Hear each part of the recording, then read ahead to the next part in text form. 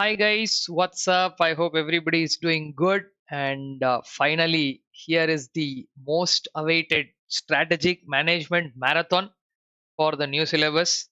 And this is going to serve you with specific purpose of clearing the exam with great marks. So before I start the marathon, I would like to tell you a few things that point number one. Okay, I just write a few points here because whenever you're watching a long marathon, it is very important that you have certain things kept in mind. Now, first and foremost, I'd call this a prerequisite is be aware of the subject, at least one revision of the subject to be done. Okay, revision to be done at least once of the entire subject and then come to the marathon. Because if somebody is of the opinion that I will simply do only the marathon and write the exam, I am not again going to give you any guarantee about the outcomes.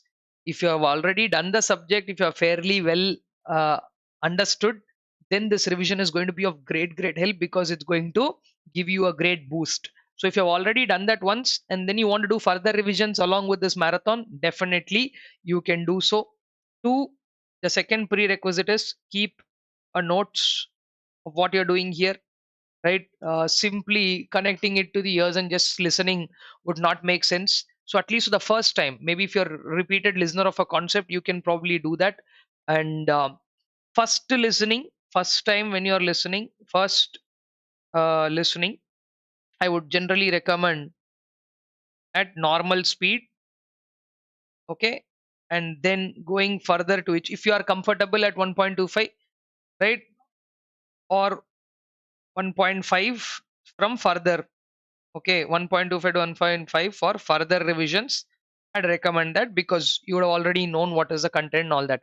Otherwise, the normal, speed will be for the first time. It'll do good. So these three things, if you just keep in mind, it'll be of great use. Why keep a notes is because your hands are also at work, your mind is also at work. It makes more of an impact, and that too, strategic management, which is a subject of 50 marks. There are huge possibilities of scoring in the 40s nicely, right? And since the combination now has made it more deadly, that is, you have financial management. If you are even good at that, then probably you are looking at something 70 plus, very achievable in this subject. Now, as you all know, in this 50 marks, we have 15 marks of MCQs, and based on what we are understanding, we are seeing a lot of case based scenarios which will. Okay, again, I would very beginning want to clarify that you don't need special preparations for these 15 marks MCQs and case based scenarios. If you are thorough with your fundamentals and concepts, you should be able to do this well. And on the other side, you have about 35 marks on the descriptive story, right? For which, again, you need to be very good in concept whereby you can present all the points, right? Are there any special tools and tips for presentation? Nothing. Before I start the marathon only, I will tell you, because many people ask me that, sir, what about presentation? Simple only. Few point agenda. One, write in points. Always you write in points. Avoid lengthy paragraphs. Okay, that is one thing that I would generally like to say. And two, limit the answer to what is asked. Very important, because most people are writing unnecessary stories of what you know. I don't know who has guided them on that. First one paragraph will be their introduction, and they will write definitions and something there which is not at all necessary. See, very important point on presentation is that only unnecessary things are being included. If an answer has about 5 points, you write those 5 points correctly. If you write three correctly and expect that, for 3 marks I wrote three correctly, so they should give 1 mark each, they are not going to do that unless all the 5 points are there. So please don't compare this marks and points. Now, like say for example, advantages of something might have 8 points. You might ask that question for 3 marks. You write all your 8 points. Don't write elaborately all the 8 points in paragraphs and all that. What the 8 points are? 8 lines about each. Mark 1 to 8 and write. you definitely get 2.5 out of 3, or maybe if you write all the points correctly, you get 3 out of 3 also. So write in points and limit the answer to what is asked. So they asked only for 3 marks, so I will write only 4 points, or I will write only 6 points. Don't do that. Whatever are the number of points there, that you should write. That's all. This is the only thing. And case based scenario questions are sometimes, each can turn out to be for 2 marks.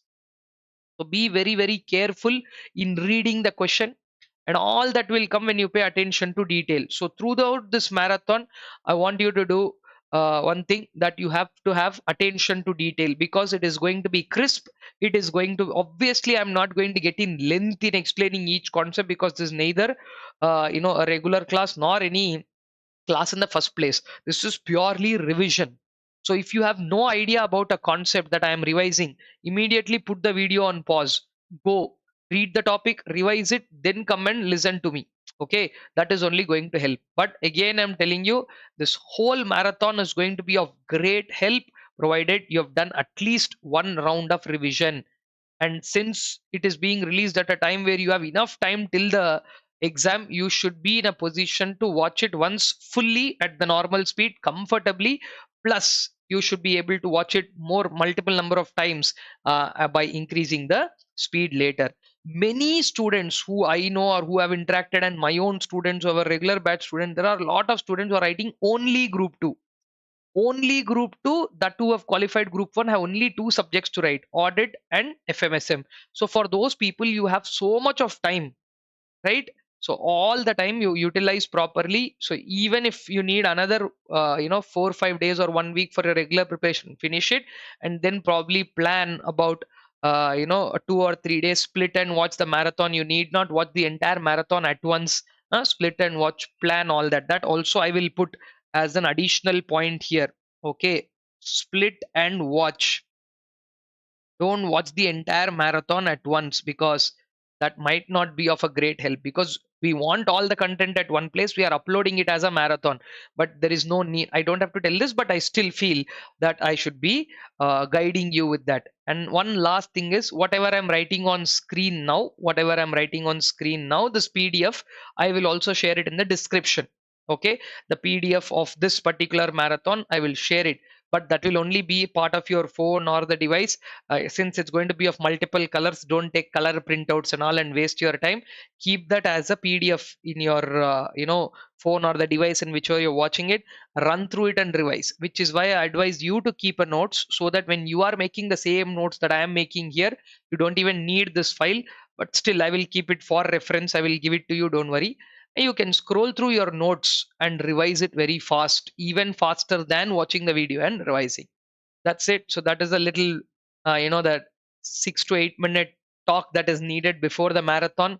So straight away, let's get into the story of what strategic management is. I will get to the syllabus discussion, so that we know what we are faced out, and my flow of things. If you have seen me in the past, if you know how I do it, or if you're a first timer also, the subject has a very wonderful flow. So we are going to use the very same wonderful flow of strategic management, and go by that. I hope all of you know the definition of strategic management, but I will come to that in a couple of minutes. Strategic management in the new syllabus is split into 5 topics. Okay, broadly how these 5 topics have come, again we know that the 5 chapters. The first one is introduction, introduction to strategic management, followed by the next step where we are talking about are the 2 chapters which are coming in under the concept of strategic analysis. I will keep making so many tables like this. So if it's possible and keep near you, you can do it. Strategic analysis are split again into 2 parts. First is external analysis. What are the factors in the outer world that are affecting a particular business, and how they will, in the long run and short run, impact a business? Accordingly, how should your decision making span up? All those are also discussed in the second chapter. It goes up till discussion on globalization, then followed by an internal analysis. No matter how great you have done an external analysis of, you should know about who you are and what you're doing. Internal, more to deal with strengths and weaknesses. Now these, once done, we will then get into what is called as strategic choice, which is about choosing the right strategy This is called as strategy formulation. Okay, out of the multiple choices available, out of the multiple actions that you can take, which one are you going to choose? Do you want to be a cost leader? Do you want to be what do you say, differentiator? Are you going to focus? That is at the business level, you think like that. And at the corporate level, you might want to stabilize, that is stability, expansion, retrenchment combination. All of the strategy formulation aspects which we are going to put on paper is also a point of discussion, right? So first we are talking about introduction, then followed by a strategic analysis, then also followed by strategic choice making, which is then topped up by one of the most important steps in strategic management called as strategic implementation. And then this also is continued by what do you call as strategic control. Okay, so going by how this entire story is discussed, if you have to mark up to the ICI module of the syllabus, this predominantly is our chapter 1, followed by this is chapter 2, internal analysis discussed as chapter 3, strategic choice and formulation of these are part of chapter 4, and these two topics have been discussed under chapter 5. So that's all, guys. This is your set of 5 chapters. And there is, again, like I said, what you see in itself is a very beautiful flow of things. I would keep mentioning the aspects of strategic management in multiple times, multiple lines. Now we are also going to prepare something very similar like this for the definition of strategic management. Sooner or later we will come to that, because I wanted just mark the chapters here. So I hope you are understanding what we are dealing with and what you're doing. The first 10 minutes that we spent is to understand the overview. Now, taking this, I will again go by discussing what strategic management is all about. The first chapter of our discussion talks about basic concepts in strategic management. Many people generally don't consider chapter 1 to be something which is of an interesting piece, because a small only know, sir, what is their strategy management definitions and all that. No, many times questions are coming from this. Couple of very important questions are there in the likes of benefits of strategic management and limitations. I am going to discuss everything that is there in the first chapter in our very first segment. So let us start segment 1 of our discussion, which is on about strategic management. So segment 1 goes on the discussion of strategy and management. This is what we are going to discuss in separate terms. Then we will combine together these two terms and discuss the concept of strategic management. So management, what do you talk about management? In the normal context of discussion, management is used in couple of senses. The first sense where management is being used is the the set of interrelated function to represent certain set of interrelated functions. What are those interrelated functions? I think all of you know what the general functions are: planning, organizing, staffing, leading or directing, and then controlling. If you don't know the full forms of it, you have to stop and write down in your book clearly. P for planning, O for organizing, S for staffing, which means putting the right person at the right place, leading or directing, or we'll simply stick to leading because leadership is a concept in our book, leading, and then controlling. Okay, then this is one context of use of management. The other context of use of management is to represent key group of people in an organization. Key group of people in organization. When you say key group of people, this is the set of people who are the top CEOs, CFOs, and all levels of managers and all that. When you say talk to management, when somebody is using the word talk to management, they are not saying talk to interrelated functions. That time they're representing people. You understand now? Like say I went to school, right? I have a child where I have to go for admission, then I'm talking to the administration team there, then they are like, no sir, for this you have to talk to our management. When you say talk to our management, when you say that time, they're not representing talk to planning and all that, they are saying talk to our key group of people. So I asked for something which the administrator couldn't answer, so they are redirecting me to a higher level of people. Those key people, that means who are in decision making spots, no, they are only called as key group. They are also represented as management. So this is the basic idea and the first thing to start with the concept of management. Now let me bring you the second definition that I would want to discuss, which is called as strategy.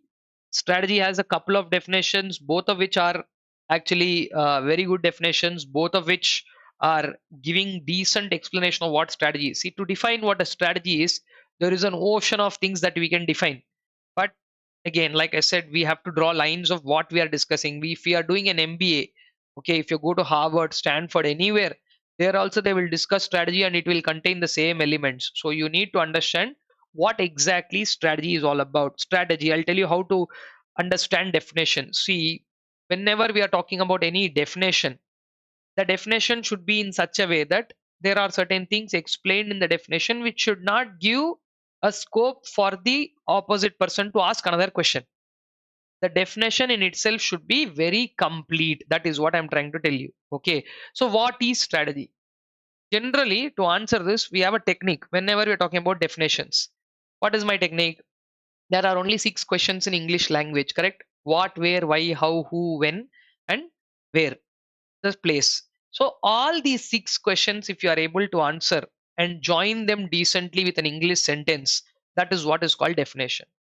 Now, most times we may not be able to explain how in a definition, because how generally represents a process. For example, you're talking about definition of auditing. Auditing is a process, correct? Now, when we're talking about auditing, you can't explain how to do auditing in the auditing definition. Auditing is an independent examination, you can tell only that. Like that, what is strategy? You can tell that. How to execute a strategy, that you can't tell in the definition. So, what is strategy? Where it is used, when it is used, timing, long range, short range, like that, certain things we can tell. So, by using all these questions only, we have coined up a definition. What is strategy? Strategy is a long range blueprint. What is the first part?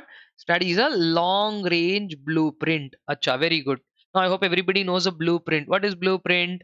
Blueprint is something that we prepare before we construct the house, right? A design. Huh? Long range. That too, timing is emphasized clearly. What is strategy? A blueprint. Which blueprint? A long range blueprint. Whose blueprint? Of an organization. That is a long range blueprint of an organization's what? Desired, three words, three keyword: desired, image, direction, and destination. Okay, what are these? Strategy is a long range blueprint of an organization's desired image, direction, and destination. Image means what it wants to become. Direction, how it, I mean, like, how it wants to go there, what is the direction, and destination, ultimately where do you want to reach. This only is later translated as a vision statement.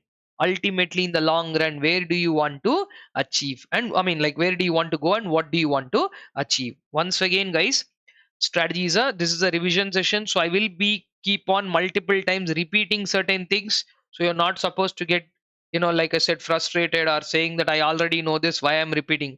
So which is what exactly will reverberate with you in the examination hall. So stay with me, believe in the process. I don't think I have to tell you, I've been in business right now for 12 years, I've been doing this only. There are so many classes, marathons, student ideologies, everything have been discussed. The fine tuned and the best version is only coming to you. So just, I won't repeatedly tell this, I'm not on any campaigning mode. So I will tell you only once, stay with me, be in the process. You will definitely be very appreciative of your own time, okay, for watching this. Okay, be confident about it. So long range blueprint of an organization's desired image, direction, and destination. Okay, that is the first part. Then there is a very beautiful definition given by William F. Glueck. Now, why specifically? Generally, I don't ask people to bother about the names, but there are a very few names in our book which really need emphasis, because nowadays, since the MCQs are there, they might ask you something and say, who gave this also? So, which is why William F. Glueck's definition of strategy goes by saying, he says, strategy, again, Nobody can deny that strategy is a plan, but he gives three words. Okay, strategy, he says strategy is a unified means one, unification means bringing everything together in one, unified, comprehensive. Strategy is a unified, comprehensive, one plan that covers everything. And third one, integrated. Strategy is a unified, comprehensive, and an integrated. What? Again, nobody can change the fact that it is a plan. Just that this plan has all these three characteristics. It is one plan, it's a broad plan covering everything, and it links one to the other. Integration. Unified means one, comprehensive means covering everything, integrated means brought together. So unified, comprehensive, and an integrated plan for what? So unified, comprehensive, integrated plan designed to achieve something. Obviously, if you don't achieve something out of this, what is the outcome? So designed to achieve what? Designed to achieve what is called as basic objectives of a business. What is it? Designed to achieve the basic objectives. For those of you who don't know what basic objectives of a business are, what are the basic objectives of a business? All of you should be knowing this, but otherwise also, if you don't know it from now. Survival, stability, growth, efficiency, and profitability. If you don't know, please write full forms as you listen to me. Survival, stability, growth, efficiency, and profitability. This is the basic set of objectives every business should have to achieve. Okay, now there is no much of a discussion on management, its discussion ends here. But when you talk about strategy, there is a little more discussion about it. I hope everybody has understood the definition of both strategy and management. While strategy is a long range blueprint, or it's a comprehensive or an integrated unified plan, both of which covering the definition of what strategy is, set of interrelated functions of these five and key group of people are called management. Okay, guys, I will keep alerting you in between. You might want to pause me in between and revise whatever we have discussed, like once in every 30 minutes, or I will keep giving you those alerts. It's a time for you to now revise, then you can do so. Okay, so strategy, let's go further about what it is, why strategy making is very important. So you know now what is strategy, right? Now how is this strategy made? One of the very important questions which has appeared in exam so many times is about strategy being the nature of strategy. When you're talking about nature of how a strategy is having two dual nature, right? Strategy is partly proactive. Very important question, guys. Multiple times this has come in the exam. How is strategy made? Strategy is partly proactive and it is partly reactive. Okay, what is partly proactive and partly reactive? Partly proactive means an organization makes a strategy and does it in the first place. Okay, strategy will be created by the organization, it will make a strategy and then it will implement it. It is called proactive strategy, whereby organization makes a strategy and implements it. What did I say? Organization makes the strategy and implements it. This is the proactive action. Okay, implements it.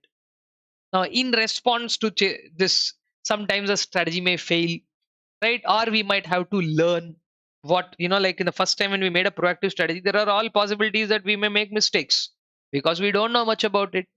So, in response to this proactive strategy, or in response to changes in the environment, or because of new learnings, you are now going to create another strategy which is in response to the reactive strategy. Whatever we are talking about generally is the reactive strategy is something which is in response to what? It is not necessary that it's always in response to changes in the environment. Please be mindful of that. Okay, it is in response to changes in environment. That is one reason. That is not the only reason. That is only one reason. It's in response to changes in the environment. Understanding of, or I'll simply say new learning emerges. That's more easy. in response to new learnings. New learnings means you learned better, or hey, this is a better way of doing this. When you do something two, three times, I think later in the situation we'll discuss a concept called experience curve, right? Experience curve is such a concept where when you repeatedly do the same thing, you will get better about it, and the per unit cost of that also will come down, and the time taken to do also will come down. Remember experience curve. Now that you know the whole syllabus, we should be able to link up all these things. So that is called new learnings. New learnings when emerge, you might want to obviously change a strategy. Your old strategy is wrong, I am not saying that. Now you have a better strategy, so then always you can change. And a strategy, therefore, that is a, what is the word, nature of strategy is nothing but the word, right word to use is, it is a blend of what, blend of proactive and blend of reactive. Okay, so this is where we talk about what is strategy and the nature of strategy. Then, to close the discussion on strategy, I would want to tell you a very, very important take home point. This strategy is no substitute. This strategy is no substitute for a sound and alert management. This is a point I want you to understand and take home. Why? Because no matter how hard you make a strategy, fantastic strategy is there, sir, with me, I don't need any management. Wrong. For these strategies to be executed well, you'll still need a very sound and alert responsible management. And I think with that, we just have one more question to answer. Where I hope everybody understood what is strategy, nature, and strategy is now, not a substitute for sound, alert, and responsible management. You still need to have a sound, alert, and responsible management, despite having a good strategy. Only when these two come together, they will be a perfect match of it. And then the last point about strategy is, where is strategy made? Okay, where is strategy means in an organization. First of all, I would want all of you to recollect or remind that every organization has three levels. Okay, now strategy making strategy making happens at which level? If anybody tells me that it is only corporate level, you are absolutely wrong. Please be very mindful of it. Strategy making happens at corporate level. Strategy making happens at business level, and strategy making also happens at functional or operational level. In short, strategy making happens at all levels. Just that the strategies that are made at all these levels are pretty different. Okay, now before we discuss about strategic management, since we spoke about these three levels, I would like to quickly revise about things here only without making much of a fuss of what those levels are and all. At corporate level, we have all the corporate brass, CEO, CFO, uh, CTOs, etc., the top set of people in the organization. And these corporate level people, they make decisions which are generally having a long term impact, or generally long term in nature. And of course, corporate level people, when they make decisions, it involves huge amount of resources also which are to be allocated. Then coming to business level, we have managers or supervisors, however you want to call them, managers and people who have supervisory role. And what do business level people do generally is, these people translate. See, business level people have some very important role to play, because corporate level, no, the language they speak, that is very difficult for functional level people to directly understand. Okay, so what generally the business level people do is, the business level people, they translate what the corporate level people are talking and give it to the function. Because see, functional level people are, they are responsible for execution of tasks. No doubt they will execute tasks, but again, they will also have to make functional strategies, right? Functional level also has functional managers. So, what are they supposed to do? That is basically business level will translate what? Corporate intent.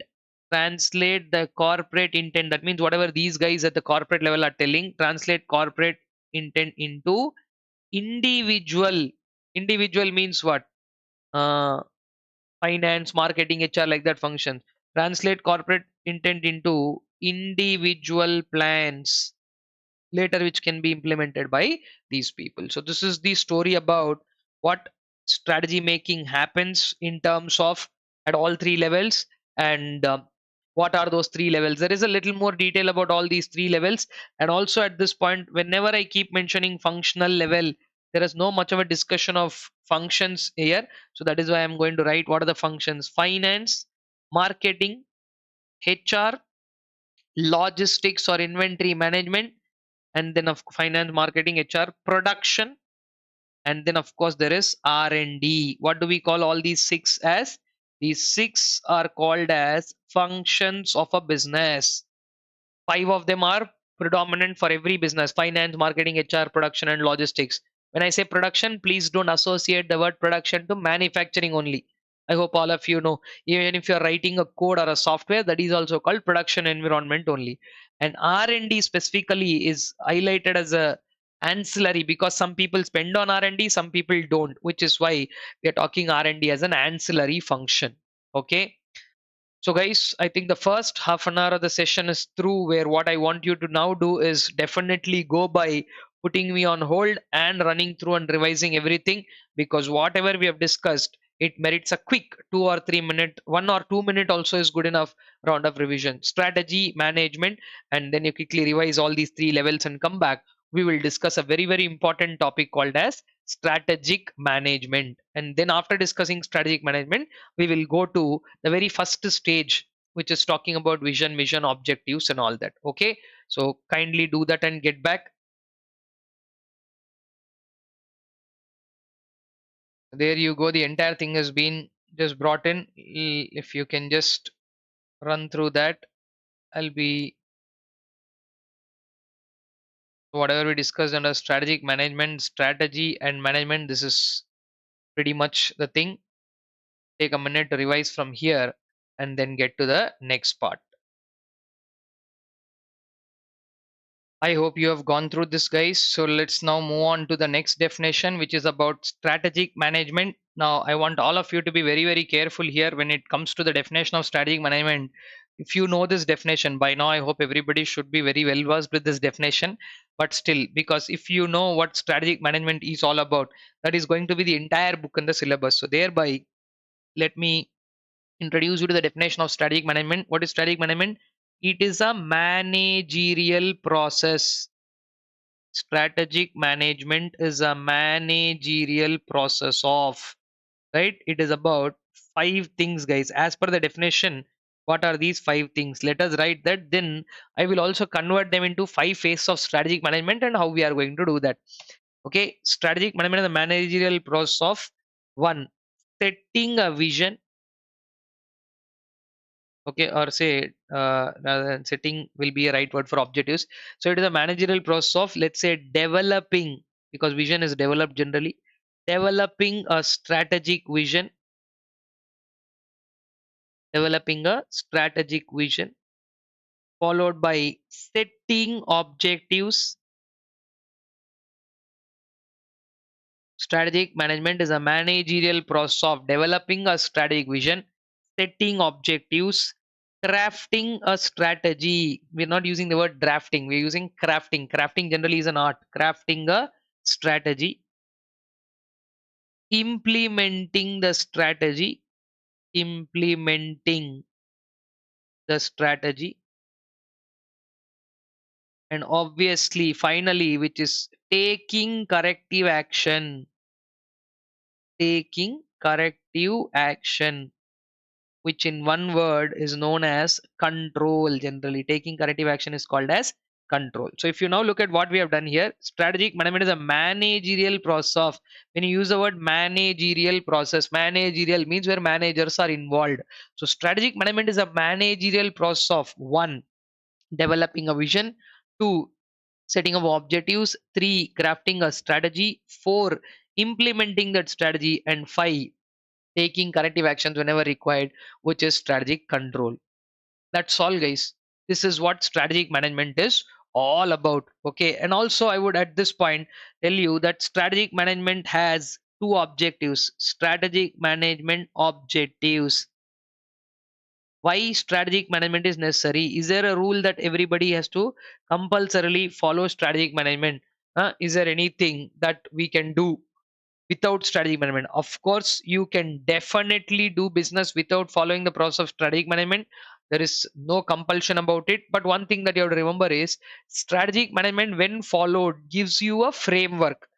What you're seeing no now, strategic management generally here, you should remember that strategic management generally what it does is to provide a framework.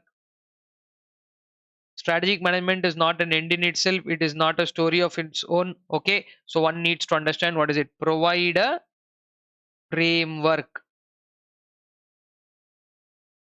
So it is not an end in itself, the story. This strategic management provides only a framework.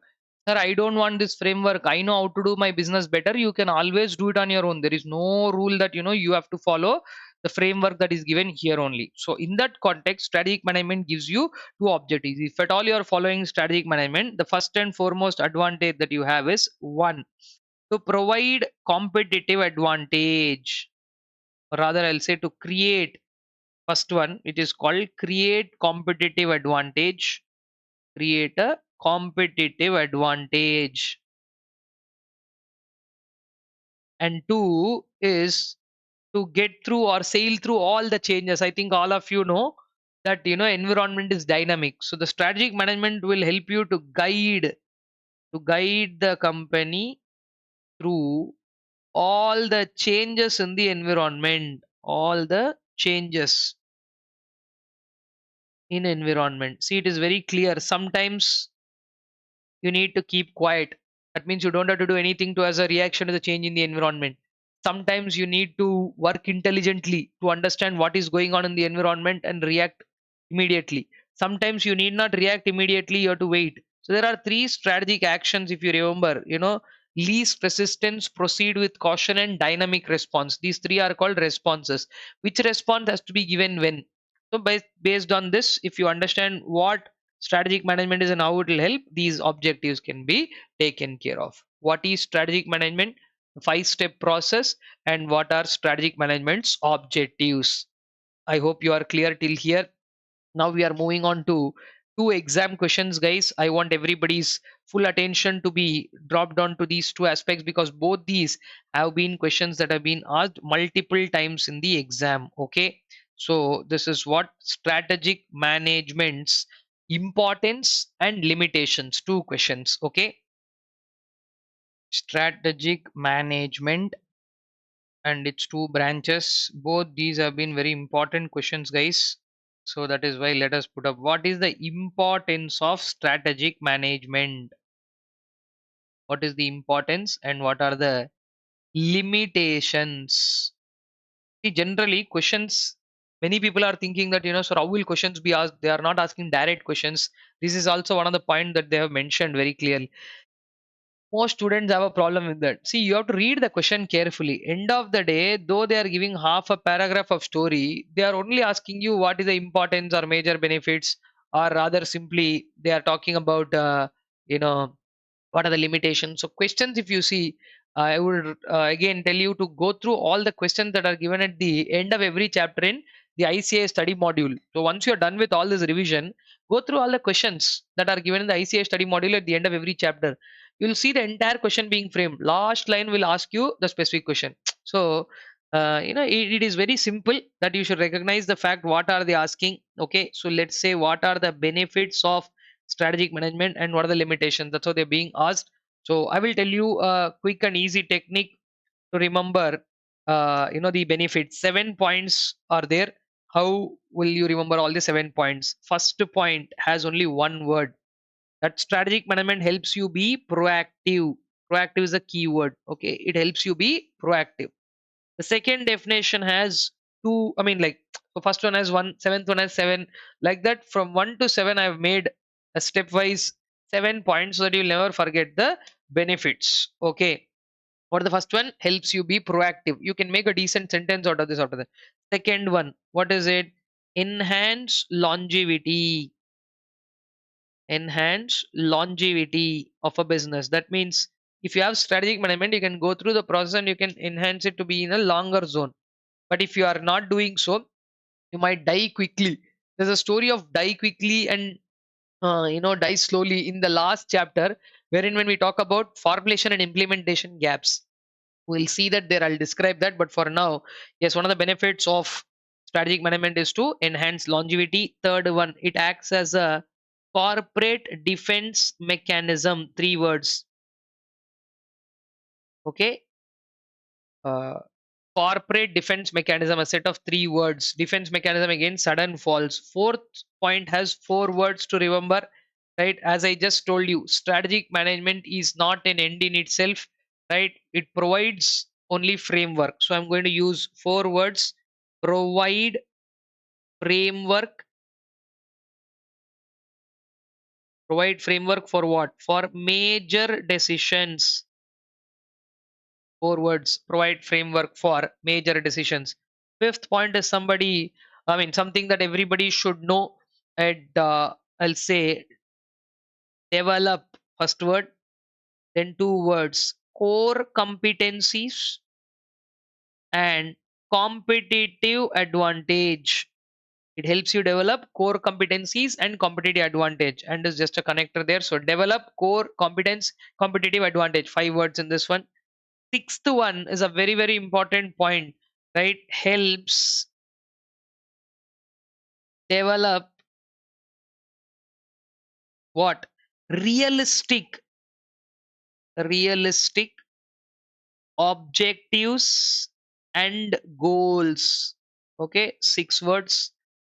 Helps develop realistic objectives and goals. And seventh and the last benefit of strategic management is prepare. It helps an organization prepare organization for pitfalls. Pitfalls means what, right? Rather it says face the future. Prepare organization for facing the future.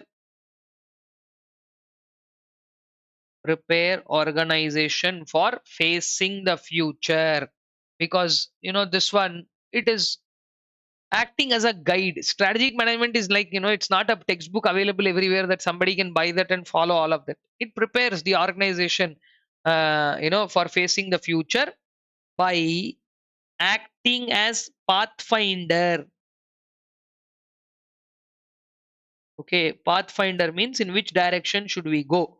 Okay, that is the last point. Organization, face future, acting as pathfinder. Like that, you can pick up something out of that. There, the seven words are highlighted. So basically, you will not miss any of these points if you follow the sequence of steps. Helps organization be proactive, enhances the longevity of the organization, acts as a corporate defense mechanism. It provides the framework for major decisions that are taken in the organization, and then it helps you develop core competencies and generate competitive advantages. It helps you develop realistic objectives and goals, prepare organization for facing the future. Like that, all the 7 points are there. I want all of you to run through it once again. Now on the other side, we know that limitations of strategic management are there, because every good concept will have certain limitations. Strategic management, that way, is a wonderful concept, so definitely there will be certain limitations. What is that? The first limitation says that environment is highly complex and turbulent. Complex means it has too many factors, and turbulent means, I think all of you understand what turbulence is. Something that we experience in a airplane or an aircraft when we go, when it hits the clouds and all, a shaky it's not, it's wrong to call it unstable. That's why they're using the word turbulent. Okay, turbulent. Environment is highly complex and turbulent, and therefore it is very, very difficult to understand environment and plan for it in totality. Okay, so environment is highly complex and turbulent is not the limitation. To understand that highly complex and turbulent environment and then make decisions is the limitation. So please understand, environment is highly complex and turbulent is not the limitation. That is the characteristic of environment. Okay, it is difficult to understand. Environment is highly complex and turbulent. It is difficult to understand. That is the limitation. Difficult to understand environment in complete sense. Okay, That is the issue. You can understand environment in parts, one part, other part, and all that, but it's very difficult to understand it in totality. That is the first one. Second one is a straight and simple limitation. Doing all this is a very time consuming process. Doing all this is what? A time consuming process. Whenever so much time and effort goes in, it also turns out to be a costly process. Despite it being a time consuming and costly process, one of the points to understand is that there is no guarantee of the outcome. See, if it is at least guaranteed that outcome is certain, I will at least don't mind in spending the time and money. But you know, that is also not certain. And the last and the most important point is strategic management is not restricted only to you. It is made for everybody, right? So if you do something, what will competitor do? We don't know that. It is very difficult to estimate competitors responses. Understood? So if you do something, they will also do something else. So strategic management is something that is available to everybody and they can do. These are the four limitations of strategic management, guys. This is a very first part of our discussion. Now the definition of strategic management steps into strategic intent, which I'm going to explain. So this is a time for you to revise entire thing at the first half an hour. If you've done it, very good. Otherwise, this is also a point where you can put me on pause and definitely revise everything of what we've discussed: strategy management and strategic management. Then we can talk about, now going further, what is the five stages or five aspects that are involved in strategic management, that we are going to do in detail. And from there on, we will take piece 1, piece 2, piece 3 and cover everything as part of our marathon. Okay, strategic management again. Strategic management phases. What are the phases of strategic management? Phases or stages, however you want to call it. Some people call it phase, some people call it stage, whatever it is. Strategic management phases or stages. Let's see how this works. Strategic management has five. Start with first one, which is called as stage 1. We are calling stage 1 as developing strategic intent. Let's say stage 1, developing strategic intent. Okay, then this stage 1 is followed up by a very crucial and important stage 2. And in stage 2, what we are going to talk about or do is a very deep rooted strategic analysis. Strategic analysis is a very important step, because only after analyzing who you are, what sort of a business you are, then you get to stage 3. Stage 3 in itself is an self explanatory aspect of crafting a strategy. Or this is only called as strategic choice. What all comes under stage 3, we will discuss in detail after we get to that particular stage. Then stage 4 is one of the straight and most important stages, called as strategy implementation. Strategy implementation. And stage 5 or phase 5 of strategic management is called as strategic control. Strategic control. Control is a corrective action taken. What are these? Now, if you are able to get a clear understanding of all of these, that's all. Our syllabus is done. We don't have to go much further in detailing out anything else. If you are able to grab this up, this is enough, right? Now, let me also explain you, since this is a revision, by now you should know what comes where. So I don't think we have to wait for that chapter to get over to what it is, right? So under developing strategic intent, what are there? First, we are talking about creating a vision. Then we have what is called as mission, objectives and goals. Vision, mission, object. This one screen or one frame that you are seeing now, that's all. This is what the whole strategic management is all about. Of course, we will detail it out in greater discussion, but vision, mission, objectives and goals go hand in hand. And then one of the most important things that you need to understand here are Values are something that need to be present across when you are making vision to when you are achieving goals everywhere. See, values are something which are omnipresent, like that, it says so. So we will also talk about what those are. Intent is nothing but where an organization is going, what it is ultimately willing to do. Okay, and I will detail out each of the stage in the respective timings, but for now I'll say strategic analysis is simply broken down into external and internal, because what we are discussing under each of them we will discuss. And crafting strategy happens at about three levels. What are the crafting strategy happening at three levels? Crafting strategy happens at corporate level. Crafting a strategy happens at business level, which are in the likes of three Michael Porter strategies: cost, leadership, differentiation, and focus. And then all the crafting of functional strategies ranging from finance strategy, marketing strategy, HR strategy, and all of that. And under the concept of strategic implementation, we again have some wonderful topics. First of all, the concept of strategic implementation starts with discussion on organization structures. You need a good organization structure. 8 different structures are there, and what those are, followed by a concept of strategic leadership.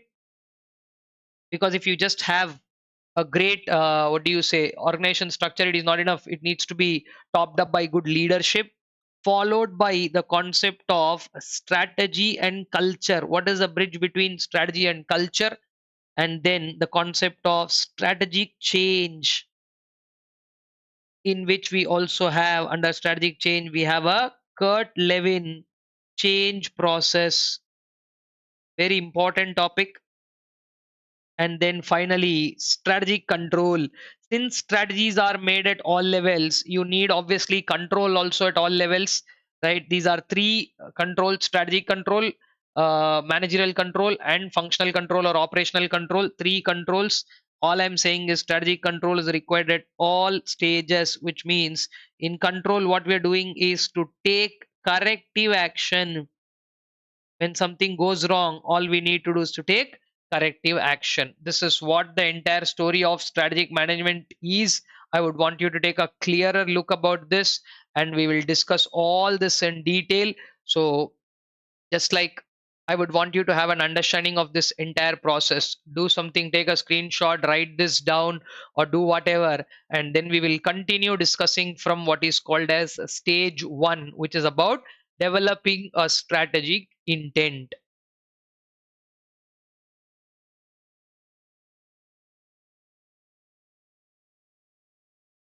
All right, guys, let us then move on to what is called as a strategic intent. Now, the first part of our discussion, where we will talk about stage 1. Stage 1 is all about the concept of strategic intent, wherein we have vision, mission, objectives, and goals, which are then followed by obviously values. Now, values are something which are omnipresent, which are supposed to be there at all levels. I'll explain you this very clearly. First of all, before we discuss what are the elements or contents under the heading strategic intent, we are supposed to discuss a few things about strategic intent. What is strategic intent? If anybody asks you what is strategic intent, you have to call it as the philosophical base of an organization, the logic as to why it exists, philosophical base. What are you as an organization? How do you exist as an organization? Why are you there? What are you set out to achieve? That is what philosophical base is about. And not only that, this also should answer a question. Okay, whatever intention, we are not talking about something outside our understanding. We're simply talking about a intention. There are two questions that this strategic intent answers: what they want to do, what they means the organization, what they want to do. And the second one obviously will be the logic of doing it, why they want to do what they want to do and why they want to do. These two are basically the story of philosophical base, the real logic behind why something exists or how something is to be performed inside. Or why do you do something and what do you do? Later, the same things only are broken down into more serious words which have contextual meanings, which are only in the form of strategic intent, are broken down into a vision statement, followed by a mission statement, followed by objectives and goals. Here, two words are there, objectives and goals. Though they resonate something very similar, since two words are there absolutely different, and then they are followed by something called as values. Now, this entire discussion comes under the bracket of what is called as strategic intent. See, strategic intent of an organization is not definitely permanent. Sir, what does it mean? Are you saying that vision, mission, objectives tend to change? Yes. See, today, one of the best examples that I can tell you is about you doing the CA course. All of you want to become chartered accountant. All of you want to become a chartered accountant in 3 years, 3.5 years, 4 years time, whatever the minimum amount of time required to become a chartered accountant. You will all have to work on that and become a chartered accountant. That is what your vision will be. But for you to become a chartered accountant someday, suddenly you can't become a chartered accountant. So what will we do? We will do something now. What are you doing right now? Your present business scope and currently what you do is called as mission. Mission CA Inter, not Mission Impossible. Mission CA Inter. Right? Like that only when they say mission, mission means a specific task that you're set out to do. If it's Tom Cruise, he's saying mission impossible and then he's doing something and making it possible. Correct? So same way here, mission CA Inter. CA Foundation, one mission is over. CA Inter, currently a mission is going on. CA Final, the next mission that we have to take up. Now, within this mission, there are some numbered targets, performance targets, which are measurable in nature. 40 in each subject, 50 overall, 600 as a total. Of that, 300 to get the aggregate, right? So like that, there are certain numbered targets are referred to as objectives. In that again, group 1, group 2, in group 1 this 150, group 2 150, like that there are certain goals that are given to you by the institute. Okay, see, these objectives are certain things which are performance targets and numbered. They are closed ended attributes, while goals are different, they are open ended attributes, right? Like your closed ended and open ended means, in fact, before I discuss that, some people who are discussing strategic management, they don't even distinguish between objectives and goals. There are so many management fundamentalists who have given definitions of objective as goal, goal as objective. Okay, some people have made it a clear distinction, like say objectives are generally associated with numbered targets, while goals are associated with again precise aspects of achieving something. Okay, so like that, goals more. Sir, are you saying objectives are only numbered in nature, they are not qualitative? I'm not saying that. Objectives also can be quantitative and qualitative, but goals predominantly are, like say in the game of football, you cannot lift the goalpost and keep it wherever you want and kick the ball inside. The goalpost is fixed. You have to bring the ball through all your, like your center. I mean, like your center half, and then cross that. The other, get into the penetrate into the other half. Your forwards have to take it with all their skill. Like how Messi dribbles it and takes it across, cut 3, 4 defenders of the opposite team, then punch into the goal because the goal is fixed. Now, all these players' performance, the more they perform better as a team, that will reflect in scoring a goal, right? So, these are the only three aspects of what a strategic intent is. Sir, what are you talking? You have values on your screen and still you're saying that. Listen, values, they are certain things which are intangible in nature. Okay, value is something you have in your heart, right? Integrity, honesty, sincerity, uh, a human nature, humility, understanding of something, right? Thinking about the good or bad of the others, they all come under values. Now, generally here, vision is generally something that is a corporate vision is associated with the corporate level. Vision is generally associated with corporate level, while mission is associated with generally a business level, and objectives are generally, again, objectives are associated at the functional or operational level. Like this is the understanding. But when you talk about values, values are at all levels.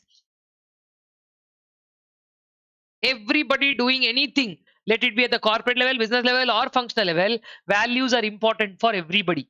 Okay, that is why values have a specific discussion about who should embrace values. Everybody in the organization should embrace values.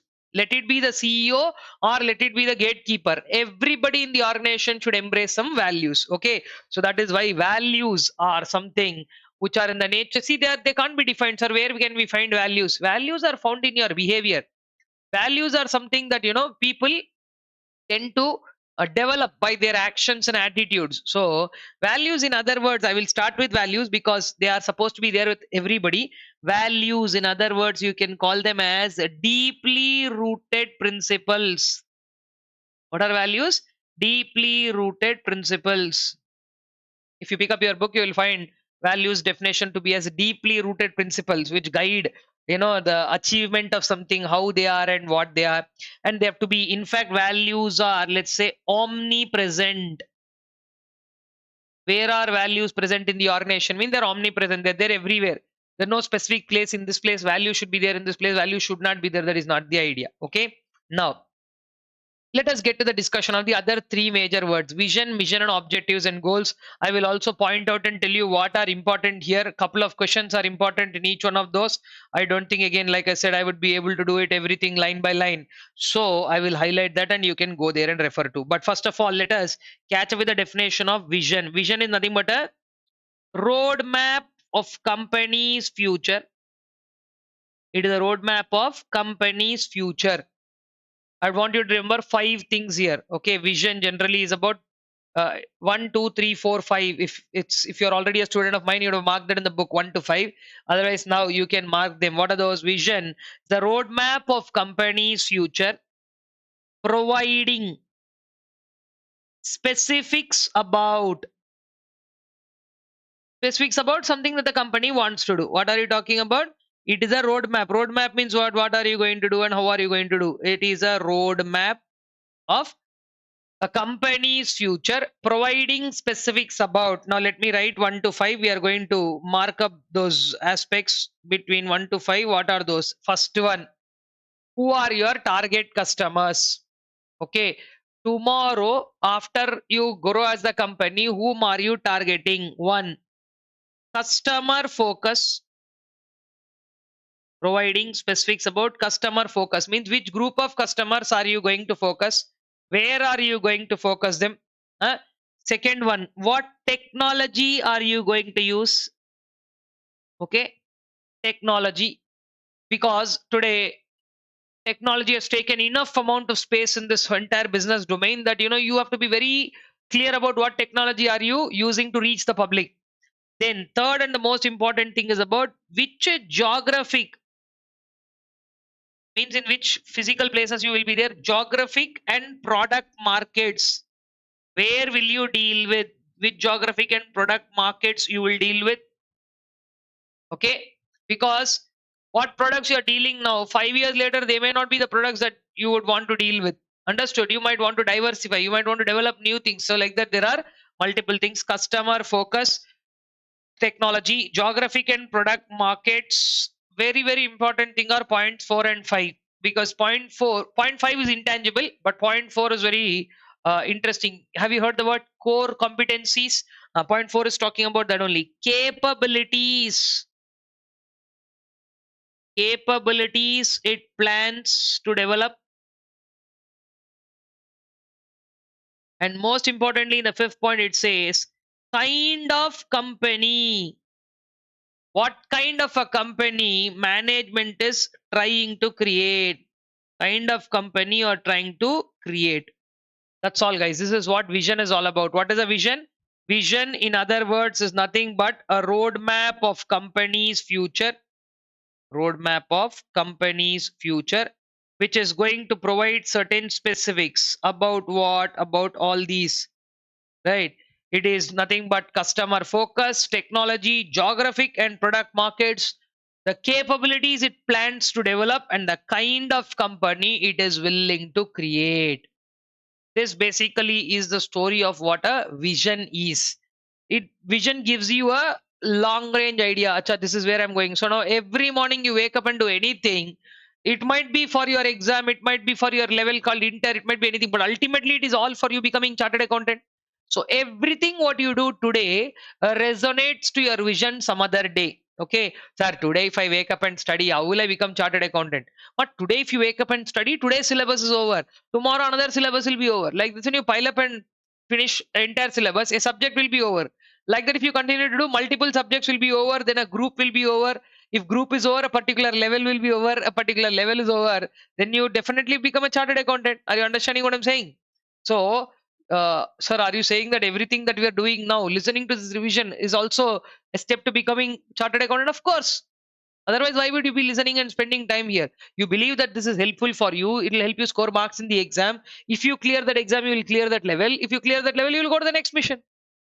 So everything is logically intact related to the vision. Now, under vision, there is a very essential set of points to be understood.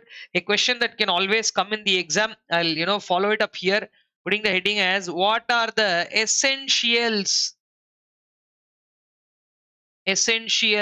for a strategic vision. This is a question that has been asked in exam multiple times. There are only 4 points in that. Okay, first and foremost thing is think creatively. These are all shortcuts. If you have the book next to you, if you're making notes, do make notes. But if you have the book, if you want to underline or something like this is what you have to understand. First and foremost essential for you having a good vision is don't copy somebody's vision. It's not going to work. In fact, don't copy anybody's vision. Nothing of that will work. So you have to start thinking creatively how you can create something very genuinely. What should be the idea for being prepared in future? Okay, think creatively about future. Think creatively about future. Then exercising intelligent entrepreneurship. Okay,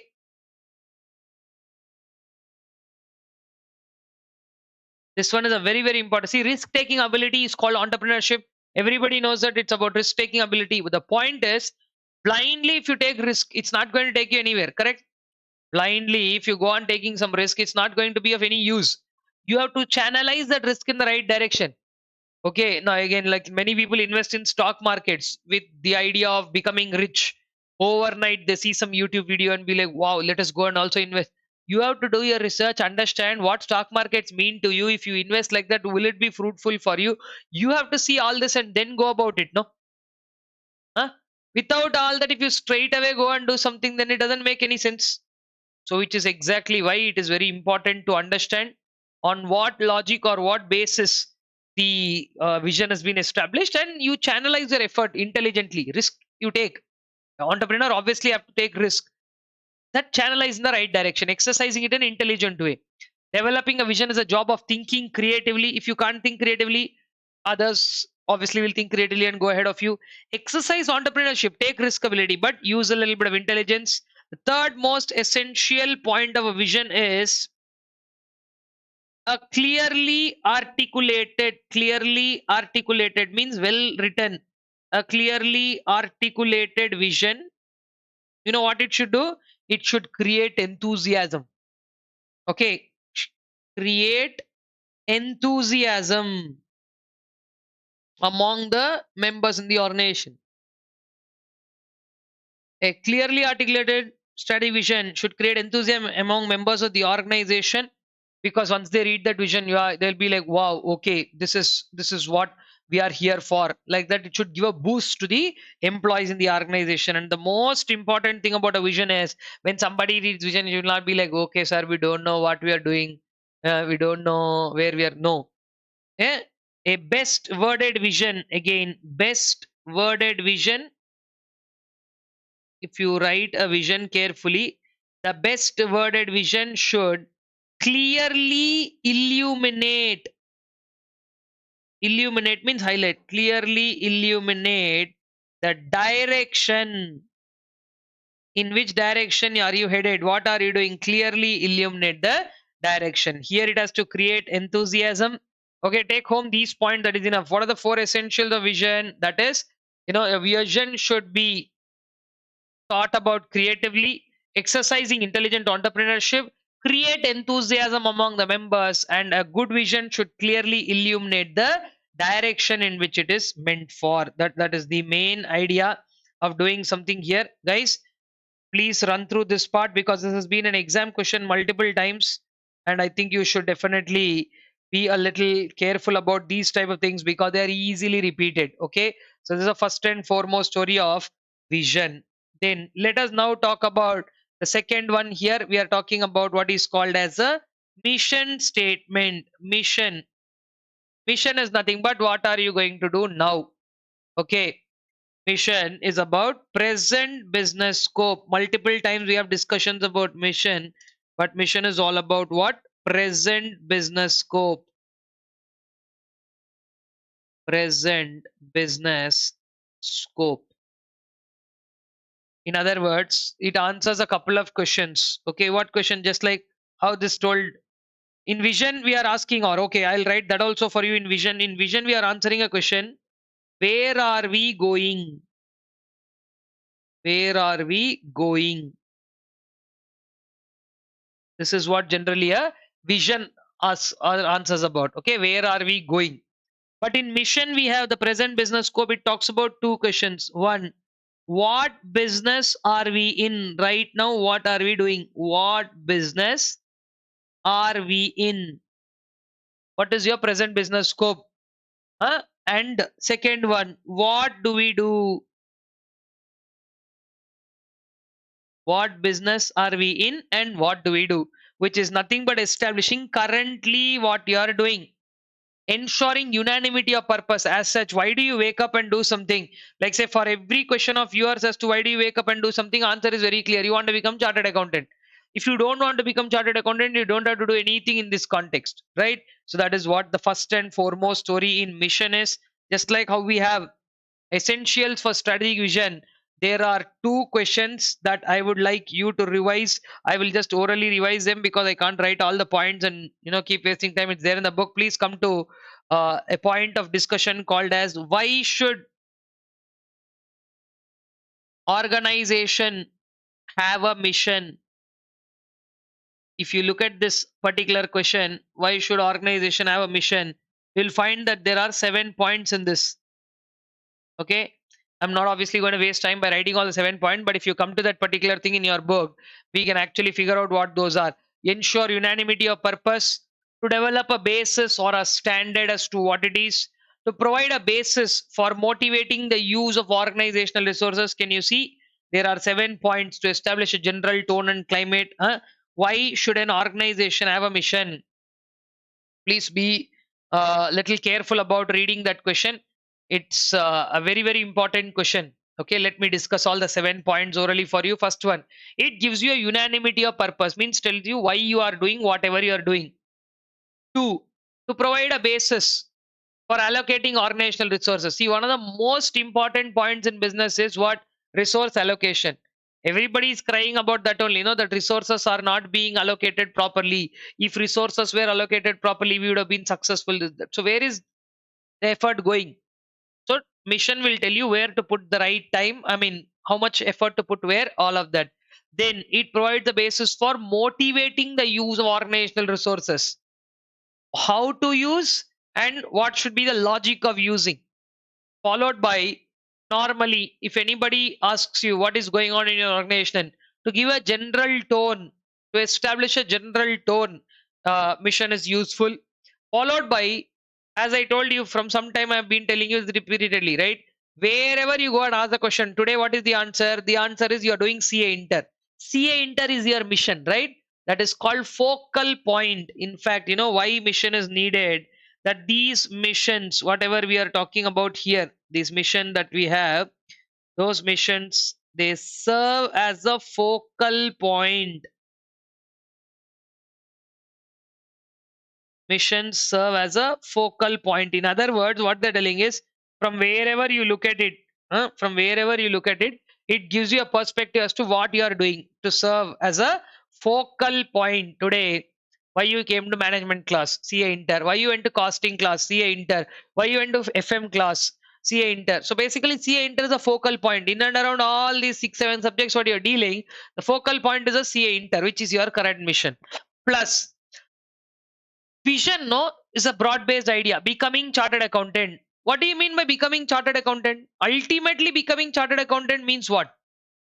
getting 200 out of 400 in foundation, 300 out of 600 in inter, and another 300 out of 600 in final. To do this, you are chartered accountant. So chartered accountant equal to 300 out of 600. Can we just equate it like that? No, right? Because simply it doesn't match out to numbers. So chartered accountancy means doing foundation inter final.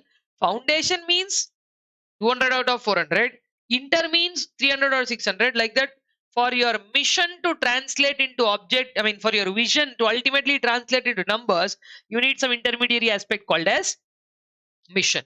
So chartered accountant, which is your vision, becomes CA inter. CA inter further will become in terms of what? 300 out of 600. In group 1, 150, group 2, 150, like that. Target based approach. The target performance targets where you can establish and what you can do will become objectives.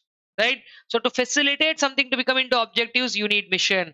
And more importantly, to specify the organizational purpose, the direction in which we are going, that is also something what the mission does. This is a very, very important question about mission.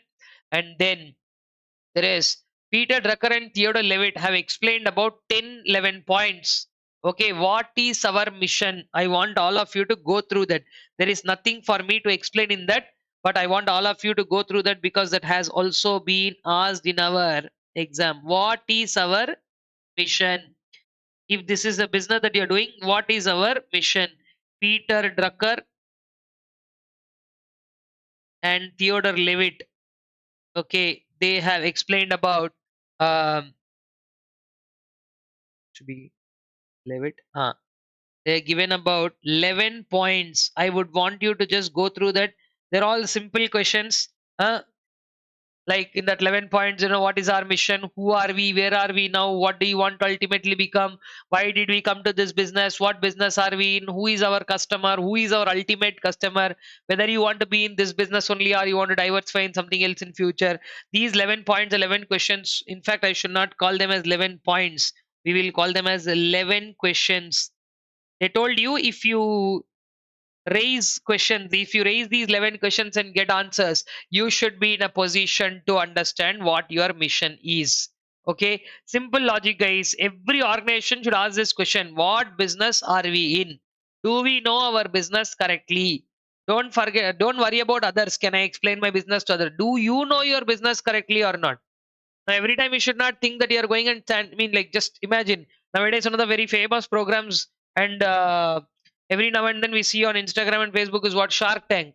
Everybody is going to Shark Tank and they're explaining about business. So the sharks sitting there, the so-called people who are willing to invest, what are they asking? What is your roadmap? Is always the game is not about numbers, right? So some people may have bright numbers in the beginning. So they're very ambitious businesses. But what if tomorrow many people, the sharks have rejected the deal saying that this is a very good idea now, but tomorrow when you get competition, you can't survive because you're not showing a roadmap. Understood. So these things are something which are supposed to be very clear for a businessman. Okay, if this is your vision in 5 years, what are you doing it about today? Same thing which we need to express in terms of our mission statement. So vision and mission statements, and for mission, one of these two questions are very important. They have been in the past asked in the exam, so they can always be asked. Now I'm going back to the story of goals and objectives. Again, when you talk about goals and objectives, one thing that you need to understand, again, goals, again, they have a discussion. That is why we are talking about them. Goals are open-ended attributes, while objectives have closed-ended attributes. Closed-ended attributes means closed objectives. 40, a minimum pass mark has been established. 50, an aggregate has been established. Okay, but goals, again, goals are nothing but what do you want to achieve, a future state or an outcome.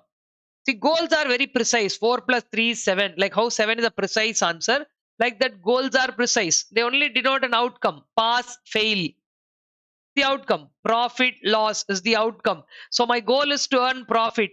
How much? 1 lakh profit. That 1 lakh is closed ended, which is an objective. You understood the logic here. When you say future outcome, sir, I want to pass. But simple in exam, if you get 300 out of 600, pass. 301 out of 600, pass. 450 out of 600, pass.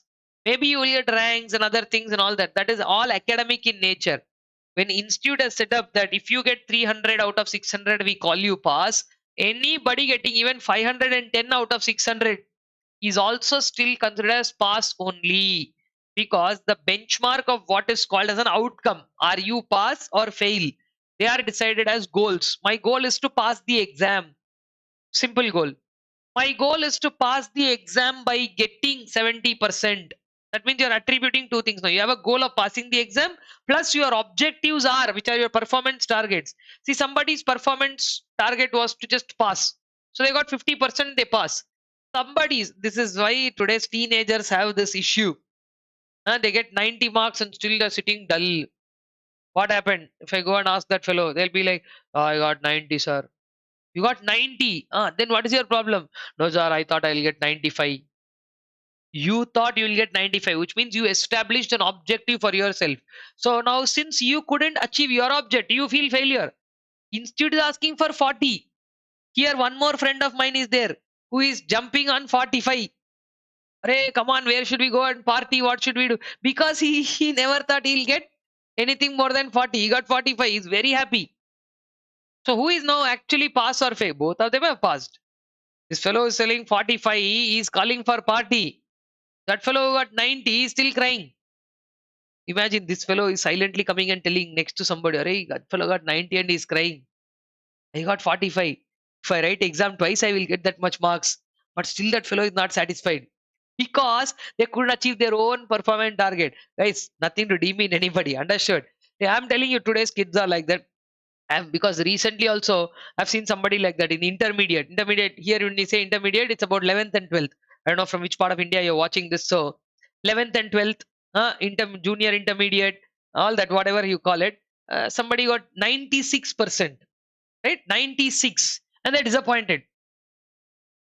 Somebody who stays in the locality or the apartment where I stay, that kid got 96, and in the science group, predominantly maths, physics, and chemistry, 96.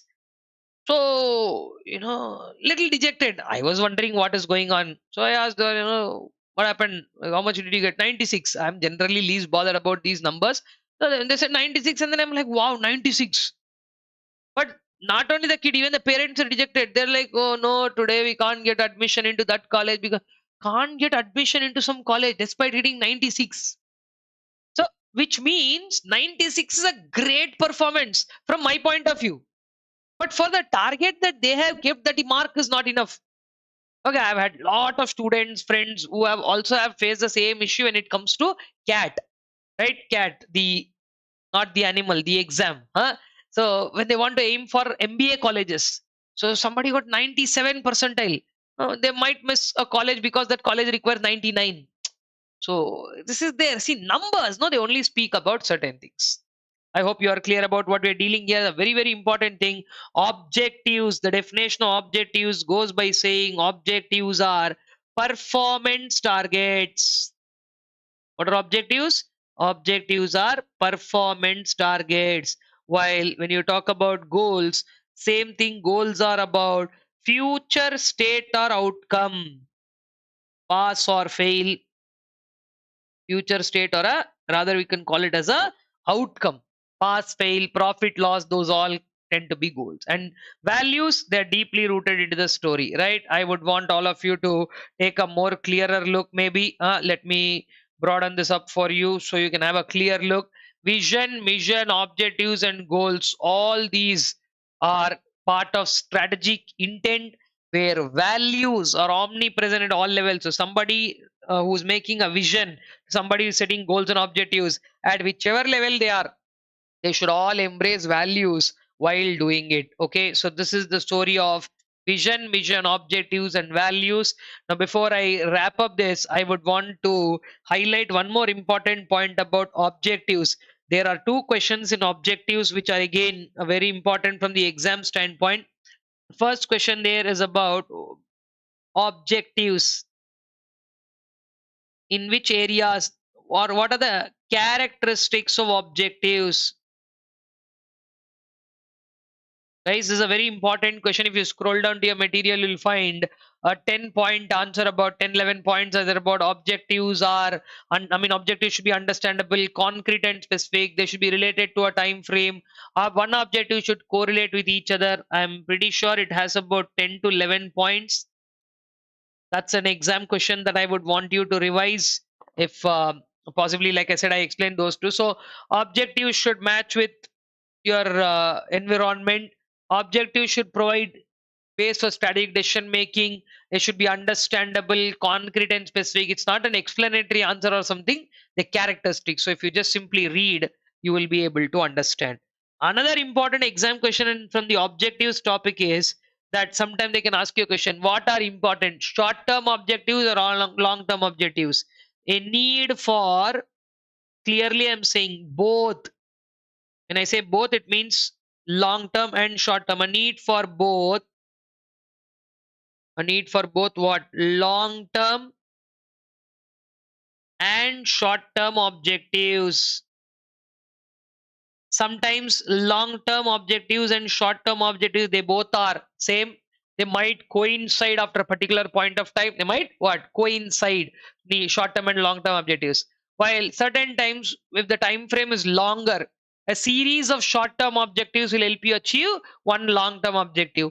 If my simple logic, if my objective is to achieve 40% growth over the next 3 years, 40% growth over the next 3 years means I can achieve 40% in first year, 40% in second year, 40% in third year.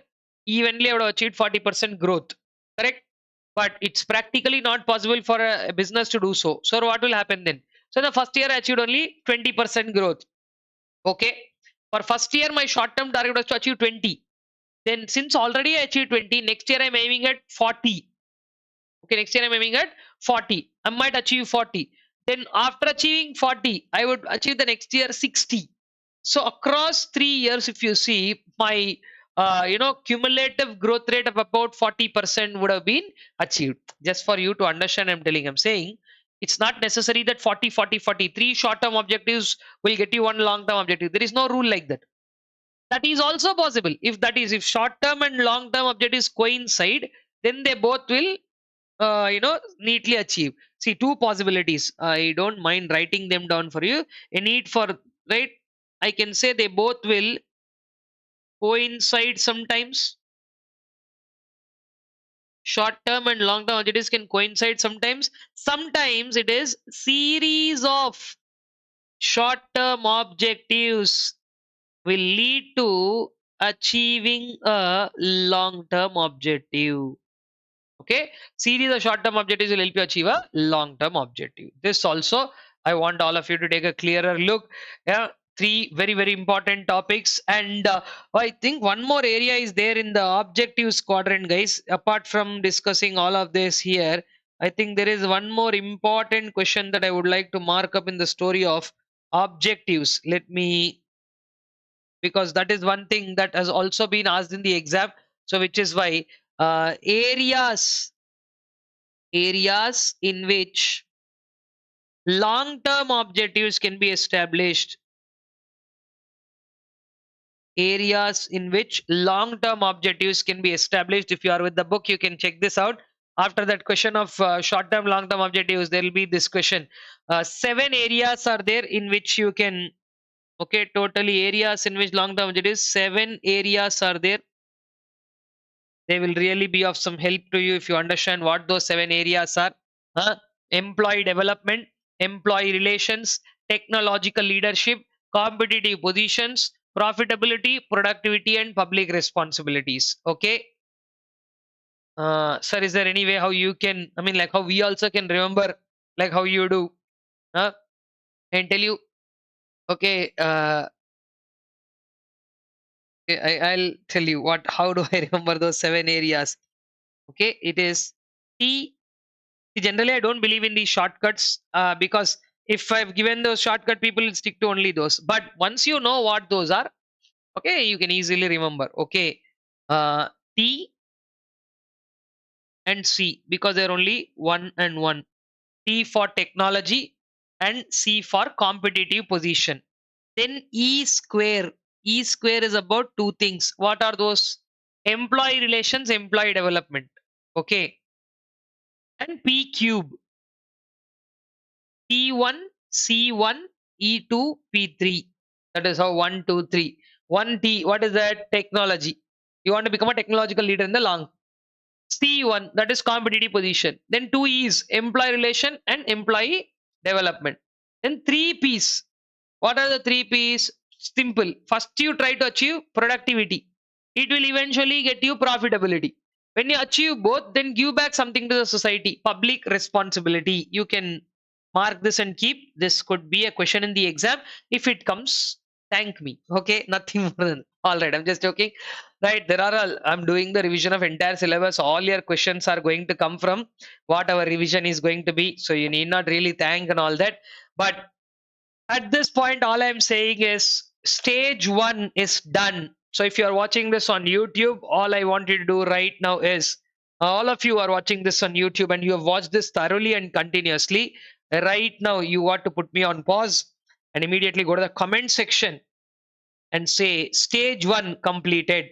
So I would at a later point of time see all the comments and feel happy that so many people have done this exercise, because see, we are doing long marathons, and that too we can do all this live, but again in live, no, it doesn't. I used to do all this live in the past, a lot of live sessions, and then except nowadays there are different time issues, different patterns, different classes, so there are so many things. I'd like to get back to doing that live, in full-fledged time so much, but again with so many of the other commitments not possible. But anyway, at this point, one more topic is there from the first chapter. I will do that, but anyway, as I said, till now this is stage one of strategic management. What is stage one of strategic management? Creating or developing a strategic intent. If you have done everything till here, go to the comment section and leave a comment from your side saying that stage one colon completed. Don't worry, because it won't be a random comment like that. Be honest, because later when we finish stage two, you are going back to the same comment and you have to edit that. Okay, since it is your comment, it gives you a chance to edit.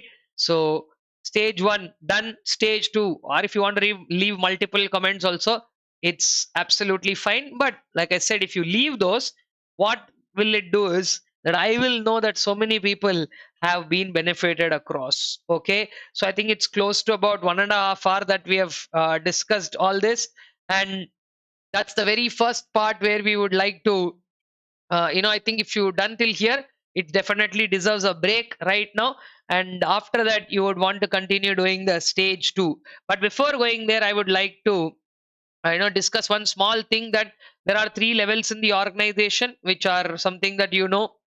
Apart from discussing what are those 3 levels, there is also one more new addition in the first chapter of the 24 syllabus. What is that?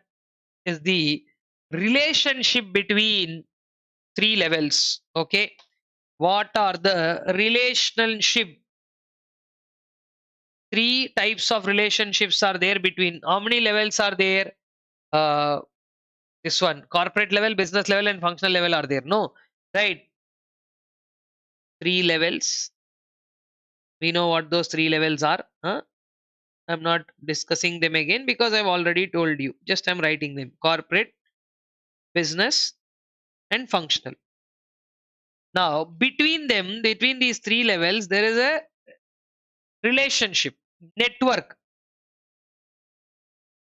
network of relationship. So how many relationships are there? Again, relationships are also 3 types. What are those relationships? One is exactly what you saw in the beginning, a hierarchical and smooth flow from start to end, right? Smooth flow from start to end. First one, what is it called? Functional and divisional relationship. Functional and divisional relationship. Don't worry about much about this if you already know about it, very good. But the nature or network of relationship, functional and divisional, means hierarchical, which flows from top to bottom. There is a second set of relationship aspect called as horizontal relationship. Okay, horizontal relationship is between top management and all of those people, how at that level they are connected. And next to them, here see, same hierarchical position, One below the other is not there. In functional and divisional, one below the other is there. In horizontal, all are given equal responsibility and equal task. The third type of relationship is a very interesting one, very important one in today's time. It is called as matrix relationship.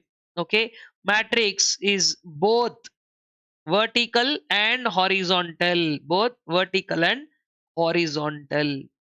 Okay, guys, these are the three types of relationships that exist, the three major type of networks, how one level to the other level is connected. One level is another level to, in the first one is purely vertical flows, which are called functional and divisional. Horizontal, which is there at same levels. Okay, all of them are treated at same level and are connected. Well, matrix is a term which has both vertical and horizontal flows, right? That is how in mathematics we call them as matrix. Clear? So that's also the end of our very first chapter and very first stage, which talks about what is called as strategic intent. Okay, so please go through the entire notes once again clearly, because whatever we have discussed now thus far, it is all the story of chapter 1 of strategic management. Moving on, I will go to chapter number 2, which is about external analysis. But before I do external analysis, I would want to discuss what strategic analysis is and the two branches. Before that, there are a couple of interesting questions. What is strategic analysis? What are the issues or problems in strategic analysis? I would also want to discuss those two and then move on. So meanwhile, I would want you to take a look at this one and also put me on pause right now and go through everything. If you're not putting me on pause, probably you can take a break if this particular chapter has been concluded. Generally, I would want, like I said, I would want you to do that. Take a break for this segment and come back, because where we will be dealing with a continued portion of stage 2 on strategic analysis.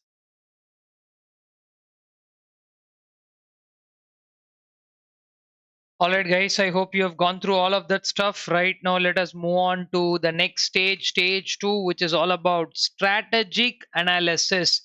I want all of you to understand, before we discuss in detail what strategic analysis is all about, there are also certain things about strategic analysis which are in the nature of some issues.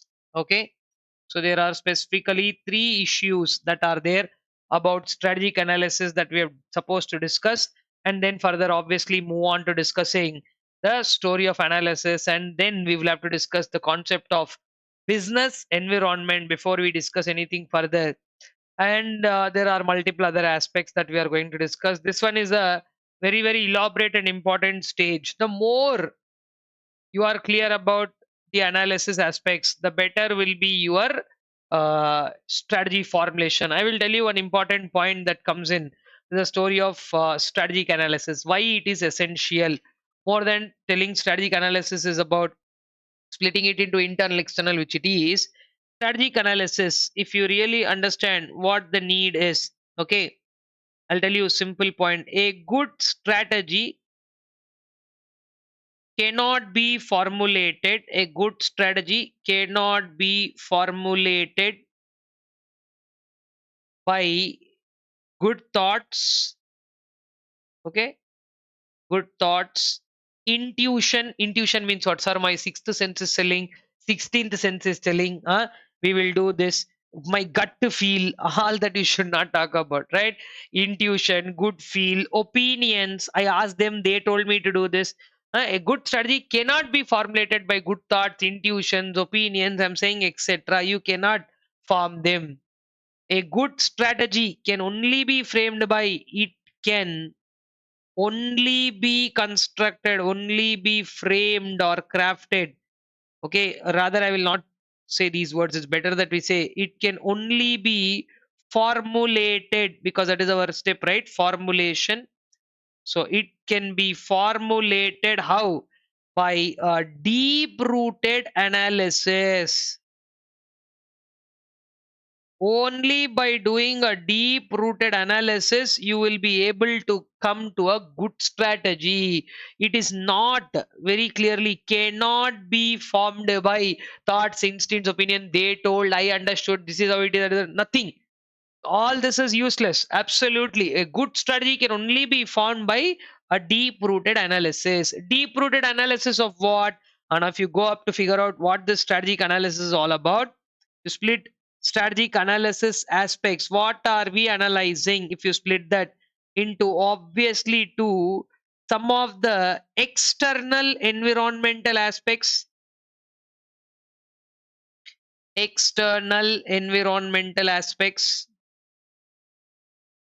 which are then also followed by our own internal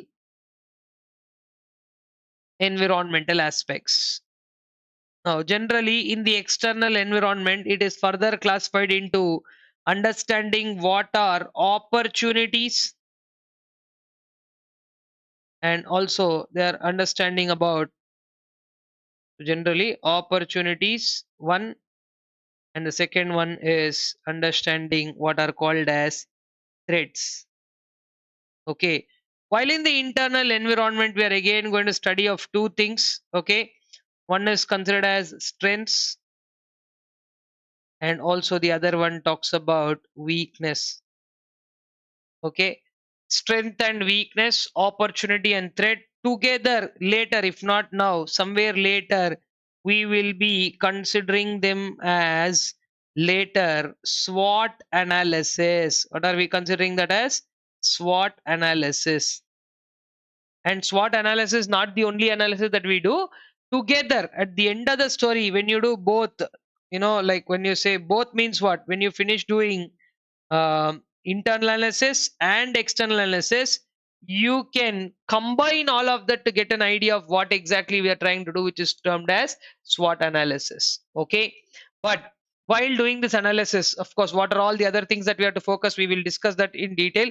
Even when you talk about what are the considerations, we have to consider about industry, other things, then who are our competitors. In the point of view of analyzing our competitors, we do an interesting topic called strategy group mapping. Like this, there are many points that one has to understand.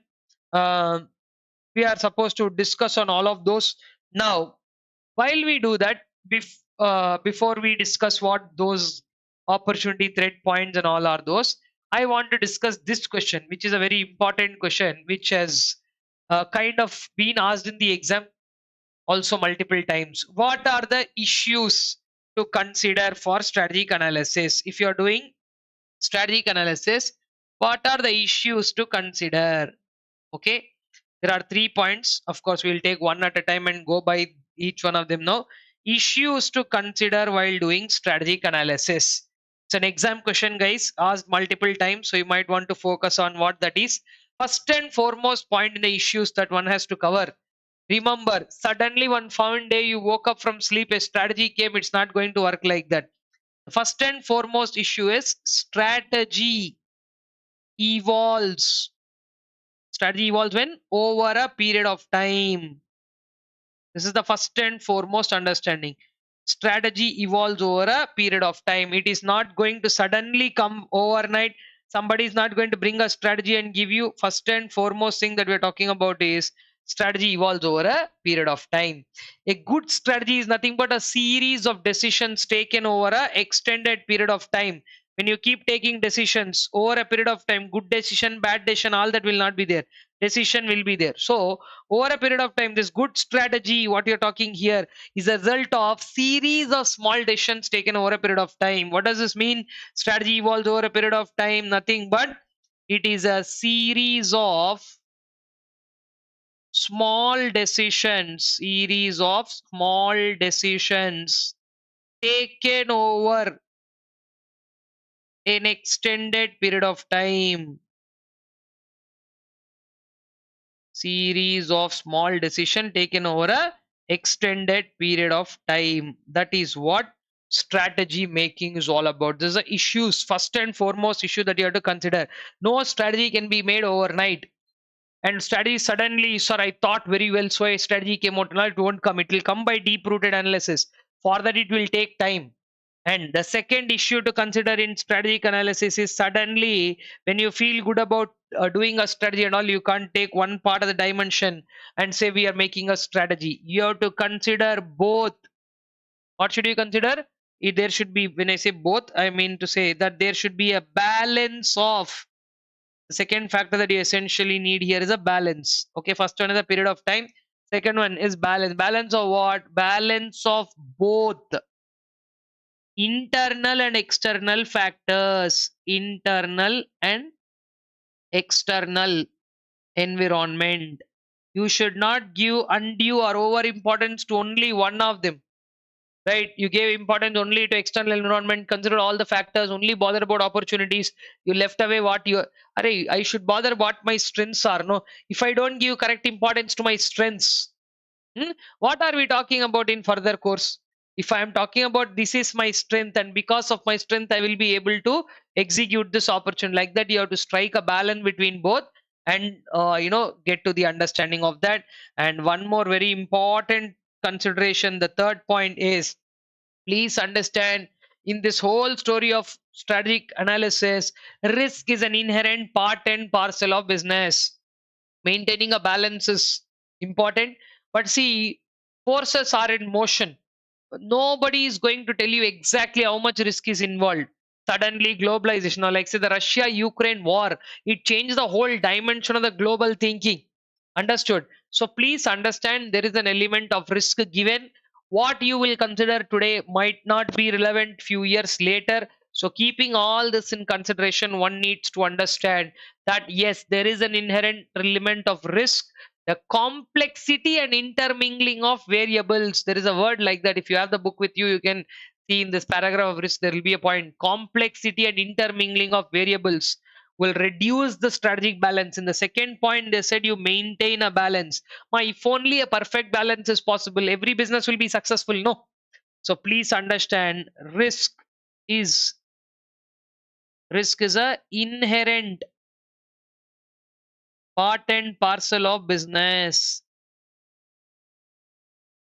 Okay, risk is what? An inherent part and parcel of the business. Okay, so I would want you to take a clear look of these 3 points. The 3 points are so damn important. Please be mindful of these, because this is an exam question been asked in the past, and you will thank me if straight away this time also it can come in the exam. I'll be really happy because we covered. What are the 3 issues? One, strategy evolves over a period of time. Two, that there is always a reasonable balance that you have to establish between both internal and external factors, both internal and external environmental factors. And the third one is that yes, risk is natural. It is very much part and parcel of the story. There is no need to really panic about this. In this context, there is a time based classification: short time, long time, and risk based. Okay, certain risks are, by the time you realize that risk is there, it would have already affected you. So like that, one needs to understand how much risk is there and what needs to be done. There's a small framework which talks about both internal and external analysis. I will give you a quicker detail of what that is. Okay, I would want you to concentrate on how this works, this particular what do you say, internal external framework of strategic analysis. Framework of strategic analysis. Who are we analyzing and what are we doing? Just a quick understanding, nothing much to bother about. To split, first one is external. Tell me who are all there under external. Of course, if it was a class, I would have made you shout clearly, but you can also repeat alongside me. In external, what are they? First and foremost thing, customer analysis. Who is our customer? Very important thing to analyze, right? Where are they there? Who are our customers? Identifying the right customer so that you can focus correctly on which market you are dealing with. Because if you don't know who your customer is, many businesses spend a lot of time in trying to identify who their customers are. So if you know your correct target market, you can channelize all your efforts and energy in that direction. Then, are you alone in this? No, because monopoly is only a book definition. It is not a real life situation. So our friends are there who are called as competitors. So competitor analysis is something that we need to do, and nothing to worry about doing this, because we have an amazing technique to understand who our competitors are correctly. Who are our competitors? There is a concept called strategy group mapping. So generally, when you do a strategy group mapping, no, we'll understand clearly who are those. Few minutes later or sometime later, definitely the marathon, we will be covering what is called as the strategy group mapping, another amazing exam question. Then market analysis. There is a huge difference between customer and market. Customer is a set of people who have actually bought your products and who actually are already there in your customer portfolio. But market is a much wider term. Market is what, to whom you could have sold. Market is a much broader term. Like say if 10,000 people are there who are doing CA, all of them are my market. 10,000 people are there in my city who are doing CA. That means I can cater to 10,000 people, but only 400 people have joined my class, which means 400 is my customer. So 400 people are my customers and 10,000 people are my market. Market is a much broader term. And more importantly here, what we will be doing is the environmental analysis. The last one is called environmental analysis. I wish all of you know this very well, because this is not the first time you are hearing about environmental analysis. We have micro, macro environments. In micro, there are certain elements, and in macro, everybody knows that there is an element called PESTLE. Okay, so here in this environmental analysis, here only, since I'm writing the framework, I will mention clearly the environment analysis is about micro and macro, whereas in micro environmental we have a shortcut to remember those: cosmic, customers, organization, suppliers, market, intermediaries, and competitors. All these people are there. While in macro, I think all of you know, political, economic, socio-cultural, technological, legal, and other environmental aspects are there, which come under. Broadly, external environmental analysis is analyzing two things, as I told you, which are in the likes of what? Opportunities and threats. While on the other side or other branch, this side, we have internal to make up now. Internal, and wherein in internal, I'm going to take two branches as well. Wherein the internal, what all will be there? Here, strengths. Strengths and weakness are such an important thing to analyze, because see, end of the day, if you don't know what your strengths are, how will you place emphasis on that?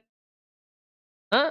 And same way, if you don't know, many people think like, I should concentrate more on my strengths, leave my weaknesses. That is another flawed strategy.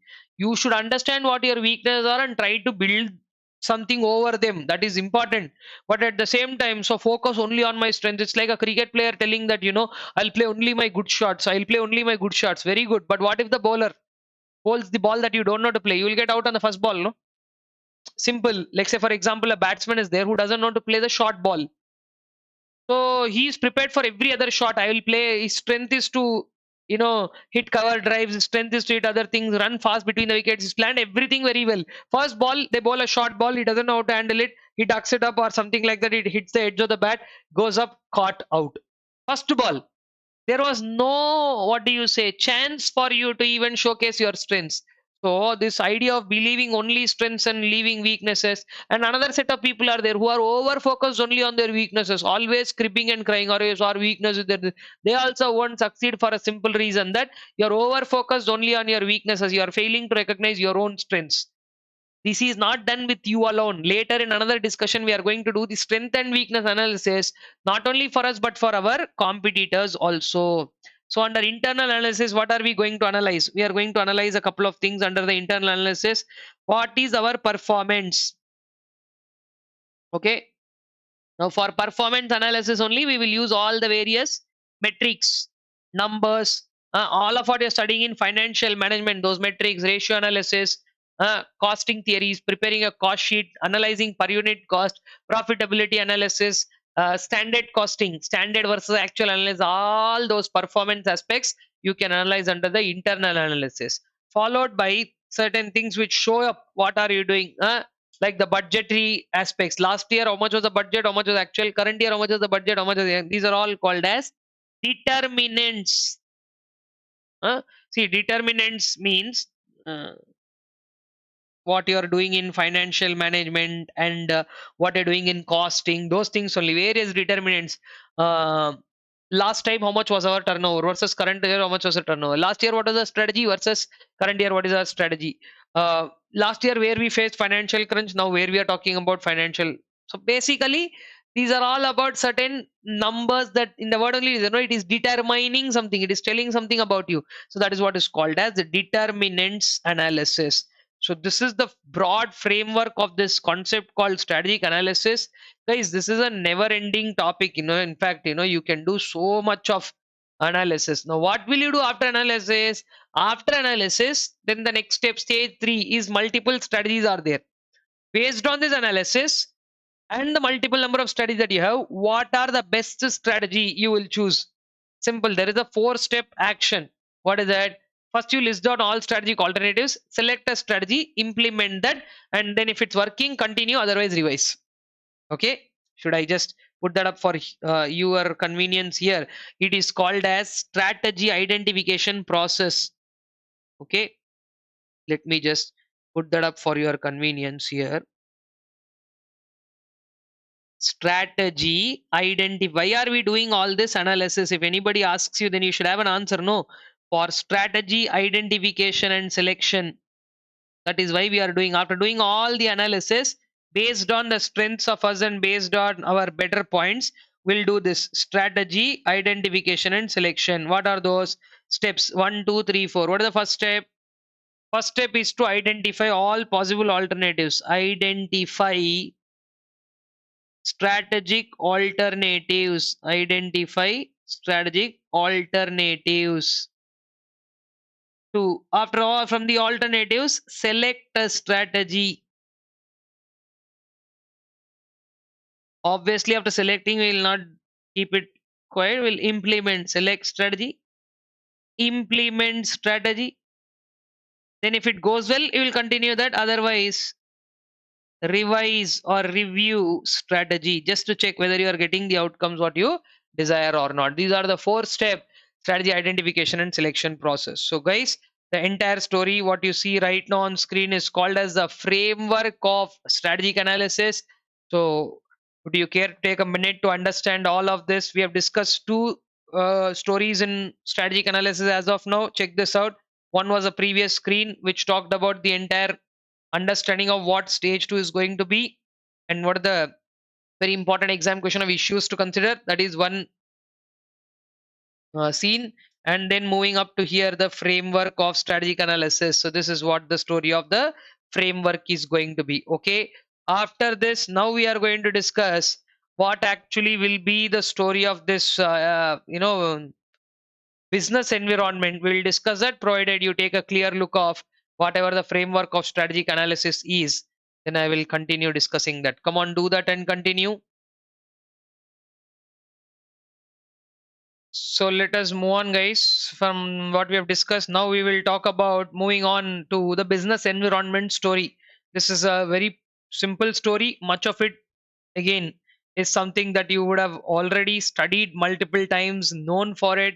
Again, I genuinely don't want to waste much of a time because there are more interesting topics and more important topics that need revision at a later level. So I will just stick to the broader basics. I want all of you to go through the concepts of all these in detail. Let me again keep it as much simple as it is possible. Okay. So let us now discuss about the concept of business environment. Now, if you know the characteristics of business environment has a couple of very important characteristics.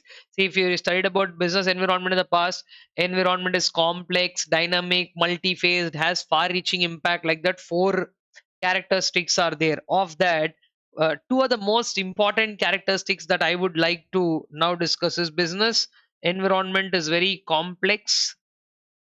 That means it is very easy to understand a piece of environment at once, but if you want to understand the entire environment, it kind of sounds to be a little difficult. And not only that, and it is highly dynamic. What is it? It is highly dynamic, which means it is continuously changing, highly dynamic and continuously evolving. This is the story of business environment. Now, it is a very important need for us to understand what this environment is and why business environment is so. I mean, in such a complex and dynamic environment, also, what should we do? So, normally, what does the term business environment include? Hmm? What do you mean? I think all of you know this, but I will definitely talk about uh, the set of things that are supposed to be discussed here. It talks about all external influences. Business environment talks about all external influences. What normally are the external influences? Or it could be a timeline, situation, anything. Okay. External influences which affect the business. Any business surrounding is also called as business environment. As I would like you to do this topic with little more focus. Every time when I start a new topic, I'm telling that. But generally, whenever we talk about environment, it's a very broad word. Okay, business environment, it includes definitely both internal and external factors. But the surrounding of business, when we take business's environment, within the business, what internal aspects are there, we'll discuss. But here we're talking about external influences very specifically. Okay, so what all will affect the business from external aspects: political, legal, socio-cultural, technological, all these. And we've already discussed in the first topic only that study the long range blueprint. And so when we are choosing the long term direction of what it is, here understanding the environment is very very important. Sir, I will, okay, because you told, I will try to analyze and understand the business environment. So by analyzing business environment, what like what does it help the business? Okay, and a business environmental analysis helps business in what ways? Again, this could turn out to be a question in the exam.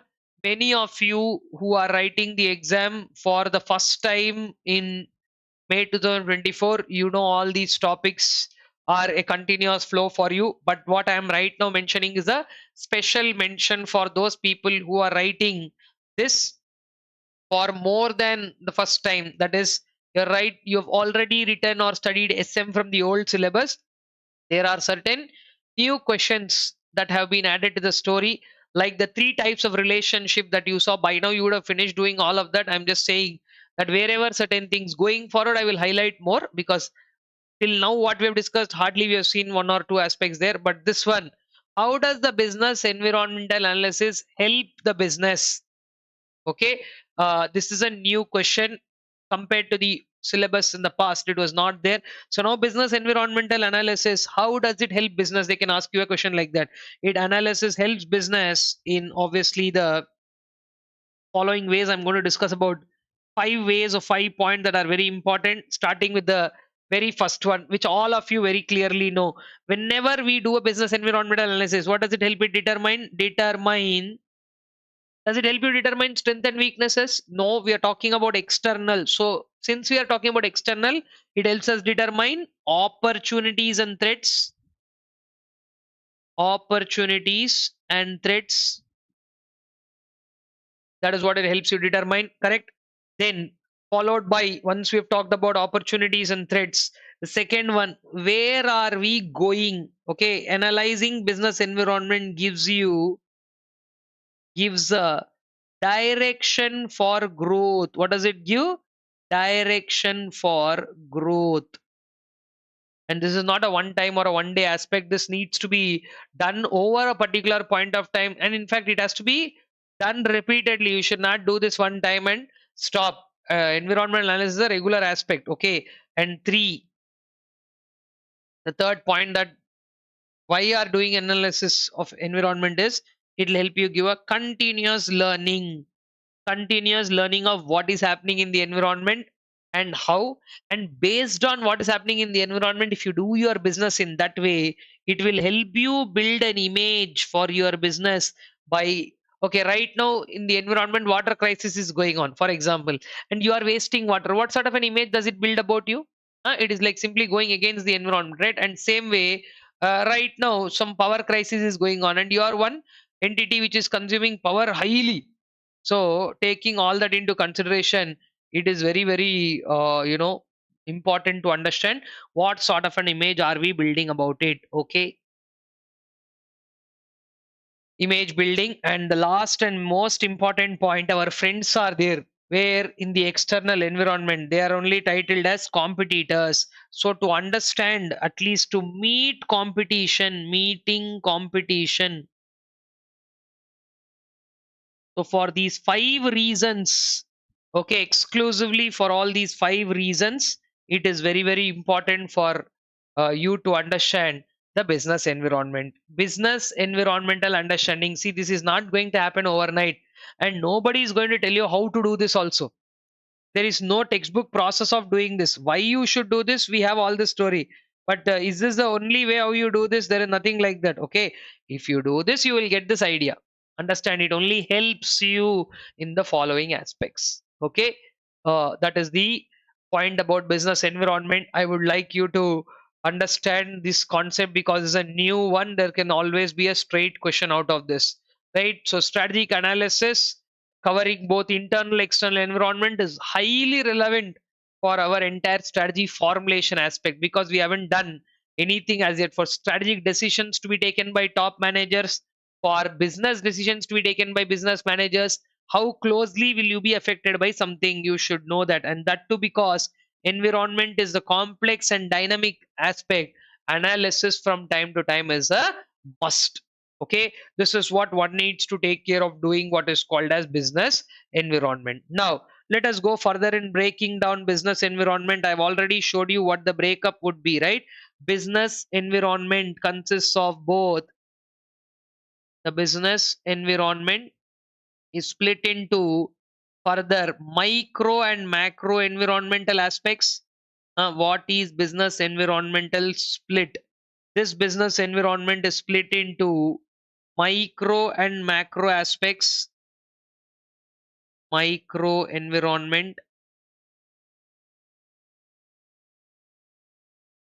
and macro environment. I am not saying micro environmental aspects are not discussed in your book. Okay, I'm not saying that micro environmental aspects are not discussed, but they are discussed in various parts. All 6 micro aspects are not discussed in one place. So in the micro environment, who are there are customers, consumers, both. There's a huge difference between customer and consumer. I think all of you know that. Those people who buy the product are called customers, while those people actually use them, they are called as consumers, right? The basically, if you want to write one word for what is micro environment, it is called as the immediate periphery. Means the immediate boundary. So if you draw a firm in the center, and then it's like this. Okay, I'll use the space here. Firm, there is a that, and then there are always 2 circles that guide. Okay, all of part of external environment only. The firm is in the center. Something that you immediate periphery, this will be titled as, or this will be called as micro environment, where the broader environmental factors which may not impact you on a daily basis, but when they come in, they do impact. That is only titled as the macro environmental aspects. Okay, so this is just for your understanding of how business environment looks like, or what it is. Micro environments are very close by, they are nothing but the immediate periphery, while macro environmental aspects, these are the broader forces. They may not hit you daily, but when they hit, they do hit at a considerable effect. Okay, so micro environment, the immediate periphery, it consists of customers or consumers. Then it consists of the organization that is doing the business, suppliers who are in the environment. We will talk about suppliers because they're an important part of the value chain that we have to deal with. Uh, then market is a broad term. Sometime back only I explained you that the entire set of people available for you to do business with is called the market. Then there are certain people who are termed as intermediaries, who help your product move from one to the other, intermediaries. And then very, very important people who are there in the immediate periphery are our competitors. and we have to do a very, very important job in identifying who our competitors are. So though micro environmental aspects are all not discussed in one place, they are discussed in your book in multiple places, like customers, consumers, there's a discussion, suppliers is a discussion, what is the difference between customer and market, that discussion is there, competitor study stretch is fully there. Okay, so all that what is discussed in the second chapter immediately is macro environmental aspects. Okay, so all these people who are there in the micro environment, they do affect or they do have a considerable impact, and since they are very close by, they in fact have a daily effect. But the macro environmental forces, which are in the nature of demography, political, economical, socio-cultural, they may not impact daily, but when there are changes in that, they do have a considerable impact in the long run. They do have what? A considerable impact in the long run. So to start with, I am saying what are macro environmental aspects. If you go by them, demographic aspects. Demography means the study of population and its characteristics. Demography. Then economic, political, economic, socio-cultural, socio-cultural, technological, legal, and then of course going global. Okay, till here they're all there, and I will also say global, internationalization of businesses. Going global or topic of globalization is also something that all of you have studied, and it's a very important topic because you cannot stick. The macro environment also has an acronym called as PESIL, which is something that can again be asked in the exam. Explain the PESIL analysis, or the macro environmental aspects can be brought down as PESIL. What are those? They can ask you that, and you can always write the same factors in greater detail. Okay, I will definitely explain all these factors in a small and simple way because I don't intend to spend time. There are certain things that you can read and understand very easily in this. It is again, much of you have done foundation in the older syllabus. You already have all this in BCK. If not, also, I think we can tend to understand these things without spending much of a effort. Okay, but till here, I would want you to go through both the topics quickly so that we can proceed further by understanding this part of the macro environmental analysis, starting with demography. I will just give you a brief overview of what is there in your syllabus because there are, again, like I said, more and more important aspects that we can dedicate time to. Okay, can you please run through quickly so that we can proceed further?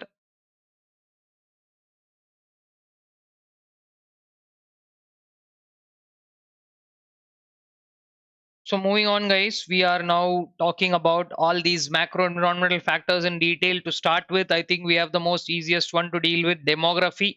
What is demography? Demography is a study of population. Now, I'm not going to write each and every point. So for a few minutes, you might want to have full attention and concentration of what I'm talking about. Also, not only that, I would want you to, wherever, if your book is there with you, I say material, any material that you have will definitely have all these points. Make a mention of it as I tell you what these are. So demographics generally is a study of population. When we are talking about demography, we are referring to the study of population. All of your students of economics, you have a clear understanding of how population can play a key role, right? Population, the study in see, when population you're talking about, population is a very broad word, right? What do you mean by population? Are you just talking about the count or the number of people? Are you talking about uh, race, age, gender? What are you talking about? Their income? So like that, generally demographic studies come in, like 4 points. Demography, 4 points. One is how much is the population size, geographic distribution, where they are. Because even in a country like India, which is a hugely populated country, like 140 crores of population is there, but what you need to understand is all 140 crores of people are not located in one place. If you see Delhi, heavily populated. If you see Sikkim or Arunachal Pradesh, the density is too low.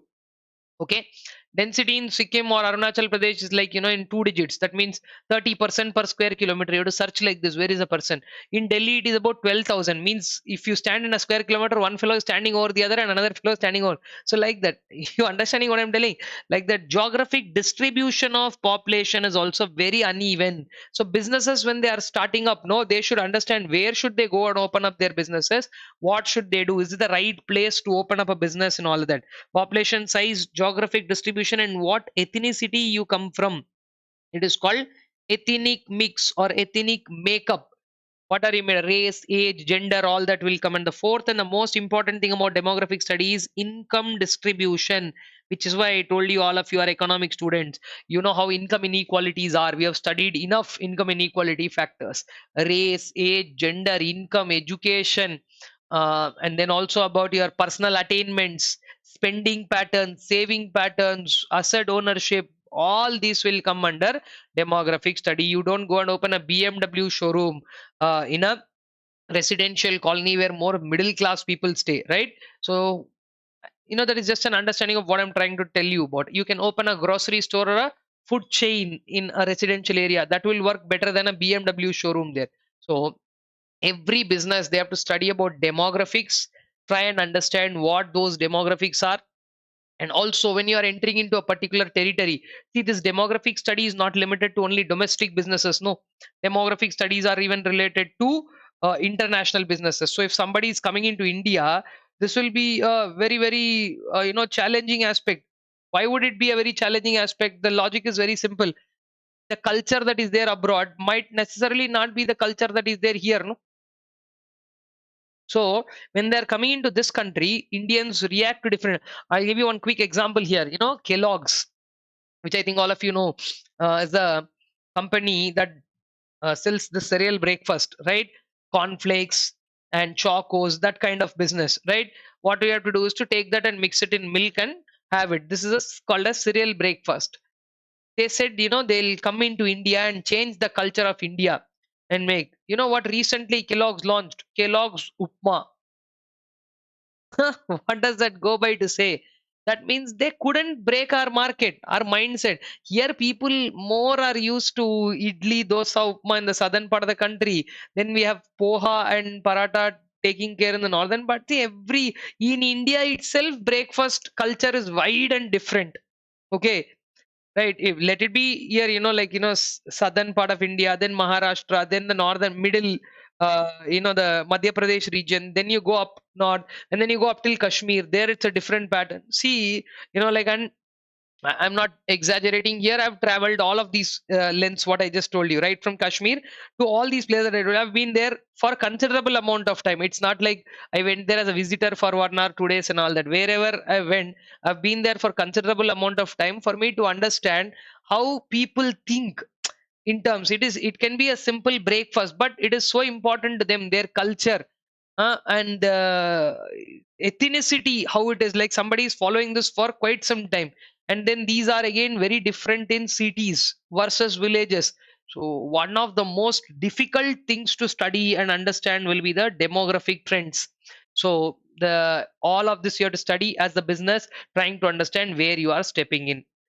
Then very close to demography, but not exactly demography, is the socio-cultural aspect. See, I'll come back to political and economic. All of you are well aware of political and economic.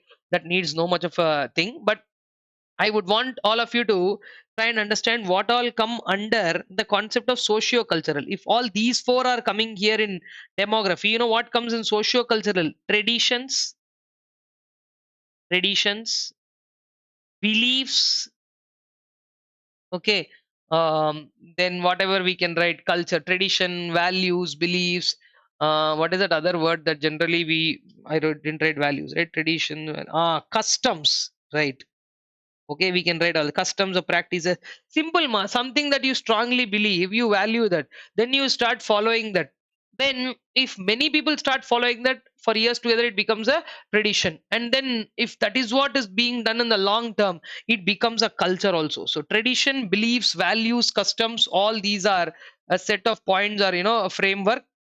All of these are something to do with the socio-cultural aspects. While demography is about study of population and its aspects, socio-cultural aspects are all these. Okay, there is a clear amount of difference in both these. Then we're talking about political and economic. Political stability is very, very important for a country's growth.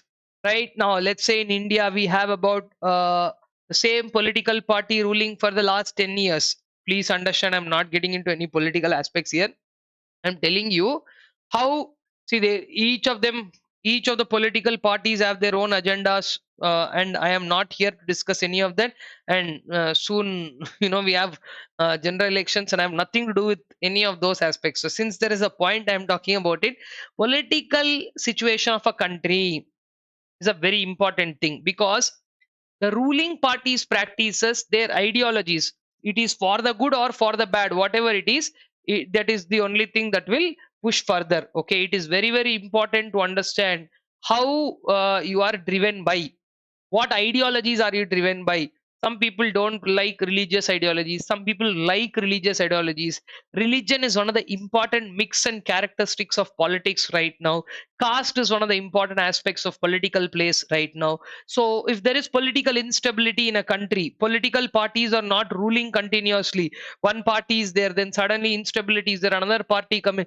Outsiders, how will they view this? Any businessman, how will they view it in that much of instability?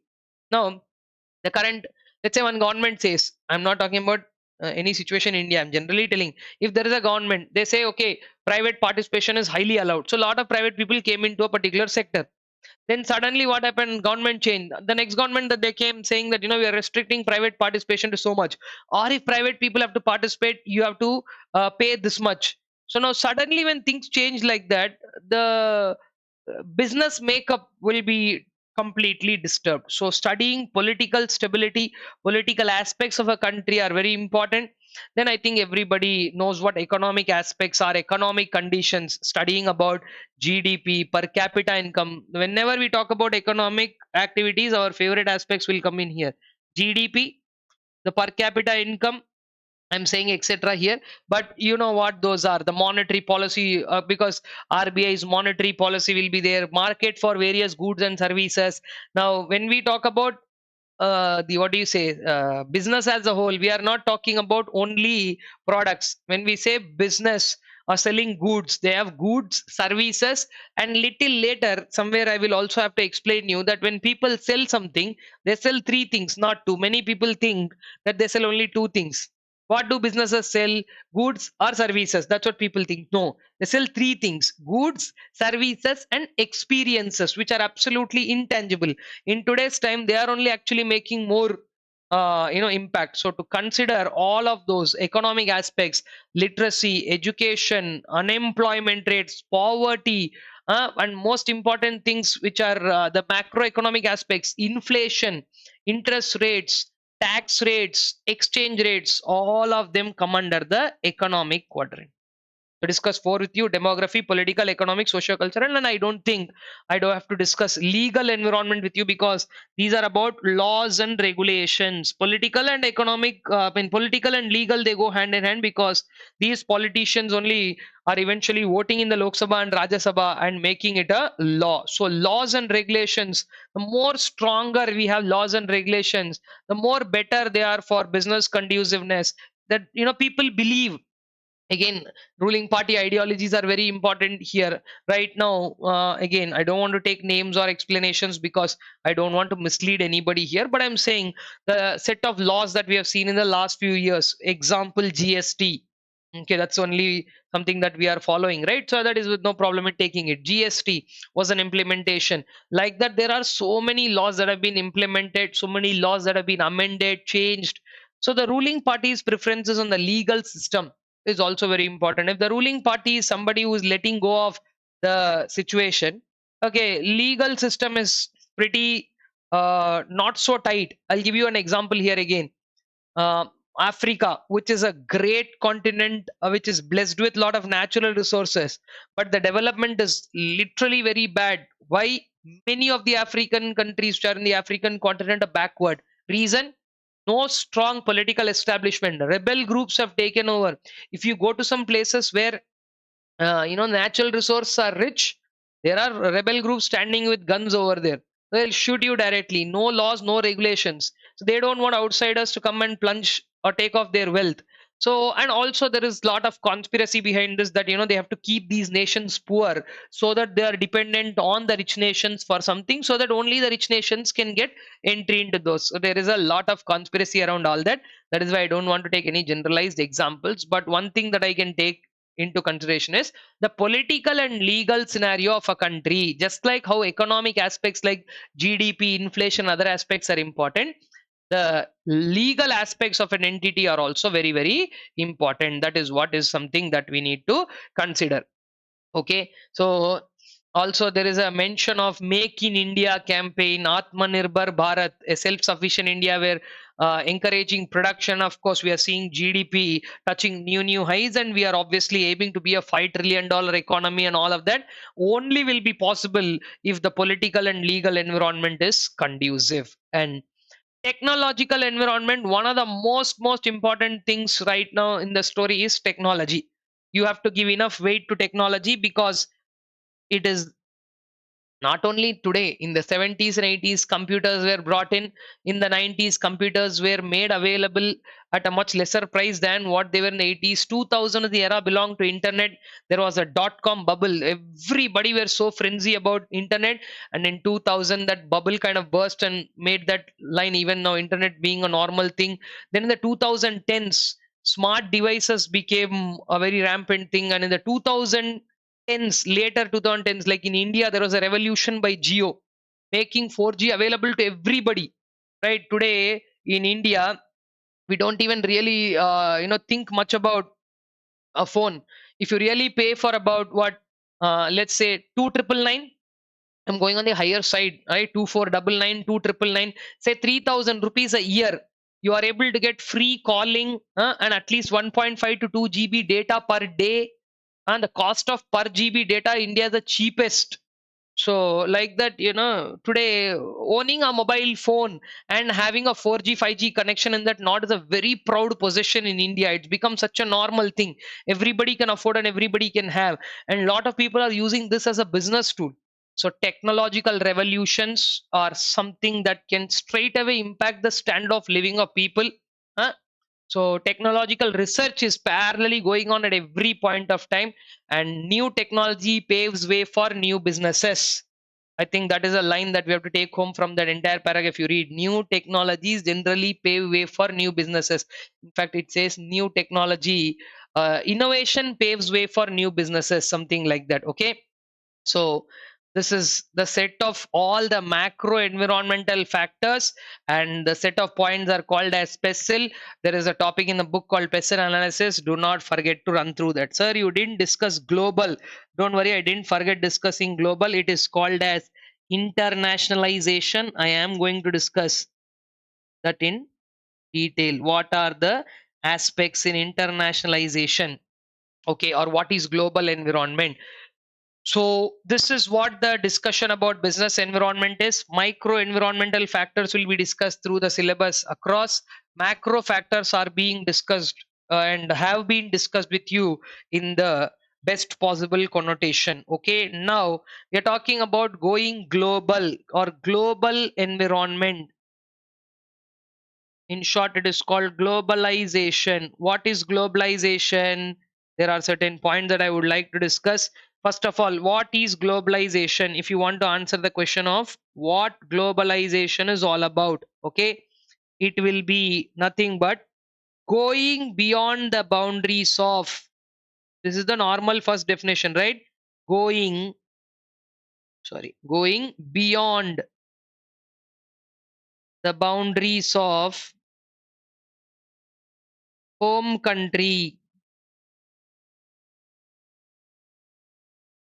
going beyond the boundaries of home country, that is setting up manufacturing locations across the world. Okay, by having manufacturing around the world, any place, that is called globalization. This is what normally people think globalization is about, but one of the most important and a starred aspect of globalization is competing in domestic markets, competing in domestic markets with foreign players. This is also globalization. So today it is not necessary that you go out of your home country, then only it is called globalization. There's no rule like that. Okay, so it is very very important for you to understand that even if you are fighting with foreign players in domestic countries, that is also part of globalization's definition. Globalization is many definitions for many people basically, but normally this is what globalization stands for: going beyond the boundaries of home country. And not only going beyond the boundaries of home country, if you are fighting within the domestic markets with foreign players, that is also considered as globalization. Okay, now, I would want another important concept under globalization to be discussed, which is called as what are the characteristics of a global company or a global entity. Three points are there under the characteristics of global company. The word common, okay, is common in all these 3 points. Huh? What are the three things that are common in a global entity? The first and foremost characteristic is that it is a conglomerate of multiple units, right? It's about multiple units. There is common ownership. They have a common ownership. They are owned by a single group of people, or single entity. So basically they are common ownership, common pool of resources,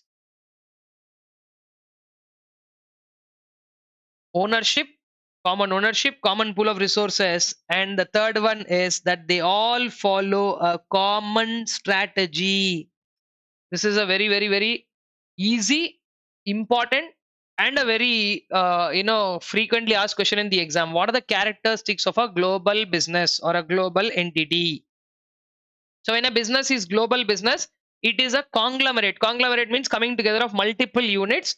Multiple units come together as a matter of fact, but they are all owned by one common ownership. Then there is common pool of resources, and they respond to a common strategy. This is what is it about. Um, the characteristics of global company. What is globalization? What are the characteristics of global company? Then there is followed by one topic called as what are the main reasons for globalization, reasons for going global. Guys, mark 2 stars to this in your book wherever you find it, because this is one very important question from this quadrant. Why do businesses go global? There are some reasons for it, right? And I think there are about 7 reasons, that 7 or 8 reasons, that I would probably list them down. Yes, it is very important question. Straight away it can get you 3 to 4 marks. So the first and foremost reason is need to grow. I want to grow beyond my territory. I don't want to stick into one place. I'd want to obviously grow. So that is one of the reasons why I'm going global. Reason number 2 is rapid shrinking. Rapid shrinking of distance and time. Today, business can be done in more simple way. So rapid shrinking of distance and time and distance are not a problem anymore. You have amazing technologies. Right now I am somewhere, you are somewhere, but we are still able to connect through different mediums and get things going, right? And one more thing is that the fact that why are people going global? Because markets domestic markets are not adequate. Domestic markets are not adequate. It is not enough. You are not selling in your country. It is not enough. So maybe that is one reason why they are going for globalization. Then 2 more things. If you go global, that is go to a place beyond your country where actually raw material is available. There are 2 things which you can find: cheaper source of raw material. It is a cheaper source of raw material. And also the next reason could be, again, lower or cheaper transportation cost. Instead of importing it from somebody or bringing it from somebody, lower transportation cost. That could also be one more reason. Lower, I'll write it in one point only. Okay, lower transportation cost. That is also a good reason. See, last 2 points that we discussed there, cheaper source of raw material. If you are importing raw material from somewhere, why should you import raw material from somewhere when you can actually go there? So go there and directly start dealing with the raw material. It will become fine. And again, obviously, it in turn reduces the cost of raw material also. Then this is followed by a very, very simple and important points. Opens up foreign markets. Correct. Till now, for your product, you are only selling it in domestic territory, but now it opens up foreign markets, right? And then of course you studied something called as liberalization. One more reason for going global. Till now you didn't go global because there were trade barriers. Now there is collapse of trade barriers. What is it? Collapse of trade barriers. Since trade barriers have collapsed, you can now neatly enter into other countries. And also there is another very important point which is later turning out to be a strategy: forming strategic alliances.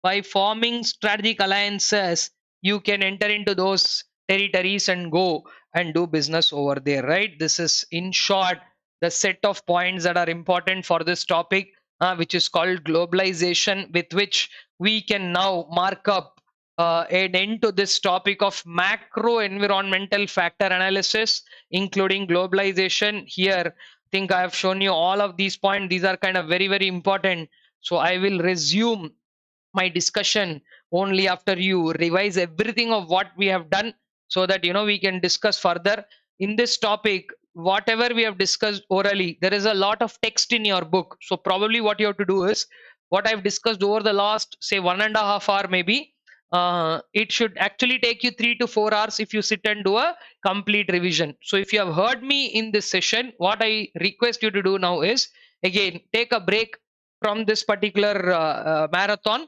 and go back to your book and revise all those aspects, and the kind of clarity it will give you will be completely different. Okay, so that and the concept of globalization, put 2 stars to this particular question, guys.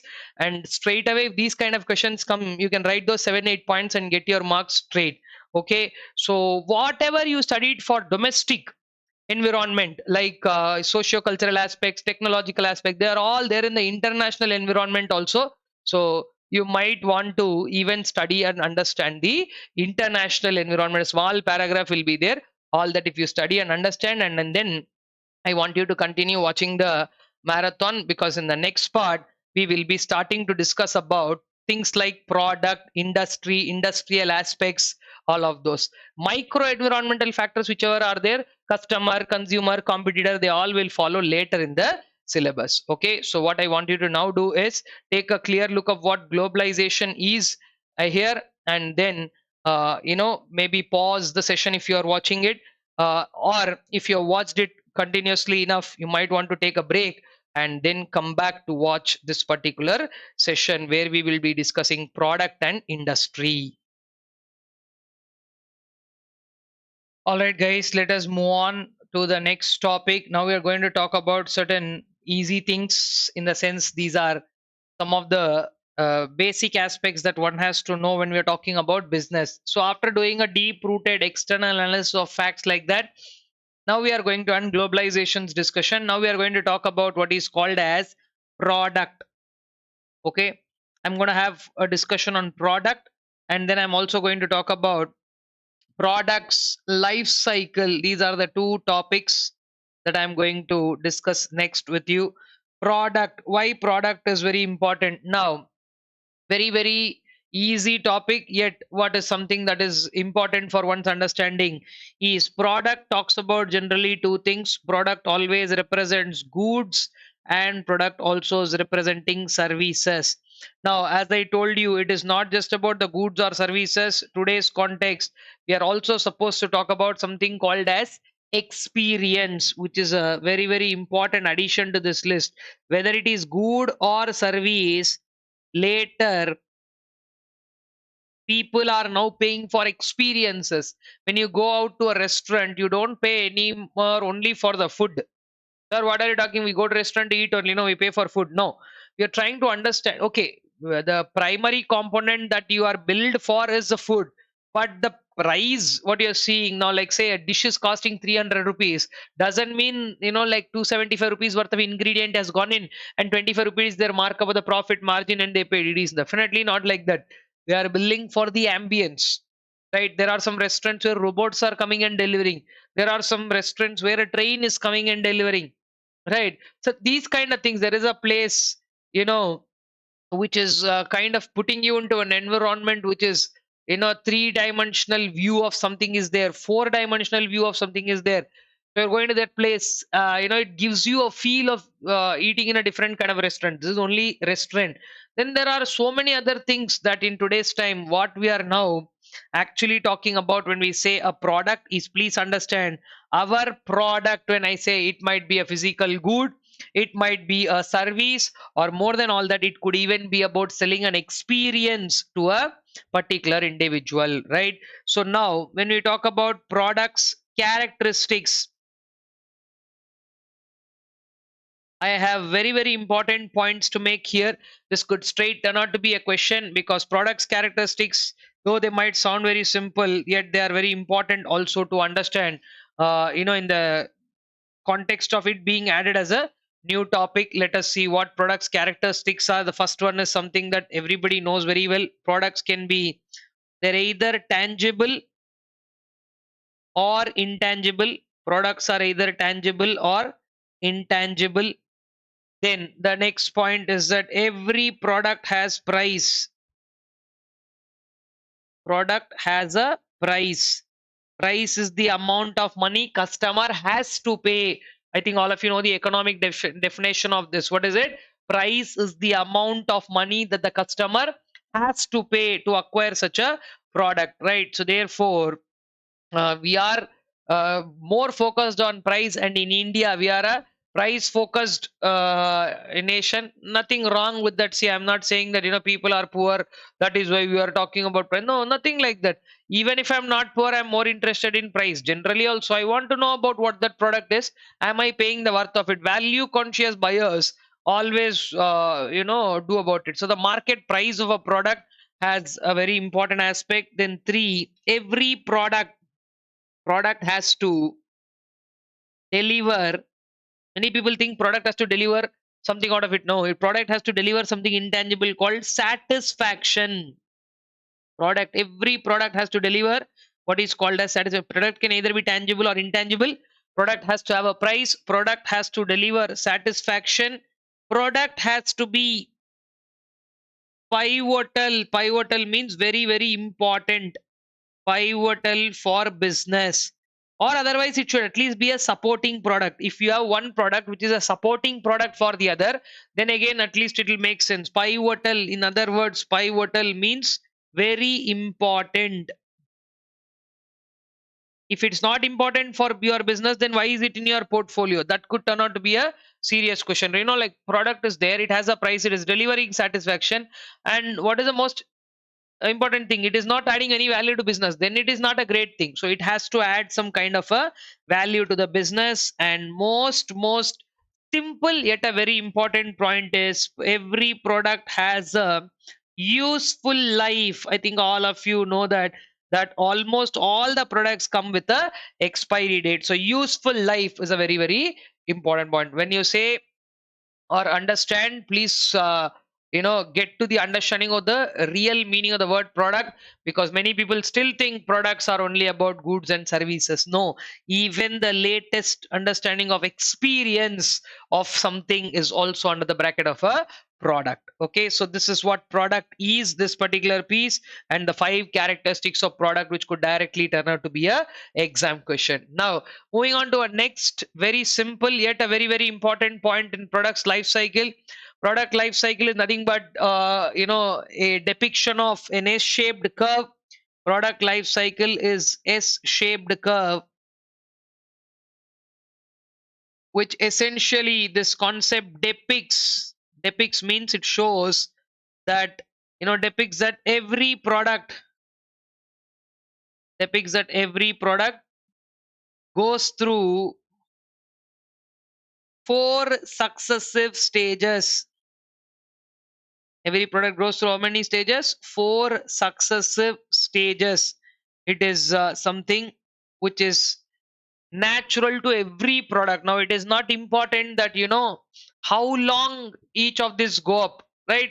So, like say four stages are there. No, this stage is for 6 months, this stage is for 1 year, this stage is for 2 years. Like that, there is no drama here, right? There are four stages. That's all. What are those four stages? Let us try and talk about understanding what those are. Every product starts low, goes up, it reaches out to a peak, and then starts this. So that is basically every product has four stages into its life cycle, which is titled as introduction. This first one is titled as introduction. The second stage is titled as growth. The third stage is titled as maturity. And the fourth stage is titled as decline. Introduction, growth, maturity, and decline. These are what are called as the four stages of a product life cycle. And it's very, very important for people to understand this, because at any given point of time, which stage we are in is a very, very important determinant of. Okay, I'll just so that it is a little more easy for you to see and understand, right? And which stage are we in? If you are in introduction, what decisions will you take? If you are in growth, what decisions you will take? Because in introduction stage, things are pretty normal, slow sales growth and all are there, but in growth stage rapid expansion is there. And you cannot take some small decisions, you have to take aggressive decisions. And maturity, you have to stay quiet. And in decline, you might not try and venture something. And this is a point where you might want to, when you're in the early decline, you might want to try to turn around things. So later we are going to talk about certain strategies which are in the likes of stability, expansion, combination, and all of that. So in that, the concept of PLC or product life cycle is very useful to understand at which stage of a life cycle what sort of a strategy you will apply. Okay, I would want all of you to take a clear look at the product's life cycle. Four stages. The first stage is titled as introduction, second stage is titled as growth, third stage is titled as maturity, while the fourth stage is about decline. And this is very, very useful in the context of what you call as a product life cycle. Okay, this is the very important short answer question. Again, there have been straight questions on it so many times, so they can always ask you this. Now I would want to discuss another very simple yet very important topic, which is called as value chain analysis. Okay, product life cycle is done. Now we are talking about value chain analysis. Chapter number 2 of your syllabus has lot of topics, so be patient and try to understand one by one. Value chain analysis, what is this topic? Is again a very, very simple topic, again propounded by Michael Porter, one of very important management fundamentalist. Value chain analysis put forth by Michael Porter, the same person who has given the Porter's five forces model, the same person who has given the three generic strategies at business level of cost, leadership, differentiation, and focus. So, value chain analysis is one of the very important topics of your book. Let's see what is value chain analysis talking about. In value chain analysis, it says that the entire organization activities, whatever organization activities are there, the entire I hope you are using your book and you're also making notes of it, or you're doing whatever requisite is to be done, right? The entire organization activities are, whenever you feel overburdened, guys, it's better you have a good option of what, pausing and taking breaks. You need not wait on my command. I don't know what your day has been, and which day you are doing all this. So I'm just in between, because it's a long marathon. I keep on reminding that if you have just started afresh some time back, then continue. As you've been watching on a long note, please take proper breaks, listen carefully. The idea is not to finish, the idea is to understand. Okay, so mm, let us see how things work. Okay, on that note, organizational activities are classified into primary activities and then they're also talked about as support activities. Okay, two things: primary and support activities, value chains, entire organizational activities. Now, what are these primary and support activities? Primary activities are categorized into five, while four support activities are there. And how did he put for this? By again mentioning that there are primary and support activities which eventually are something that an organization would look up to, and every step that we do here, okay, every step that we eventually do, it has to add some value to it. Okay, so he says accordingly these are some of the primary activities, and to do these primary activities we have certain support activities. Not, they are also rarely called secondary, but I strictly suggest you to use the word primary and support activities, because Michael Porter has, in his theory generally use that. If it's our own theory we can use whatever we want, but since this has been used in that context, you can always write what are the primary activities. It says bringing raw material in is called as inbound logistics, followed by, after bringing the raw material, which is called inbound logistics, what is the next step that you will do? You would obviously end up doing production, which is called as operations. Inbound logistics, operations, followed by sending the goods out, outbound logistics, that is making it ready for delivery and making it available. Then comes very important step, marketing your product.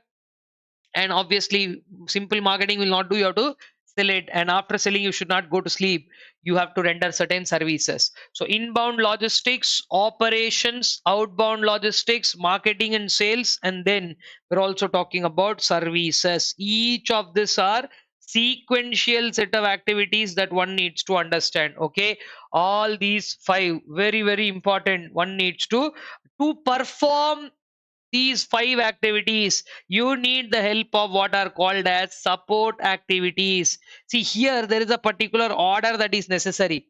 Support activities, they are not any order. There are four support activities. What is that required? First and foremost thing that are required basically in an organization is a firm's infrastructure. And please understand, when we're talking about firm's infrastructure here, we are not just talking only about building the surrounding, this that is not the infrastructure that we're talking about. We are talking about something much bigger than that. Okay, firm's infrastructure is about the financial infrastructure, the facility that is there. It is not just the physical infrastructure, that's all I want to say, because many people think this as infrastructure mean physical facilities. No, it is not just the physical facilities. Okay, it is something slightly more than that.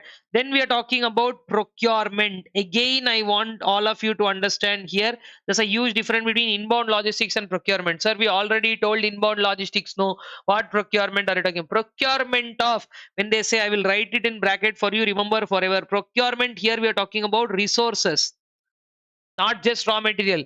So here when you say procurement, procurement of anything, procurement of capital goods, procurement of other necessities, procurement of anything that is needed in the organization, these people will procure. A firm should have good infrastructure. Of course, if the five activities that you're seeing as primary should operate smoothly, at every stage value is added, because if you see here at inbound logistics stage, they are in the form of raw material.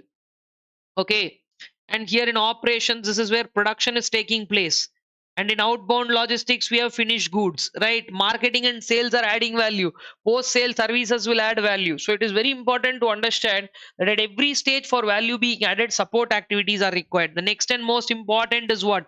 Technology. The most important of all these nine activities, totally there are nine, five plus four, fourth one, what is that? Called as human resources, because all these eight activities that you saw till now, they're all performed by them only. Okay, so this is what Michael Porter's value chain analysis is all about. I hope you can see the entire picture right now. Michael Porter's very important, one of the very important theories is this value chain, where five primary activities are being discussed with about four support activities. So I would like you to take a moment here to understand what value chain analysis is and how it stands, take a minute to also put me on pause, go back to your book, and if you want to revise all these nine activities, you can possibly do that and resume watching, because I will then continue discussing the next topic where we are going to talk about the industries analysis. So before I do that, I would want you to quickly go to the book and discuss value chain analysis quickly once, run through that and come back so that we can continue doing things further. All right, guys, on that note, I hope you have revised the concept of value chain analysis. Now, let us just move on to bringing in the next topic, which is called industry environment analysis, wherein one of the very famous topics in management, which is titled as a Michael Porter's five forces model, is being discussed. Now, one thing about five forces model is all of you know what these five forces are, but how these five forces have been impacting is something that we need to try and understand here. So, the firm is in the center. The firm is in the center where it is being affected by various forces. Now, please understand, multiple times people have made mistakes about something that I'm going to tell now. So, please be very mindful of that. Buyers bargaining power, buyers bargaining power, and sellers bargaining power. These two are the forces. Okay, see, before I discuss, okay, I'll come back to that, but what I want to discuss right now is, see, everybody is in a competitive environment. Simple logic, guys. Firm is in the center. You imagine you are somebody standing in that center. I throw one stone at you. What will be the immediate human reflex? Normally, what will a human being do? Block it. Correct? If one stone is thrown at us, we will block it. If two stones are being thrown one after another, we'll be little more cautious and block one and then the second one. Correct? One after another. If both are thrown at a time, then you have to be super quick in your reflex to try and block both. Correct? At the same time, imagine three stones are coming one after another. Again, we might little bit hard, but we'll try to block one after the other. All three coming at same time. Like that, sometime back in the marathon, I have mentioned a point called complexity and intermingling of variables in the business environment story, where I told you that if anything can look tough, it could be the complexity and intermingling of the variables. See, normally what comes as a force is something that is invisible. That is why it is called force. Correct? So Michael Porter, what did he do is, through his five forces model, he says every business operates in a competitive environment. Every firm operates in a competitive environment. So what is that we should do? Try and understand what this competitive environment is. That is what his idea of doing this, like five forces model is. So in this, what he says, let's put the firm here, and he says firm is ideally being affected by two forces. What are these two forces? The first one's buyers bargaining power. If buyers are able to bargain better, buyers bargaining power, if buyers are able to bargain better, then buyer will be able to buy at a cheaper price, and when we are the seller, we'll not be able to sell at a high price, so we will be at loss. Same way, if suppliers bargaining powers are better, suppliers bargaining power, when you're talking about suppliers bargaining power, what is it? If supplier is having a better bargaining power, then he tend to bargain better and he will sell us the raw materials which are our input at a higher cost. Now, which means our total cost of producing a product will go up if we are unable to properly handle this force. Then there are three forces that come in the form of competition. See, competition comes in three forms. Okay, how does competition come? Competition comes in three forms. What are the three forms? Rivals, okay, substitutes, and new entrants. All three are competition only. Rivals, who are rivals? Rivals are those people who produce the same product and sell. Okay, rivals are people who are selling the same product. Substitutes are what? Right? Substitutes are those people who are selling a different product but are serving the same need. Okay, so substitute can't be a same product. It's substituted by some other product. It's substituting the need. You don't have to use A, you have to go by using B. And please don't mistake this word substitutes for the economics definition of substitutes. In economics textbook, you would have seen coffee and tea are substitutes. Oh, there in economics, whenever they make sentences like that, there is a lot of assumption behind everything. Coffee and tea are substitutes. Please understand, I am drinking only coffee. If somebody offers me tea, okay, I will substitute my coffee for tea. I won't do that because I am only a coffee drinker. I am not somebody who likes tea. And in fact, the economics book goes a little further in saying that coffee, tea, and beverages. Coffee, tea, and beverages. Beverages, what are you talking about? Like, say, if you go to a particular, store, you went to a particular store, you ask for, thumbs up. He gives you coffee, black coffee, and says, come on, take it. Both are black in color. Both contain caffeine. Drink. A black coffee, a chilled black coffee, and thumbs up. Same. Would you agree? Because they are saying substitutes. Doesn't make any sense, right? Then shopkeeper is telling, Are both contain caffeine only, both will kill you. I mean, both will fulfill your need. Drink. Okay. So, what is the point? If I am drinking coffee and I like only coffee, there is no way how I can substitute it by tea. So, here, there, after writing the whole story in one line, they will finally make an assumption saying that the customer is a rational customer. The consumer is somebody who consumes all the product. All of them are equally treated. This is all the story that they further add up to that as a tale. Okay. So, one thing that you need to understand, substitutes are not a direct source of competition. Let's understand that substitutes are a latent means a indirect way, not directly, but a latent source of competition. Okay. Buyer's bargaining power, okay, can be used when can buyer use better bargaining powers? When buyers are fully aware.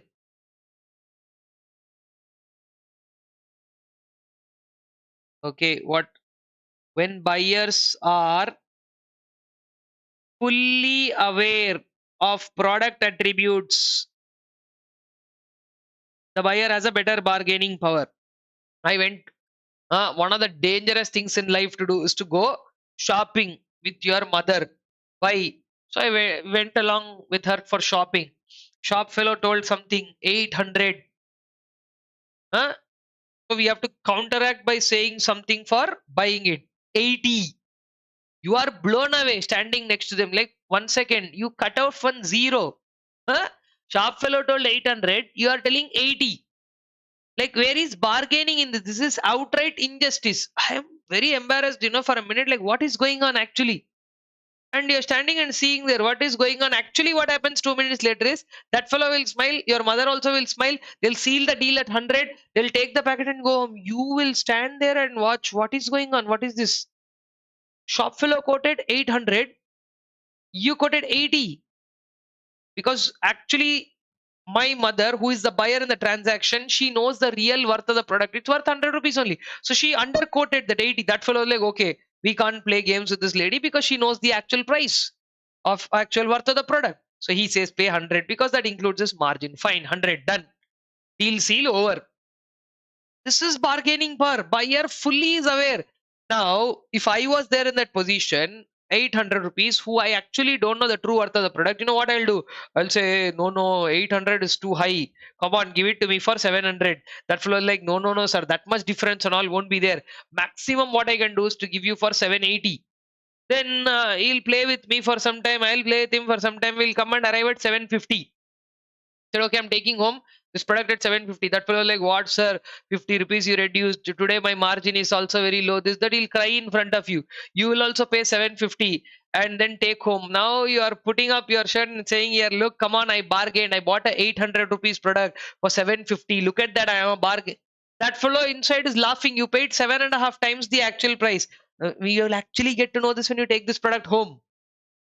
What happened here? Why was your bargaining power? I mean, why did your bargaining power go for a toss? Simple logic. Because you as the buyer are not fully aware. When you go home and tell this story, your mother will give you a look if you are little grown up, you not get beaten up. I don't know if that is still a practice. You might get beat up, if not by mother, by somebody else. Okay, I don't want to mention too much, because I'm recording, from my house, so I have to have the next meal, so I have to be very careful, right? So the ultimate fact is that if buyer is fully aware of a product attributes, sellers can't cheat buyers, so buyers have a better bargaining power. Simple. Same thing, if suppliers have better bargaining power, this is like, some people end up doing another activity. They go to a shop and then they'll ask for one price. Okay. Then what they'll generally tend to do is they'll scare the seller by saying, okay, I'm going. So, same way, like another previous example, here also I went to a shop, they quoted 200.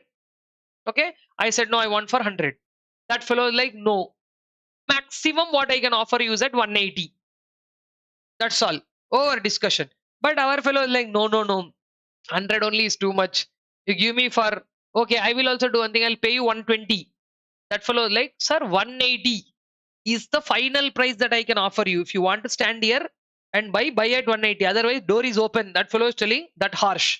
Because he knows that, outside that product is having no substitutes. Even if you go outside, it is not available at that price. So, you standing there, you're threatening him. If you are not giving me for 120, I will go to the next shop. That fellow is telling, yes, sir, that is exactly what I wanted to do. Door is right there, you can walk out. Then you walk 2 steps further, and then again you are warning them. Array, I'm going. Okay, that fellow is like, yeah, sir, please, 3 more steps, door will come, go. You're going near the door, and you're like, sir, I'm really going. That fellow is like, he's throwing something at you and saying, get out of my shop. Why? Because you can't do this drama every time. Because sometimes what you do, when you take a product and you go away, step off, immediately that fellow will catch hold of you and say, don't go, buy at whatever price you want. But when the supplier is having enough bargaining power, he knows. He's telling you, supplier is clearly telling you, you want for 180, final price, buy. Otherwise, you want to go around in the market, go. Because he knows nobody in the market is able to offer that. Supplier has a commanding power, a bargaining power. When suppliers are very confident about the product, when suppliers form groups or cartels, when suppliers are forming groups or cartels, okay, in fact, here, even the buyers, when they form groups or cartels, or when the buyer is somebody, like DMart. DMart is called a bulk buyer. Okay, they buy in such huge quantities, right, that they definitely command a kind of bargaining power, right? So bulk buyers, people who form groups or cartels, a group of people. Now my mother teams up with other members of the apartment. They go down and hit the vegetable. Hit the vegetable vendor means not literally hit it. Hit them with a bargaining power. Okay. So what they do is like, they say, listen, you have 10 kilos of tomatoes with you. In one shot, we will empty all the 10 kilos. But you are quoting for 50 rupees. We want for 30 rupees. I'm just saying that much different. No, but whatever. Then all 10 kilos we will all buy off. Now, shop fellows tending to think, why should I roam 10 houses to sell one kilo? All 10 kilos will be sold at once. But he should compromise on price. When buyers form groups or cartels, they will be able to command more bargaining power. Same way, suppliers, if they form groups or cartels, they will also be able to command a higher bargaining power. Then, if supplier is giving a special offering, which is not available elsewhere in the market, if supplier is giving a special offering, then also the supplier's bargaining power is going to be pretty high, right? Then also what, the supplier's bargaining power is going to be obviously pretty high, right? Then one more important point about suppliers is that these suppliers are fully aware that the product is very crucial. Supplier is aware. What is aware of? Aware that product is crucial to buyer. When supplier is fully aware, array, this fellow the pakka will not go without buying this product. This product is very crucial to him. Then obviously the supplier is going to charge a higher price and better bargaining power is there with them. Substitutes, as I told you, they are only a latent source of competition. They are not direct source of competition. What are the leftover two? Both which are very, very important sources of both, which are very important forces here, which are new entrants and rivals. Rivals, who are these people? Rivals are those people who are there in the market who sell the same product as you do, and it leads to what is called as cutthroat competition. What do these people do? They do cutthroat competition. Now, when you say cutthroat competition, what do you mean by cutthroat competition? Nobody's cutting anybody's throats literally, but cutthroat competition is talking about the intensity. Okay, high intensity of competition here. Now, why there is cutthroat competition? Why is their rivalry so high? Cutthroat competition leads to low industry profitability. Low industry profitability. Why? Cutthroat competition leads to low industry profitability. Guys, there are two very important questions that I'm going to discuss now. One is, this one about rivals as to why cutthroat competition is important. And then we will discuss the other one as to new entrants, and to stop new entrants, what are the barriers. Okay. So I will, wrap up these two concepts as the end of this topic. Very, very important piece. So stay put and concentrate. Why competition tends to be cutthroat? See, if there is one, for example, there is generally one person who is called as industry leader. So when there is an industry leader, what he does is, if anybody tries to sell at a price less than what they do, immediately industry leader will bring down the price in such a way, even if it is loss for the industry leader for some time, for the other person it will be such a huge loss that they won't be able to recover from that only. So industry leader will discipline other people who start any kind of what is called price wars. Then the next point here we are talking about is the number of competitors. Too many number of competitors will always make the market more clumsy, and it always becomes a big challenge for us to compete in that market where there is cutthroat competition. Then 3 and 4 are such disastrous points. I'll tell you why they are disastrous for a simple reason. Like the third point is called fixed cost. See, just because somebody's fixed cost is high, I'll tell you this logic. If you have heard my regular class, I would have explained this point in very detail. Let me try to keep it short here. But fixed cost, which is something that all of you as costing students know, is very high in some cases.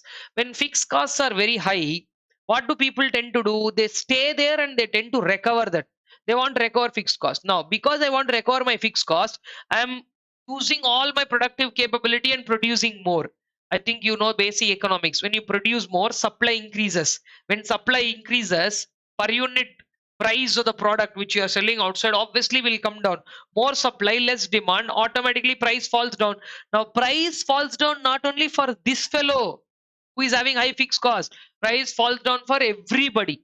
So, entities which are operating with high fixed cost are a disaster not for themselves alone but for the entire industry. And also in an industry, if there are exit barriers, see, exit barriers means something where you cannot, like say I have huge asset base, I want to sell and close, but I'm not finding any buyer. So I will I go? I won't go. When I don't go, what will I do? I will stay there and produce more. When I produce more, automatically supply will increase. When supply increases, price falls down. Again, a point that will disturb the entire industry. Guys, I hope you are keeping the book next to you. So after I finish this explanation, please read all these, 5, 6 points that are there. Industry leader, number of competitors, fixed cost and exit barriers. And coming back, 2 more points here. Somebody who is having product differentiation. What is product differentiation? Producing and selling what is a unique product is called product differentiation. So obviously, if you have a differentiation, you can insulate yourself. Others are general product, you are a specific product, so you can differentiate yourself and insulate you. And then the last one is, when industry growth rate slows down as a whole, this is not for you. Slow growth rate in the industry, sometimes what happens, say like IT sector, real estate of the pandemic, that is the best example. Point number 6, after pandemic, people started saving money not to buy houses or luxury asset. People said that suddenly one fine day I may die. So it is very, very important for me to save something for my future, because There are many people whose lifetime savings of 10 lakhs, 15 lakhs, 20 lakhs all got washed away in 1 week time in COVID. So if 1 week or 10 days, if somebody was in the hospital, their lifetime savings went off. So they thought, okay, now what to do? So they were not obviously interested in investing in houses. Now, when somebody is not interested in investing in houses, the next thing that will happen is the real estate sector will get hit really bad, right? And when real estate gets hit really bad, it will take some time to resurrect. Real estate purchase are not what you're doing with 1 lakh, 2 lakh. No, it's a matter nowadays, it's going to about 70 lakhs, 80 lakhs. I'm talking about basic house, right? Even in 40, 50 lakhs, you can buy a house. Again, depends on area, place, 1 crore, 2 crore, 3 crore. Places like Mumbai, Noida, Gurugram, Bangalore, Hyderabad. Hyderabad has become the worst of all the real estate. So many number of unsold house units. The number one, Pune and Hyderabad. So you have so much of unsold residential units because when the construction was at peak, they constructed. Now they're unable to sell. So in that industry of real estate, growth rate is slowed down. Is it a trouble to one? No, trouble to everybody. So what we're trying to understand out of this whole story is that when rivals tend to do something, this set of points would lead to cutthroat competition. And the last force that we are supposed, so first we discuss buyer bargaining power, followed by suppliers bargaining power, then substitutes, we discuss rivals. Now last, new entrants, people who can newly come into the market and disrupt the market. One of the best examples for doing this is what Jio did to the telecom industry in 2014. I will not quote that as today's example, but obviously it was a 10-year-old example. But when Jio came as a new entrant, they came and disrupted the telecom market. About 10 players were there when Jio walked in. Now you hardly have 3 plus 1 BSNL. We don't know whether they are there or not also. Right. So it's left, and that to the third player is a merged player. What I'm talking about is Vodafone Idea. So Jio, Airtel, Vodafone Idea, BSNL doing its own thing. Right. So basically, how can you do this to an industry? Huh? This can happen when new entrants come in with either very productive ideas, highly innovative ideas, or with drastically low cost, and that drastically low cost being transferred to buyers in the name of drastically low price. You know what the first year price of Geo was? Zero. They gave it for free. They captured a huge market. Indian market is so huge that millions of customers migrated. Okay, their connection qualities dropped, and people then, they had their own share of things to talk about. All that was there, but over the years, first thing was people got really attracted to this definition called free, and once that happened, that's it. So new entrants are a great disturbing source of competition. New entrants can be a heavy source of competition. Okay, new entrants can be a heavy source of competition. So then to avoid them, what to do? So to avoid entry barriers, to avoid, you need to, okay, wait 1 second, I'll not say to that. To avoid these new entrants, to avoid new entrants coming in, entry barriers, what are they called? Entry barriers are to be established. What are the entry barriers? Now you'd be finding I'm discussing here about 7 entry barriers, which is a very, very important question to wrap up this topic. This whole discussion of 5 forces comes to an end by discussing what these 7 entry barriers are. The first one is called capital requirements. If entering any industry requires high capital, that is not a very attractive choice. Huh? So let's say I want to start a pharma unit. After COVID, pharma has a lot of demand. I'm like, wow, we'll go and start. It doesn't make sense because to establish a pharma unit, it is going to take huge amount of resources from you. So capital requirements followed by economies of scale. If already who are there, the people who are already there within the industry, if they're operating at high economies of scale, then you will obviously not be able to match at their per unit cost, because if they're operating at economies of scale, their per unit cost of production will be very, very low, and you definitely can't match it, and thereby you will succumb to it. So it's better not to enter. 3, if existing players are already having product differentiation, Now, product differentiation is such a point where if existing players are already different, which means they have uniqueness, you have to walk inside the market with to counteract that differentiation, which is quite not possible for a new entrant, which will discourage the new entrant from growing in. Then comes brand identity. If existing players have high brand identity, if existing players have what? High brand identity, then it will be very difficult for the existing players. It will be very difficult for whom? The existing players to, sorry, for the new players to beat the existing players' brand identity. It will be very, very difficult. No. So, like, say, can I enter into the telecom, sorry, phone, not telecom, telephone market and say I'll beat the Apple phone? It's not that easy. They have strong brand identity. Plus, then the point number 5 here is a very, very interesting point, which is called as switching cost. I hope all of you know what switching cost means. The cost of switching from an old product to the new entrance product.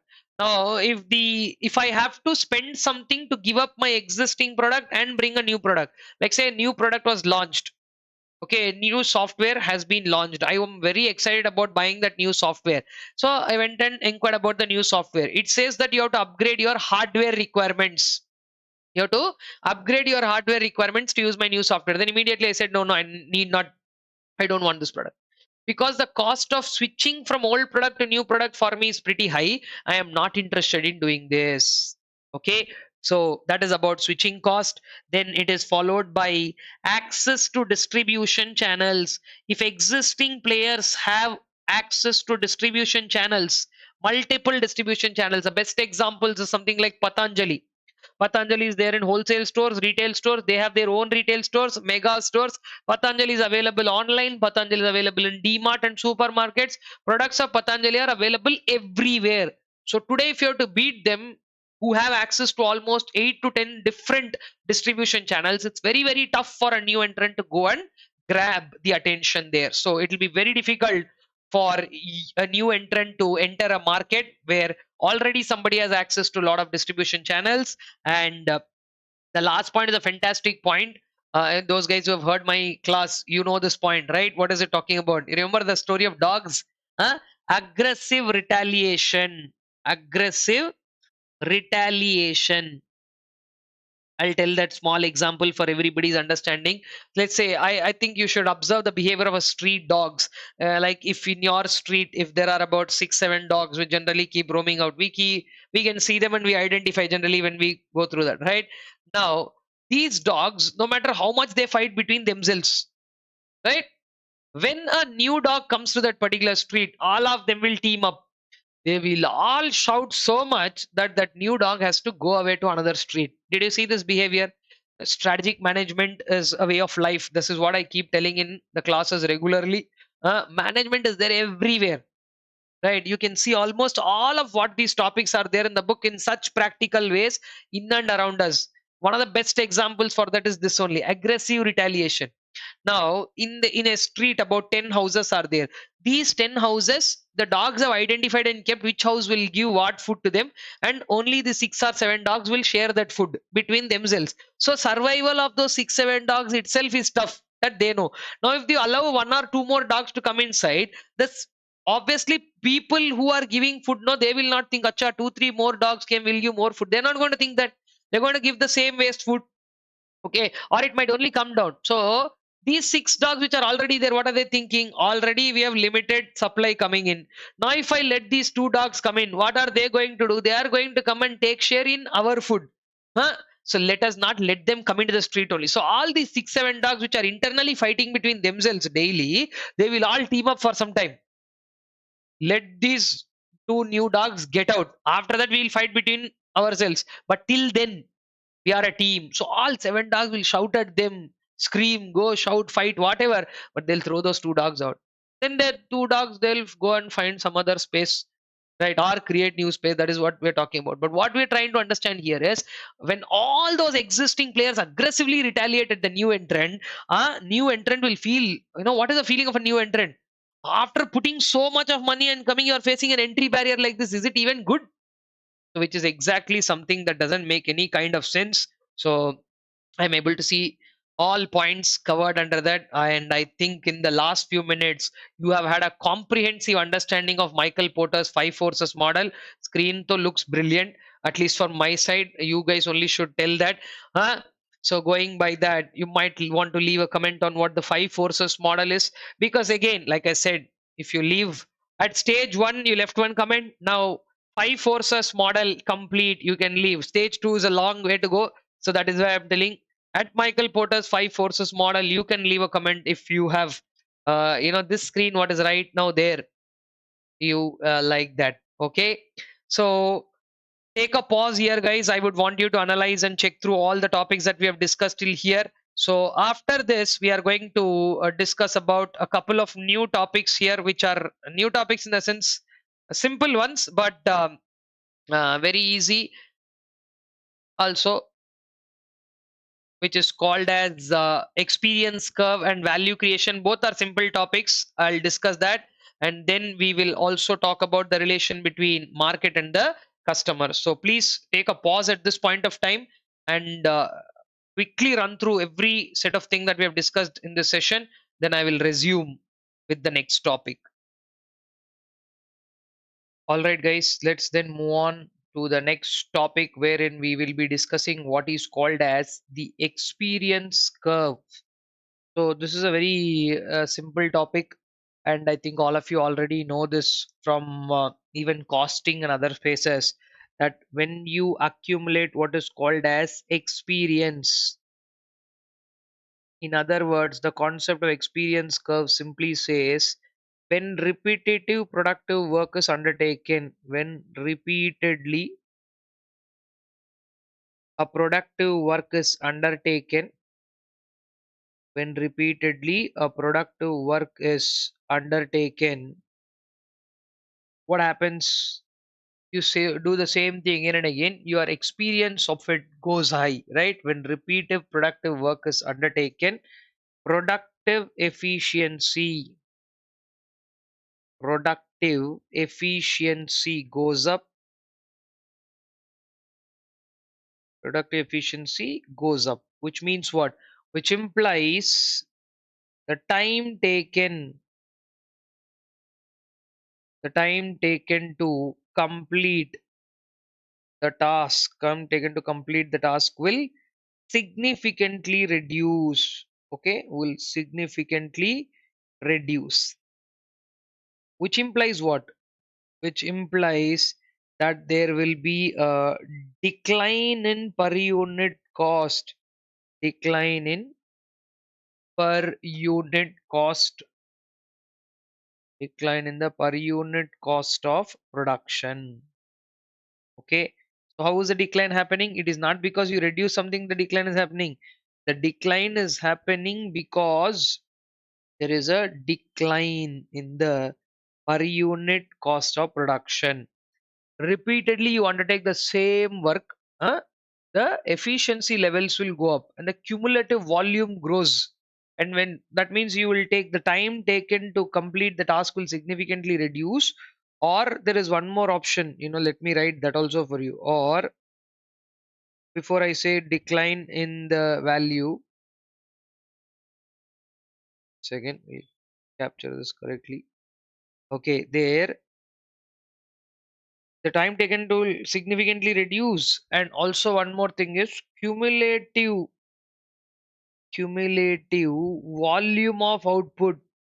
Cumulative volume of output also grows. Okay, so because of this, obviously at the end of the day, there is a decline in the per unit cost of production. So this is what the story of experience curve is. When you repeatedly undertake the same productive work again and again, the per unit cost of production will automatically come down. That is the idea of this topic. Alongside that, I would also like you to understand another small concept, but a very important one. It is called as value creation. What is the story of value creation? Value means what? Again, value is not something that is measurable, but entities strive for what is called as value creation. Here only I have to again remind you of an economic concept called as utility. Okay, so two things here.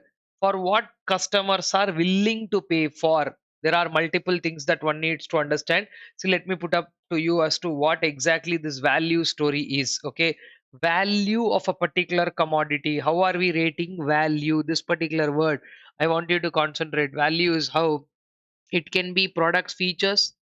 Hmm, product features. What all generally we call as value? Product features, quality, then there is another word called durability. Okay, features, quality, durability, its availability, and we can also add up performance. All these points will be measured in terms of what values exactly. See, value is not exactly that, but all these points cumulatively put to what exactly the word value attributes to. And one more thing here, see, value creation is, in other words, where the entire concept of value creation, if you see, what is the concept of value creation? In other words, where the firm, whichever the firm is dealing with, what is the firm doing? It is saying that, look, we are creating value for you. How we can say we created value? By, if somebody buys a product for the first time, they'll pay for the product and buy it. When the same person buys the product for the second time, now unless they like something in that, they'll definitely not buy it for the second time, right? So it is very important that when the firm is able to retain a customer, the firm is able to retain a customer. Okay, it is, when a firm is able to retain a customer, it implies that they have delivered value to customer. Instead of delivering a product, we have to deliver value to customer. That is what makes the customer come back to you again, not something, which is unheard of. The value that is there in the product. Now, value for somebody can be value for money. uh, it again depends on how do you get this right equation. See, if you are better than somebody else, so if you create value, will we be able to get competitive advantage? That is the main idea of value creation. Okay, what is that customer is willing to pay for? That is the most important thing. Okay, find out what customer is willing to pay for. What customer is willing to pay for. If you know what the customer is willing to pay for, deliver that. Okay, which will ultimately what it will do? Ultimately create competitive advantage. When you're delivering what customer actually wants and what they're actually willing to pay for, that is where value creation happens. Okay, so this is a simple effect of understanding this particular point. Take a clear look at both these topics, small ones, simple ones, but I believe this should be something that should interest you in terms of understanding two short questions, because suddenly if they ask you in the exam, you should be in a position to get the right set of marks. If you can take this up, and then we will move on to something interesting again, where we are going to talk about now competition is going to steepen. But before we do that, we are also going to talk about two very important things, uh, product and customer. Where we already spoke about product, right? We're going to talk about market and customer. Anyway, take a minute to run through this quickly. I hope you have gone through this, guys. Let us get back to the story of the next part, wherein we are going to talk about something very interesting. Normally, people have this misconception about what exactly is market, customer, and all that. So, let me take just a little while to just clear you with those. These are new concepts in the syllabus. So, some of you who have, again, missed out on these topics, you can have an adequate knowledge on this here. Let's discuss about market and customer. Now, this topic, as such, again, like I said, it's a very wide topic in nature, but I would want to keep it very simple. First of all, let us talk about what is this market, right? Market story, no, is a simple one. It's a definition going by saying market is a place for interested parties. The textbook definition, market is a place for interested parties, buyers. What is their simple, no? Buyers, sellers, interested parties, they all will come and interact, and the goods and services can be exchanged, right? It's a place for Interested parties, buyers, sellers, for what? For doing some activity. What is that? That is their goods and services. Goods and services can be exchanged for a price. Can be exchanged for a price. Okay, this is the story. This is about ultimately what exactly the word market is. It's a very broader thing. Customer is restricted to one zone, guys. As I think I told you very clearly, who buys a product from me is called a customer. But when it comes to market, the wider opportunity. So if 10,000 people are doing chartered accountancy in my city, all 10,000 people can come and join my academy. Possibility is there, but they are not coming and joining. That is a different story. If they are coming to you and joining, whoever are coming to you and joining, they are only becoming your customers. Other people are part of the market. So market is always a broader context, and in the context of market, we get to another term called as marketing. There is a concept of marketing wherein in marketing there are 4 P's, right? What are these 4 P's in marketing? I hope you already know about this. Product is nothing but the goods or service that you're talking about. Product, price, the amount of money the customer has to pay to acquire a product. Huh? Product, price, place, and ultimately promotion. What are these four called as? These four are called as the marketing mix. In marketing, there are 4 P's which are called as the marketing mix, and that mix is nothing but these set of 4 P's.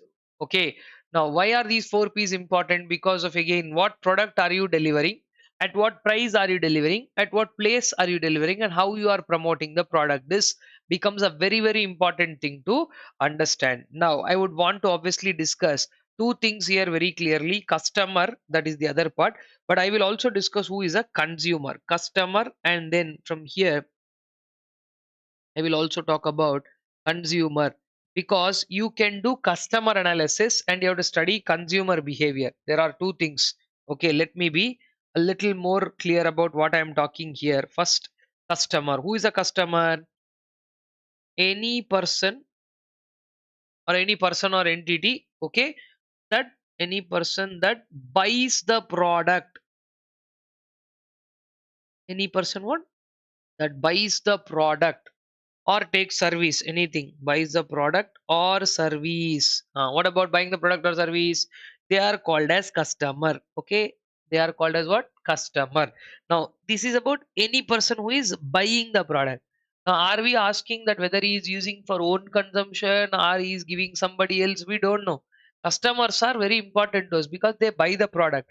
Now there is a possibility that customer and consumer can be the same person. There is also a great possibility that customer and consumer are different. Okay, so customer is any person that buys the product or service. Be mindful of that fact, right? Now it is very important. Every time it is the customer's choice whether to buy or not, but it is the consumer's preference. Again, customers are categorized based on age, gender: male customers, female customers, customers in the age group of 16 to 25, 25 to 35, above 60, like that. Customers are basically what, customers are categorized into groups. That is why we call them as customer groups. Which customer group are you targeting? Again, when I say customer groups, I'll say based on age, gender, geography, etc. I'll say etc. because there are so many other factors which you can bring in. Okay, now there is something that I would want to also highlight as a star point here. What is that? Customer and consumer, the relation we are talking about. What is customer and consumer's relation? They may be same, may be the same, can also be different, correct? When they are different, then it sparks up a question as to who is the consumer, or why is there a special need to describe who is the consumer. I think all of you know that definition also. Who is a consumer? The person who ultimately uses the product, they are only called as consumer. So two things that you can do is, one, you can do what is called as customer analysis. Now wait, we are doing strategic analysis. I hope you didn't forget that. We're in the second stage. We're trying to understand who is doing what. So as part of strategic analysis, you can do two things. One is called customer analysis, where you're studying and understanding what type of customers are there, who are they, what do they do, and all of that. And as part of strategic analysis, you can also analyze consumer behavior, because if consumers are consuming more, customer tends to buy more. Now, like say if my son or daughter is there, they are consuming more, what they're consuming more of paper, pen, pencil, whatever, that is more of stationery, then I tend to go and buy more of stationery. So who is buying? Seller should analyze the customer's pattern as to which customer is buying what, but he should be more focused on consumer behavior. Two things. Customer analysis is understanding what sort of customers you have, which group of customers you have. See, simple logic, mostly for stationery and school items and all that, the customers are the parents, the consumers are the kids. Now some kids are there who, like they lavishly use crayons or sketch pens or something like that, which means their parents tend to buy more. Now some kids are taught very clearly, "Arey, use carefully, use this crayon or sketch pen packet carefully." Some parents will tell clearly, "I am not going to buy you one more packet." So kid is using the same packet for so long. Another parent is not restricting the kid. Now what happened? They broke the sketch pen, or like the crayon box was lost, something like that. They tend to buy more. So you're understanding the reason why I'm telling you that example is the customer necessarily need not be the consumer. When you study and understand this as an analysis, you have to understand the customer's pattern of buying and consumer behavior. Is he consuming in bulk, or are they like consuming in smaller quantities? If consumer is consuming in larger quantities, then customer tends to buy more. So customer and consumer both we have to analyze carefully. Okay, it very clearly, customer analysis tells you who your target market is. You can conduct how to do that. Okay, how do you do customer analysis? You can simply say customer analysis can be done by conduct survey. That is the most easiest ways to get the information. Conducts surveys. Now study past data. Nowadays we have amazing tools. That is what everybody is using on us, using data analytics, right? And then customer profiles, studying customer profiles, or it is called profiling. Who is a customer, where do they come from, what area do they belong to, how much do they buy, all that, right? So you can do all this to study and understand your customers. Then it is very very important, because consumer behavior has to be studied. Consumer behavior is affected by three things. What are consumer behavior affected by? One, external influences. Consumer behavior is affected by external influences, which means the advertisements that they see on TV, the things that they listen to on radio, or whatever it is. The consumer behavior is affected by this. Could it can be affected by several things, but three major elements are brought in: external influences. Then the next one is internal influences. External and internal influences, both. Internal influences means I like it, my wish, I want to buy, I want to eat, that sort of a thing. And more importantly, the third one is these two will lead to decision making. Customer behavior is definitely influenced by this decision making, because if he's a decision maker, whether I would want to use it or not use it, he can clearly tell by seeing this how important it is for a customer to understand their position, their role. And most importantly, post decision making also there is a process. Yeah, I'm just warning all of you guys. Huh? Okay, go and read this set of 4 points. This could be a question in the exam. It's a very simple, though I explained you orally. Uh, Consumer behavior. If anybody asks you on how to study consumer behavior and what is it influenced by, okay, I will also do one thing. I will add up here as part of this. a heading to it so that later when you revise, at least you can revise. In consumer behavior, I will add up a heading called as influences. Consumer behavior influences, then this topic will be clear. These four are like the influences of what it is. Okay, so please make a mention of what these are and how these will influence. This topic is very simple, but I would definitely suggest you to give a reading: market and customer. Okay, so please take a broader look at the topic. I will then take you through the next topic. Come on quickly. Let's move on, guys. Now let's discuss the next topic. Here I would want you to be very critical of the next topic. The next topic is something where questions in the exam have already appeared in the past. So I would like to discuss two topics with you, both of which have been exam questions. So I want all of you to have a clear focus on this. The topic is titled as competitive landscape. Okay, let me as usual split here into two the topics that we are going to discuss now.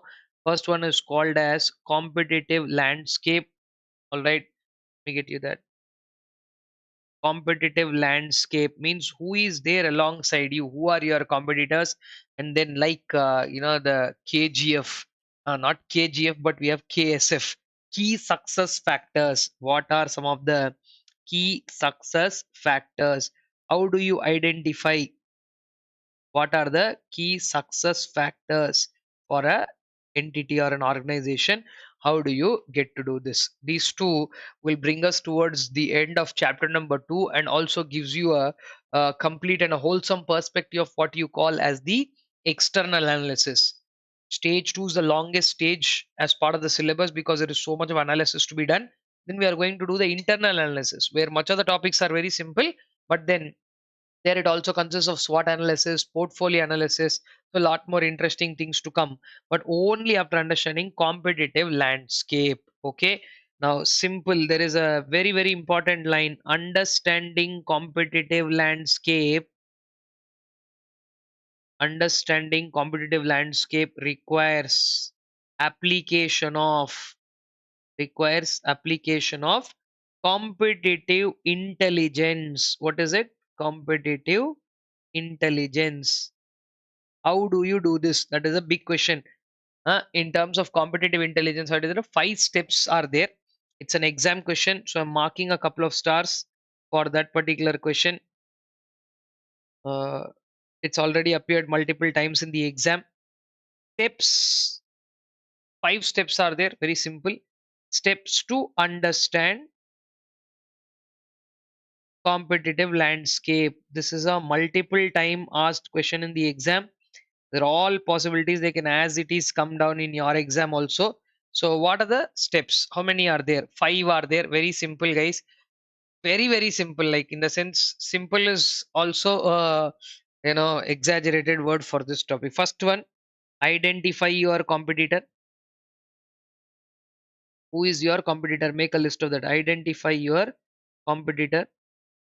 2, determine their strengths.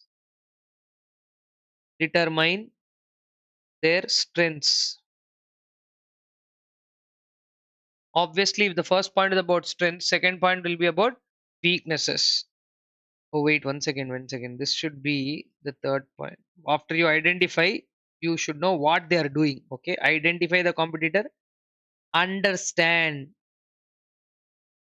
Understand the competitor. What do they do? What sort of business they are doing?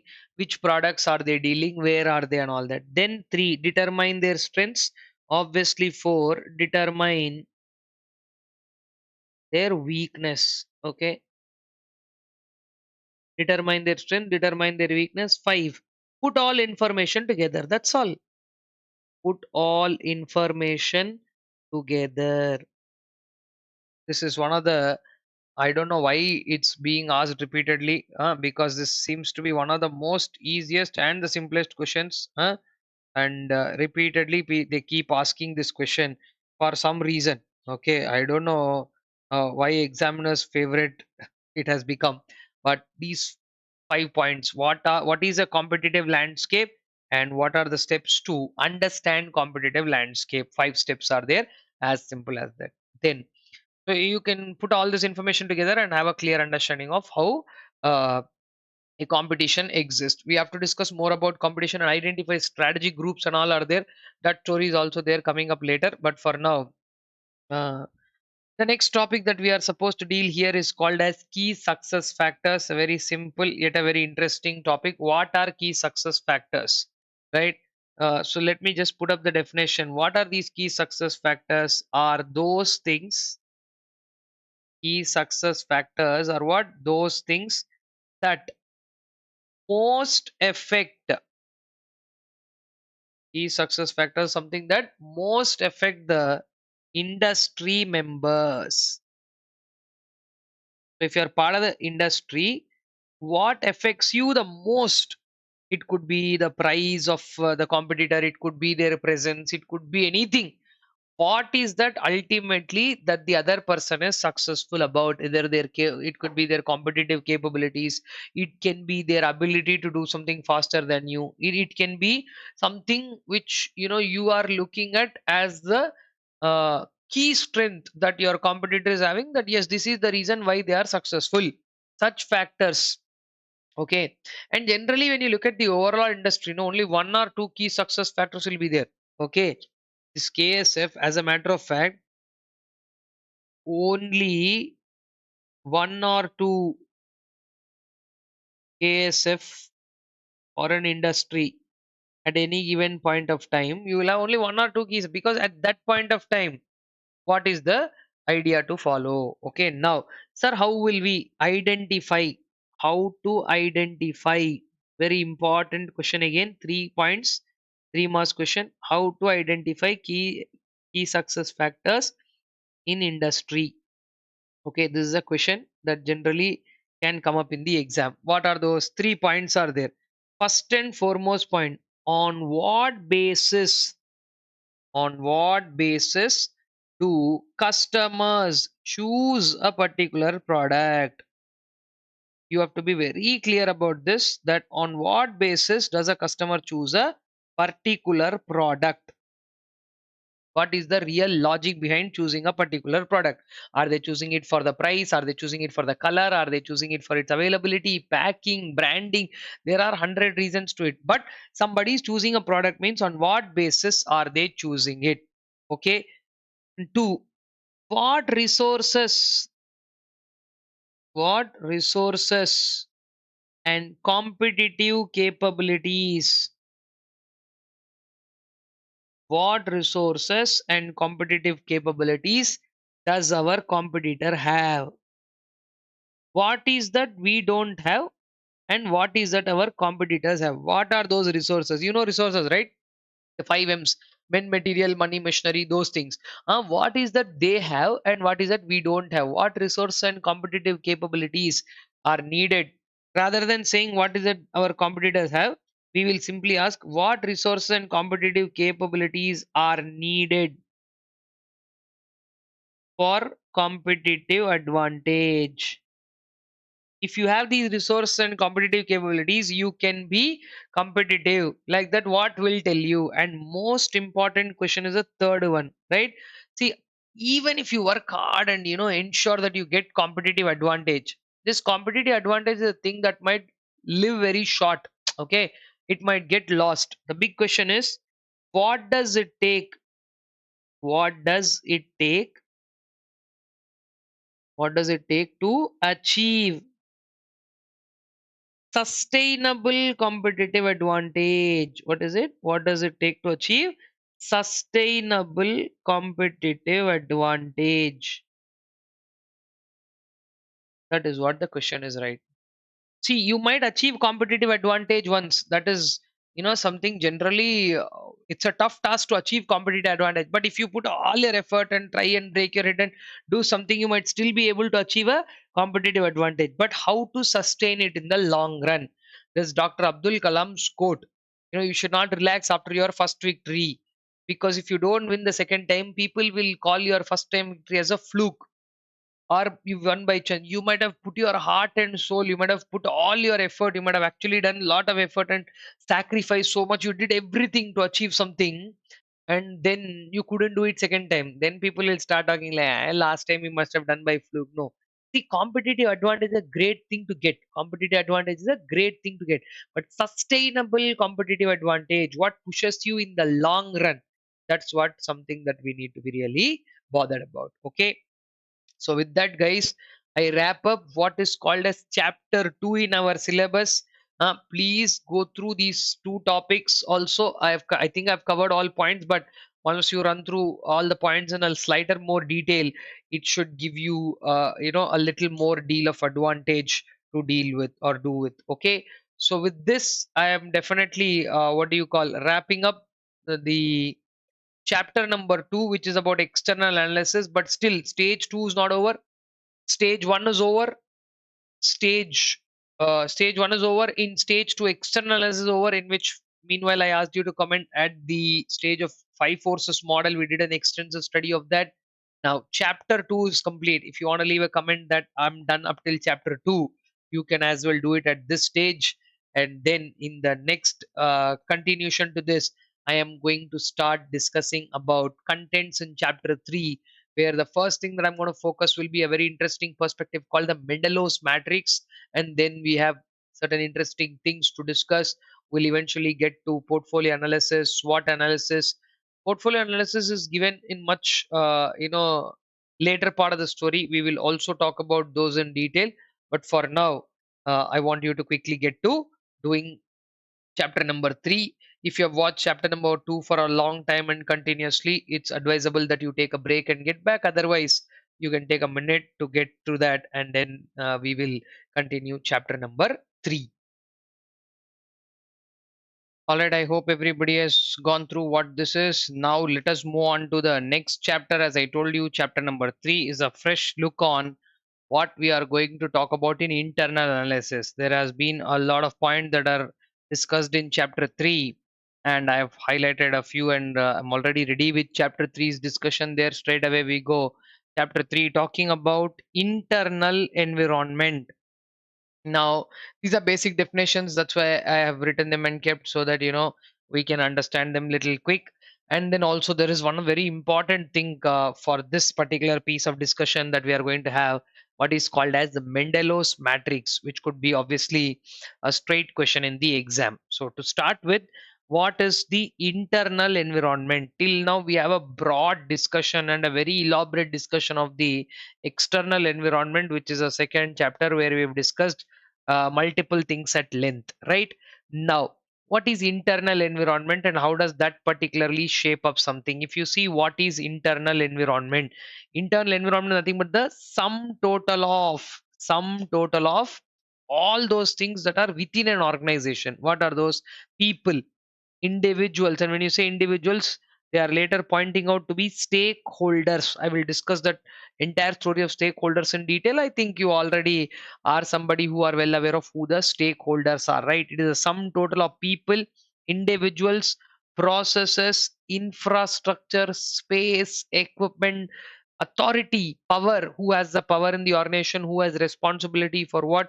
Who is accountable or responsible for what sort of a culture is being followed in an organization? What values do they embrace and what ethics do they follow? These are all some of the points that one has to take into consideration. Okay, what is internal environment? A sum total of people, individuals, processes, infrastructure, space, equipment, authority, power, responsibility, accountability, culture, values, and ethics. All of those, right? So what is thoroughly within an organization, that exactly is termed as internal environment. Now going further to that, wherein we are talking about who are the stakeholders. Stakeholders are very much part and parcel of the internal environment. See, at every given point of time when we discuss about something, we have to give due weightage and importance to these people called stakeholders.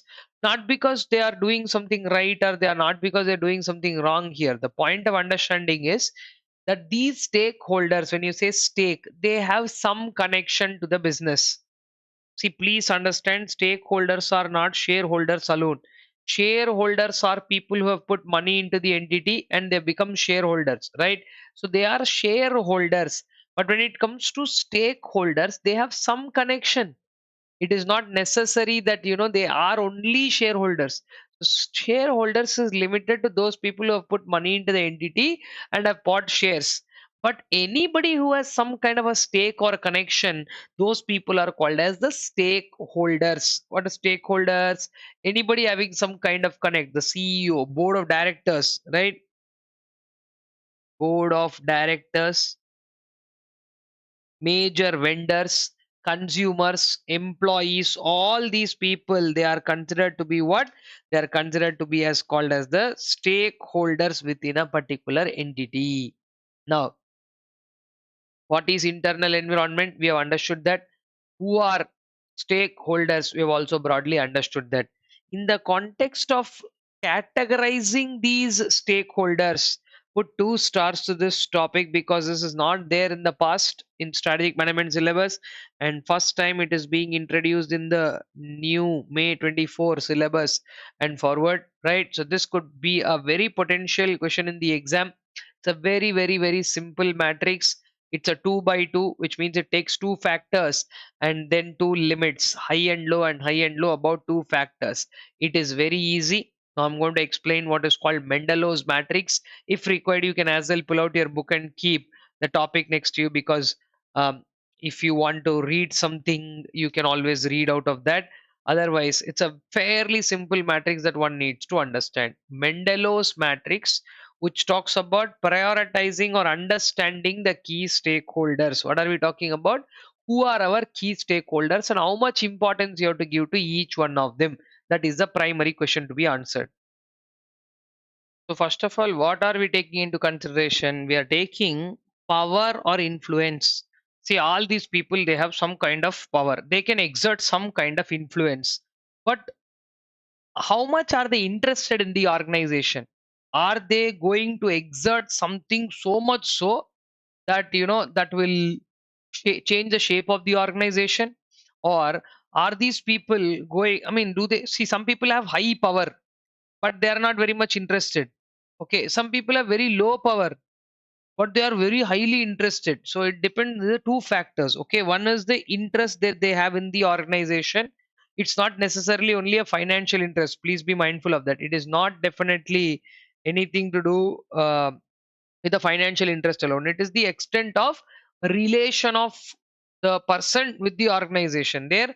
How interested are they with the organization? Okay, and on the other side, we are also talking about power or influence. How much can they influence and what power do they exert? Okay, this is, say for example, CEO is there. He's likely to have more power, correct?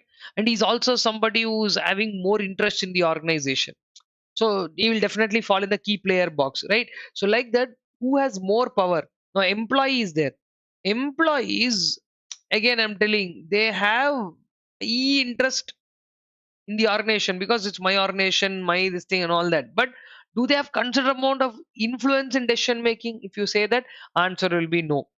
So that is why they fall in the other category. So like that, what is the ultimate focus here? That is the prime question. Power. Okay, how much power do they have and how much influence they can exert? That is one category, power or influence. And on the other side, we are more bothered about this factor called as interest.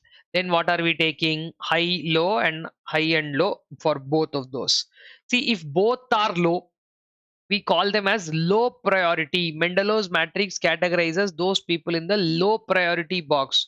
You don't have to talk to them, you don't have to engage with them daily, you literally don't have to do anything with respect to those people. Who are these? Media houses, newspaper, magazine, these low priority categories. See, when they have low power and low interest, they are not going to be any source of influence on your organization.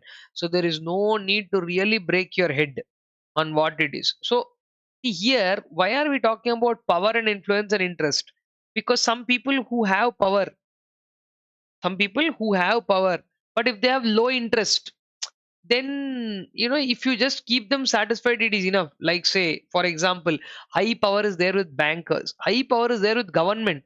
Government has a power to seal your entity up, but I am filing my returns correctly, I am reporting everything correctly, I'm doing whatever I am supposed to do correctly. When everything is done, government will not trouble me. Same way, bankers have given me loan, I am paying all the EMIs on time, I'm submitting all my, what do you say, stock statements or whatever is required to be submitted, everything I'm doing on time. So if you keep them satisfied, it is enough. They are not going to poke you into your daily business, right? But they have high power. So certain people who have high power but low interest, if you keep them satisfied, it is enough. But when both are high, they are only considered as key players. So what Mendelow has done in his Mendelow's Matrix, a beautiful portrayal of, it is also called a power influence. I mean, like a power interest matrix, right? Wherein neatly power to interest has been depicted. What is that?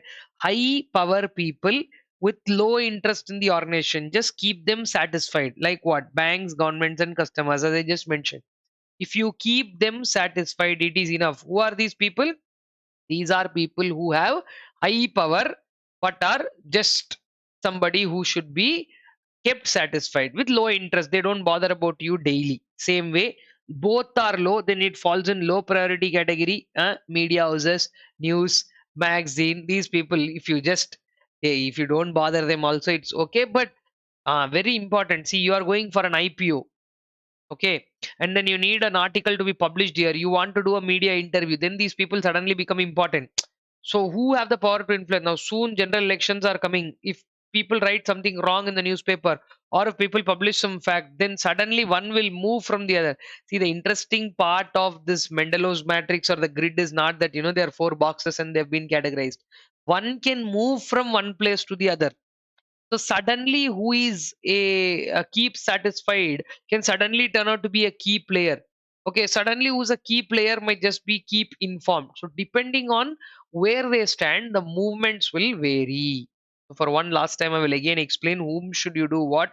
Right. First, we will give high priority to key players. Who are those key players? Key players are people where both are high. Power is also high, interest is high. Who are those? Shareholders, CEO, board of directors, those people, the top brass of the company, right? They are the ones who hold it up. They are called the key players. Then comes the second category where I believe you have to keep them satisfied because they have high power, but they have very low interest in your organization. They don't participate daily. They don't indulge into your activity. Like say customer is bothered about outcome.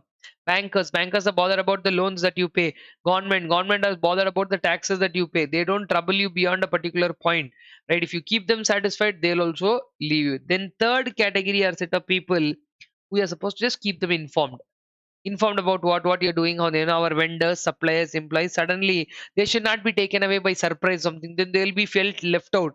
Array, we are working so hard as employees, how, they didn't inform us. Vendors will be like, hello, come on, you should have told me a little bit before. Suppliers, vendors, these people, you just keep them informed.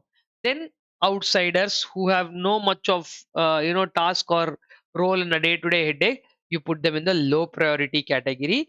You can just, they are low priority, that's all. It's not like they're not priority and all that. They're low priority. Okay, now, so that's all, guys. It's very simple that if you as well keep doing what you're doing in these four boxes, that's all your stakeholders will be satisfied, right?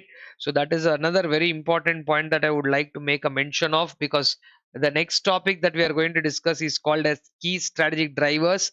Before I discuss key strategic drivers, if there is something that you would like to run through here from this, I want you to give a look to the Mendelows matrix quickly, and then you can proceed further listening to the next topic, which are called as key strategic drivers. Come on, go for it. Quick look at the Mendelows matrix in a little greater detail. I hope you understood. At any given point of time, anybody can move from one box to the other. Just remember that. For now, they might be in one category, but going forward, they can move from one place to the other. That is what is a very, very important point to be discussed. And that is what we have done through this discussion. So if you finish going through Mendelow's matrix, then the next topic is about, as you saw, their key strategic drivers. I'm going to take you through that. All right, guys, that brings us to the next topic where we are going to talk about something called as key strategic drivers. Now, key strategic drivers, if you're seeing what these are, bringing there you key strategic drivers. There are four key strategic drivers in every entity. These are something that will push. the organization forward. By trying to understand these strategic drivers, you should be in a position to craft a strategy, right? Like, say for example, if you are understanding your industry and markets properly. We already studied the word markets, customer, that is why I'm not discussing again. I haven't written. Already we discussed about customer, and we have also discussed in this lot about consumers. Okay, customers and consumers and their behavioral pattern we've already discussed. Okay, that is why I'm not touching the topic again. But there are three very important topics that I'm going to discuss in the key strategic driver aspect. First one is trying to understand industry and markets. Then, of course, number wise, the second one is customers and consumers, which you already discussed about. Third one is also something that we have discussed about products or services.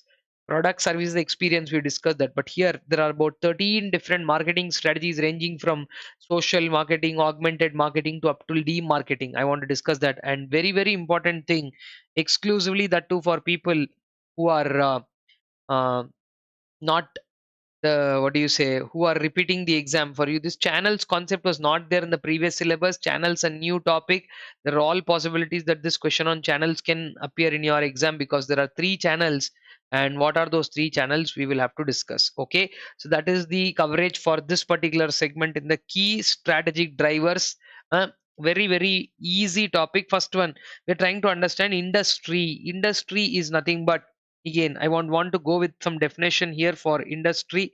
Many people have a wrong notion that industry is simply a group of firms, right?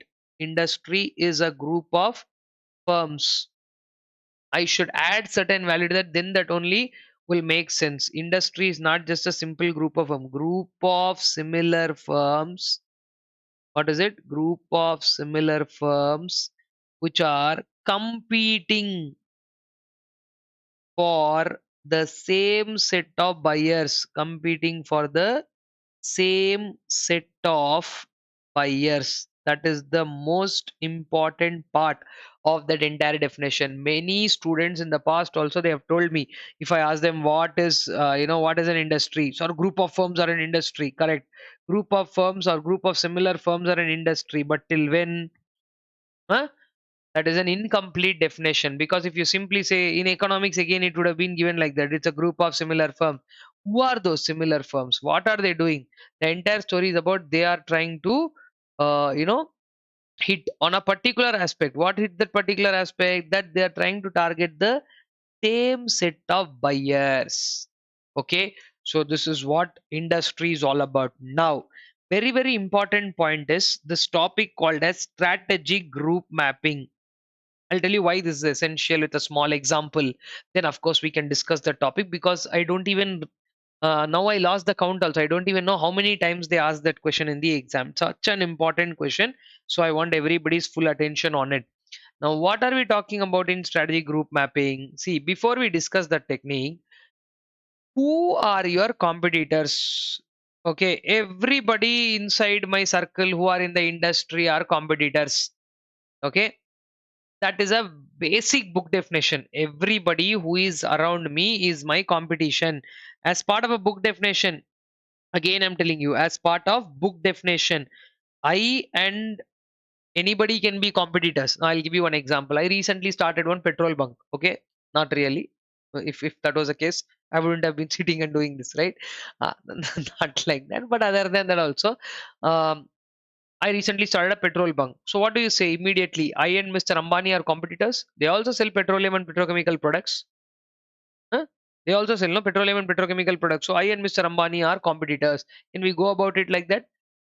Yes, by book definition, definitely we belong to the same industry, as you can see here. So definition of industry says that Mr. Ambani, who's dealing with Reliance and Reliance Petrochemicals, is my direct competitor. Come on, makes no sense.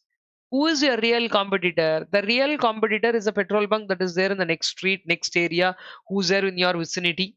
Not again petrol bunk in another state. That is not your competition. So here, your competition is more delved into geographic areas, because that's what petrol bunks uh, competition is, because everywhere you go petrol and diesel are same, unless they are mixing certain other things. Other than that, petrol and diesel, the composition be same. Who is there now?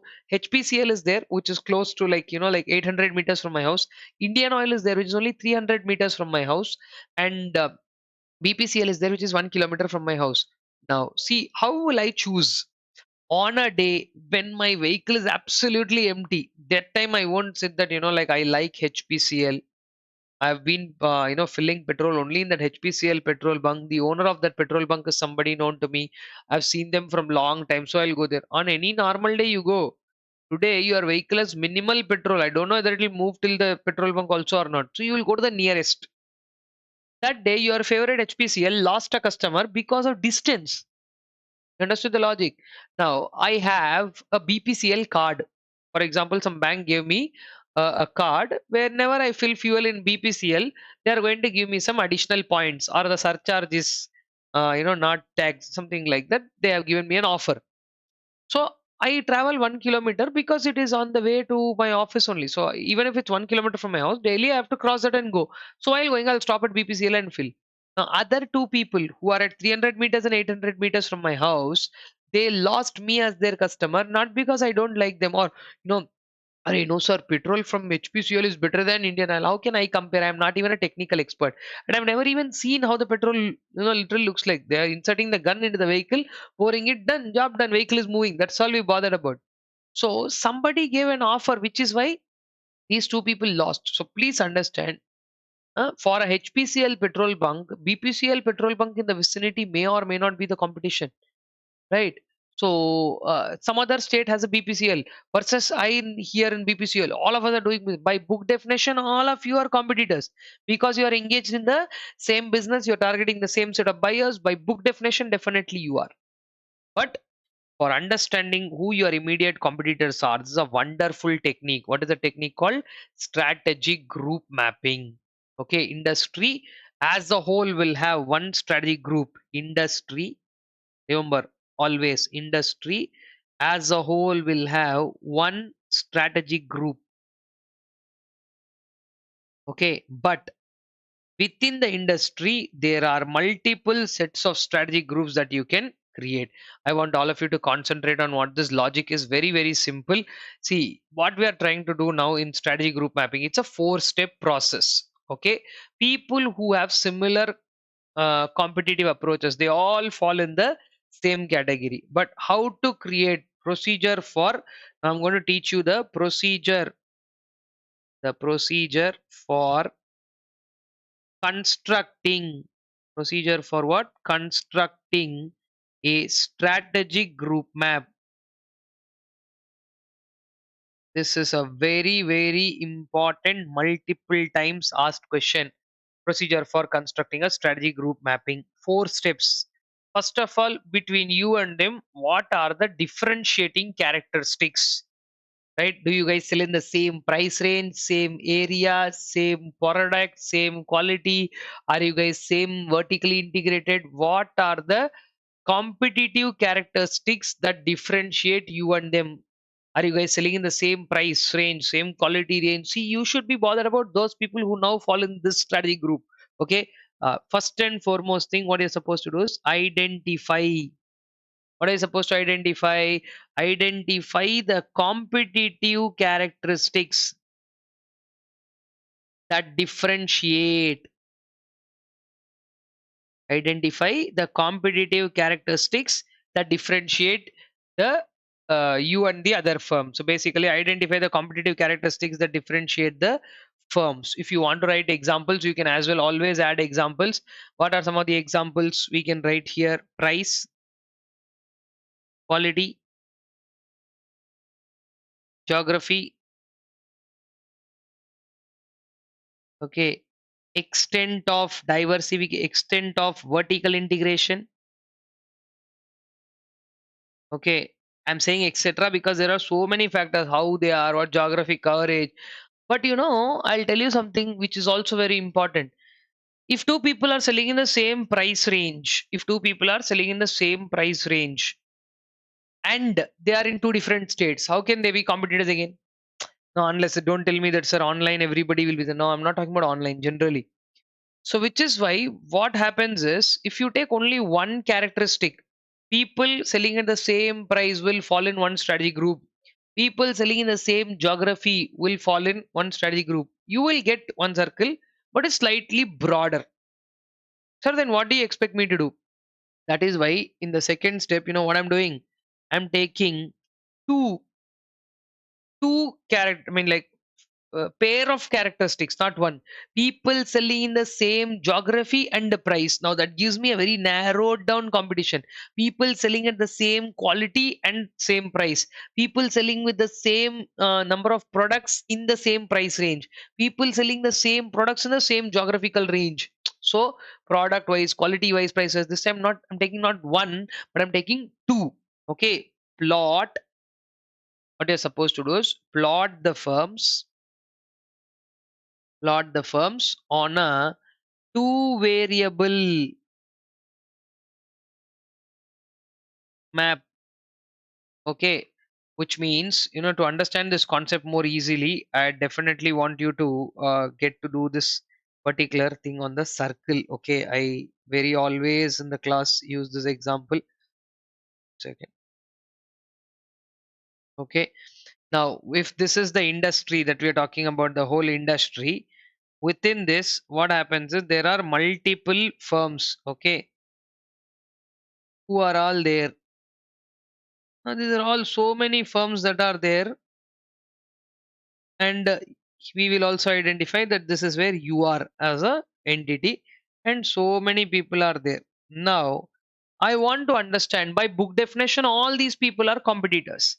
Now who are those people who are selling in the same price and geography within my area, who are selling in the same price? I identified one fellow and another fellow. Now whoever has been highlighted, that's all, they are your immediate competition. They are your immediate competition. So what you need to do is, you need to take these people and focus on them, start focusing on them, bring all of them together. In fact, here it is easy for me to do that, but practically you need to do this as an exercise. Okay, and when you move all the others out, now you will get what is called as your strategy group. You are bringing all these people here and putting all of them properly. I've rearranged all of them. Now tell me, you focus on the entire big circle? No, what you will do is, you will focus only on this circle. Okay, you will draw a circle. I'll do that. Okay, you will draw a circle here which focuses only on your immediate strategy. This one, for example, are, what do we say? We'll say competitors. This one are set of competitors selling, competitors who are selling at same price range in same geographic area. Okay, that's all. That is what strategy group mapping is all about. To find out who are your strategy group, what did we do? First, we identified all the characteristics, price, quality, geography. We listed all of those which are relevant in our discussion. Then we plot, but we didn't take one, but we took two. Remember, that is why we took price and geography. Plot the firms on a two variable map, because once you do the two variable map, no, two variable map using not one but using pair of differentiating characters. Then what you do, step number 3, assign firms that fall in same strategic space. Assign firms that fall in the same strategic space. That means people who are falling like this, 1, 2, 3, 4, though they were there earlier here and there, you saw how I rearrange them. Assign the firms that fall in the same strategic space. And 4, very, very important step, draw circles around each strategic group. That's all. Now, once you do that, you will get who is your strategy group. Now, this group is the group for me who are selling in the same price and geography. For again, if I am the person here, these people might be my group for something else. and these people might be my group for something else. So like that, there may be multiple number of circles inside the entire strategy group. But remember, for industry as a whole, there is always only one strategic group. This is the concept of strategic group mapping, and this is how the entire technique or understanding of the concept called strategy group mapping works. Okay, I hope you are clear about this. Please take a minute to run through this topic. It's very, very important. Once again, I'm repeating because this is not something that we do often when we revise these kind of topics. I want all of you to have a clarity on this one. Please take a more clearer look as to what these four steps are. I've written all four steps. uh, and also, it is important for you to take note of how we are bringing this. Okay, so just a clearer picture of the entire strategic group mapping topic. Okay, take a look at it, and then we have a couple of small things to deal with, and then we will wrap up this piece of discussion on key strategic drivers. All right, guys, I hope you have gone through that carefully. Wherever I'm telling you to do so, please put me on pause. You are at the luxury to do that. Technology can be made, to be used in the best possible way. So now I'm going to discuss what is called as this product story. Coming back to that, in the marketing strategies, see, products and services we have already discussed. Product means any good or service. It can also consider an experience and all that. Now, when it comes to the story on what are some of the marketing strategies, I have a list of 13 points, but they are very, very simple and easy. So I hope you all know all their techniques. The name only it will be there. First and foremost, marketing strategy is called social marketing. Social marketing is nothing but promoting a social cause or an idea. That will be called.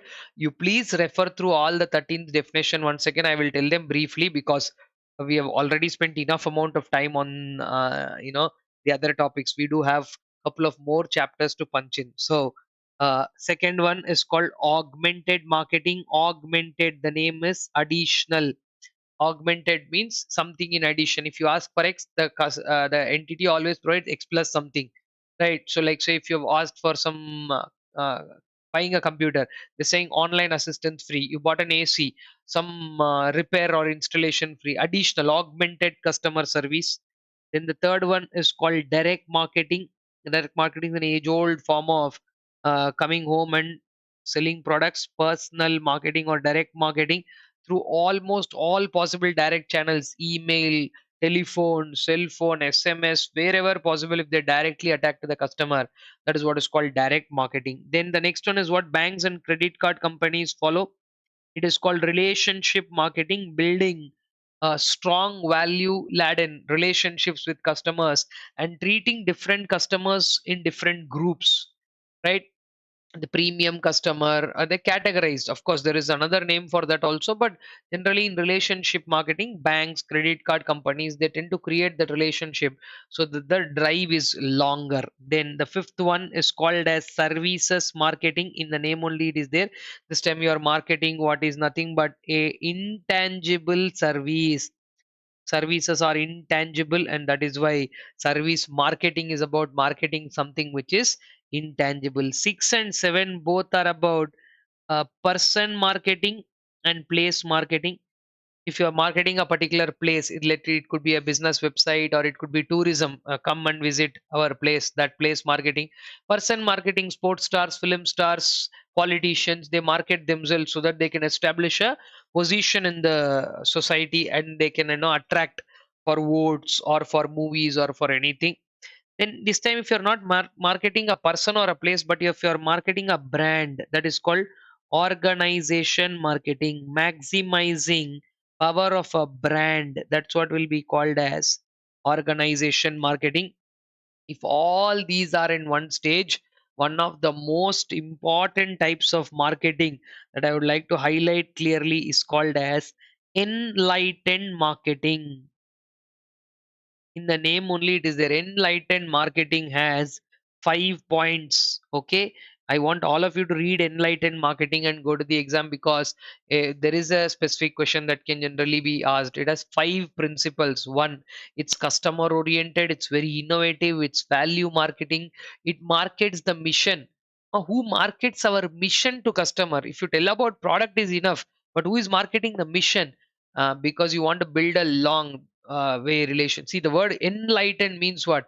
The customer should know everything about you. You're getting enlightened about it, like how Buddha got enlightened about everything, and he acquired that wisdom. Like that, your customer should know everything about it. And most importantly, why you're doing that, a sense of mission marketing and a societal marketing. Please read that carefully and go. Then we have two of those, which are, one is differential marketing. Differential marketing is about charging differential patterns. Now, like say Hindustan Unilever is there, they follow differential marketing. They have so many soaps, Lifebuoy, Lux, Rexona, they follow all that in one popular segment. Then there are certain soaps like Dove, Peers and all, they call them as premium segment. All are marketed by one company only, but differential in terms of category. Right here they categorize and market. Then the next one, which is seasonal, that is what is called as the synchro marketing. Synchro marketing is seasonal, which is for like fruits like mango, woolen clothes in winter, like that seasonal demand wherever is there. If you market it based on the season, it's called synchro marketing. And then if you, in a large market, if you concentrate only on one sub market, that is called as concentrated marketing. Concentrated marketing. And the 13th one is a very interesting thing again. It is called as demarketing, where you are, idea is to bring down the demand. You're not destroying the demand, you're only trying to bring down the demand because you're unable to handle it. See, if you're unable to handle demand for a long time, you know what happens? After a particular point of time, people will leave and go. And when you don't want people to leave you and go like that, it is very important that you try and do some demarketing strategy, like say charge different prices. Okay, in prime time, that is why Ola, Uber and all that, what are they doing? They are hiking the price.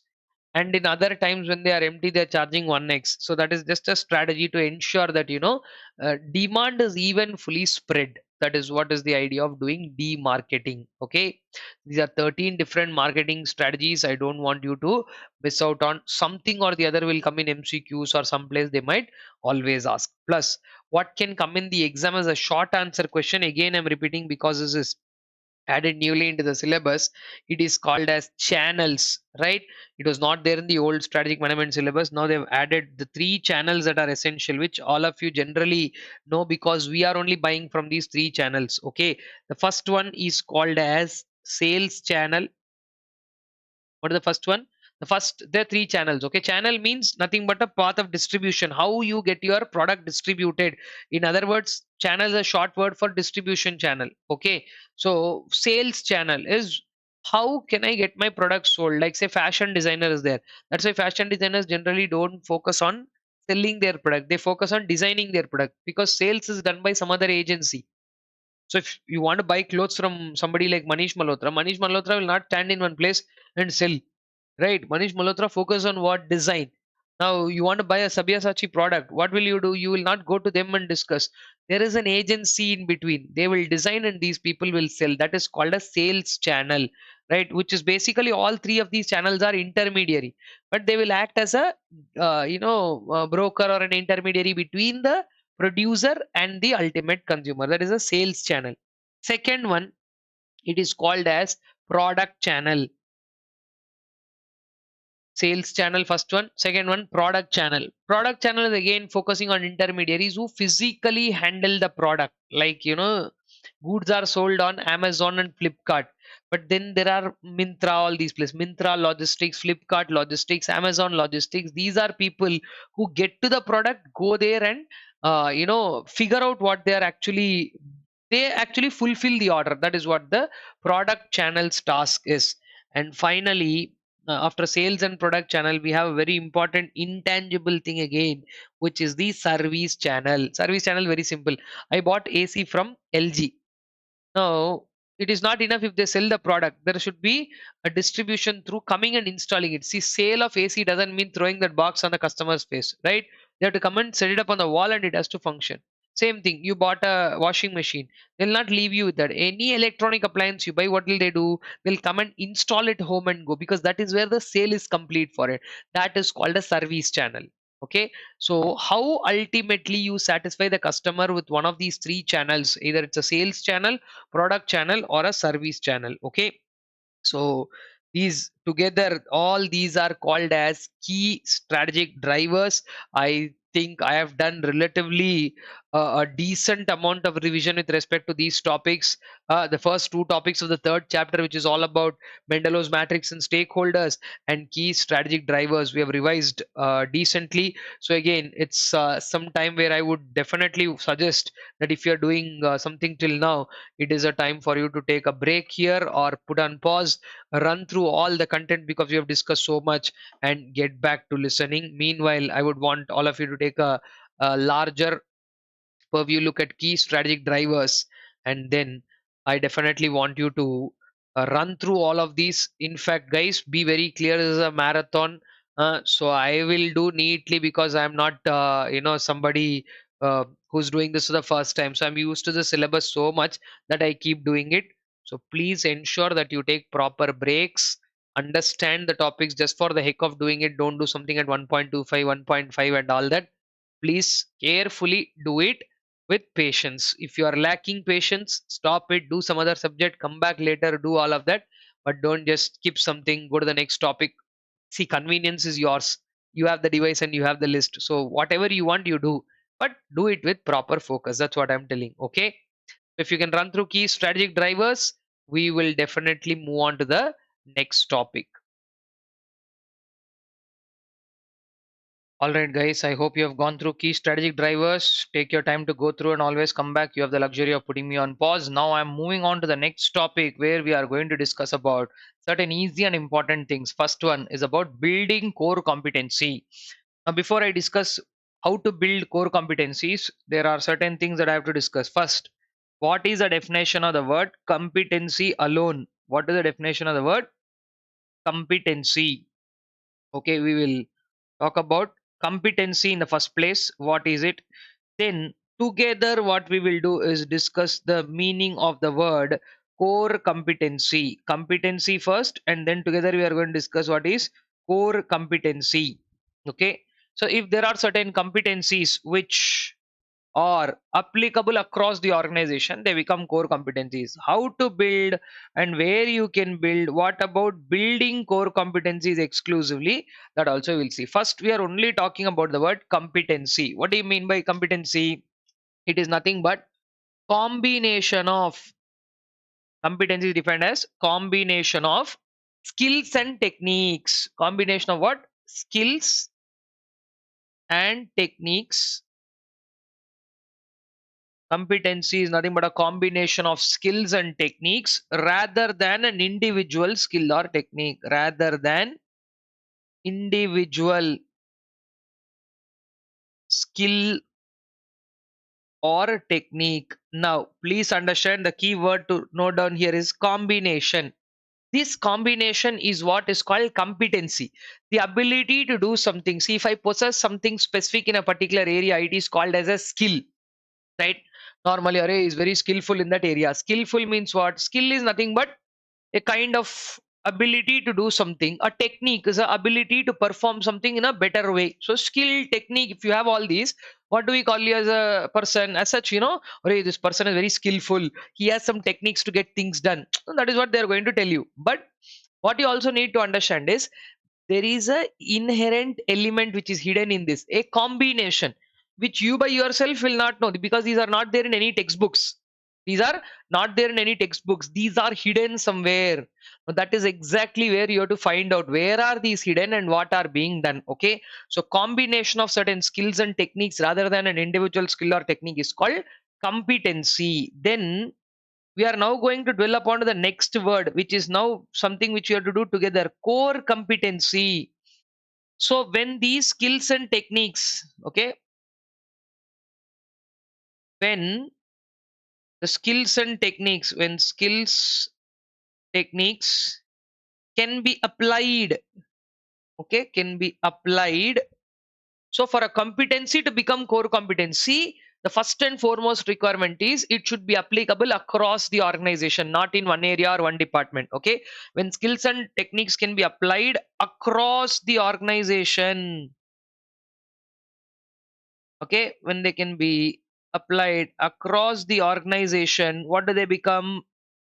They become what is called as core competencies. What are the points here? Competency, core competency. How to build? There are certain ways. Where are the areas you can build core competency? So simply one cannot decide that there are core competencies. See, you cannot tell that others should not have core competencies. Listen to this concept very carefully. Though it is not mentioned anywhere in the book in very detail, I would just want to give a couple of minutes insight on this topic. Very, very important. Okay.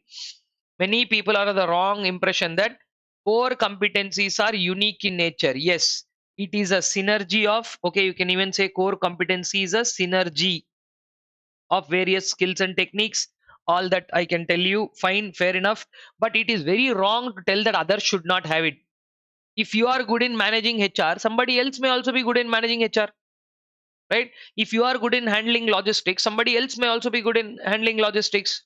So it is very, very wrong to say that, whatever capabilities I have, others should not have.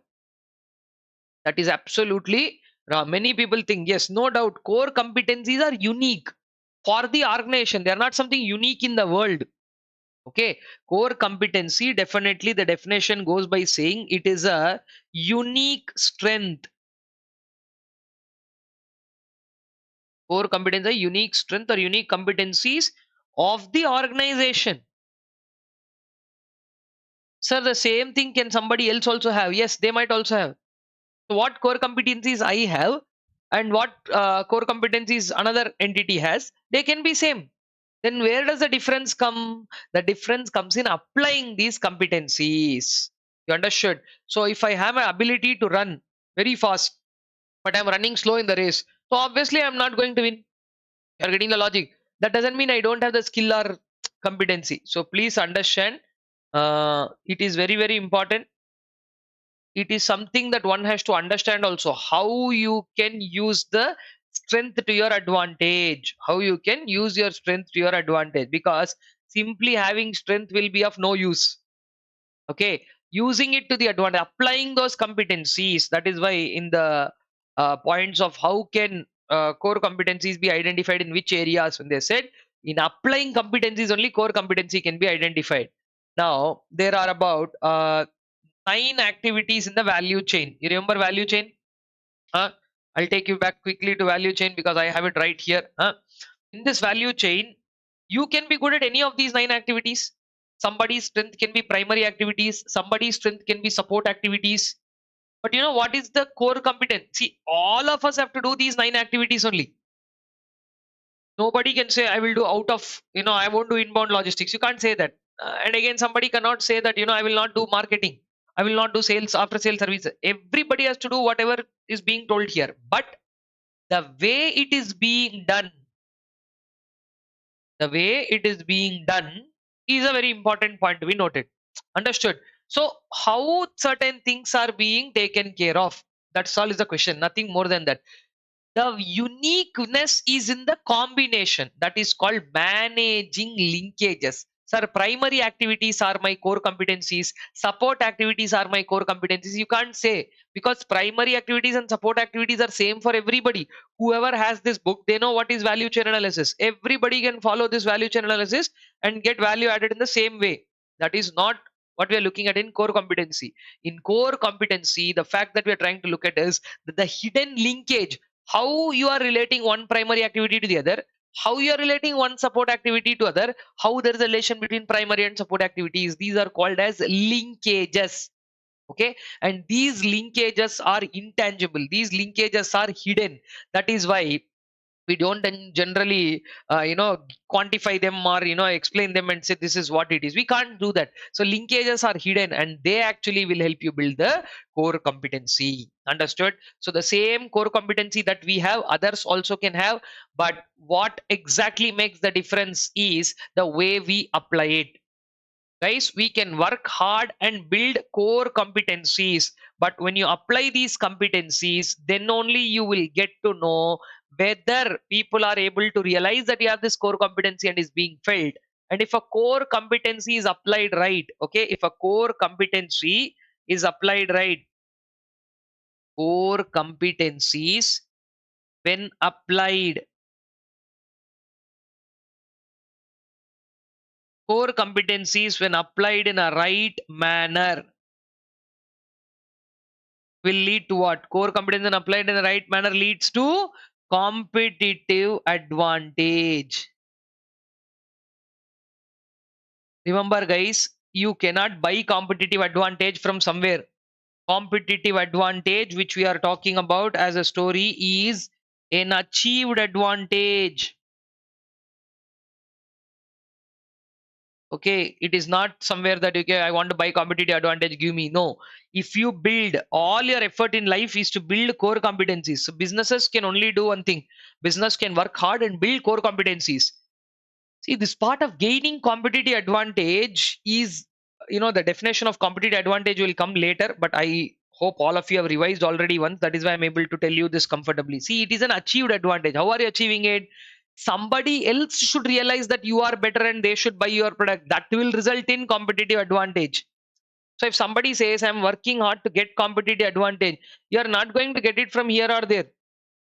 Understood? See, it is not like, okay, I did this, so I'm going to figure out about competitive advantage. That is not the case, right? So if you build core competencies and apply them in the right direction, and of course, if the customer recognizes that your product is better than the other product, then you will ultimately achieve what is called competitive advantage. Soon there is a separate discussion on competitive advantage. We will go there. But before we go there, I hope everybody understood the concept of competency, core competency, how core competencies will lead to competitive advantage. Did you understand all these 3 points? Now, two very important exam questions we are going to discuss. One is about building core competencies. In building core competencies, where are core competencies? Okay. First and foremost question, major core competencies. Major core competencies are identified in 3 areas. How many areas? In 3 areas. Okay. Major core competencies are identified in 3 areas. And there are two people, C.K. Prahalad and Gary Hamel. Why names? Because they have been asked in the MCQs in the past. So very rarely we discuss about names, but here again I would emphasize that C.K. Prahalad and Gary Hamel told that there are 3 areas in which core competencies can be identified. One, how different are you from other competitors? It is called competitors differentiation. What is that? What are the set of 3 points here? We'll write down them. One, guys, please listen to these two questions very carefully. 3 points in this, and then the next point is a 4 pointer on building core competencies. How to build core competencies with 4 points, and four characteristics are supposed to be there. All of you will definitely know it. Okay, valuable, rare, costly to imitate, not substitutable. Those 4 points. So either this question or that question, very much possible of being asked in the exam. So check this out. 3 points are there where you can, of course, build core competencies. What are the first and foremost thing? That you are supposedly something different from your competitors. The first area where these people mentioned, it is called as competitors differentiation. The first area that is where you can identify a core competency is in competitors differentiation. That is, you are some way different from your competitor. Okay, what is that? You are different from your competitor. How? And then see, everybody delivers a product. I think I told you already, one of the most important things is a hidden aspect. That now see, whatever you are doing in today's time, it is very easily imitable. Imitability, a test of imitability has to be established. Sir, what do you mean by imitability here? When you say imitability, which means how quickly it can be copied. So if you are creating something different and there are barriers to imitability, then you will have competitors differentiation. which will be your core competency, which will definitely lead to a competitive advantage. So competitors differentiation will eventually be able to build your core competency. So what I'm discussing is all these 3 points will help you create core competencies. Core competencies, when applied right, it will get you competitive advantage, right? So one, it is about being unique, adding a feature which is necessarily not there with the others. That is called competitors differentiation.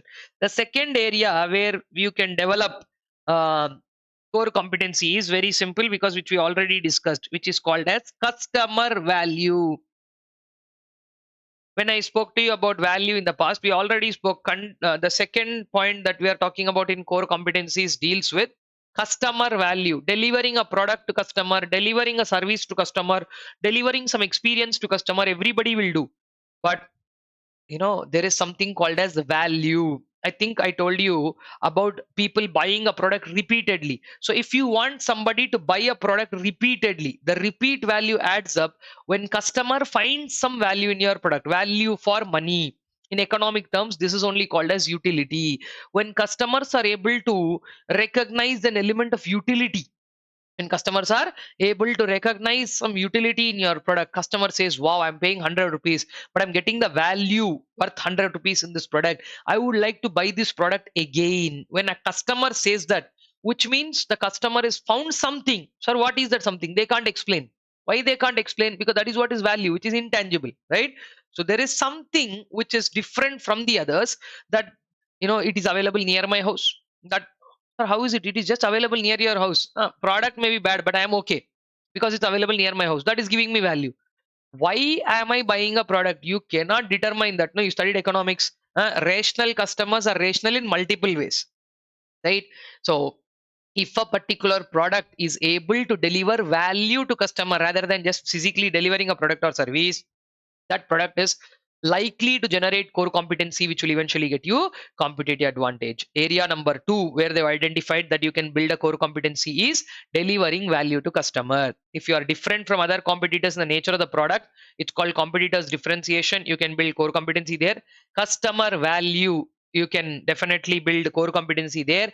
And most importantly, what I was telling all this while, in this particular segment, when we started 15 minutes ago, when we discussed building core competencies, from there I'm telling the same thing. What is that? If you have competencies, it is not enough. What is important is when you apply them, application of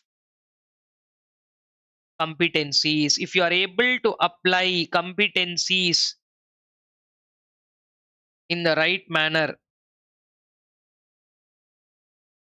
then again you will be able to generate a core competency. Everybody will have capabilities. In this case of applying core competencies only, I gave you the example of value chain. Okay, and remember, in value chain we spoke about managing linkages. See, everybody will follow value chain. Whoever is in business, I'm just saying, whoever follows value chain, everybody will be able to say follow the same nine value adding activities. But there is a way in which you do it, which is exactly what makes this even more special, right? Take a clearer look of the entire story, guys. Lot of point being summarized. This summary I think is going to be of great help to you, and I'm very happy the way this marathon is going on. I hope the same with you. If it is, again you can go to the comment section, and at this point of time you can again leave a comment saying achieved core competencies. That is a keyword that I'm looking at this point of time. Simple. Stage 1 complete. We are about to finish stage 2 right now before we go to crafting strategies, and we will do that. But in the meanwhile, I ask you to mark for Porter's model. Now also you can just a push, go and comment that build core competencies, just like that. All right, if that is done and taken care of, we can move on to the next topic, wherein another very very important exam question is coming up, which says how to build core competencies criteria. Okay, what are the criteria for building core competencies? Let me bring you to that aspect now. Criteria to build, criteria to build core competencies.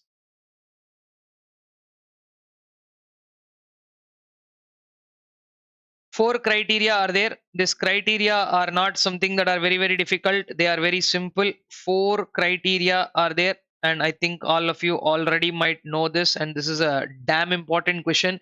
It's been a multiple time asked question in the exam already. And what are the four criteria whenever you build core competencies? See, I think we already discussed about the word sustainable competitive advantage. Competitive advantage everybody can achieve, but to sustain that in the long run, we need to continuously keep reinventing ourselves, rebuilding things, and all of that, right? So the first and foremost criteria is that when you build a core competency, you should not build a core competency, clap and shout that we built something, right? It should be valuable. And valuable means not to you. Okay, it should be valuable to the customer. Core competency should be valuable to the customer. Let me write that here clearly so that you not get that doubt anytime again. Core competency is the first and foremost criteria for building core competencies are it should be something valuable, and to be valuable capabilities. When you do, you create that value for customer. That is when they'll be like, wow, I'm buying this product for something. And then second one, which is being uncommon, rare. Rare means what? Not common. If it is common from everybody, then it won't be obviously tend to become a core competency. It might again be a core competency for you, right? But like I said, if it's not rare, what will happen? Many people will build it. People might have multiple options to choose. They might not exactly choose you only, correct?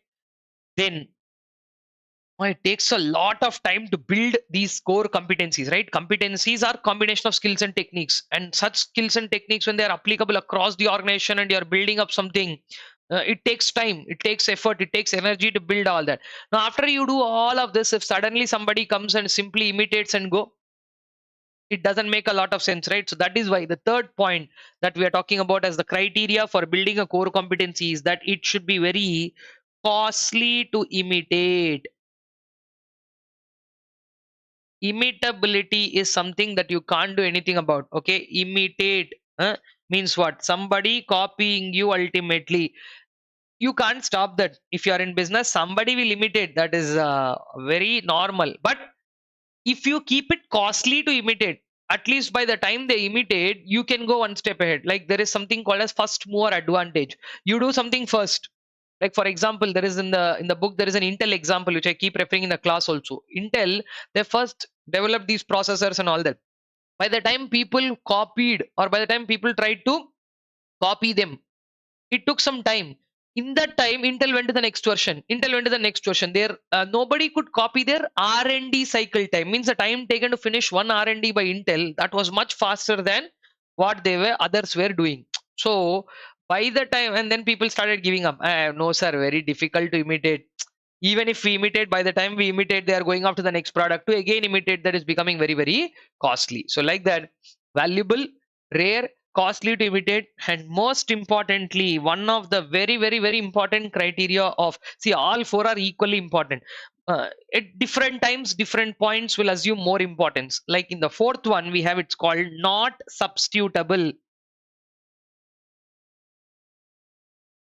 Not substitutable means what? In the first place, many of our products are fantastic, but the problem is suddenly somebody will come into the market who will act as a substitute to our product. At the moment somebody acts as a substitute to our product, I don't, again consider it to be a cheaper product or something like that. But still, even if it is not cheap or something, if that serves the purpose, people will jump after that. Substitutes are very, very dangerous.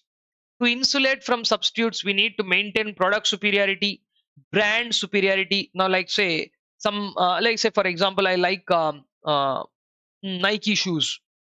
I'd buy that only. Arey, sir, others are also available, no? In Reebok, Puma, and all that. You can buy Adidas also. No, I like Nike. I'm a brand conscious person. Uh, I'm not telling about me. I'm talking about a customer here. So, um, again, being brand conscious, somebody's choice, right? Now, somebody says, I'd buy a Louis Vuitton bag only. Right? I have seen people spend 10,000, 15,000. Okay, girls out there, don't get offended, right? Clothing, handbags, right? There's nothing to get offended about. That's a customer behavior, right? You should understand that. Small, very small bag. You won't be able to fit in a water bottle also inside that.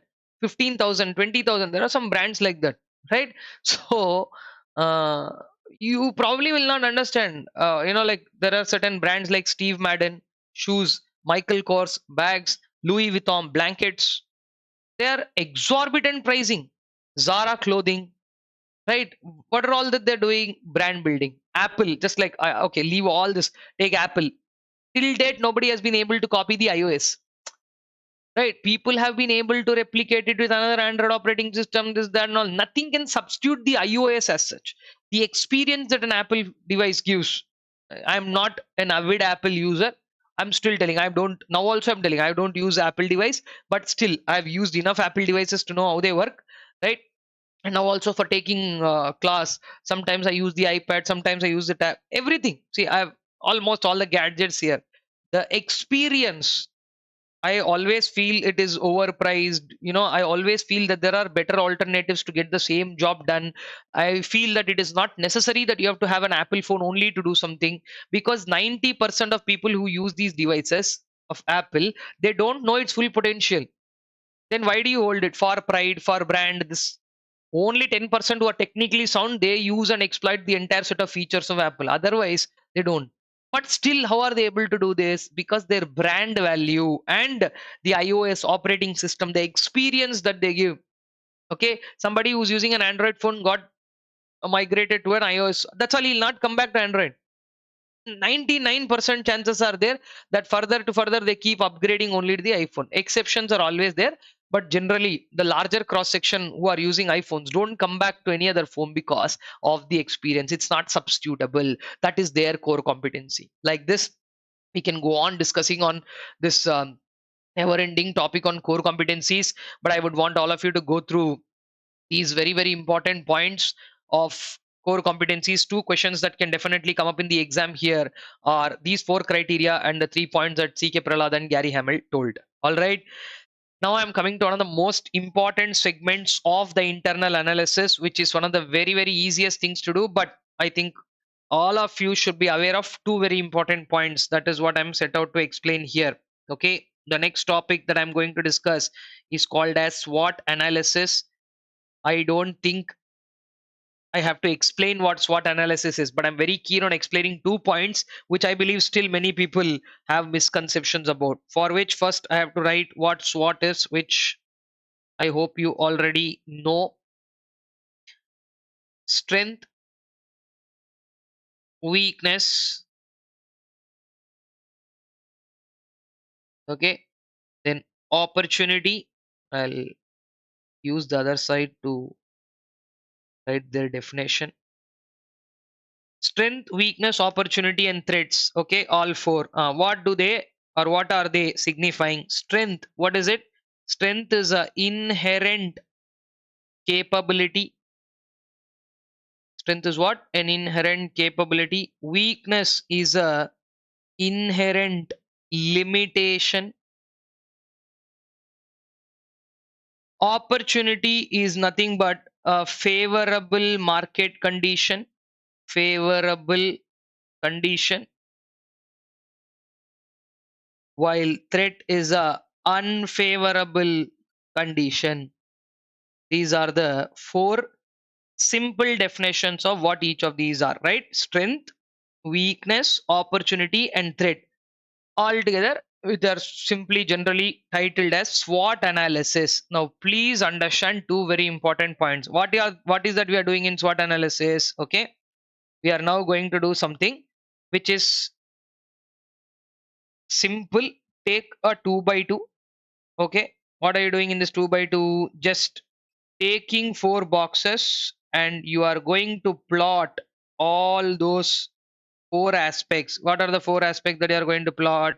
Right, you take strength, weakness, opportunity, and threat. That's all. Okay, you are going to plot all of them. Simple. That's all we are going to do. In box A, we'll plot strength. B is weakness. C is opportunity, and D is threat. Now, very, very important point one needs to understand is SWOT analysis. Whatever you did here is just about plotting everything. It has got nothing to do with comparison. right? I will write that for you as a star point below. I want all of you to realize and understand. Simply plotting strength, weakness, opportunity, and threat in 4 boxes is not a comparison. Okay, using this you can compare strength to weakness, strength to opportunity, strength to threat, like that you can do comparisons. There are 4 comparisons that generally emerge. SO, which means using which strength, which opportunities can you grab, huh? And WT, because of which weaknesses, what threats are coming. Then some of the interesting analysis are ST, because of which strengths, what threats you can avoid, and because of which weaknesses, what opportunities are you losing. These 4 are called as comparisons. But simply plotting here, which is called as SWOT analysis, okay, that is not a comparison. Then what is SWOT analysis? SWOT analysis is a comparative framework. It is what? It is a comparative framework. What is it? It is a comparative framework and not a comparison. Please remember this point. SWOT analysis, it enables strategists to compare. So which after doing SWOT analysis, you can compare. And that too, this is done in not here in SWOT analysis. There is another thing called as Toast matrix, which is not discussed much in your syllabus. So therefore, this 4 point that you're seeing here, no, they belong to the Toast matrix aspect. So in SWOT, what are you doing? Simply SWOT analysis is a combination finally of what you studied in the internal environment and external environment. It's a simple tool to put forth what we have done. That's all. It has got nothing to do with, guys, remember, it has got nothing to do with any comparison. By doing SWOT analysis, we are not doing a comparison. It is just a comparative framework. After finishing that framework, you take anything and compare in any way that you want. Okay, so this is the story of core competencies and SWOT analysis. Again, I would like you to put me on pause here and definitely run through once whatever we have discussed in the last half an hour. Please do so that we can continue discussing Michael Porter's generic strategies.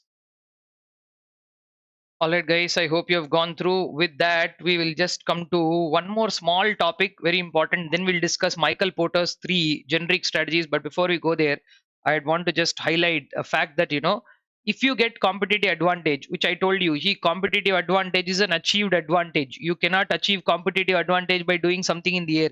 Competitive advantages are achieved by and as a result of having core competencies.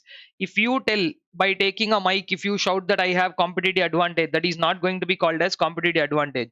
Who should tell you that you have competitive advantage? Your customers will tell. How will they tell that you have competitive advantage? Obviously they are not going to call you and tell that you have a competitive advantage. How is that they're going to tell you? The very fact that customers are going to tell you that you have competitive advantage is by buying again from you. Okay, is by buying again from you. Jack Welch, who was the ex-CEO of General Electric, he in his book made a point saying that if you don't have competitive advantage, don't compete. It's a waste thing, right? But it's very very important for one to understand that competitive advantage is an achieved advantage. It is earned. Okay, I will once again write that for you because here I want all of you to know that competitive advantage means what? Competitive advantage is a achieved advantage over rivals. Okay, it is an achieved advantage. You didn't go and buy from somewhere or whatever it is. Now, the most important question is not about achieving competitive advantage alone. Right? How do you sustain competitive advantage? Another exam question in this aspect is sustainability of competitive advantage. Sustainability of competitive advantage. Sir, how are you talking about competitive advantages, sustainability? I am talking about 4 points here. What are the 4 points that we will be talking about? Two of them are supposed to be there and two of them are not supposed to be there. Right? So I hope again these are words that you know. First one is called durability. First factor is called durability, because a competitive advantage should be able to be stretched for a longer period of time. It should be durable. It should be what customers pay for. It should be useful to them in the long run. That is what durability means. Then, from a product, if you make something out of the product, like if you make some returns out of a product, if you make certain returns out of a product, what you need to do is get something out of that, right? You get returns, and what do you do after getting those returns? You will put it elsewhere. This putting, like, I think all of you prepared what is called P&L appropriation account. Whatever profits we get, we appropriate those profit for the future growth and benefit of the organization, right? So like that here, appropriability, the second factor. Now these two are supposed to be there. I'll say present. These two are supposed to be present. For you to sustain your competitive advantage, there should be durability and appropriability. Then there are two factors. What are those two factors? The next one is, of course, everybody knows this one, imitability. If I think just now I explained you, right? If imitability is there, our rivals will copy something easily. And then the fourth factor is called as transferability. Sir, what are you talking about transferability? I'm talking about transferability of resources. What am I talking about? Transferability of resources. What are we discussing in the transferability of resources part? That these two should not be there. If imitability, okay, if durability, appropriability should be there, imitability and transferability should not be there. This is a very, very important part of the story. Okay, so I would want all of you to go through this entire thing once again. This particular discussion that we had here on core competencies and its four criteria, SWOT analysis, and this piece on this one, and also CK Prahlad and Gary Hamel in this one page here. Okay, lot of exam questions are there. This one is an exam question. This SWOT analysis is an exam question. Four criteria was asked in the exam, and as latest as what we just discussed, to hold sustainability of competitive advantage, that also is an exam question. Okay, so this entire page, whatever we have discussed, it is way, way important. So what I suggest you, of course, now that you've already gone through, I have already given the timeline, so you've gone through that. We will now move on to discussing the Michael-Porter's generic strategy. So to technically wrap up what is called our third chapter in the syllabus of strategic management. So if we wrap up that, then we will obviously be also wrapping up stage 2. Then comfortably we can move on to stage 3, where crafting strategy will come, where we will discuss about stability expansion, retrenchment, and move on to discussing portfolio theories. Two very important discussions will be there after this discussion is over in the next hour. After that, we will come to the last chapter, wherein we have stage 4 and 5. So still there are good things that are coming your way. All I want you to have is, again, hold up your nerves and patience. Moving on right now, let's keep it simple and keep it easy, guys, because this one I don't want to draw much of your headache. So please refer to the book also here, as in when we finish discussing this in short. I want you to give a complete run through to the advantages, disadvantages, and all of that. What we are discussing are Michael Porter's generic strategies.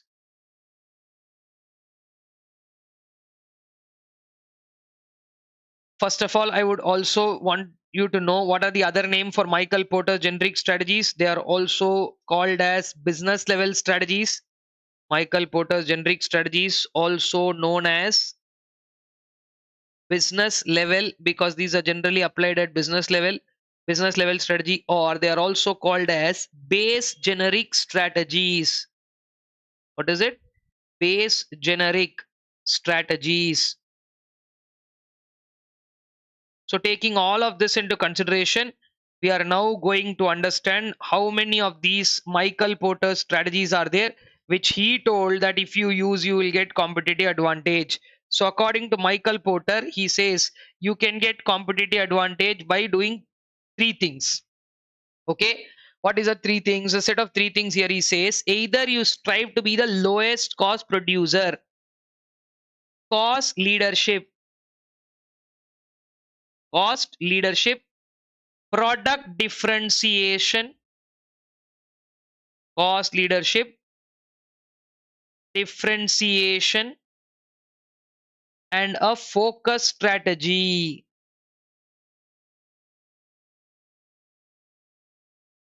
In the focus strategy, we again have two split, which is I'll just write shortcut focus cost leadership and focus differentiation. What these are, eventually we'll get to know. Now, simple points, guys. Each of them have a theme, and you got to stick to that theme. Okay, nothing has to be. I mean, nothing is very difficult in this context. They are all very simple. Like, for example, let us start with discussing cost leadership. What is the concept of cost leadership? Striving to be, striving to be the lowest cost producer, striving to be the lowest cost producer in the market.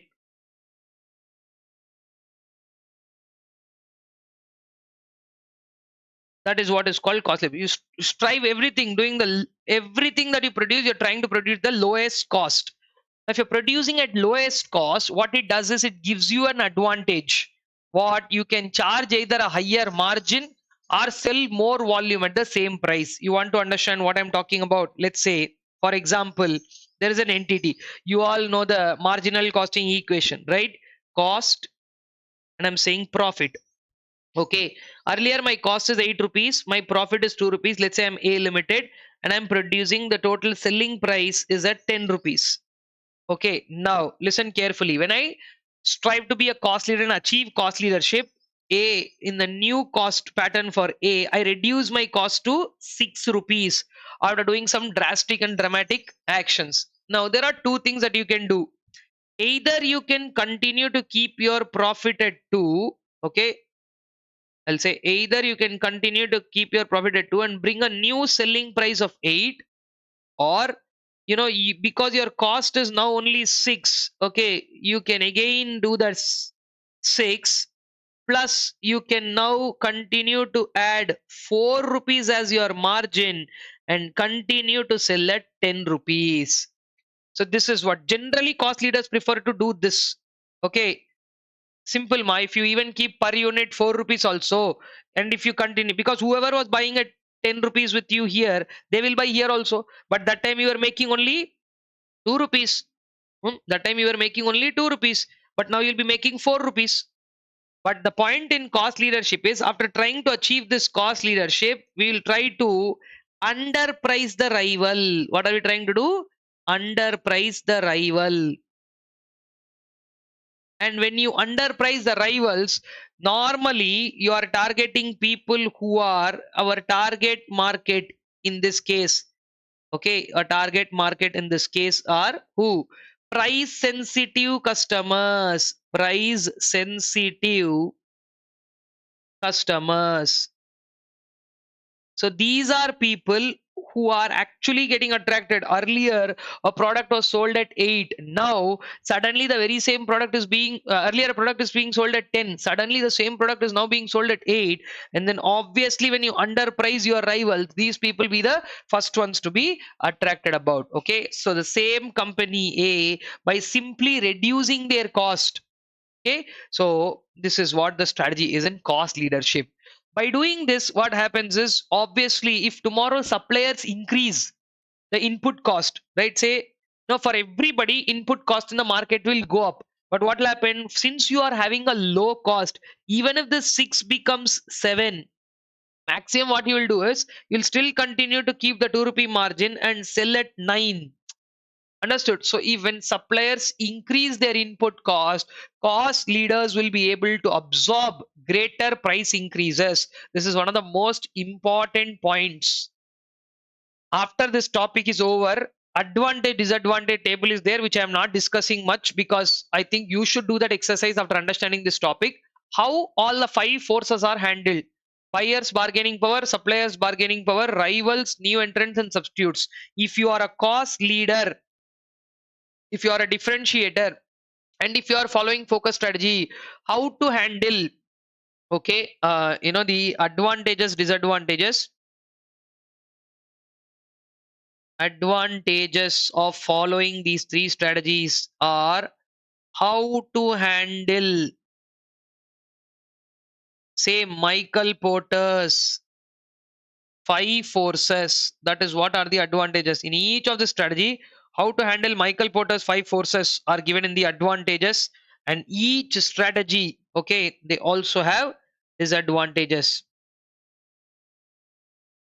Disadvantages also present for each strategy, because in each strategy definitely some drawbacks are there. Like for example, you can't continuously be a cost leader.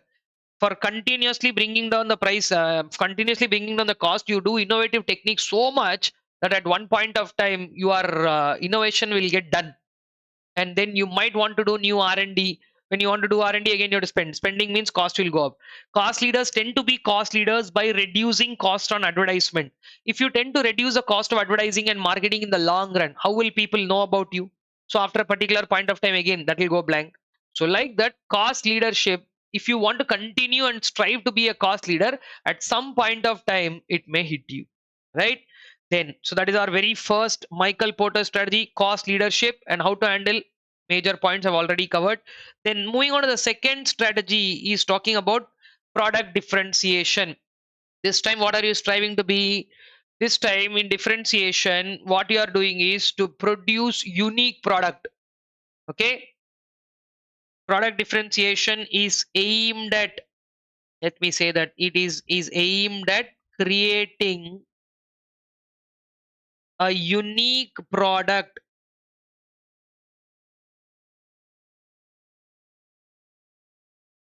And where is this uniqueness? This uniqueness can be in what? This uniqueness can be in color. This uniqueness can be in size, packing, etc. It can be in any factor which the customer is willing to pay for. Okay, again here also, who's your target? If you find who is your target, this time you are not bothered at price sensitive customer. This time your target is price insensitive customers. Who are your target? Price insensitive customers. These are people price insensitive but are sensitive towards the product's features. Sensitive towards the product's features and its novelty. Novelty means something being new, right? I want to watch first day first show only. Normally the ticket is priced at 300 rupees. First day first show ticket is priced at 1000 rupees. Still I'm willing to pay 1000 rupees and watch. Why? Because I'm a price insensitive. I don't bother about the price. My entire idea is to that day I have to watch first day first show. That's all. So like that, when you are trying to cater to an audience whose preferences are something different from price. Here how you said that they are price sensitive, here exactly they are price insensitive. But one thing that you need to understand is cost leaderships also targeting broad market, because larger cross section of people, and product differentiation is also targeting a broad cross section. Only focus strategy is targeting what is called as a niche or narrow market. Okay, only in focus strategy you are targeting a niche or a narrow market. Okay, you are not going to cater the entire market. You are going to select one of the sub markets of the entire thing and cater only to that. That is what will be a focus strategy. But before I discuss focus strategy, I have to discuss one more very important point about differentiation. What is that? Where can you observe differentiation? So what are you talking about? I'm calling as the basis of differentiation. Three ways are there how you can show that you are different from others. First one is the most easiest and visible one. It is called product differentiation. Your product is different from the other's product. Product differentiation is very visible, tangible, and clear that yeah, product A is different from product B. The second one is organization differentiation. Organization differentiation means, this is in other words nothing but power of a brand. What is it? Power of a brand. The third kind of differentiation which everybody thinks is something which can't be done? No. Can you give the same product which others are giving with a unique price? Like you are giving all the features what the others are giving, but you are offering at a price that they can't demand. So where are you showing the differentiation? You are showing the differentiation in price, and price is always affected by demand, correct? See, here in the first one, what is your idea? Product differentiation you are showing based on innovation. Okay, then organization differentiation talks about the power of a brand, and in price differentiation you are catering to the demands of the market, and you are giving either the same product. See, here nobody is telling you high price or low price. Price is different, that's all we are telling. Please remember, that is a very very important attribute of this entire topic. Okay, many times I've tried to clarify that in the class also. Price differentiation doesn't mean you are striving to be low cost producer and all. Cost leadership is totally different. It focuses only on cost, while differentiation purely focuses on products attributes and being unique. In being unique, you can as well show that uniqueness through price. You can either price a product relatively high or relatively low, but uniqueness should be there so that the customer will pick up the product. That is called price differentiation. Okay, so that's how differentiation works in three ways. Here also, how to handle five forces are given. Like obviously you can handle rivals because you are giving unique product. Greater price increases, just like how cost leader was able to absorb greater price increase, here also you can get that. And one more very important thing is, if you are a differentiator, if you are able to differentiate, let me add up a point here, right? Differentiators will, you can always charge premium pricing, charge premium. You can always charge premium from your customers because you're offering them something very important and unique from their perspective. Okay, so that is what the second part of our discussion is. First one is cost leadership. I hope everybody understood what cost leaders are and cost leadership is. So that, okay, the first part. Then we are now going to talk about the last piece here, which is talking about a focus strategy, where in the focus you are purely targeting on the narrow market niche. Okay, focus strategies is where, again, let me write that, you are hitting only a narrow market niche with what? With specific tastes and preferences. Specific taste and preferences. Please understand, generally focus strategies are not applicable to necessity goods and all that. Generally I'm saying we can always do whatever we want, but generally focus strategies are applicable to luxury goods or comforts and category of that segment. Okay, narrow market niche they target, with people with having specific taste and preferences. Now also within the concept of focus again within that narrow market, you can try to be a cost leader who's called as focus cost leader. You are trying to be a cost leader within the focus group. Like say for example, if this is the entire market, you are not targeting the entire market, you are targeting only a portion of that, right? So your market niche is only this. Now, please understand, there is no rule that others should not focus in that market. So others may also focus in the same market. Then how will you get an advantage? Either you be a cost leader within that focus market. See, this piece only is called the focus, right? That is your focus, narrow niche.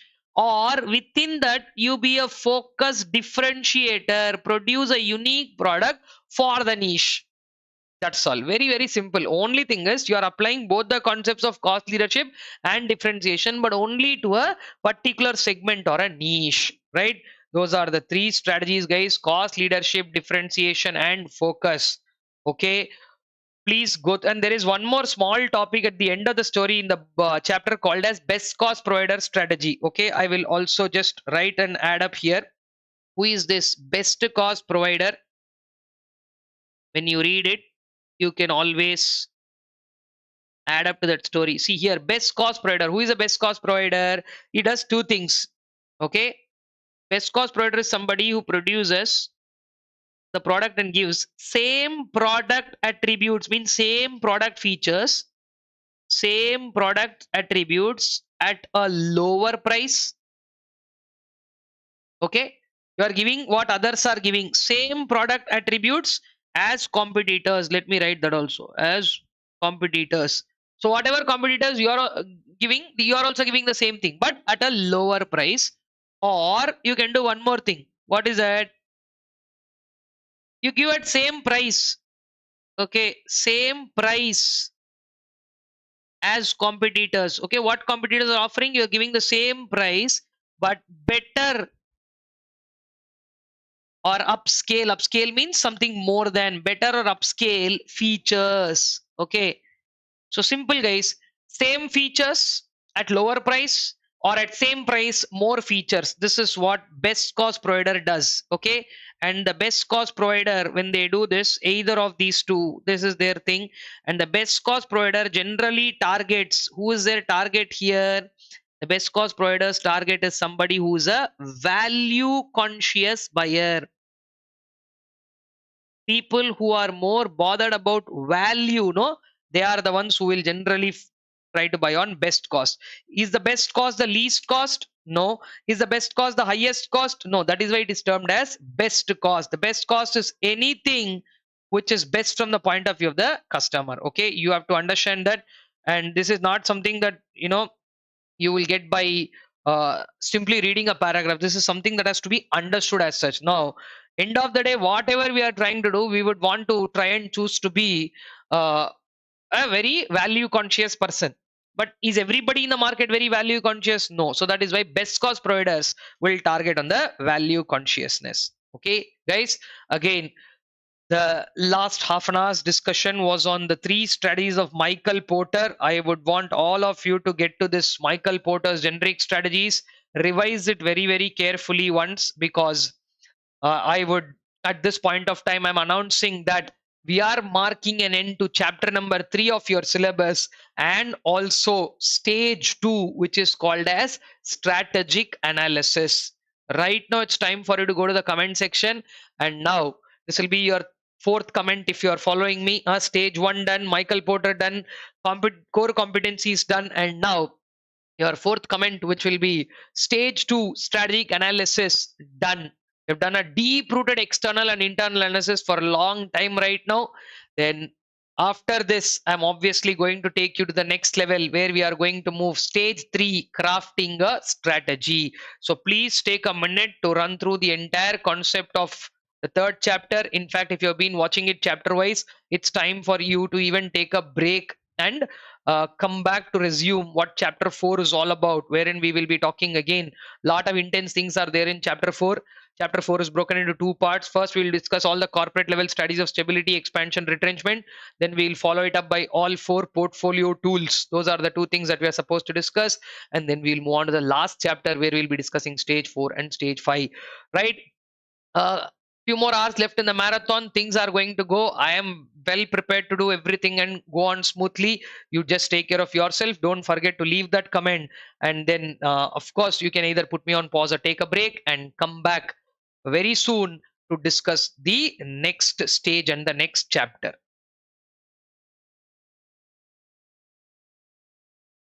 All right, guys, with that, I hope we have wrapped up chapters 2 and 3, and also a very, very long stage 2.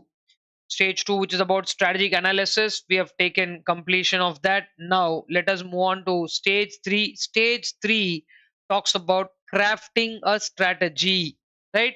So, even these Michael Porter's generic strategies, what you're saying, they might as well be discussed under the concept of strategic options.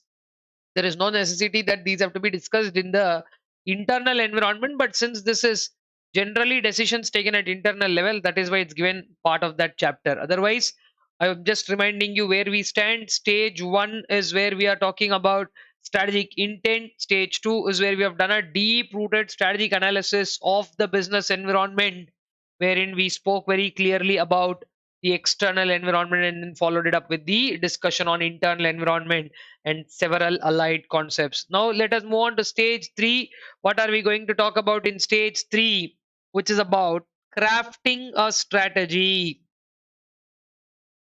crafting a strategy.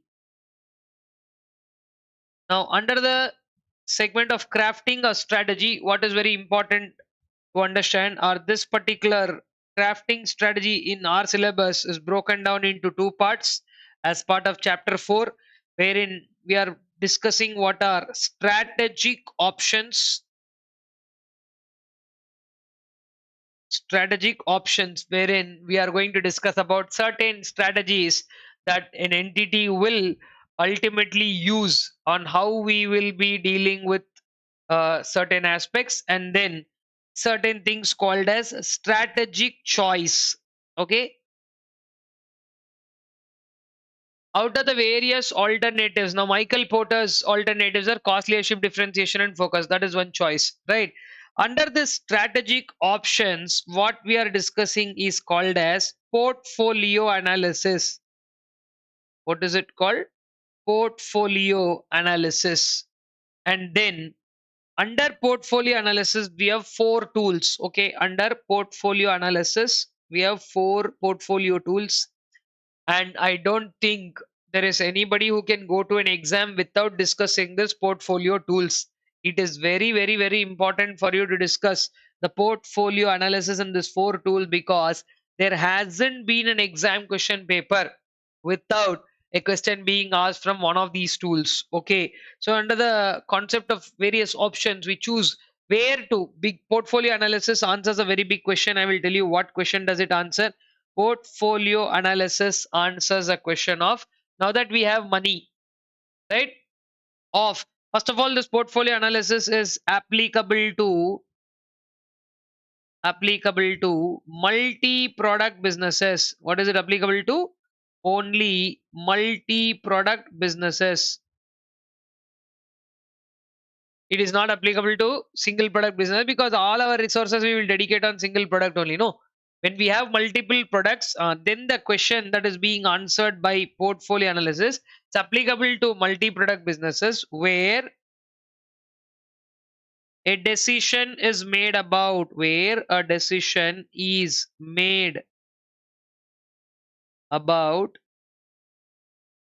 what, which business which business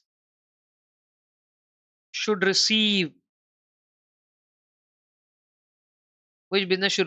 high, low, or no investment.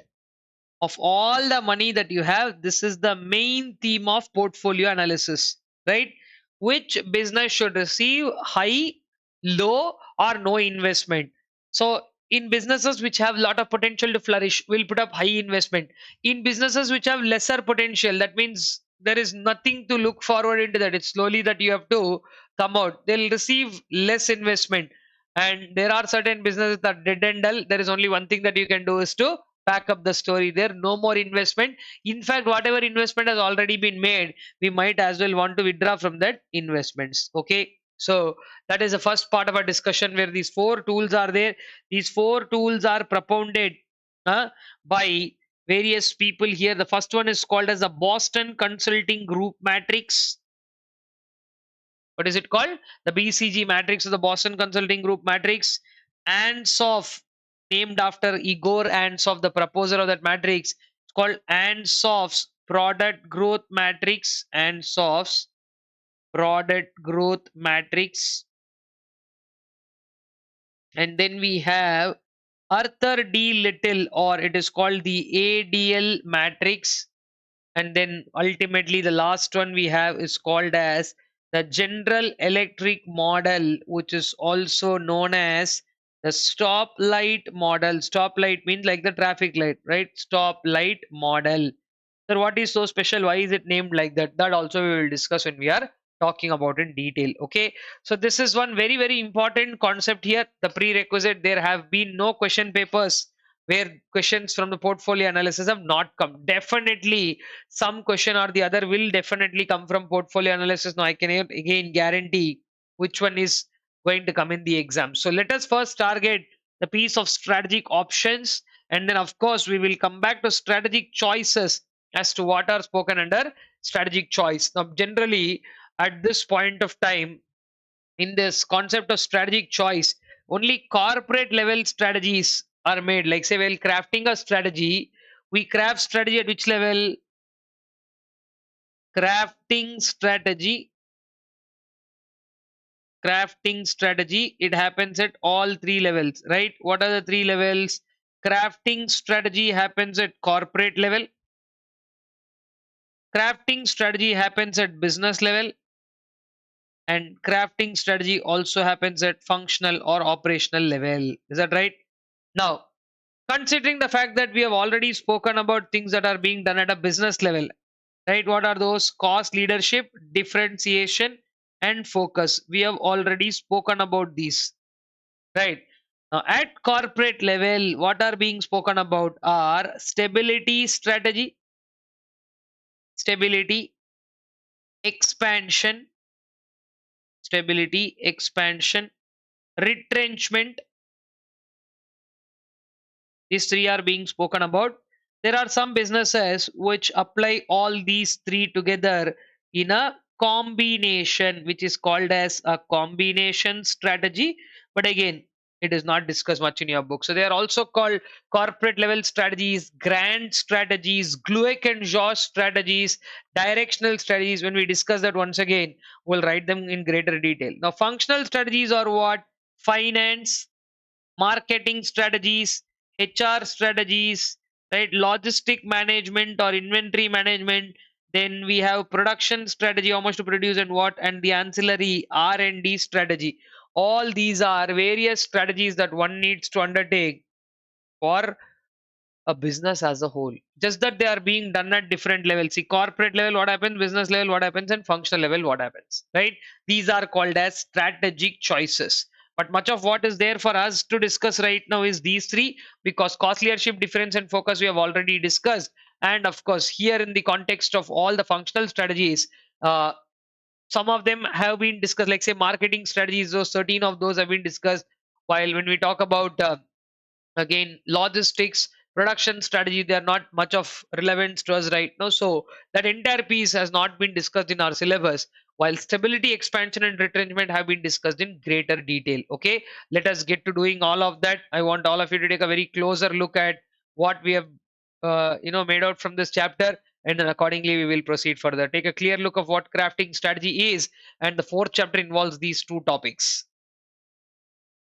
All right, guys. So I hope you've just gone through this entire story. Now, what we are going to talk about are the set of four portfolio tools. I will start by discussing the portfolio analysis or portfolio tools by discussing Ansof's product growth matrix. Okay, let's say portfolio analysis. That is the first. I mean, like that is the topic. Let us discuss that. Okay, portfolio analysis, wherein the first topic that we are going to discuss, let us name it here on this side, where we will talk about Ansoff product growth matrix.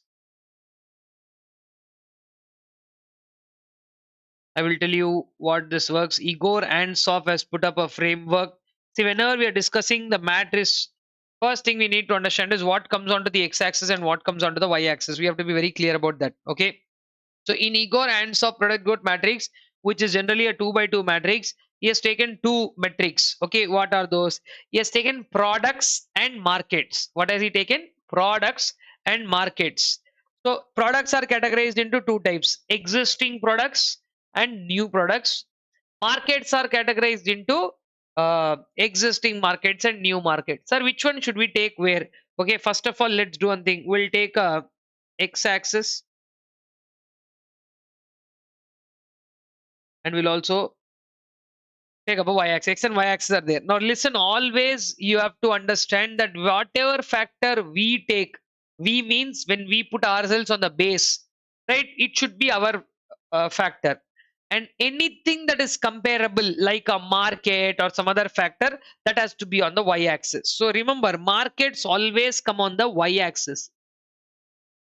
Markets, they always come on the y-axis. And what do we have? We have products, right? So products always come on the x-axis. Okay, we'll take products here on the x-axis.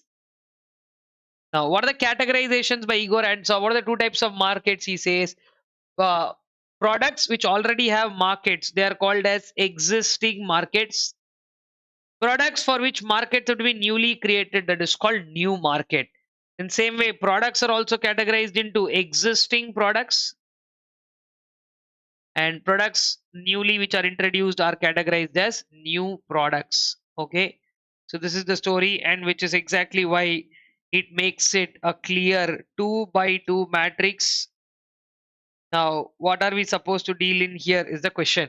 Now, what does each one of these box depict, and what should we do? That will be the bigger question to understand. Okay, so let us now see how we are to adjust and get there to the story. Okay, let us see, if you are introducing an existing product into an existing market, existing product into an existing market, if you are introducing, it is called as market penetration. What is it called?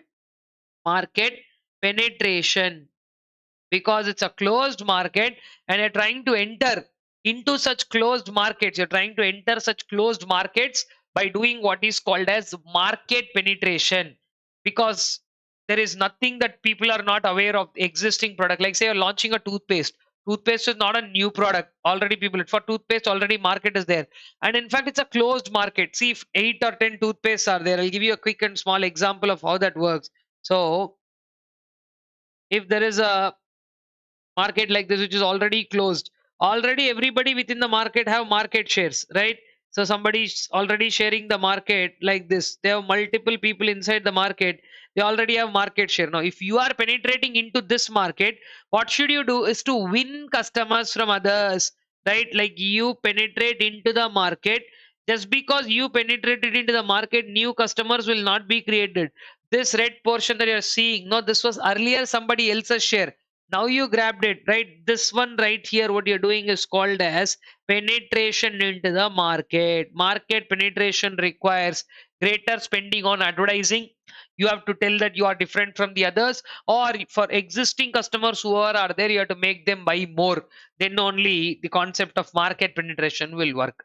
Okay, and then there is another name when both are new. We are again going to discuss in greater detail in the next topic. That is why I'm doing portfolio analysis first. If you see the book pattern, no, portfolio analysis is discussed later. First, all the strategic choices are discussed. But I have a particular reason why I interchange this. First, if you know this, then we can discuss all those aspects in greater detail. Say, for example, here, when both are new, you know what is it called? When both are new, it is called as diversification. It's an extremely risky strategy. You have not done this before. You are not in this territory. You are trying to do it now.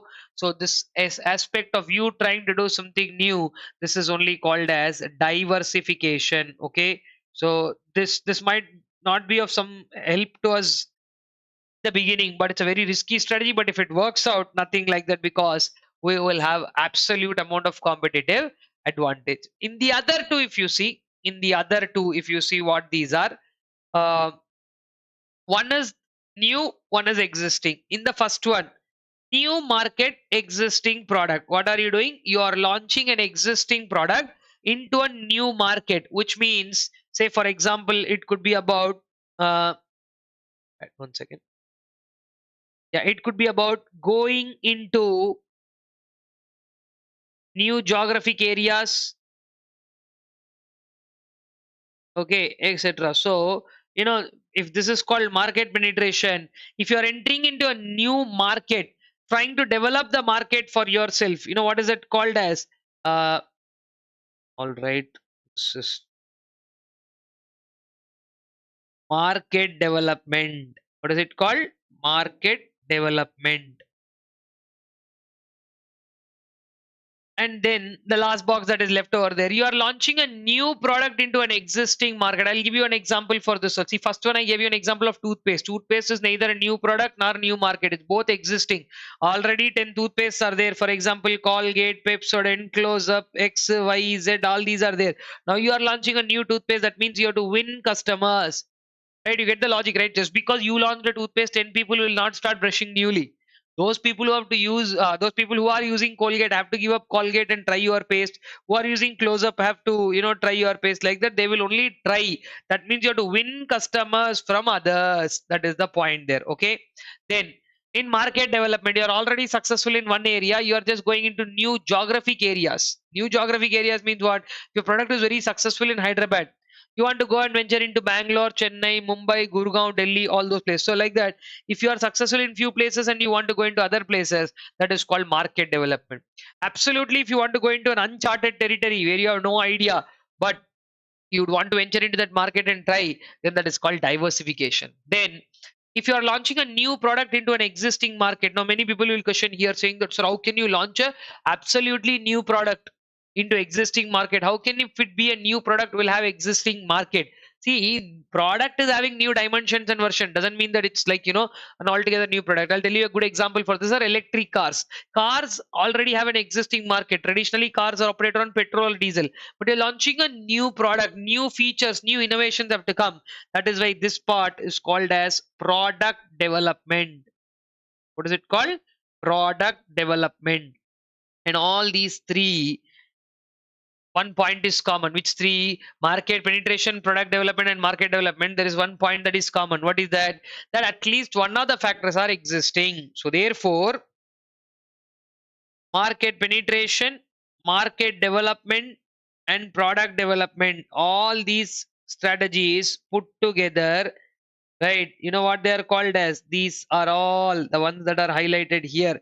They are called as intensification strategies. So if you broadly look at the story, there are two concepts. What is it? Intensification and diversification. This entire highlighted area is called as intensification. Okay, Igor and Sof explain that this particular term that we have to use for this is called as intensification. And the other side of the story, whatever we spoke about, no, that is called as diversification.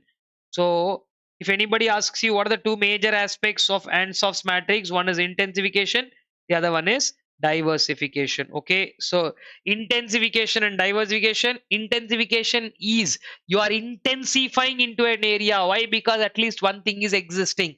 Market penetration, market development, and product development are three strategies which definitely are what? Intensification strategies. While you are going into completely a very risky dimension, which is what is called as diversification. Okay, so this is what Ansof's product growth matrix is all about. Take a very closer look at that Ansoff product growth matrix and all the 4 points. I would want you to definitely get to read these 2 points. Okay, now there is one more matrix that I would like to discuss here, which is called the ADL matrix.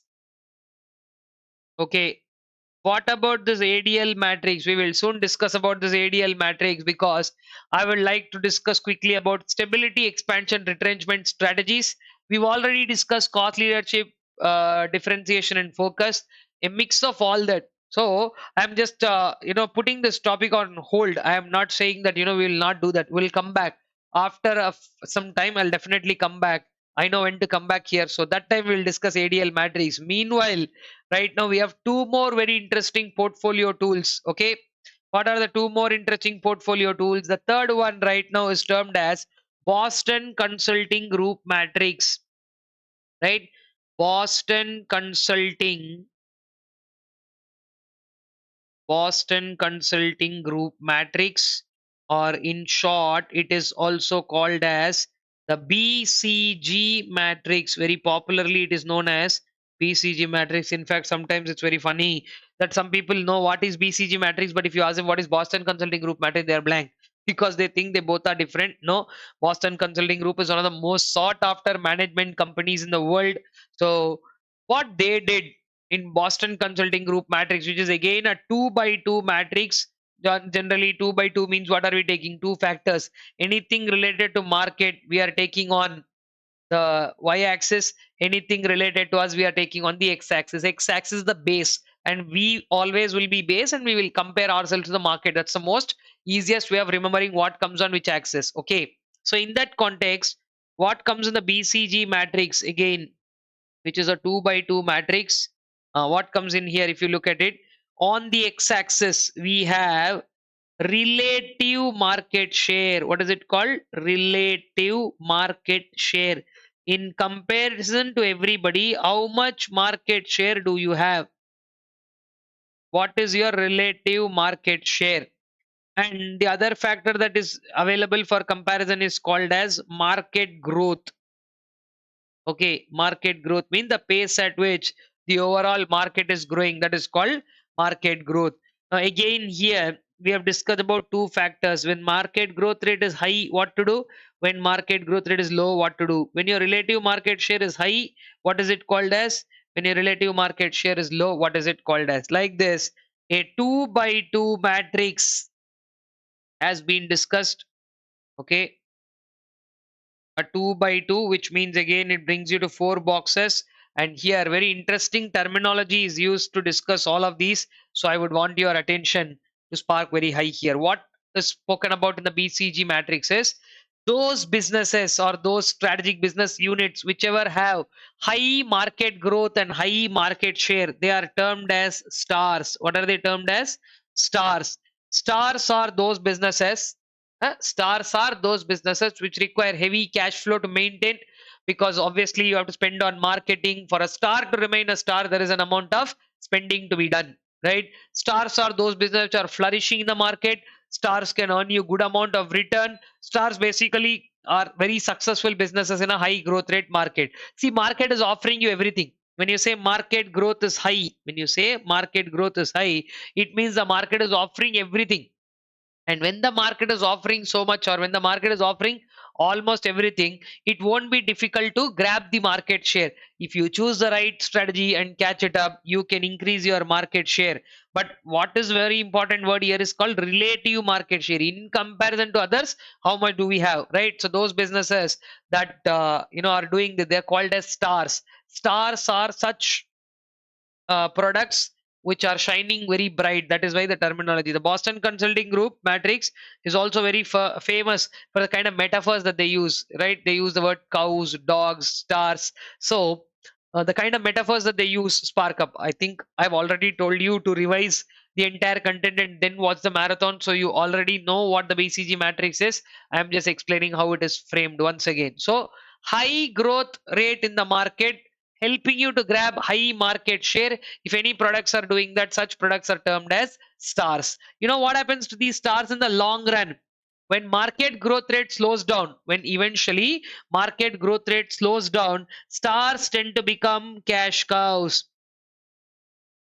Cash cows are not created products. Okay, you don't create a cash cow. You create and focus on working and making it a star. Stars in the long run will eventually become a cash cow because market growth rate has slowed down.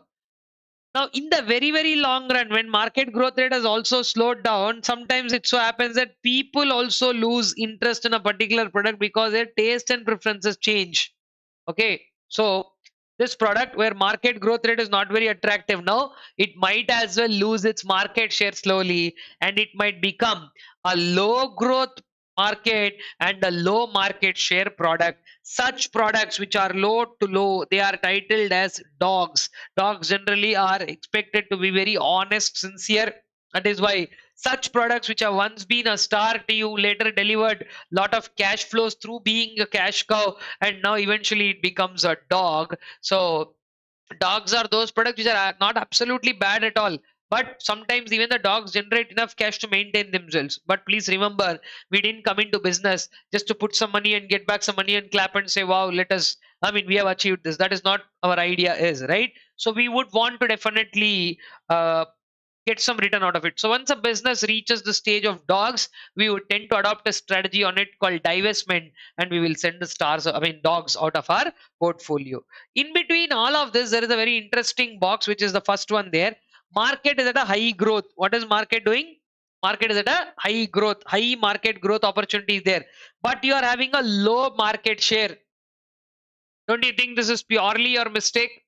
Even when the market is giving such a high potential for you to grow in this box, why are you not growing? Why are you not grabbing the share that you are supposed to grab? So such products where we don't know the reason of, that is why they have been titled as Question marks. Question marks are those products where there is some problem in it. I don't know what the problem is. Is the problem something to do with the product? Is the problem something to do with the marketing? Is the product something to do with delivery? Is the, what is the product something to do with? Where we, if we can make changes. Now remember, very important point. If you can make changes to these question marks, immediately they can jump into becoming a star. And again, the life cycle continues. Stars can then become cash cows, and cash cows will eventually turn out to become dogs. It's one wonderfully crafted matrix where all these points have been put in. But this is only BCG matrix classification. Remember this. What is the BCG matrix talking about? The first part of BCG matrix talks about what is called as classification. Then the same BCG also gives the Boston Consulting Group matrix. BCG matrix gives you strategic options. What are the options that you can do with it? There are 4 words that generally are discussed in this context. One is called build. Build means to put money into business, to put money, which means in other words to invest. Build. Second one is called hold. To remain unchanged is called as hold. Just be there wherever you are, remain unchanged. Then third one, slowly pulling back your money is called harvest. To generate immediate cash flow, to generate some immediate cash flow. Generate some immediate cash flow. What you do is called harvest. And to sell a portion of a business is only called as divest. That is the fourth option, which is to sell or liquidate. Sell or liquidate a portion of our business. So that is what are the 4 strategic options that are given by the Boston Consulting Group matrix, which is to invest, to remain unchanged, generate immediate cash flow, to sell or liquidate. These are the 4 strategic options called build, hold, harvest, and divest. Now, apart from doing this, we should also finally conclude it or relate it by doing what with what. Okay, what do you do with stars? Stars require a lot of cash, I told you. So obviously you will build or invest in a star, right? No doubt in that. Cash cows, what do you do with cash cows? Generally cash cows are high income generating.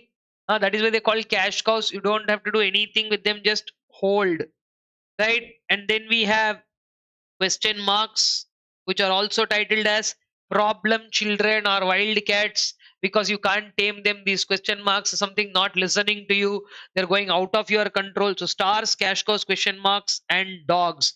With dogs there are no two thoughts. Dogs have lived their life, there is nothing that you can really do. So divest. Okay, build, hold, divest is over. Now obviously you will think that you can fit in one option of harvest. Question marks, there are 2 things.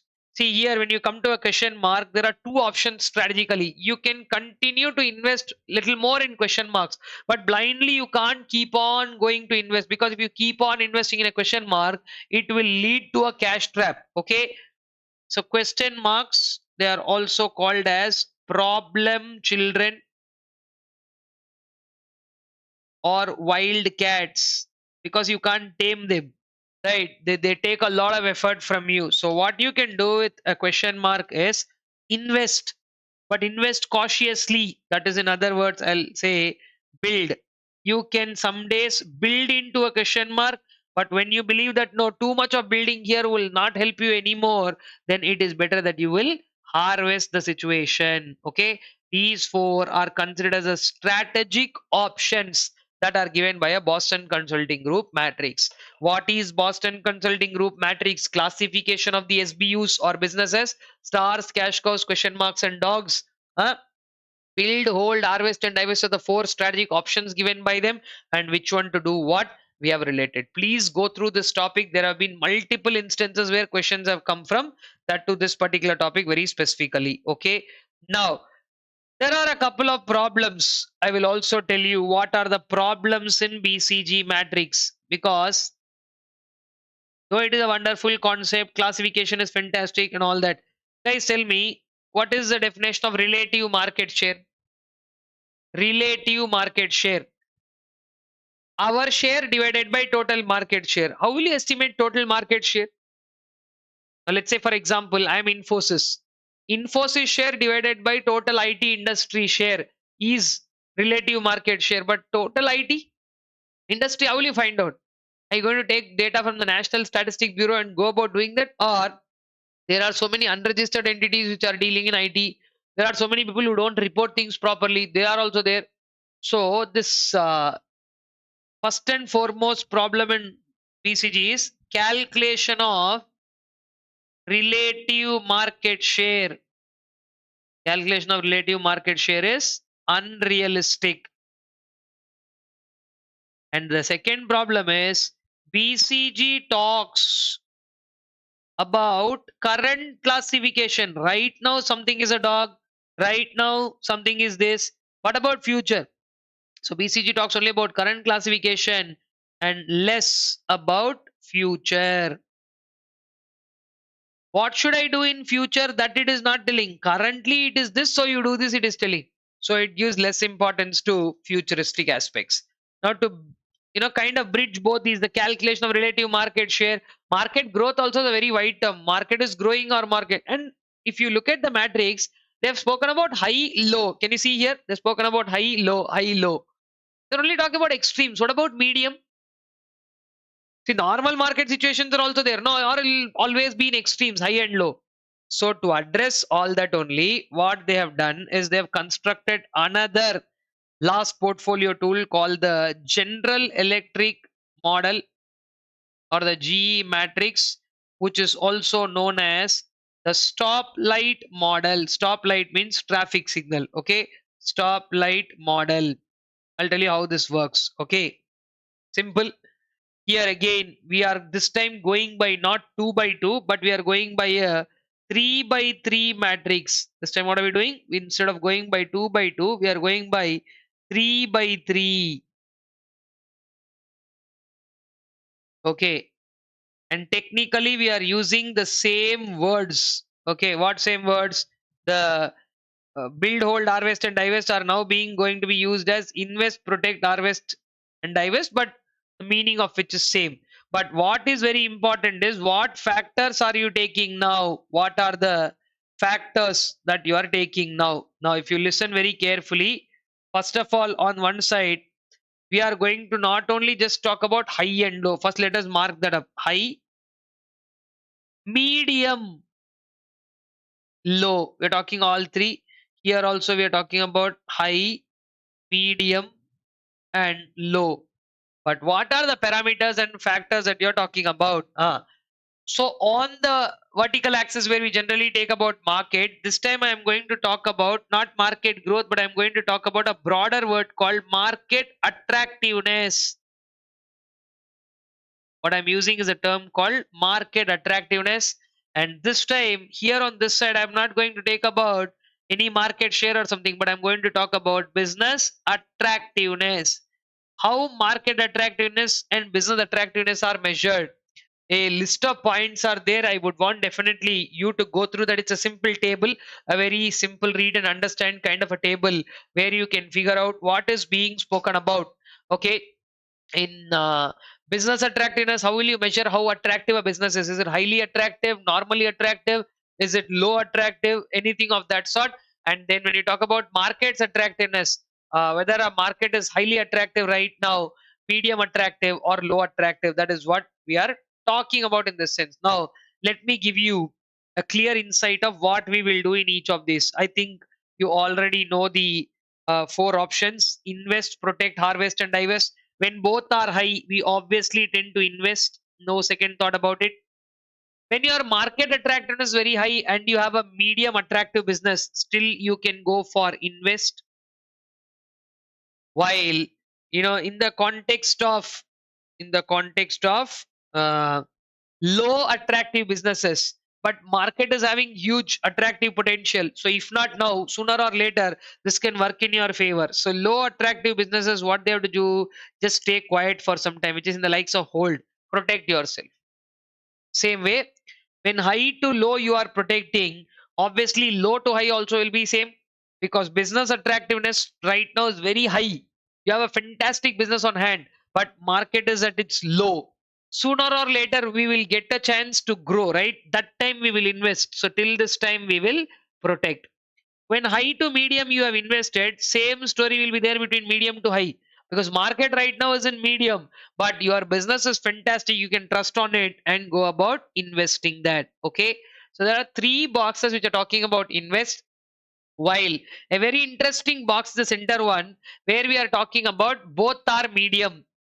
Guys, if both are medium we can still go ahead and invest, but you know what is the danger there? When both are medium, if you invest, when both are medium, if you invest, suddenly see, if it goes upside, nothing like that, you will be the most profitable person to go upside, no problem. But if it goes down, then you will curse your investment. So generally, there in market there are different types of people. In stock market also, we have these kind of people who are called as risk takers, risk averters. So a risk taker's behavior in when both are medium will be to invest, because he's always hoping that it will go up, and if it goes up, nothing like it, they'll make the most of it. But sometimes it may so happen that everything can't be going in our pace and our understanding, right? So sometimes things may not go as planned. So therefore, it is better to stay a little cautious. So those people who want to avert risks, what they will generally do in business, here at this point, they will continue to protect. So there is one part of the entire matrix where you are expected to completely protect yourself. That means it is trying to be in the safe zone. Okay, that is what protect is all about. But on the other side, there is a very bright, okay, something like a green signal where you can comfortably go and invest. So one part of the matrix talks about invest, one part of the matrix is talking about protect. Now if you look at the other sides of the story, business attractiveness is absolutely low, market is also very very medium. I think it's time you have to call off your money or to take your money and slowly go. It is called as harvest. And here also on this side, medium to low also, you will do the same thing, harvest. And when both are low, since it is very very dangerous to stay there anymore, you will take your share and go away. It is called as divest. This basically is the red zone. Okay, so that is why this particular is called stoplight model. One signals green, one signals protect yellow, the other one is a red zone. Okay, so basically, you're talking about what has been zoned out, nothing more than that. Okay, so that is the description of a General Electric model, how it has come. Everybody can by heart everything from the book, but this is the understanding of how it has come. Okay, so now this one is a better classification definitely than the BCG, because it's given due weight. Market growth, okay, in the context of market attractiveness, market growth is only one factor. Market growth is only one factor. There are multiple factors under the term market attractiveness. So, another very important point to make up here is both market attractiveness and business attractiveness. Both these are very broad terms. Market attractiveness and business attractiveness are very broad terms in comparison to market growth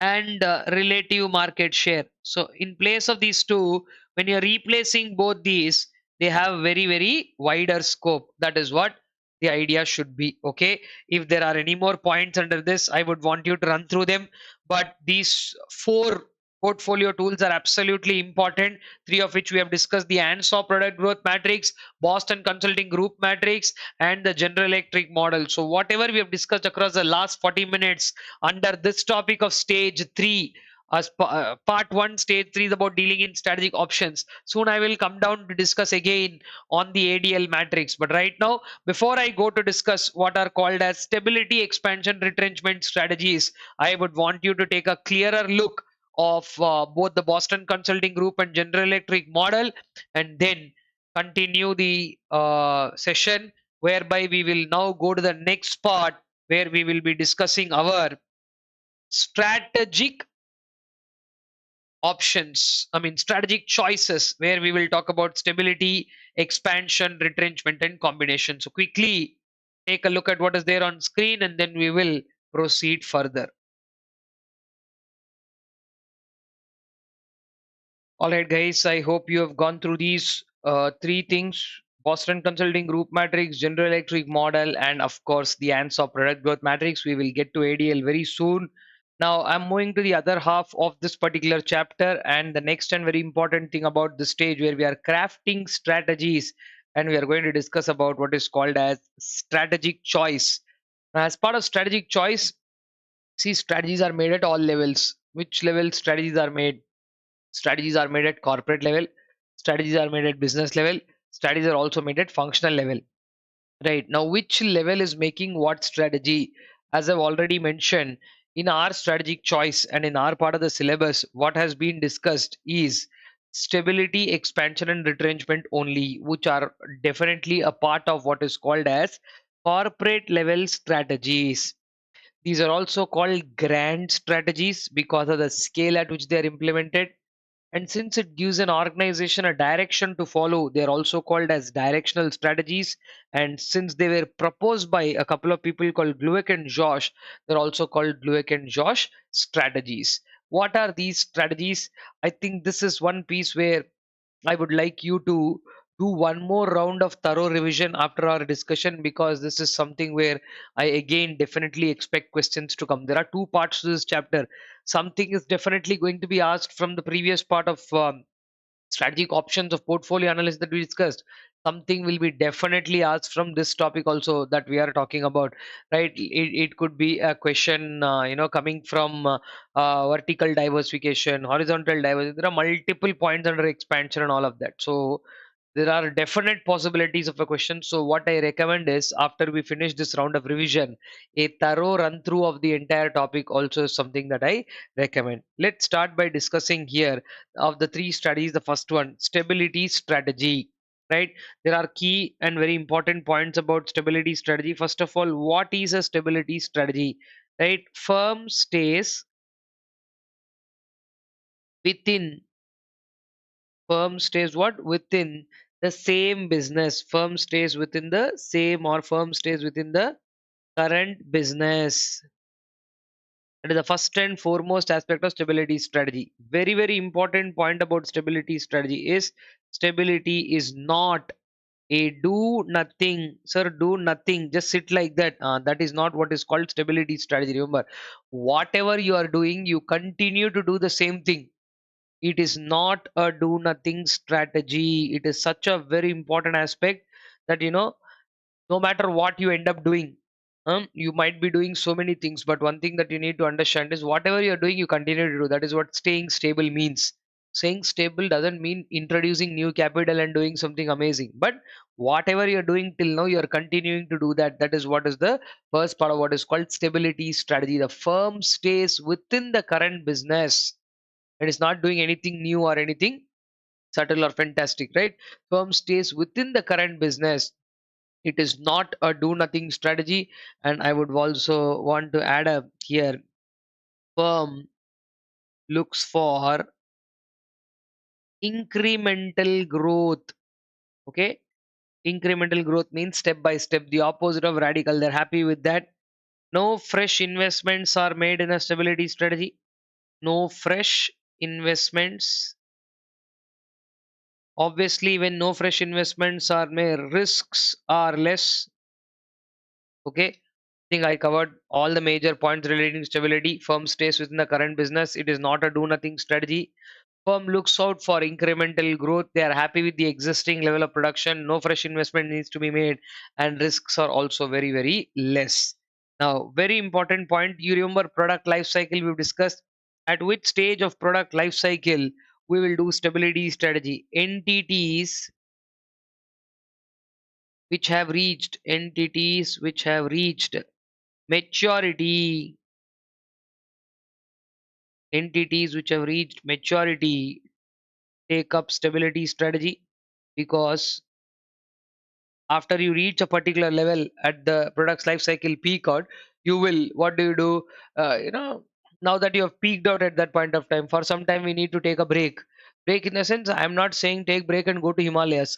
I'm saying take a break and do whatever you are doing, do that only. Don't do something new, innovative, unnecessarily putting pressure onto the situation. All that is not required. That's all.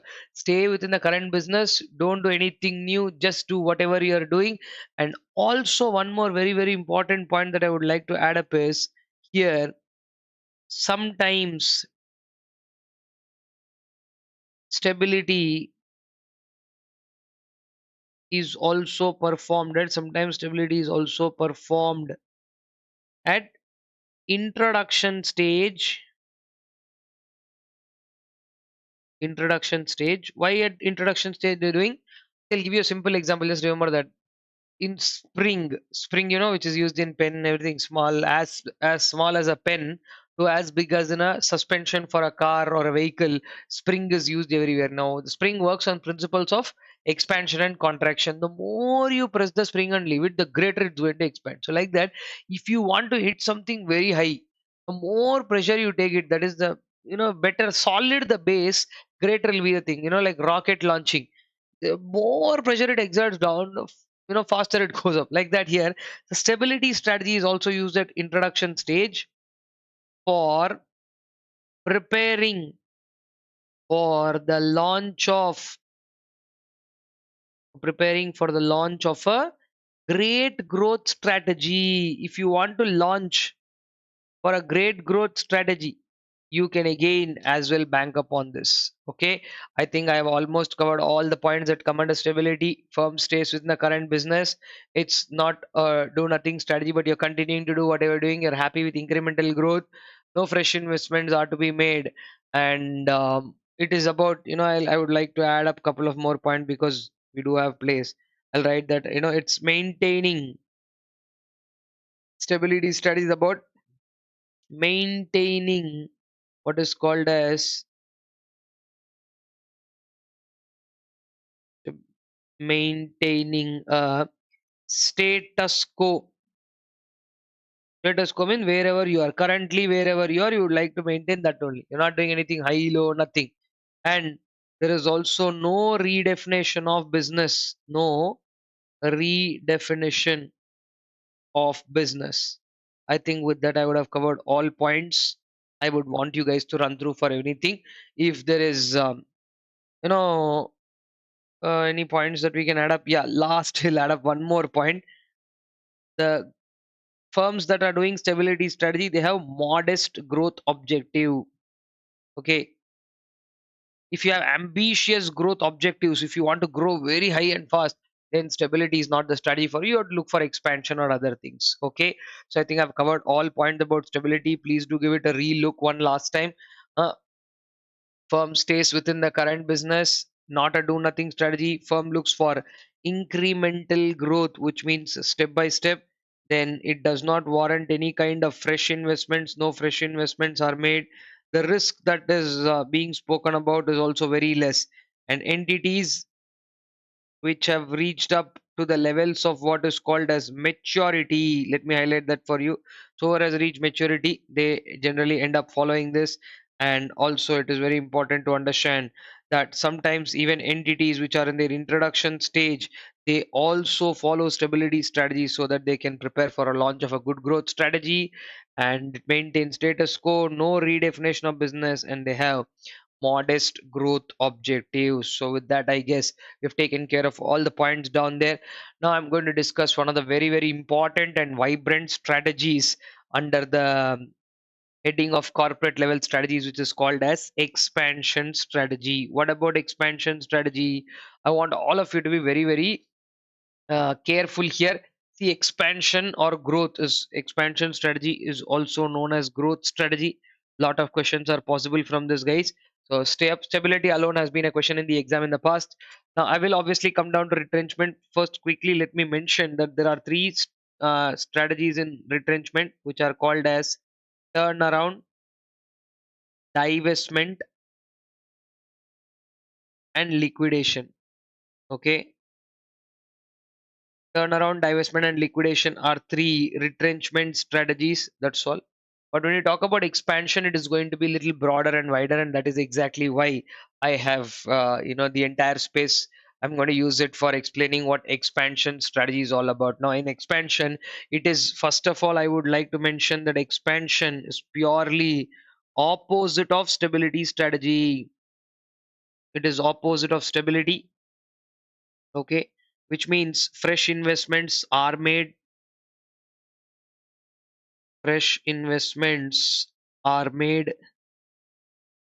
Obviously, when investments are made, risk tends to go higher. Risks are high. Okay, risks are also high in this because it's purely straight and opposite. Okay, and here we are looking for radical growth. We are not happy with incremental, step by step, and all that. We are looking for radical growth. And now, how can you do expansion?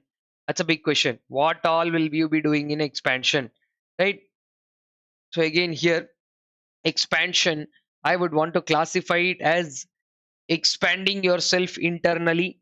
Okay, so expansion, let us see this. I want all of you to understand how I am framing this up, so please concentrate. Expansion, broadly we are splitting it into two parts. Expansion in terms of internal growth opportunities, okay, internal growth, followed by external ways of expansion. Okay, internal growth opportunities are again sizably seen broken down into three.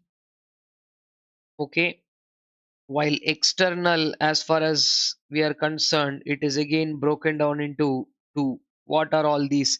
Let us go ahead and fill one by one. Internal growth opportunities or internal aspects, we have intensification. Internally you can do intensification. Now you really don't have to be worried about intensification because I believe you already know what exactly intensification are, because I marked up sometime back in the ants of product growth matrix. Do you remember those three aspects of what we called as market penetration, market development, and product development? Market penetration, so let me write it in full. Market penetration, market development, and product development, right? Which are the same points which we discussed in Ansoff's product growth matrix. Introducing a new product into an existing market is called product development. Introducing it into a new market is called market development. While both are existing, it is called as market penetration. Then, so I don't think I have to explain this again. I hope all of you are already clear about the three aspects in intensification. The second aspect that we're talking about here are called as diversification. Okay, diversification is not something that happens daily. Diversification is a very valuable aspect to an organization. Not everybody wants to go into diversification. So if at all you decide to do diversification, what sort of a diversification will you do? Again, diversification is broken down into four aspects of diversification. If you want to know what those are, they are called as vertical, horizontal, then we have what is called as concentric diversification, and then we have conglomerate diversification. And the third and very important aspect which has been added to the list of internal growth aspects, it is called as innovation. If you are finding out something new that has not been found in the past or before, that is only titled as innovation. And there is no much of a discussion on innovation apart from the points that are discussed there. We don't have much to talk about that. Okay, so this basically what you see right now here on screen, they are only considered to be internal growth aspects. What are internal growth aspects? Three of them: intensification, diversification, and innovation. Okay, take a look at those. Then we are moving on, guys. Then what we're talking about is on the other side of the story, which are external. Now, the thing about external is, if you have to see this, exactly what we have here in terms, okay, The same four terminology, generally what we are talking about in terms of terminology: vertical, horizontal, concentric, and conglomerate. These same four, they are also there, but this time one entity is not doing it. I will explain the difference. First, I will make a mention of the point here, that is, we are now going to talk about mergers and acquisition. Mergers and acquisition. What is merger? Two entities coming together to form a third new entity altogether is called a merger. While one financially stronger entity, if he buys out the another entity, that is called as acquisition, right? So this is what mergers and acquisitions are all about.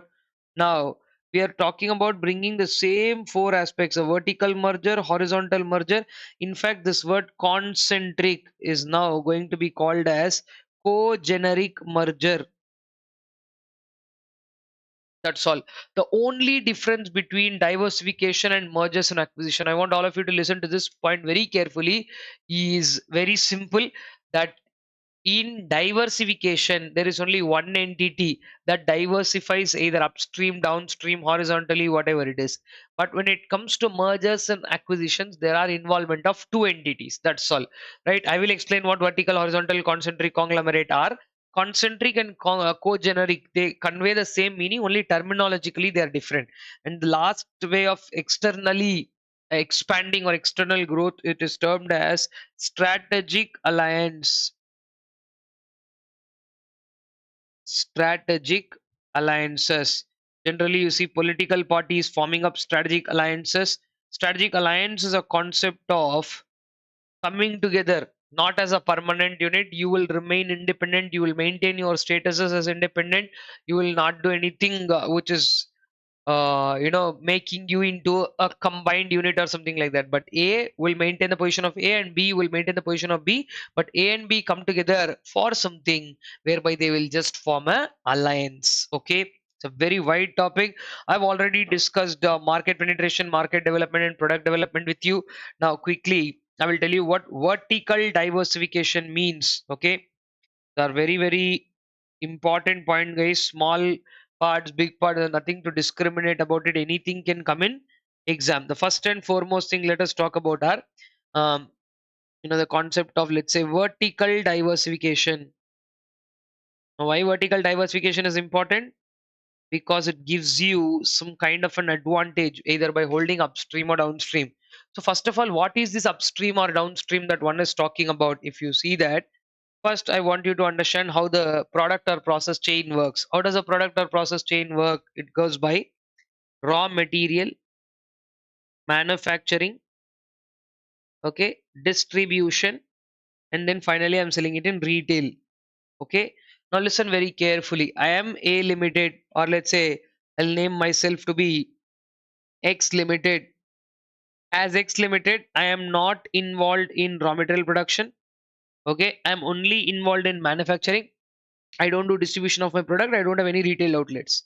So what am I exactly doing right now? I'm only doing manufacturing currently. Now, when the same X Limited thinks, why should I only manufacture? Let's say X Limited is a sugar manufacturing entity. X Limited is a sugar manufacturing entity. So they are procuring sugar cane from farmers. What X Limited thought was, why should we be dependent on some farmers and their produce? And if they produce and they are demanding their price, why should we? Why not we buy 200 acres of land and start cultivating our own sugar cane? Can they do that or not? Which means you're going one step back into your same. See, you're not moving out of that. You're still dealing with your core product is sugar. So you're going only one step and doing sugar cane, right? After manufacturing sugar, what are we doing with the sugar? Are we putting them into packets? Are we putting them into bags, selling? That we are not involved in distribution. We're only manufacturing. But right now we thought, okay, we will only buy that land and do it. So now what is the new story of X Limited? X Limited now is also involved in raw material production. It is also manufacturing for itself. It's still not entered into distribution or retail. Okay. So this is going one step back, but you're still in the same product or process chain. You understand what same product or process chain means? That means it's still there within this only. You are in the same product or process chain. Okay, that's a little use this one. Same product or process chain, up or down. Either you go whichever direction you are going in, either up. This is called going one step back. So in vertical diversification, this is called as backward integration. What is it called? Going one step back is called backward integration. While there is also another scope where X limited sooner or later can they enter into even distribution. So the same X limited, okay, it is now, let's say it is doing this, it is not doing any raw material. Okay, this let me just move in this term backward integration here. So whatever X Limited did in this example, it is called backward integration. So X Limited is not doing raw material, but what it was doing was manufacturing, and now it enters into distribution. Okay, also. So they're not into retail. So this time what they did is to move one step down in the product or process chain, right? This step. That means earlier they were only producing one. Now this move here, it is termed as forward integration. Okay, so backward integration or forward integration, let it be anything, both of them come under vertical diversification only. Okay, I hope this example is clear. You have to remember this particular example. This example will help you to understand all these concepts very clearly. When it comes to understanding of the next one, which is called as horizontal. In horizontal, you know what you're doing, you're not going up or down.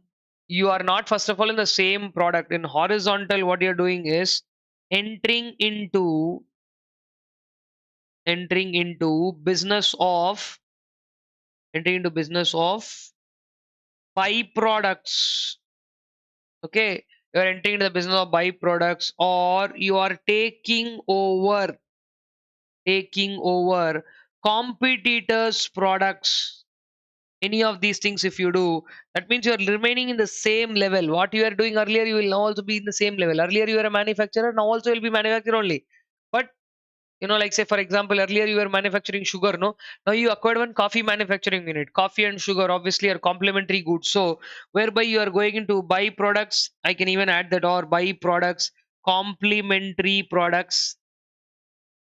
So if you enter into things like that, byproducts or complementary products, or if you took over a competitor's products, in all these cases, byproduct, complementary, competitors products, all these are called as horizontal diversification. Okay.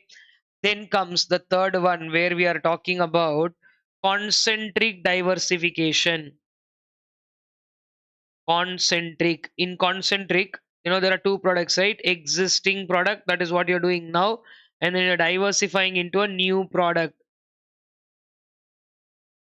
Okay. The existing product to new product is not linked directly. Not linked directly. Then how are they linked? Okay. The existing product to the new product, linkage is in the form of three things you have to understand. PTM. What are three things? Process. Second one, technology. And third one, marketing. If the new product is related to the existing product through one of these process, technology, or marketing, then such a diversification is called as concentric diversification. Right? Maggie, that is Nestle, what they did was, along with Maggie, they also marketed a Maggie ketchup. Many people thought, okay, Maggie and that ketchup have to be consumed together. There is no rule like that. Nobody told. Sometimes it even tastes horribly. I'm not getting into the taste aspect here. But what we're talking of is using your existing facilities. If you spin off a new product, sir, where did this new product come from? It has come from our current facilities only, right? Where did it come from? It came from our current facilities only. When the new product is related to the existing product through process, technology, or marketing, if the new product is related to one of these three, process, technology, or marketing, then it is called as concentric diversification. And then coming to the last one and the most important one, it is called conglomerate.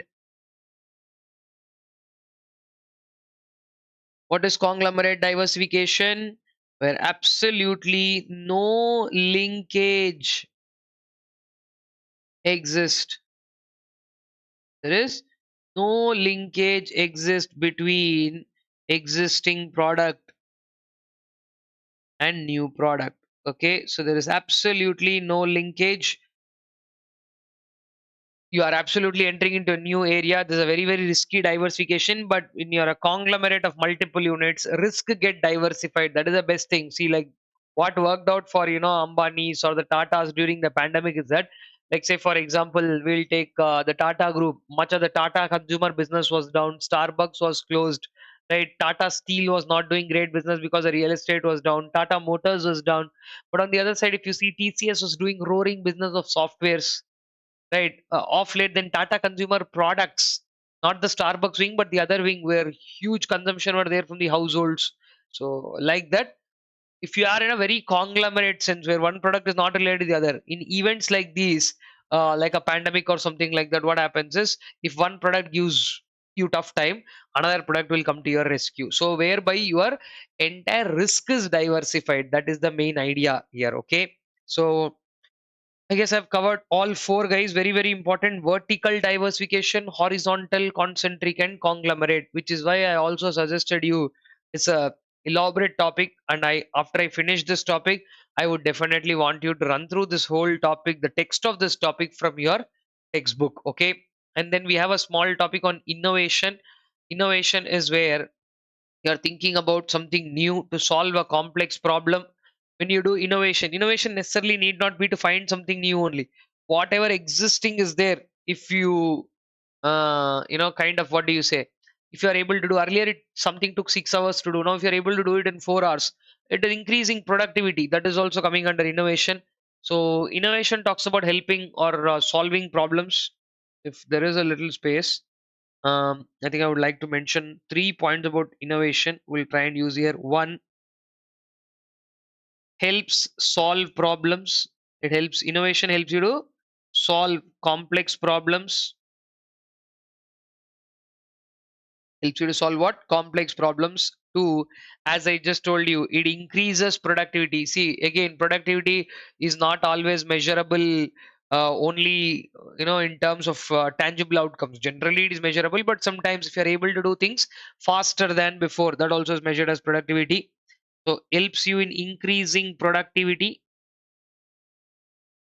And the third advantage of innovation is gaining competitive advantage. Gain competitive advantage. Looks like a small point that I've added up. This could straight turn out to be a question in the exam. I'm mentioning this. Later, if this question comes in the exam, I will make this piece, what I'm talking now, as a reel and put it on Instagram.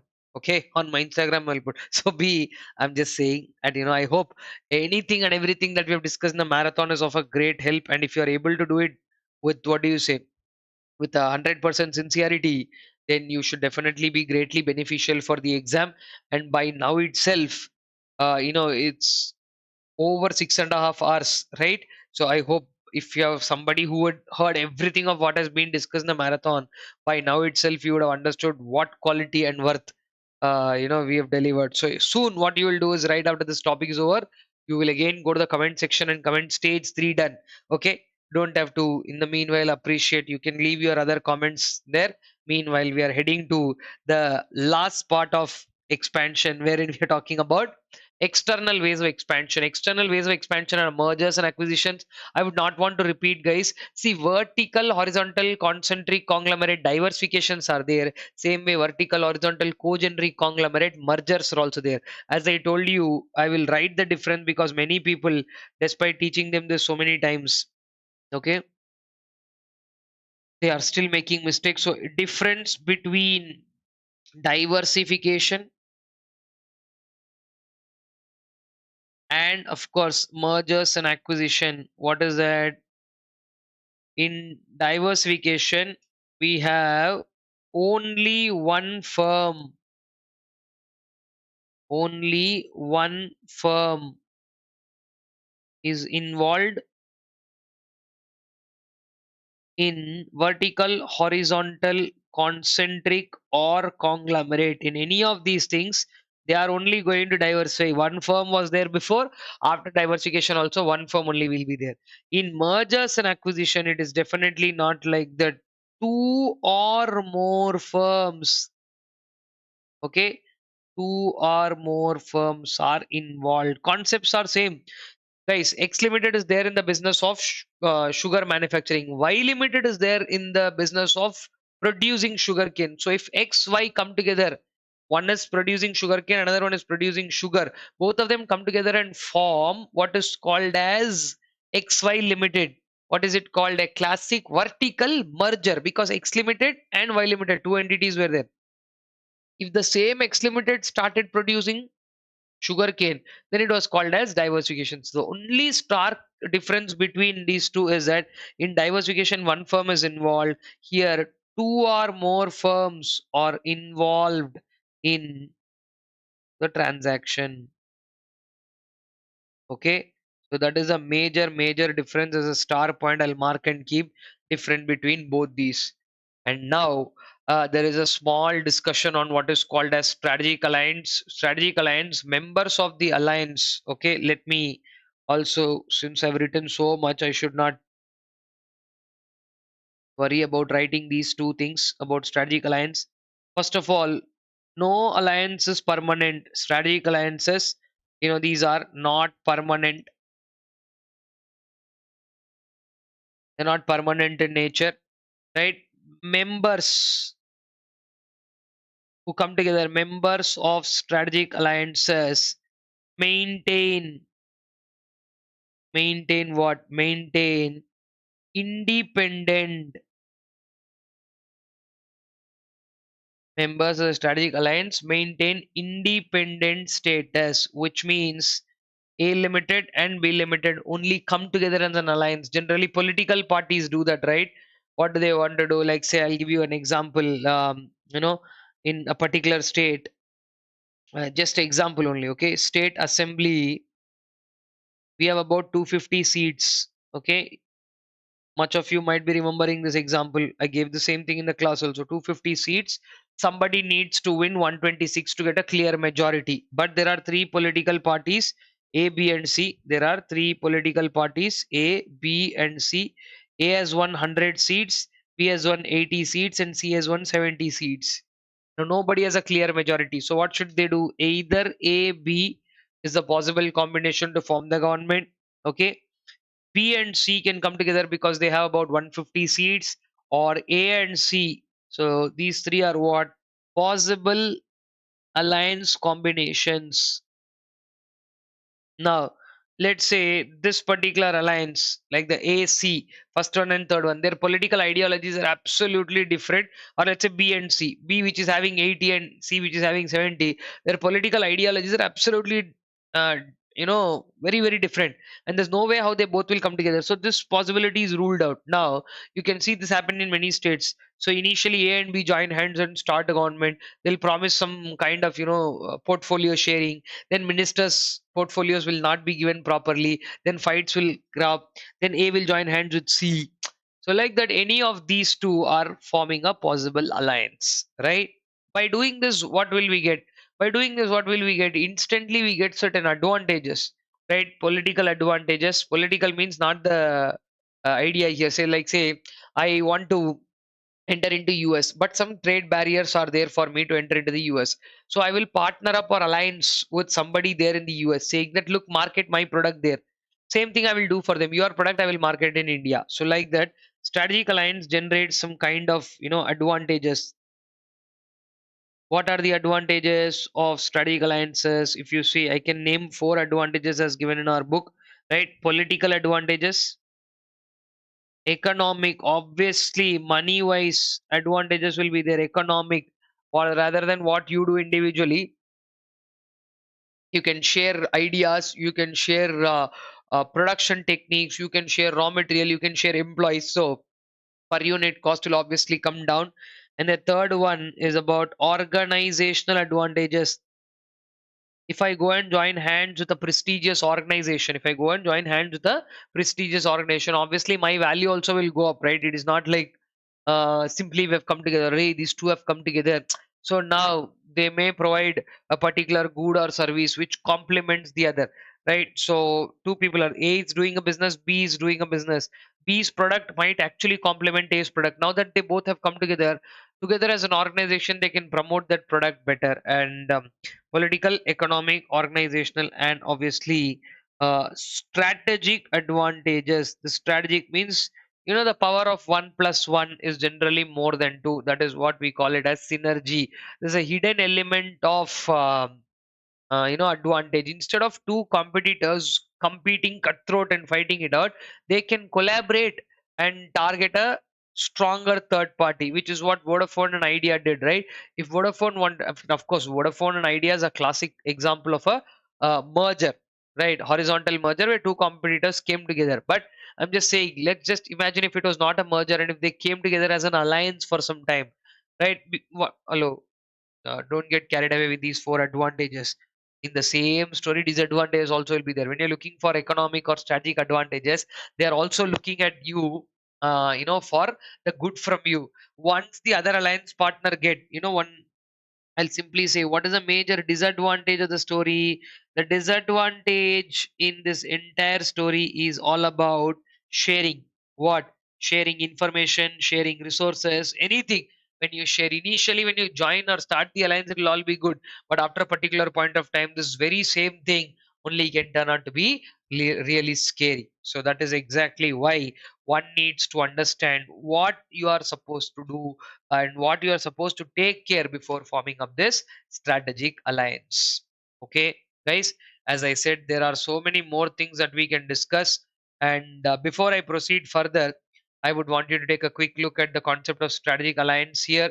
Then we'll take the story to the last part where we are calling it as strategic exits, which I've already told you it is called retrenchment strategy.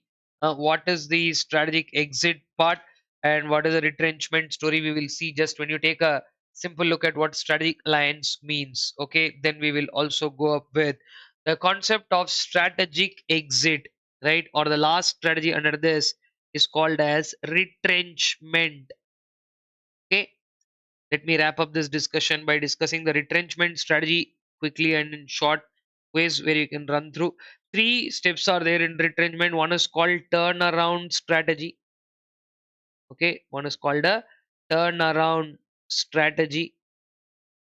The next one here is called as divestment strategy. And the last one is called as liquidation strategy. Okay, now in turnaround, divestment, and liquidation, what is happening? First of all, I want you to understand what is this turnaround strategy. Trying to turn things around, right? This is the last resort. Give yourself one last chance to turn things around if it works. Okay, but you have to recognize when should you do this turnaround strategy. If it's too late, then there is no point in doing a turnaround strategy, right? You have to identify, because it's important to know when you are in early decline, or turnaround strategy is adopted to reverse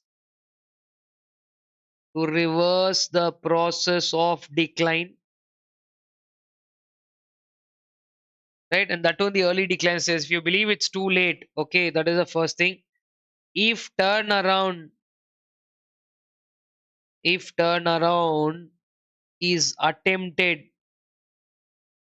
okay, if turnaround has been attempted and failed, or it is too late to do turnaround, then it's very simple. You know what you're supposed to do? Straight away, your answer is to go to divestment. And what is divestment in this context? Divestment means selling a selling a portion of business. You're not selling the entire business, but you're selling a portion of your business. That one particular piece which is not made sense, no, that you will selling a portion of the business. Now, liquidation means what? Which is not there in our book, much discussed about, but liquidation is about all assets, selling all assets and discharging all the liabilities, which means literally it leads to what is called closure of a business. Okay, That's it. It's done and dusted. You are gone. Closure of a business.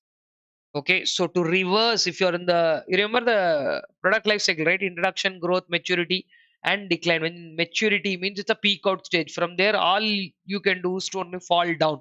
So when you're reaching to maturity and after that you're falling down, at the early stages of decline, you can do something. Try to turn around something and take the curve up once again. So that is what we are calling as the turnaround strategy. Now, if at all you decide to do this, now I hope everybody understood what the retrenchment looks like, right? Now, if at all you decide to do what is called as turnaround, how do we do it? Let us also discuss that, which is a very important question, which can again come up in the exam. What are those? That's a question in the exam. Steps involved in turnaround. Simple, yet very important. Steps involved in a turnaround. So when you plan for a turnaround, what are the steps involved in that? That is what the question is all about. Okay, where obviously, the first and foremost step, assessment of current problems. Assessment of what? Assessment of current problem. What is the current problem? See, many places, many management books, and many things that the clear mention is made. The first step in solving a problem is recognizing what the problem is. If you don't know what the problem is, you won't come to step number two. Sir, we will do this, we will do that, we will analyze. You can do anything and everything of what you want, provided you first of all know what the current problem is. So, assessment of current problems is the first step in turnaround. Two, analyze. Clearly, you have to analyze the current situation, analyze the situation. Again, see if the situation suggests that okay, this is not something that we can continue to do, then stop it. Analyze the situation and draw up a strategic plan and draw a strategic plan. See, if at this point of time also if you realize that okay, no, doing turnaround is not going to help, drop it. But no, if you have a clear strategic plan, do it. Very good. Now, simply drawing a strategic plan will not help. Step three is very simple. Implementing the plan, assessment of current problems, analyzing the situation and drawing up a strategic plan, implementing that plan. Okay, this plan is also called as emergency plan. And then step number four is very critical, right? Because if you have implemented that emergency plan and it turned out to work, step number four is about restructuring the business. Is it? It is all about restructuring the business. And five is called returning to normal. Before you adopted this, how were you? Now also will you be able to get back to that? Returning to normal means coming. These five are very simple yet very very important steps, and this question has been asked in the exam in the past. So what are the steps involved in turnaround? I hope you got a broad idea of what the five steps involved are. Assess the current problem, analyze where the situation is, what you're standing with, draw up a strategic plan, and then implement that plan, restructure the business and come back to normal. Okay, this is what we have in this particular discussion of turnaround strategy. And as I told you, divestment is about selling a portion of the business. Why do you do divestment? There are five reasons as to why do we do divestment. I would just want to take a leave. I've done everything almost possible, right? But this one I want you to do this because I don't want to write all the five reasons. If you have space exactly somewhere there, you can always actually I can do one thing. Okay, in fact we can fit it here, but like I said, I don't want to write all the five reasons now. I will just make a mention that here there are five reasons for divestment. Please revise them and go. One, an acquired business proves to be a mismatch. You acquired a business and it proved to be a mismatch. So, wrong acquisition, then immediately divest it. Two, huge competition is there in the market. You are unable to cope with the competition, severity of competition. Three, technological upgradation is needed, but you don't have enough money to do. See, when technological upgradation is needed, you need to obviously upgrade yourself, but you don't have the money. And then the next one is persistent negative cash flows. Constantly you're only getting negative cash flows, and a better alternative is available. Okay, I'm so tempted to write them down. All right, why should I have, after writing so much for so many hours, not quickly? We'll write all five quickly. You can revise it along with me again. Acquired business proves to be mismatch. Acquired business proves to be a mismatch. When you acquire a new business and it proves to be a mismatch, not fitting in your portfolio, to persistent or consistent negative cash flows. Persistent negative cash flows. Then the third reason could be, like I said, tech upgradation is required. Tech upgradation is required. No funds. And as I told you, severity of competition. Severity of competition is there every time, but now we are unable to cope with it. And the most important one is that if you divest this and get that money, the terminal cash flows, what we call them, a better alternative, okay, a better alternative is available.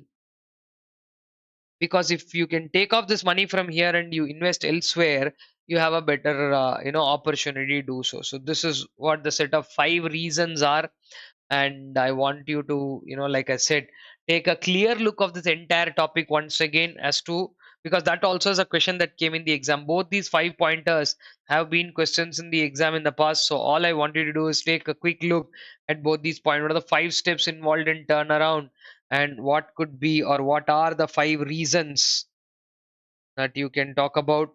So just take a clear look at all these points. Already you can get a better look of that now, both in the same frame. Steps involved in turnaround and the five reasons. If you can revise this, I think that's it. We can call this entire story a wrap, provided there is also something that I would like to quickly remind you of. There is an ADL matrix that we put up on hold, right?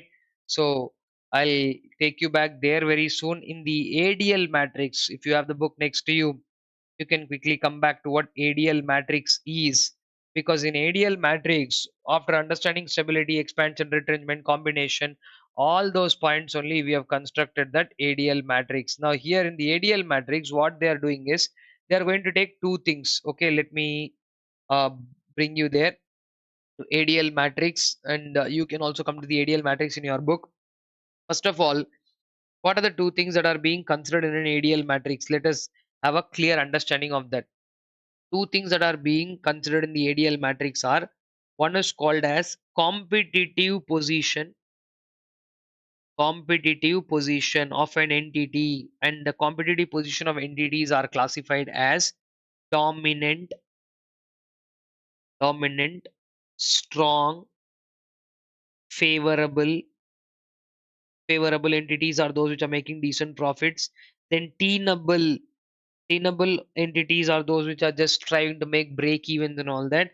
And then we have entities which are weak. Okay, these are the five classifications of what we call as the competitive position. Okay, and alongside this, the four stages of the product's life cycle, right?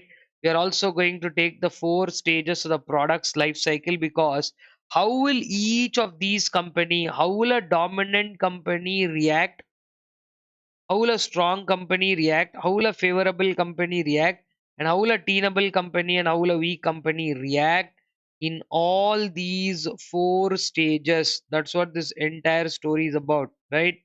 This entire story talks about that only. And on the other side, alongside competition, we're also taking the stage of industry maturity. Stage of what? Industry maturity. Which means, in other words, this is now the same product life cycle terms which are reclassified to what you call as introduction is now called as embryonic. Growth is called as growth only. embryonic growth. Maturity is also called as maturity, only it didn't use a different word. And decline is called as aging. So it's only terminological difference. But other than that, in simple what stage of industry maturity, how will a company react? Because the logic is very simple. How a dominant company will react in the introduction stage will definitely not be the way how a weak company will react in the same stage. Correct? Because we companies are trying to find a niche and catch up, be there in the industry, do something, or do something of that sort. But when it comes to a dominant company, what does dominant company do? Dominant company offensively. Not only in the first stage, it does the same thing here, it does almost the same thing here. But in aging, no, it only considers withdrawal, it doesn't even withdraw. Okay, consider withdrawing. So like that, at each stage, what is that? Don't try to by heart the entire matrix, try to understand. See, it's a 20 box matrix. The technique of understanding ADL matrix is very simple. Take dominant company and see what will they do. Act offensively, act offensively, act offensively in 3 stages, and consider withdrawal in the 4th stage. That's all you have to remember. Like this, then take strong company. What will strong company do? Strong company will in the initial stage differentiate, because trying to be a unique producer. Then they'll continue to differentiate, and in the growth stage they'll attack small firms. Okay, they'll attack small firms. Strong companies, when they reach maturity, they need not close their business tomorrow, but they tend to somewhere, they are only strong company, they're not very dominant, but your product also reach maturity. What will you do? You'll slowly grow with industry. Okay, so like this, the ADL matrix gives you what you're supposed to do in each of these stages. Okay, I am not very keen on filling, just doing an exercise of filling all these boxes, but take each of this box, and a favorable company will try to differentiate, then it will try to focus, then it will try to differentiate and focus, and then finally harvest. Like that, take one keyword from each of this box and try to understand what each of these companies are doing. Now, only one thing that I would want to tell you about ADL matrix, which generally nobody tells you or nobody would tend to tell you, is that the ADL matrix is not just some 20 boxes thrown on your face. It actually talks about, because see here, weak companies, if you look at the weak company box, you might be having the book with you, you can see, in fact, in growth stage, in weak companies, that is somewhere here, they would have said withdraw. Okay, in the growth stage they would say withdraw. Now, don't you think that's little alarming? Huh? Why would you withdraw in the growth stage? And if you withdraw in the growth stage, what will you do in these 2 stages? Will a company never enter those stage? So this matrix has to be understood as how one company moves. I want to tell you just one thing here. Let's say, for example, when you start discussing about a favorable company. Okay, favorable company, what will they do in the embryonic stage? Maybe they will differentiate or focus, they will follow one of the Michael Porter strategy to continue to keep that favorability. Like, I am having a favorable business because I'm different, I'm having a favorable business because I focus on a particular niche, something like that will be there. Correct? So apart from that, the favorable company will not remain favorable for rest of its life. No, by the time the favorable company actually probably enters the growth stage in the industry, it might actually go from a favorable company to becoming a strong company. So that time you should not look at this box, you should look at this box. So if you say you differentiate here, you should continue to differentiate there. Then maybe in the very long run, by the time this product reach maturity, the company which was earlier favorable now would have become dominant company in the market by the time they reach maturity, and thereby you have to see this box. So like that, what you are now seeing is a flow from here to here.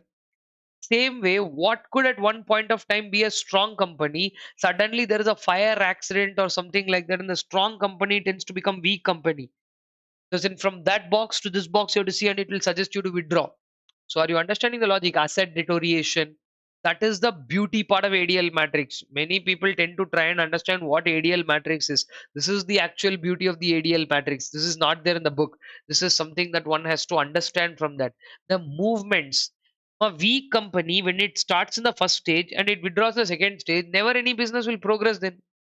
You have to understand, weak company will not remain weak for its life. Weak company, by the time it enters growth stage, it might become a tenable company, right? So somewhere, some other strong company, by the time it reaches growth stage, it might fall down to be a favorable company also, because somebody else might have gained stronger. So this matrix moves up, down, diagonally. The movements between these 20 boxes is what makes this matrix a very, very special one. You can find answer for everything. Whoever you are, you will find an answer for yourself here. All right. So that is something that I would want to tell you about the ADL matrix. Please go through all the concepts of portfolio analysis, and of course what we discussed across maybe the last 1 hour of strategic choice, where we started discussing about stability. I think it will be close to about what do I say, going by my timeline, about 50-55 minutes, close to 1 hour's time from whenever we started stability. Okay, run through all of that, which is the second part of this. That brings us to the end of stage 3. We are done with stage 1, which I would want you to leave a comment. I wanted you to leave a comment at 5 forces model. I wanted you to leave a comment later at the value chain, and I wanted you to leave a comment at stage 2. Now I want you to leave a comment if you have done here successfully stage 3. Along with stage 3, we've also completed 4 chapters, which means we are entering the last leg uh, of our marathon, where we will be discussing stage 4, which is on strategic implementation, and then a very small stage 5, strategic control by taking corrective action. There are also a couple of additional topics in the last chapter, where nowadays we have something called as SPM, strategic performance measures. How to measure your performance, some tools are there, why should you do that. The last topic of our syllabus, which also is something that I would give you a guidance on. First of all, I would have to take you through stage 4, where 4 very important topics are there. That is about the organization structures, leadership, culture, and then the strategic change and Kurt Lewin process. So I probably think another uh, 1 hour probably session on that piece and the controls. So that would be the last hour of our marathon going on it. Now what I would want you to definitely do is to take a pause at this point of time, run through everything that we have discussed, ranging from all of this. Let me scroll it through you. For portfolio analysis, we have discussed these: Boston Consulting Group and G model, all 4 portfolio tools. And then we also have discussed the strategic choice with stability, expansion, retrenchment, and then the expansion strategy in greater detail has been discussed. Then the difference between diversification, M&A, strategic alliances, and of course we've also discussed the retrenchment strategy in full detail. So I would definitely want you to run through all of these, and then get back to continue to watch the marathon. If you have watched the marathon chapter wise, at this point of time, I again suggest you to take a break, and then continue to watch the last leg of stage 4 and stage 5. Okay, so you can now put me on pause, and then resume watching this once you are through with the revision up till this particular chapter. All right, guys, I hope you had gone through this. Let us move on to the next piece. Now, the next part of this discussion is going to be something on the stage 4. Now, we all know we have discussed 3 stages in greater detail. Now, when we move on, stage 4, which is about strategic implementation, right? I want all of you to listen to what all come under the stage 4 of strategic implementation, the dynamic of stage 4. Let us see. I hope everybody's enjoying the marathon in one go.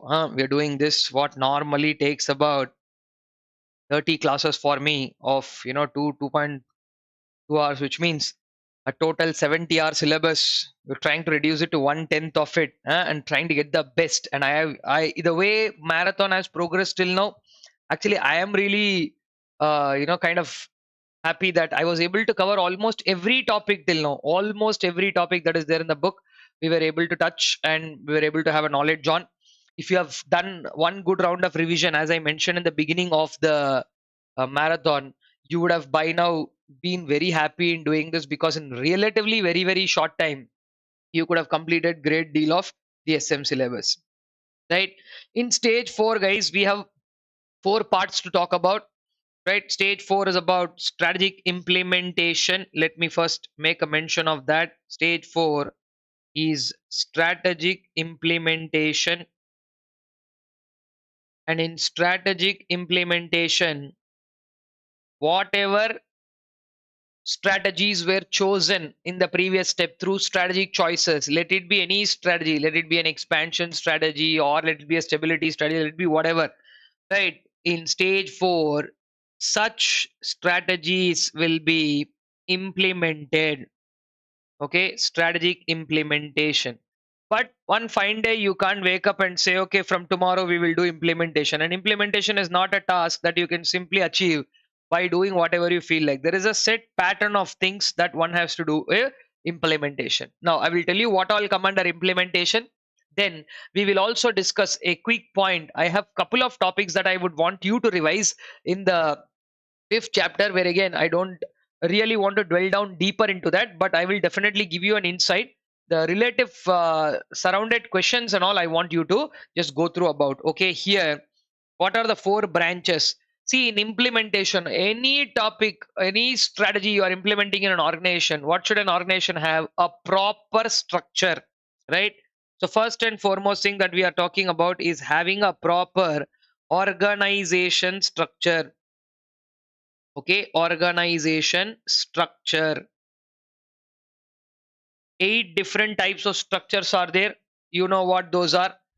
Ranging from simple structure to SBU structure. 5 traditional designs are there.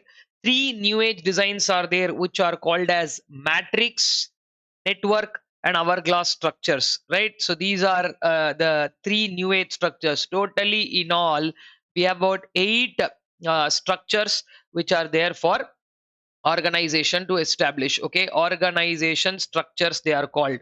Right now, apart from establishing organization structures, there is a very important yet multiple time asked question in the exam, yet people make generally common mistakes, which is in strategic leadership. Strategic leadership. Leadership is one of the most important topics that you can come across, not just from the syllabus point of view or something like that, even the natural course of actions in your normal life, strategy making, or anything which is very strategic. Leadership aspects are really very important. Okay, so then in the organization, culture is very important. So what is the relation between strategy and culture? There is a topic on culture changing actions. So culture cannot be again changed overnight. It takes a considerable effort and also time to bring that. And then there is the last concept here, which is called as strategic change, under which what is strategic change? Recognizing the need for change, doing it, and then implementing such aspects, seeing whether you got the change that you want to, and all that. How to generally make change lasting? That has always been a very important question, right? Change, no. Generally, in today's time, people are, like I said, very excited about getting some change very quickly. Will that last longer? Change can be, this is like going to gym. Monday, Tuesday, they will go. From Wednesday, they will not go again. Right? Why? Because change can be brought in. That's not a problem. Bringing a lasting change is what actually is a uh, topic talked about. So I would like to fill in this particular thing very clearly. So I want all of you to concentrate. A little up and down it will be there when compared to the order in the book. So in the beginning of fifth chapter, all these 5 stages of strategic management are explained. So in your book, if that is the order you're following, please go through that. That should not be a big deal. Then, okay, we'll do one thing. We'll come to the discussion of all these. Meanwhile, what we will do is we'll quickly compare 2 aspects. What are those? Strategy, formulation, and implementation. I will discuss with you relationship between strategy formulation, relationship between strategy formulation and strategy implementation.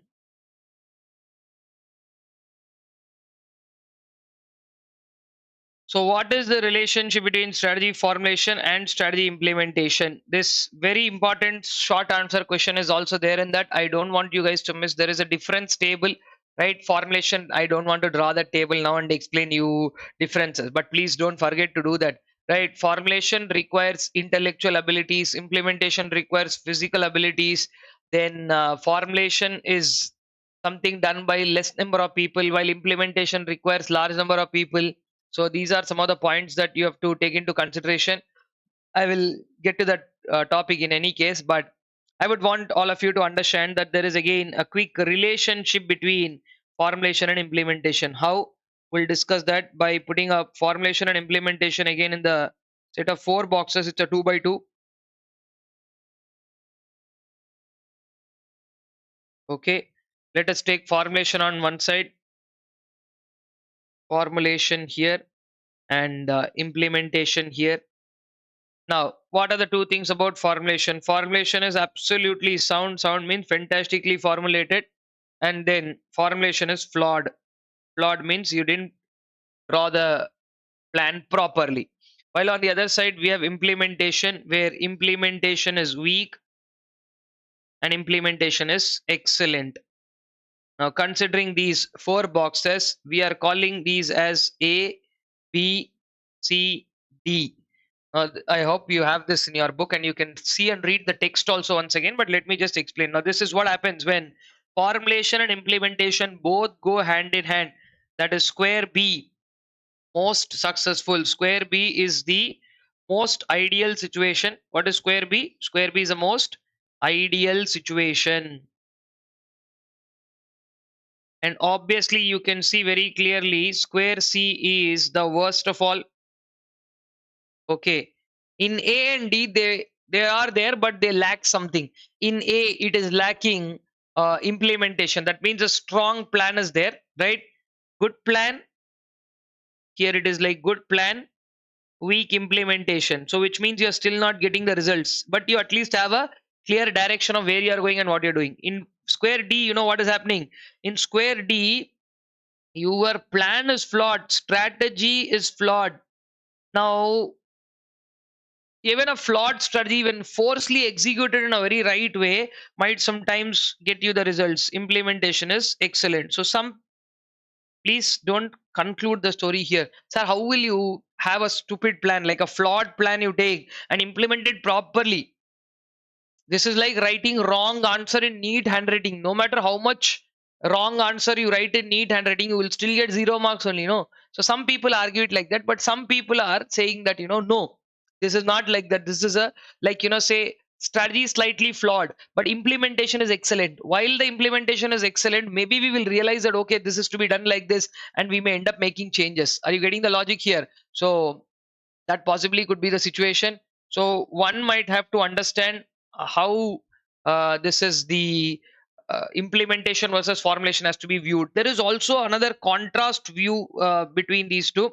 Okay, the contrast views talks about, again, that also is a 2 by 2 discussion like this, where again we are taking formulation and implementation, but this time they have talked about, how it's a different viewpoint. Okay, like, we'll go by drawing a 2 by 2 first of all. Okay,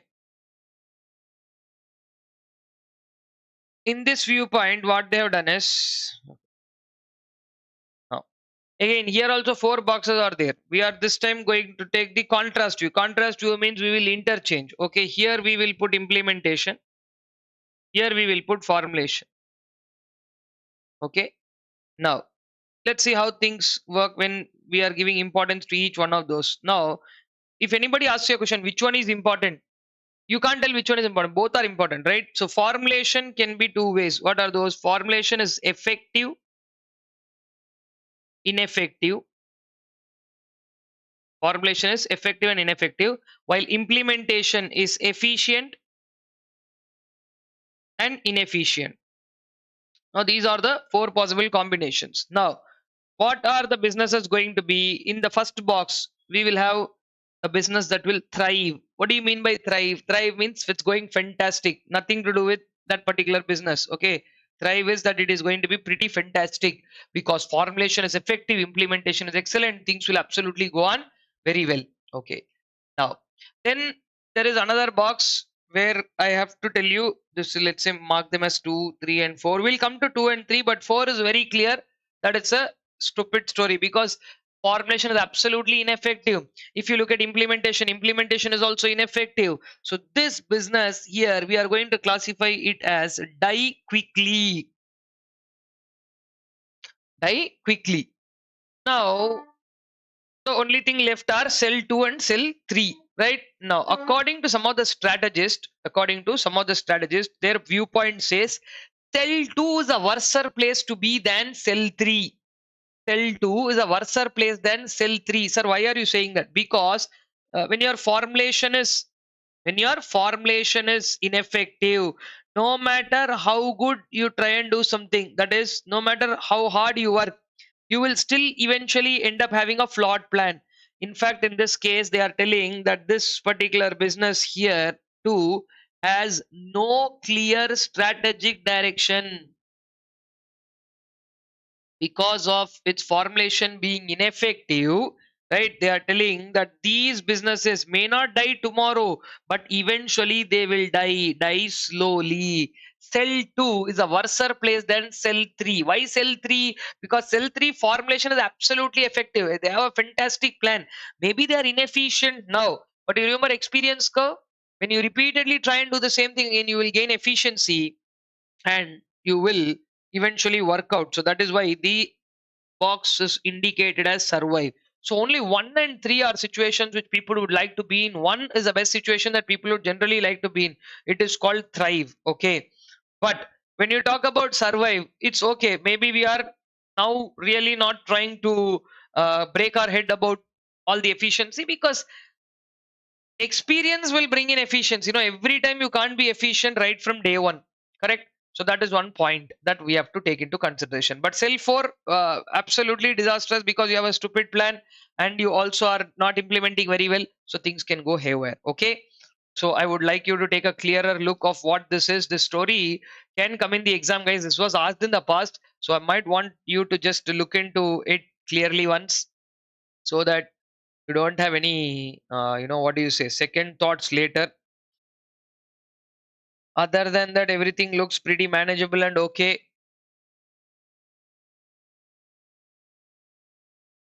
All right, I hope you have gone through it. Then we'll get back to our discussion on what exactly is the story of Stage 4 strategy implementation. Let me get on to that. There is something that I want to alert here, that I want you guys to definitely take a look at a difference table between formulation and implementation. Okay. I don't want to waste time writing that. Like I said, formulation starts before action, implementation is the action. Few people are required to do formulation, while a lot of people are required to do implementation. Formulation is an intellectual process, while this is an operational process. Formulation focus on effectiveness, implementation focus on efficiency. Formulation precedes implementation generally succeeds strategy formulation. Okay, these are the 5 6 points. Though I told you to read, I only revised off. Chalo, anyway, go and do that.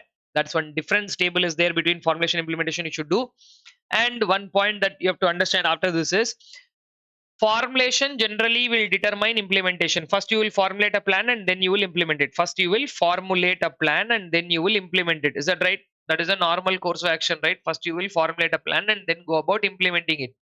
Then when you talk about this one, sometimes implementation also determines what formulation is. Sometimes implementation also determines what formulation is. So this is called forward and backward linkages. In forward linkage, what are we trying to do? I think I should give you a quick explanation of that. Forward and backward linkages, let us just take a minute to make a note of that. First you will do, of course, strategy only. Strategy formulation. We're doing strategy formulation, then followed by strategy implementation. Strategy formulation, then followed by strategy implementation. Okay, this is one part of the story. While on the other side, sometimes strategy formulation followed by strategy implementation, and this implementation will further determine you to do strategy formulation, because the first time when you did formulation it might have not come well and the cycle might continue. This one right here is called forward linkage. What is it called?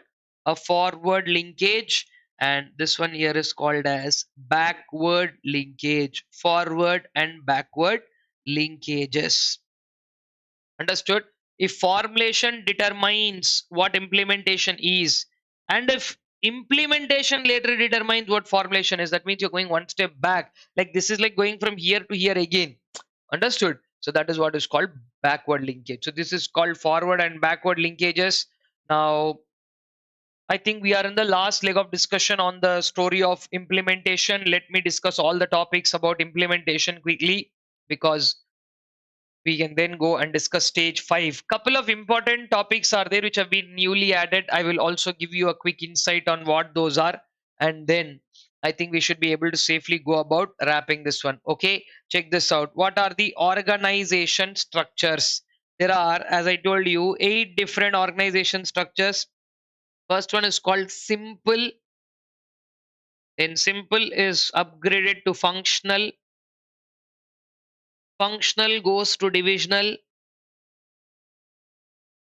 Divisional moves to multi-divisional. Okay, simple, functional, divisional, multi-divisional, and SBU based structure, strategic business unit. So these 5, they are called as traditional or normal regular designs. Then we have 3 more, 6, 7, and 8. These 6, 7, and 8 are new age designs. What is the sixth one? It is called matrix.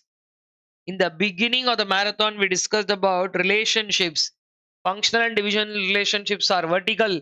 Then we have certain horizontal relationships. When vertical and horizontal both are brought into an organization, that is only called as a matrix relationship, right? Then there is something called as network structure. Okay. And finally, we have what is called as hourglass structure. Okay, so this is what are the 8 different organization structures, and we will then obviously have a clear look at what these 8 structures are, followed by the concept of strategic leadership. As I was mentioning you, it's a very important topic in the strategic leadership concept. What are the roles of a leader? What are the responsibilities of leader? And what are the 2 leadership styles? Those are only there, right? Now the next topic, we're in strategy culture, right? Culture is is culture an ally or obstacle? Okay, then culture changing actions. If at all you're doing some culture changing, how will it work? Culture changing actions, these 2 are also discussed here in this part. And when it comes to strategic change, okay, the topic of strategic change talks about 3 steps. One, first and foremost, recognize need for change. Recognize the need for change. Create a shared vision. Create a shared vision. That means don't keep, I mean, don't figure out a vision and keep it to yourself. You have to explain to the others on what to do. And third one is about institutionalizing it. Institutionalize the change. Okay, these 3 steps are part of strategic change that every organization is looking for. And under this concept of strategic change, there are 2 more topics, right? One is called as Kurt Levin's change process, which I will simply explain you now itself.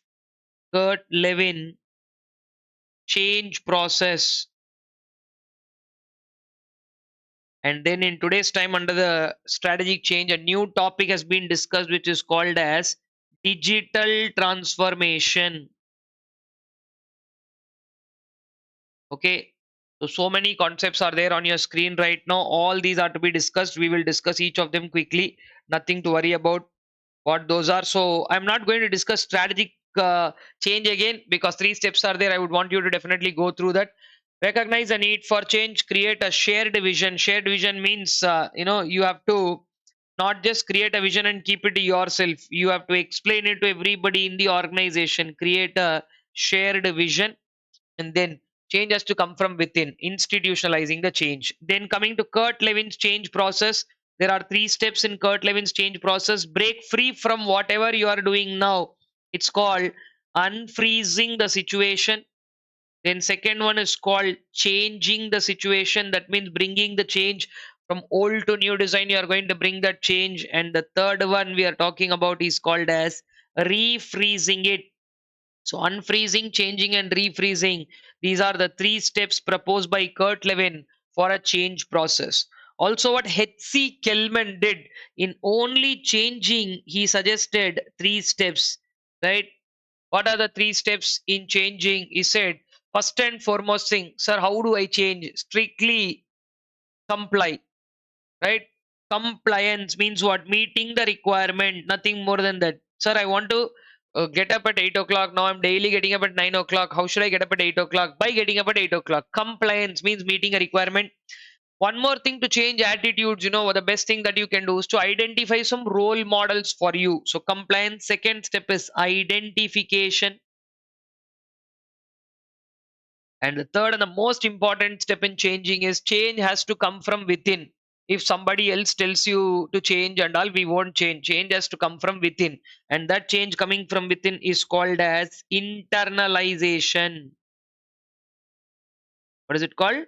Internalization. So these three steps are part of change. It's a small topic, guys. I don't want anybody to miss this topic because multiple times it's been asked in the exam. So um, I would want you to take a clearer look at whatever is there on the screen right now. Strategic implementation has so many topics. We'll mark them with numbers. First topic about organization structure, then about leadership, then about strategy and culture. Where little is discussed about the relation between strategy and culture. But this fourth topic, what we have just discussed, strategic change, nothing much is there in that. So I thought we should finish it right here. Okay. So in strategic change, recognizing the need for change, creating shared vision, and institutionalizing three steps.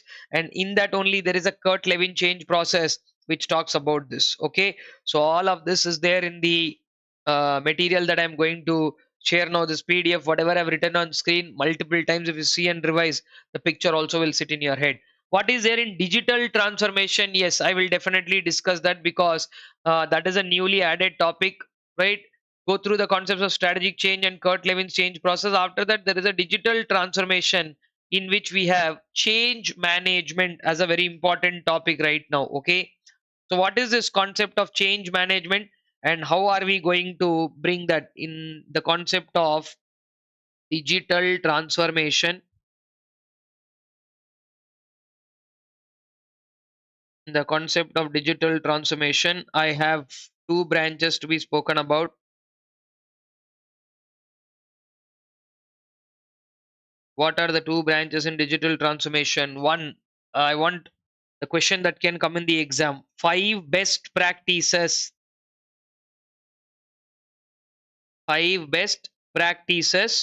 for doing change management. Five best practices for what? For managing change. Guys who have done strategic management before from the old syllabus, this topic was not there. So please ensure that you study this topic and go. Right? Very, very important. Starting, it is very simple. Begin at the top. Begin at top means from the top level. This entire thing has to come from leadership. Okay. Uh, not somebody from the bottom lines of the organization are shouting, we need to do this, we need to do that. It will not work. Change has to always begin from the top. Somebody very responsible in the organization, they should initiate the change. So begin at the top, that is the first part. Then followed by, please remember, forced changes will only kill you. Forced changes will kill you. So what you should do is ensure, second step, changes changes both necessary. First and very important point, you have to ensure that change is necessary, and we also want to change. It's not like we are forcefully changing. Ensure that change is both necessary and desired. Ensure that change is both necessary and desired. And reduce disruption. Many people, when you ask them to change, no, disruption will be there normally in terms of job roles, in terms of somebody want to interrupt, somebody will not feel good about this change. So to reduce disruption, you have to take certain steps. Everybody should be informed well in advance. Huh? Everybody should be encouraged to bring that change. If somebody has a problem, you need to tell them, hello, please tell us. That is called encourage communication. What is it called? Encourage communication. And the last step, the 5 best practices, fifth one is please understand change. Like I said, change should be something that has to occur in the normal course of business. Change should be, right? Change, whatever you're doing, no, change should be a norm. Norm means something that is normal, right? And not an exception. Change should be simply a normal thing. That's all, not an exception or something like that. Okay. So these are the 5 best practices that one has to do in terms of bringing, now whether it is, see, I think I'll have to tell you something here. Whether it is digital transformation or any transformation, 5 best practices of managing any change in a small organization should be this only. Okay. And then also, uh, another question can come in the exam, which is about points to navigate. Points to navigate means what point should you go through? Points to navigate during digital transformation. When digital transformation is going on, points to navigate change during digital transformation. In other words, what point should you follow? That is the question here. Okay. So keeping it very simple, first and foremost point that one needs to understand is why are you doing this? Huh? One, specify aims and objectives of digital transformation. Why are you doing this exercise? Is it some time pass that you're doing, huh?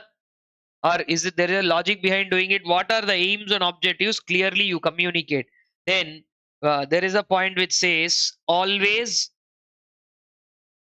Okay, always 3 times. They're saying always communicate. Why should you always communicate? Because one of the big problems in normal human life, or anywhere in business also, the problem is people don't communicate. If you have something in mind, you have to talk it out. Now I want my organization to change. My employees are not willing to. So the employee should tell, no. As long as I keep forcing them with something, and they're like, "Arey sir, this is not working out. What are you telling?" Something should be there where they should tell me. Huh? So always communicate. That is the best thing. Open your mouth and talk. Right? It is not necessary. See, communication necessarily need not be in talking terms only. You have to communicate by your actions or by your words, but don't sit quiet. Communicate. That is a very important thing. And whenever you are navigating change, some people will be there who don't like the change. Not now, they will never like the change. So what is the next thing that they will do? We don't want change. They'll go on a campaign like that, and that is called as resistance. So what you are supposed to do? Be ready for resistance. Be ready for such resistance. Suddenly, any time resistance can come. You have to be ready, and gradually you have to do. Change should not come sudden. Okay, implement. There is one point in strategic change topic, Kurt Levin's change process. You can go and check back. Sudden and unannounced changes are socially destructive. What are they telling? Sudden and unannounced changes are socially destructive. So, like that, we have to understand what we are doing here. Implement changes. Implement changes gradually. Okay, implement change when gradually. And very, very important point, once change is done, people who are newly taking up this change, they might need some assistance. So offer help or offer assistance. Okay, offer assistance whenever there is change, and probably assistance, or you can even call it as training. Guys, these two are short answer questions from the topic of digital transformation. And since it's a newly added topic, now guys who are doing the new syllabus for the first time, I don't think you should have any problem in that, because you would have heard and learnt it. But those guys who have been doing the old syllabus, this is an alert for you that these two questions can definitely turn out to be something important for you, and you can go about doing this. Okay. Now, let me move on to discussing some very important topics in the last leg of this discussion. I have so many things to like talk about, but one of the most important things that I would want to talk about now is the Mckinsey 7S model. Okay, so I hope everybody got through to this digital transformation. Check this out once. All right, then I hope you got to this. Now, let us move on to the next topic, wherein I'm quickly going to discuss something again new for those people from the old syllabus. A McKinsey 7S model has been introduced. What is this 7S tool? This is nothing but this is also a organizational design.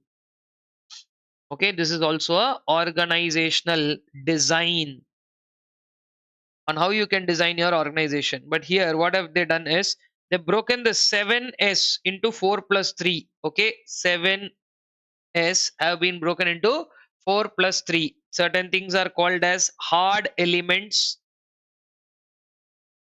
and certain things are called as soft elements. Why are they called hard and soft elements?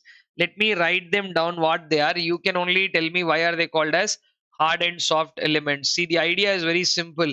Uh, Three hard elements are there. First one is strategy.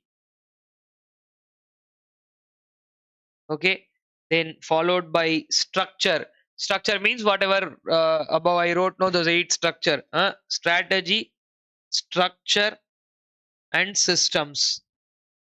What particular system an organization follows? Top down approach, bottom up approach, whatever is it, they all come under the discussion of system. System is a word to depict that. Okay, then moving on, coming on to the soft elements. First and foremost thing in soft elements are called as shared values. The values I told you the very beginning of the marathon, only value is something which is omnipresent. It has to be there everywhere. What does the organization subscribe to? Which means, like, is this a corrupt organization? Is this a good organization? Because those values only will be embraced by everybody, right? Then the next most important element of the 7S model is staff. Staff means people, right? Employee development, employee aspect, and now staff alone is not important. Three and 4 point next to staff are very important. What skills do they possess? Skills, again, that is why they are called soft skills. Skills are not visible. See, in an organization, strategy, structure, system, these are all established and they are visible. Okay, visibility means not in the physical building or something like that. That is, these are the frameworks, that but values are within somebody. Staff are people, right? And skill is something that these people possess. And the last S is talking about style. Style means the way of functioning or way of doing something, right? The leadership style. Are you doing a transformational leadership style, transactional leadership style? So when I'm talking about style, it is not about dressing style, it is about leadership style. Let me write that here in bracket. Okay, so that is, those 7 points are called the 7S in McKinsey. Strategy is a long range blueprint of an organization. How organization is divided and how work is divided at corporate level, business level, functional level, that is called structure. And then what are the internal work process, from where to where things will go and from how one place to the other things will move, that is called as system.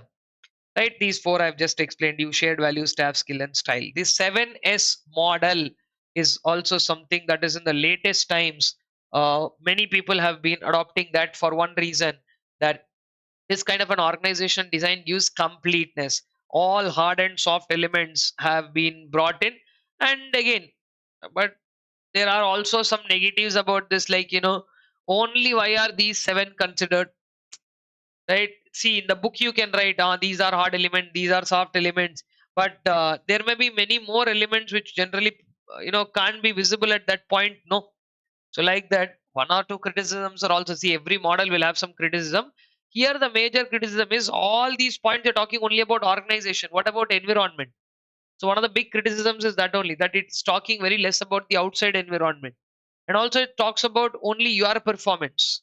So apart from that, I don't see any point that is putting any kind of pressure on us. So McKinsey 7S model is something that also has to be understood about. Okay, so now that leaves us with a quick discussion on the eight different structures. I would like to give you a quick insight of what these eight different structures are, from simple structure to what is that last one, hourglass structure, all those eight.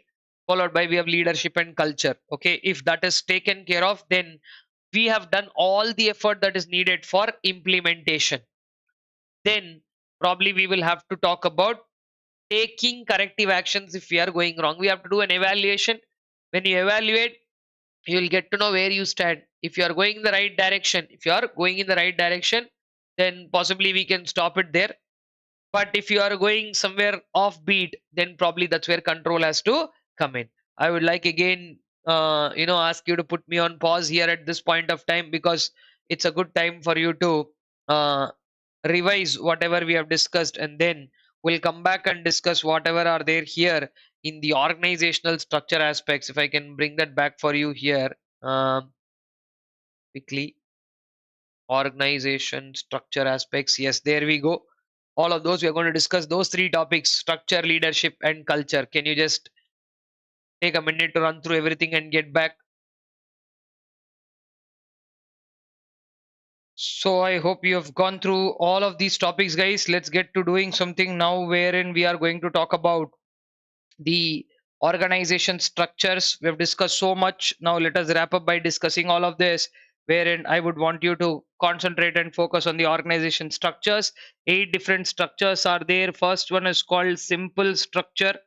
Now, it's been a very long discussion. I want you to hold as much focus as you can in the last leg also. I don't think anybody has watched it all at one stretch. So, uh, you know, you've been watching it at breaks. That is what I hope. So let us start with simple structure. In simple structure, I want all of you to read this content thoroughly, okay? Because there is also, if you have already revised it, amazing.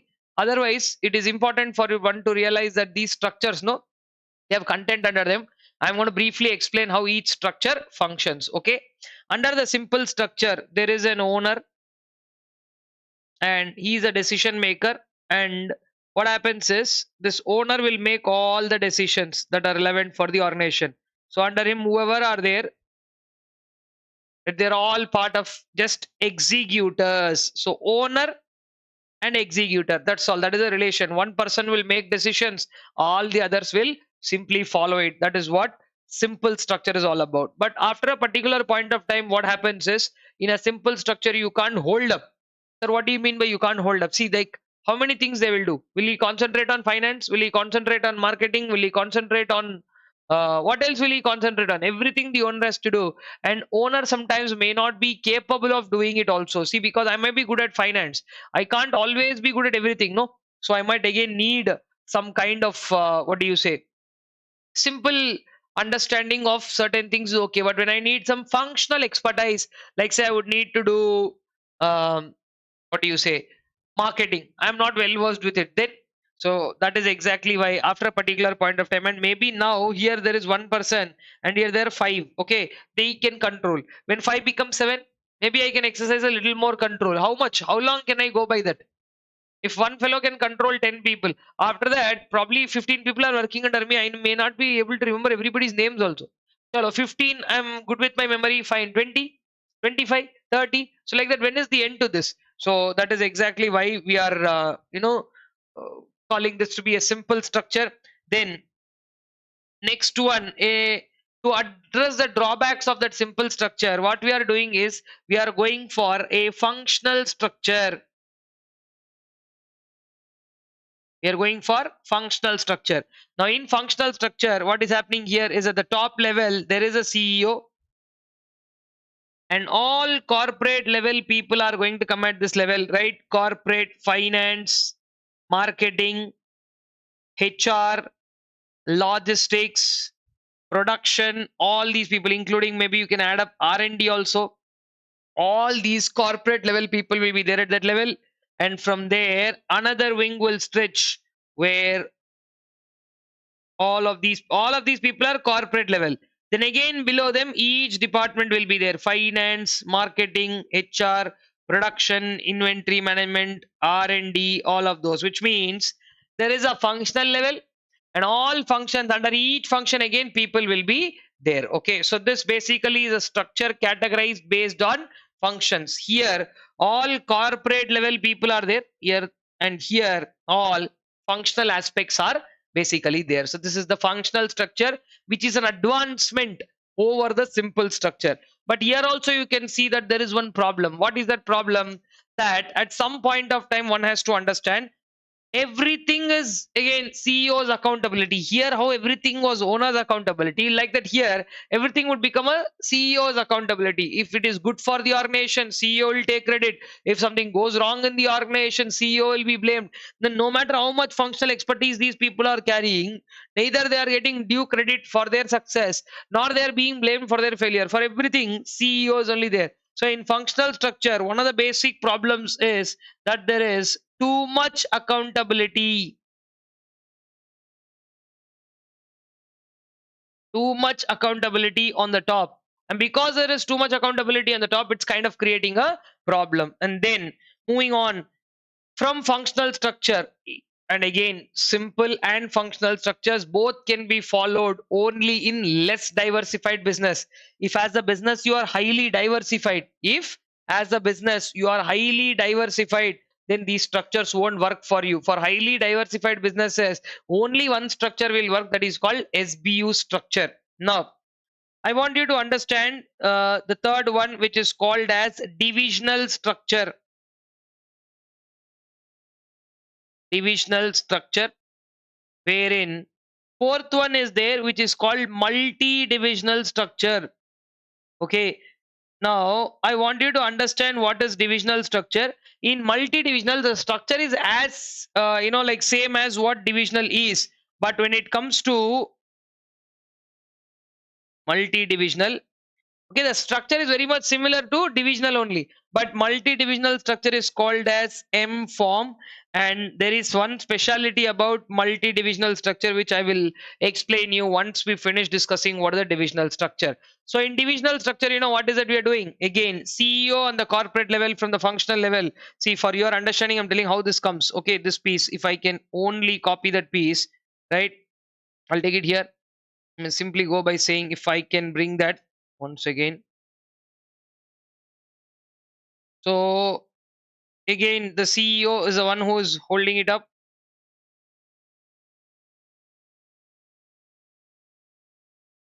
One second.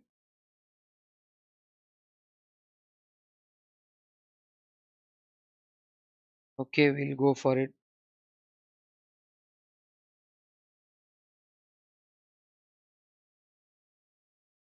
Okay, I think that's okay. Let's take it up. CEO at the top, and all the corporate managers remain intact even in the divisional structure. Okay, so this piece, exactly this piece, is replicated. So the top doesn't change there.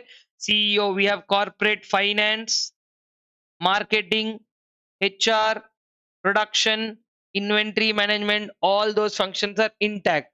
Now, what happens after this level is, now this time we are going to break up the entity based on divisions.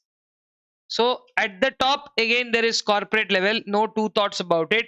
But what is there after? Now comes here division 1. Okay, division 1. Then there is a division 2. Then here there is a division 3. So like that, there are divisions.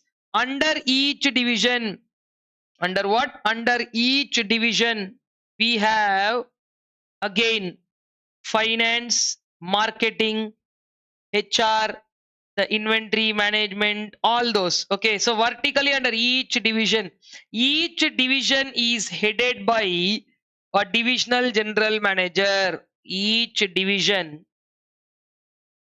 is headed by a divisional general manager. Now, this guy is responsible for the performance of the functions. So, now what are the three levels that are coming up here? If you can go by marking this will be the first one. Okay, this generally here is the first one. Then now at second level are the divisions, and under each division below them functions are there. So only thing that you can see as a difference between the previous one and this is, here in the functional structure this was there, and then below all the functions were there. But now what we did is to bring in divisions and make somebody a divisional general manager responsible for each division, and below which we have all these, what do you say, three, mark it a little brighter, right? This is 1. At division it is 2, and all these functions are 3. So this is now the divisional level, which also has all the functions within them. Now this division 1, 2, 3, how can you classify divisions? Divisions can be classified based on geography. Normally whenever we're talking about divisions are generally, I'm not saying that is the only way to classify, but generally geography, product, service, these are the ways how we classify. So Hyderabad division, Bangalore division, uh, then you can say soap division, shampoo division, product wise, service wise, and then also one more thing, process wise. Now guys, process wise if you classify, which will again look very similar to functional structure only. A divisional structure by process is very similar, uh, a divisional structure by process is very similar to functional structure. Okay, so this is what divisional structure is. Now an upgradation to this is, see, if each division, let me tell you what the multi-divisional structure is. Multi-divisional is not a new thing. If each division can be, if each division can be identified, if each division can be identified as a separate business, okay, when each business, each division 1, if you pull that out, now say I can have one product. I'll tell you that simple difference. Listen, I have one product. What is that product? Let's say product A. Product A, division 1, division 2, division 3 are, product A is, division 1 is Hyderabad, division 2 is Bangalore, and division 3 is Chennai. Like that, 3 places. But I have 3 products. Product A, product B, and product C. Now I can pull off division 2 alone as a separate business. So only that piece, if I can pull off separately, that will be called as a multi-divisional, multiple number of divisions brought together. So if each division can be identified as a separate business, if each division can be identified as a separate business, then that is only called as a multi-divisional form. That is only called as what? Multi-divisional form. These are the 4 structures which are used when you are less diversified. Let me add that point. Okay, all the above 4, 1 to 4, all organizational structures, are used in less diversified businesses. Less diversified business. Okay, now sir, my business highly diversified, what to do? Okay, if your business is highly diversified, then what to do? Let me explain you that. For highly diversified,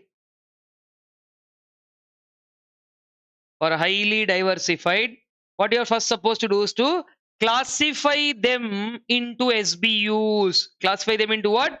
SBUs. When you classify them into SBUs, what will happen when you classify them into SBUs? You get multiple SBUs. Now this, for highly diversified, we are going with the 5th structure. It is called the SBU structure. SBU is a single business. What is SBU? The word SBU is nothing but, SBUs can either be strategic business unit. You know the full form, right? I'm still writing it. Strategic business unit. What is strategic business unit? It is either single business, or collection of related businesses.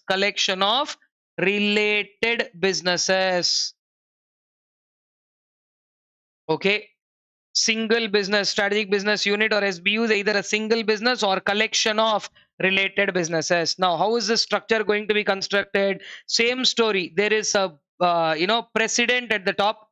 Why are we calling them as president? Because now it become a group. Okay, president, and the top level of all people. Okay, one second.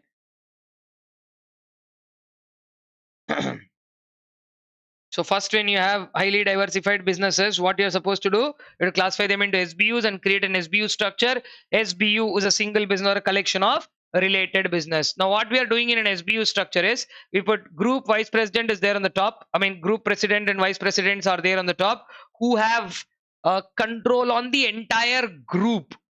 Then we have, okay, let me tell you what that is. Okay, in the top, in place of CEO, we are calling president. So president followed by all top corporate people. Who are those? Corporate finance. You know this, so I'm just simply saying corporate finance, marketing, HR, production, inventory management. So basically what I'm doing is, now this has become our new level 1. Okay, this right now is your new level 1. Who is there at level 1? President, and the top group is there at level 1. Now listen very carefully, this is where the change is coming in. At level 2, you have SBUs. SBU 1, SBU 2, SBU 3, and SBU 4, like that. I'm just taking 4 for example. Any number of SBUs can be there here. Now what, let's say SBU 2 is further classified into, now I wrote 2 definitely, it can either be a single business. Let's say SBU 1 is a single business, it can just continue to be a single business. But if SBU 2 is a collection of related businesses, then under SBU 2 there will be divisions. What are those? Division 1, division 2, division 3, and under each division again finance, marketing, HR, that is, this structure will be there. So you saw how elaborate the structure is. At level 1 all the corporate levels are there, huh?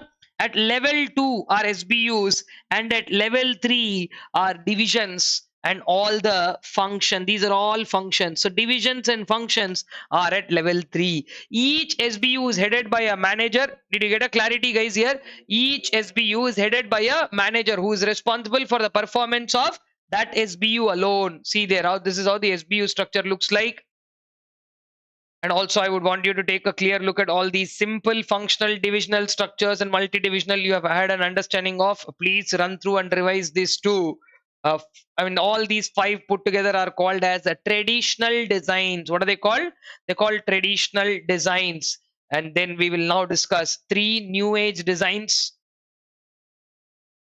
All right, then I hope you've revised all these. Now let us move on to the next part of our discussion, wherein we are going to discuss the 3 new age structures. Now, what are the 3 new age structures? Taking you there, we'd be moving on to discussing the first one out of that, which is called matrix structure.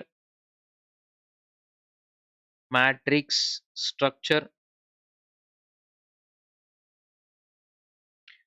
Now, in matrix structure, what happens is, again, just like in the past, we have CEOs on the top, but what one needs to understand is, along with CEO being on the top, here there is multiple set of people below him who are handling finance, marketing, production, logistics, and inventory management, logistics, R&D, like HR, whatever it is.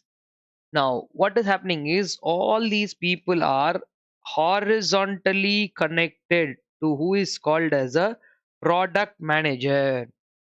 Then again, the same set of people also are vertically connected to another finance, another marketing, another production. In fact, the same team are also doing it for, or same or different people are doing it for product too. So how matrix gets established is, see, for doing this matrix structure, there is a prerequisite. If you have abundant number of resources, then you can place them like this in SBU structures with so many positions to staff. But when it comes to a matrix structure, you know what happens? First of all, the prerequisite in matrix structure are resources are scarce. Resources are scarce. Ideas can be cross fertilized. Ideas can be cross fertilized. Cross fertilized means we can apply one over the other. Ideas can be cross fertilized. That is the point. Okay, so what ideas you can cross fertilize, what can stretch from here to here. So now what happens initially is, they'll start with a product, and one product manager will be there. For this product, one product manager will be there. Now, same way for product 2 also another product manager will be there, or the same product one guy can handle product 2 also. Then later these guys might even start product 3. So what happens is like this, the same resources are allocated more. So now at each level, a finance guy, if you pick him, or let's say HR guy, if you pick him, he is vertically connected to a HR manager on top and is horizontally connected to a product manager. So this kind of a vertical and horizontal relation makes it each functional executive,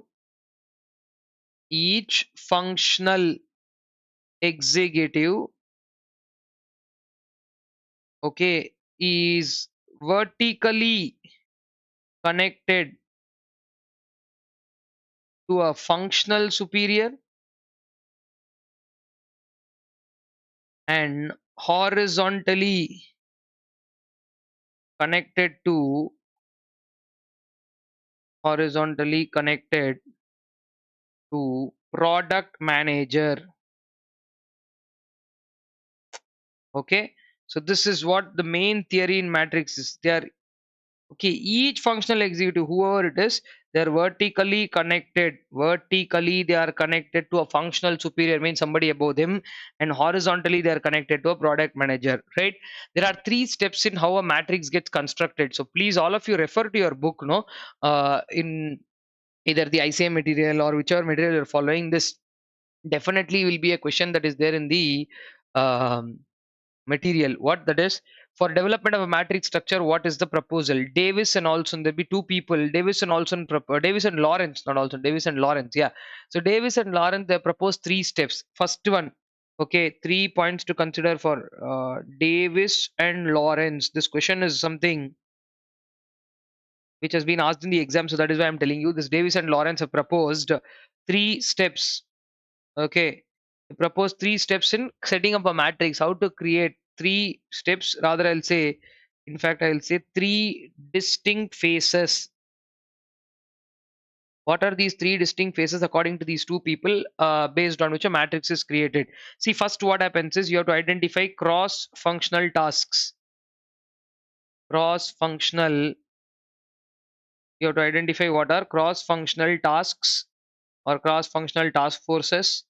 Then after you identify which can be linked to what, see, the same guys are doing something in product 2, you can ask them to do something in product 3 also. Now if product 3 works, you can ask them to continue. So initially, to try, this is a very very easy method. So this, the second step is called product or brand management. So what happens is, first we will put one guy. Let me tell you what product or brand management. Simple. Product one manager is in charge. No, that guy will initially take up that product. It's a semi permanent product in the beginning. It's just a try. We are not even trying to um, establish that as a permanent product. We tried that product, it worked. Now when this line entirely worked for you, what happens is this guy who's project manager of, it's just a project to start with, the project manager of that first product will now become a brand manager, because this product is not anymore a product for you, it has eventually turned out to be a brand. So this fellow will now become a brand manager. And finally, when that product settles up in the long run, that is what will take one line in the matrix, and the matrix that is finally created will be called as mature matrix. Okay, first you have to identify cross functional task forces and connect them. Then you have to do semi permanent products. The product manager, whoever is initially what was started as a project, will now turn out to be a product or brand. Then he'll become the product or brand manager. And when that product finally is successful, it will become a mature matrix. Okay, these 3 steps or 3 distinct phases are there on how a matrix is constructed. So matrix is the only place where you will find both vertical and horizontal flows. Okay, so I hope you are clear with this. You can take a look at what the matrix structure is clearly. Then I'm going to take you through 2 more structures to close with. The 7th one, that is called as network structure. Okay, network structure. I hope you are taking a look at the matrix structure. Are you done with that? Let us move on now to talk about what is the 7th one called network structure. Actually, network structure, technically it is termed as a non-structure. What is it termed as? Non-structure. There is no what do you say, particular diagram or something like that, there is a firm in the center. Okay, there is always a firm in the center which is acting as a broker. Then whatever you are good at, you do that much only, right? The firm acts as a headquarters in the center. Rest all activities whatever we are talking about, outsource them. Outsource finance to a chartered accountant firm, outsource marketing to an advertising firm, outsource hiring to a HR consultancy firm. Okay, and outsource logistics to somebody else, like that. Main function what we are good at, okay, retains the function firm retains the function in which it is good at, in which it is good, and other activities are other activities are outsourced. That's all.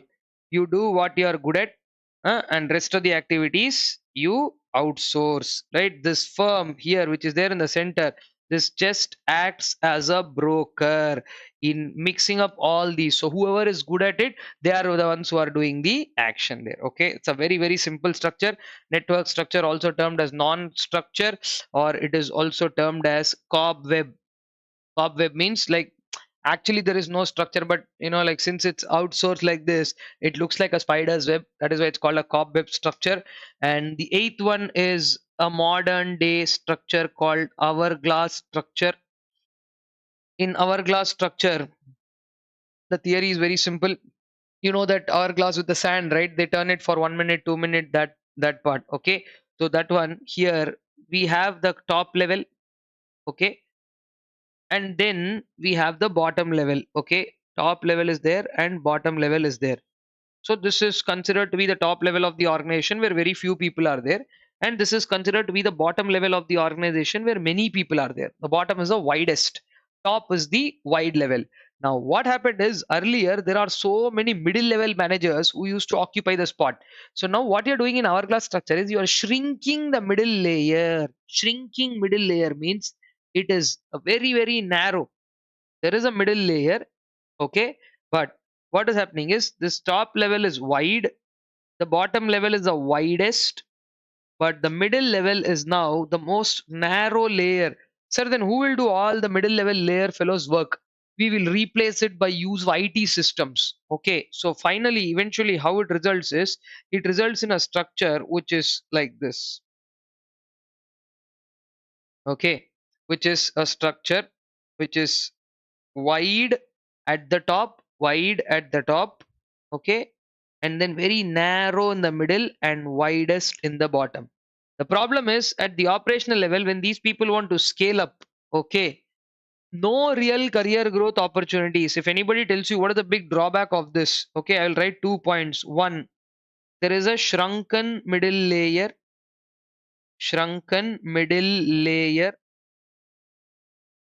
which saves obviously all the cost. But also drawback, another important drawback is no career development opportunities. Guys at this widest level, even if they want to grow up, how many positions are there here? Very narrow. So no career growth opportunities. That is one of the drawbacks of the hourglass structure. So guys, if you have heard me, I want all of you to go through all the 8 structures once again. Put me on the pause. We are almost in the last segment of our discussion. So I hope network structure and hourglass structure are very clear. And I definitely recommend at this point of time, you might as well want to take a break. You can do so, because I'm going to discuss two simple concepts of leadership and culture. Two simple concepts I want to discuss: leadership and culture, to wrap up stage 4, and then eventually we'll get to strategic control. So very small piece is pending. So if you don't want to take a break and spend another like what max about 15 minutes, we will wrap up the discussion. Nothing much, but I definitely want you to do one thing. If you think you are confident about those two topics, finish the revision, but definitely go to all these 8 structures and run through all the 8 structures in detail. One of them can always be asked in the exam. All right, so let me just come down to the final story of leadership, right?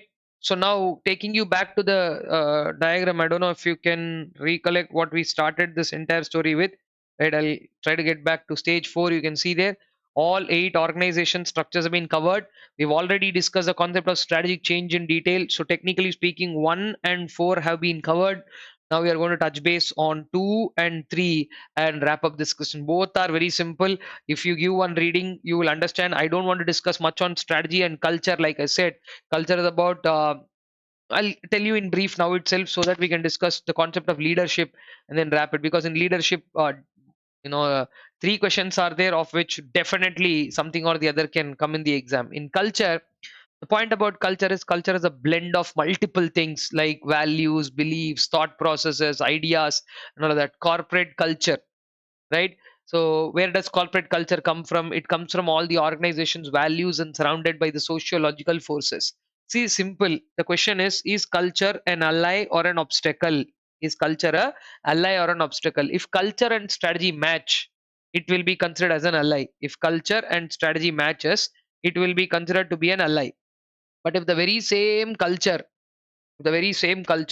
doesn't match, so it turns out to be a obstacle.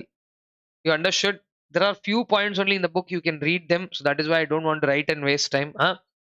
Already it's been too long. That's what we've been doing. And like I said, you may not have heard it in one go, but many of the parts have been done, like in a long stretch of time. So culture is an ally or an obstacle. If anybody asks you that question, the answer is very simple. If culture and strategy are matching, it is an ally. If culture and strategy are not matching, then it's an obstacle. And then whenever we are trying to change culture, are you trying to change culture or are you trying to change strategy? See, changing strategy to get a short term gain makes sense. But see, in the long term, if you want to actually work, it is the culture that has to be changed. And culture changing actions, there is a point like that. No, it's a very, very important point, because you can't just like that feel something about culture and change it. Culture has to be changed by announcing it. And culture execution, it has to be, people have to be outspoken, managers have to come and talk forthrightly. They have to tell people as to why it is being changed and what is being changed. And you genuinely have to understand what exactly is the culture that will favor your strategy, and then make changes to the culture in such a way that ultimately this culture will help in, getting you an understanding of, okay, this is where we stand and this is how we do it. Okay, so that is where we stand about culture. Just give it a simple read would do. Even for strategic leadership, that would do. But I would quickly want to explain what comes under the concept of strategic leadership.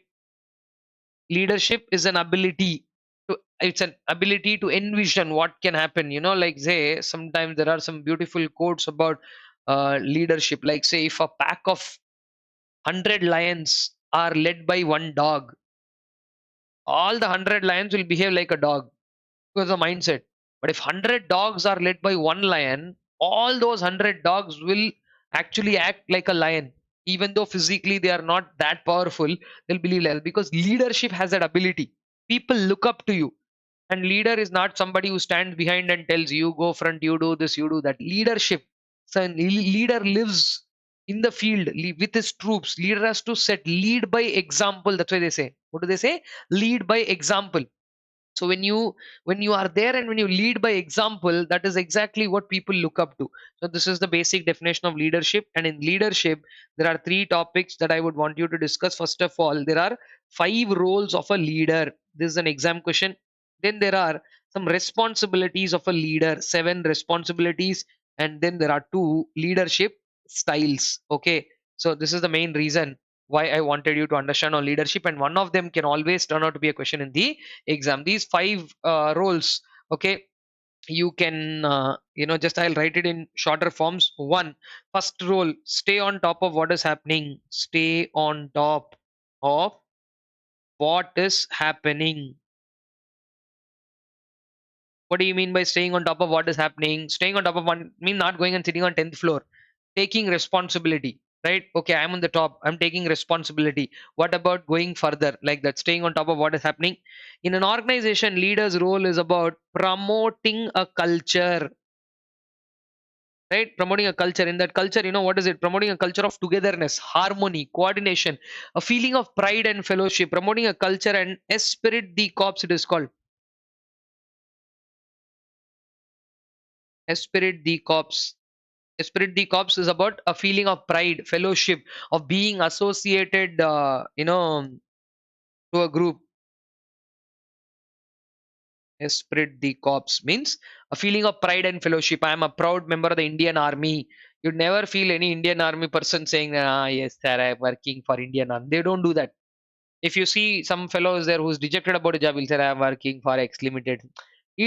There is no, like then the tone only power is not there. But if you meet an army personnel, if you meet somebody working for the Indian Air Forces or Indian Navy, you see in their body and they're very proud about being associated to a group. Some people are there, they're very proud. I'm working for Microsoft, I'm working for Google, I'm working for.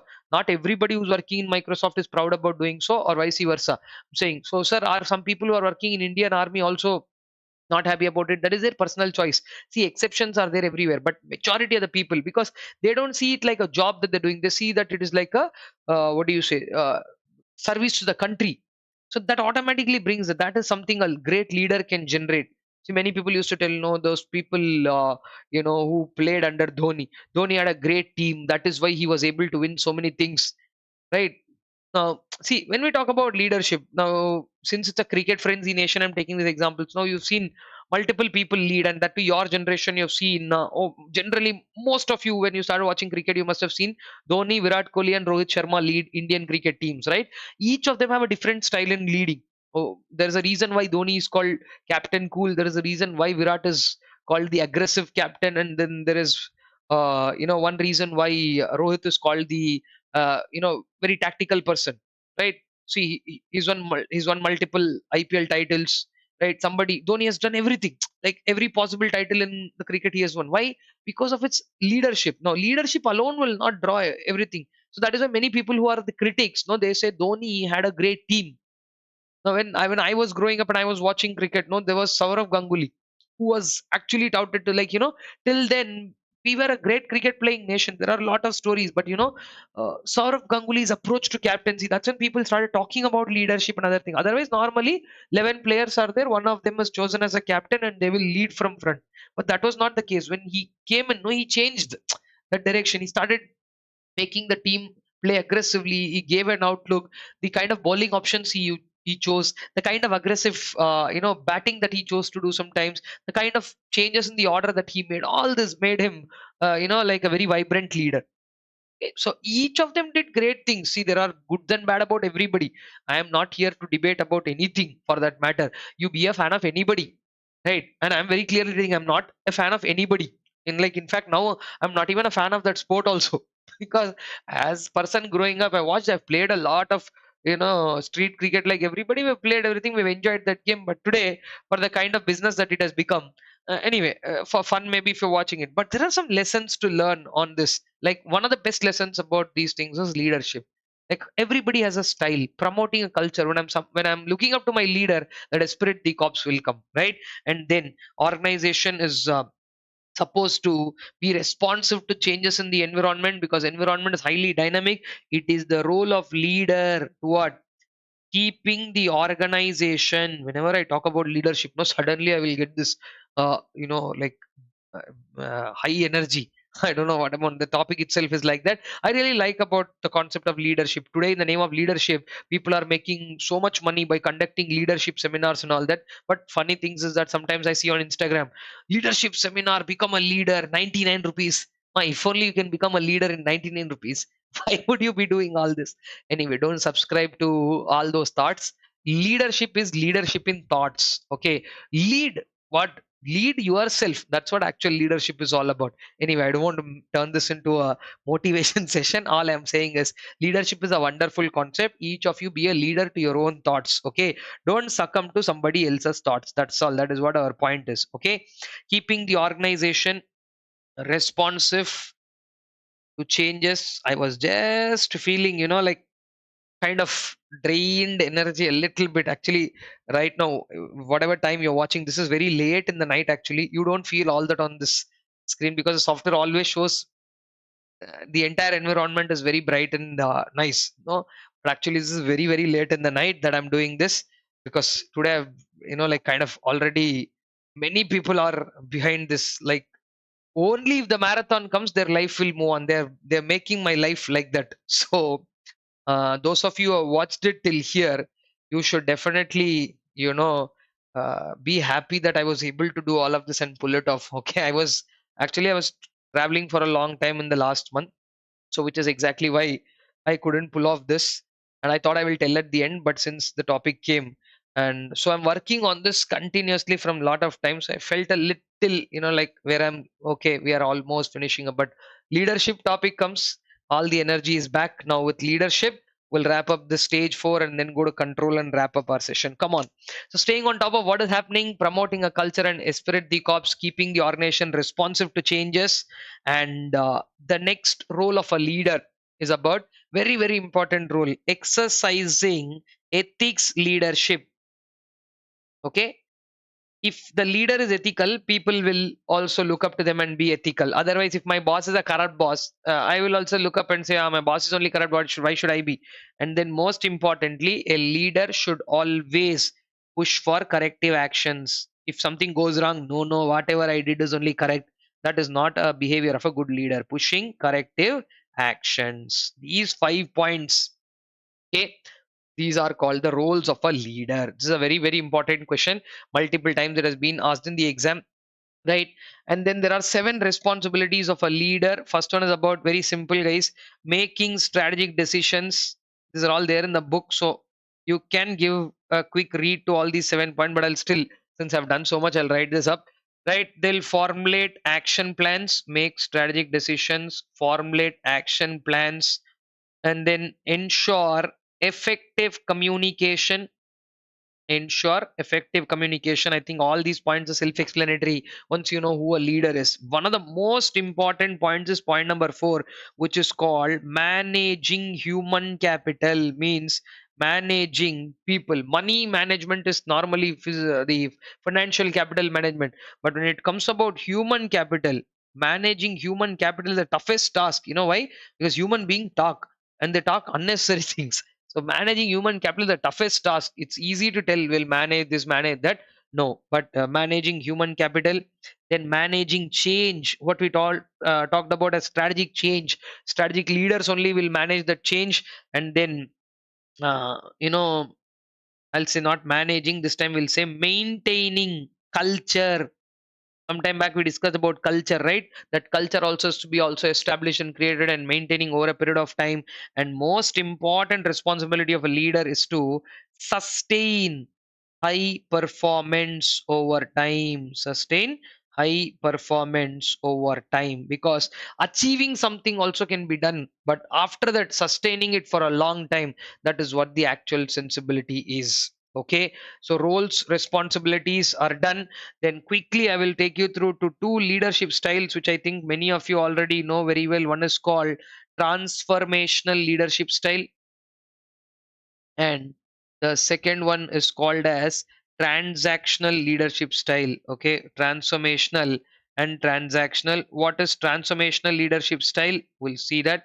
First I'll explain that. Transformational leadership style is by speech. Okay, where people are attracted by a persona on based on what leader is talking. By speech you can give them motivation. And transformation, mostly it is motivational leadership. Okay, before the speech, after the speech, that kind of it. Transformational leadership style, it is followed in beginning and end of life cycles generally, because that's when you don't have money. Because if you have money, you can do the other one, what is called as transactional leadership style. Transactional, the other sort of leadership style is called as transactional leadership style. In transactional, it's very clear, it's a more formalized approach. Okay, transactional leadership is more formal, wherein in the transactional leadership style there is no speech, no motivation, nothing. It is exchange of pay or rewards. Nice. You do this for the organization, we will give you this. It's like a give and take. And the other point about transactional is it is pursued in a well settled environment, not in beginning or end, because obviously this is involving a lot of money. It is pursued in the well settled environment. So guys, this is what we have in the topic of leadership as such. Leadership in itself is a very wonderful concept. Like I said, you saw how my energy got boosted up when listening to leadership. So please ensure that you read the concept of leadership in clearer detail. And with that, I would also want to tell you, yeah, before I give the whole screen to you, I would also want to tell you with that we wrap up what is called stage 4 of strategic management, which is called strategic implementation. To wrap up, we have discussed till now stage 1, strategic intent, stage 2, a deep rooted strategic analysis of both external internal environments, and stage 3, crafting a strategy, where you have seen portfolio tools and strategic choices, and then stage 4, where you have seen 4 topics: organization structure, strategic leadership, culture, strategic change. Now the screen is yours. You can take a quick look at what we discussed in leadership, and then that will bring me to what is called as stage 5. Stage 5 is about strategic control, and once we discuss that, we'll wrap up this particular discussion. Okay, quickly you can take a look at it. All right, then I hope you've gone through. If not, you can put me on pause and you can go through on that. We will now move on to the last topic, where we are talking about stage 5. Stage 5, what is stage 5? Stage 5 is strategic control. Very, very simple topic. Control is all about taking corrective actions. Control is what? Taking corrective actions. When things go wrong, taking corrective actions. When things are going wrong, you may tend to sometimes take corrective actions. So if you have to answer this question, you have to go back to the first chapter where I asked you the first question: strategies are formed at which levels? Strategies are formed at all levels, right? So where things can go wrong, anywhere things can go wrong. So what is the next thing that you're supposed to do? Take corrective actions. Where will you take corrective actions? Corrective actions are required at all levels. So let me tell you that corrective actions are required at operational level, which are called as operational control. Wherein in operational control, the story is all about efficiency. What do you mean by efficiency? For the amount of input that we are giving, are we getting the right amount of output? So in operational control, what you are doing is establishing a measurable relationship. Establishing what? Measurable relationship between input and output, which is what is called efficiency. And see whether you are efficient or not. If you are not efficient, you will implement operational control to ensure that your efficiency levels are increased. The second control that we are talking about in strategic control is called as managerial control. You know what is the theme in managerial control, right? Long back, again, in the very first chapter we would have discussed about something. Management control talks about optimum utilization of resources. Optimal utilization of resources. If you remember, when we spoke about two words, effectiveness and efficiency, that's all. Whether the management is able to achieve goals in the most effective and efficient manner, whether management is able to whether management is able to achieve the goals. See, many people will achieve goals, but the question is, are you able to achieve the goals in most effective most effective and efficient manner? That is the question. If you are able to do that, that you are able to achieve it in the most effective and efficient manner, you're done. You're taking care of what it is. Now, so at the operational level, you're bothered about efficiency. At managerial level, you're bothered about optimal utilization. And at the top level, you are more bothered about what is called as a strategic control. At strategic level, it is also called strategic control. And strategic control is further broken down into 4 points. The first of which is called premise control. the surrounding area in which you are, where you are, that is called premise control.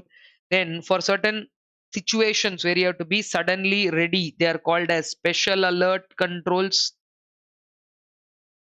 And then the third one is called strategic surveillance, like how CCTV cameras are there for surveillance, like that we're doing a strategic surveillance.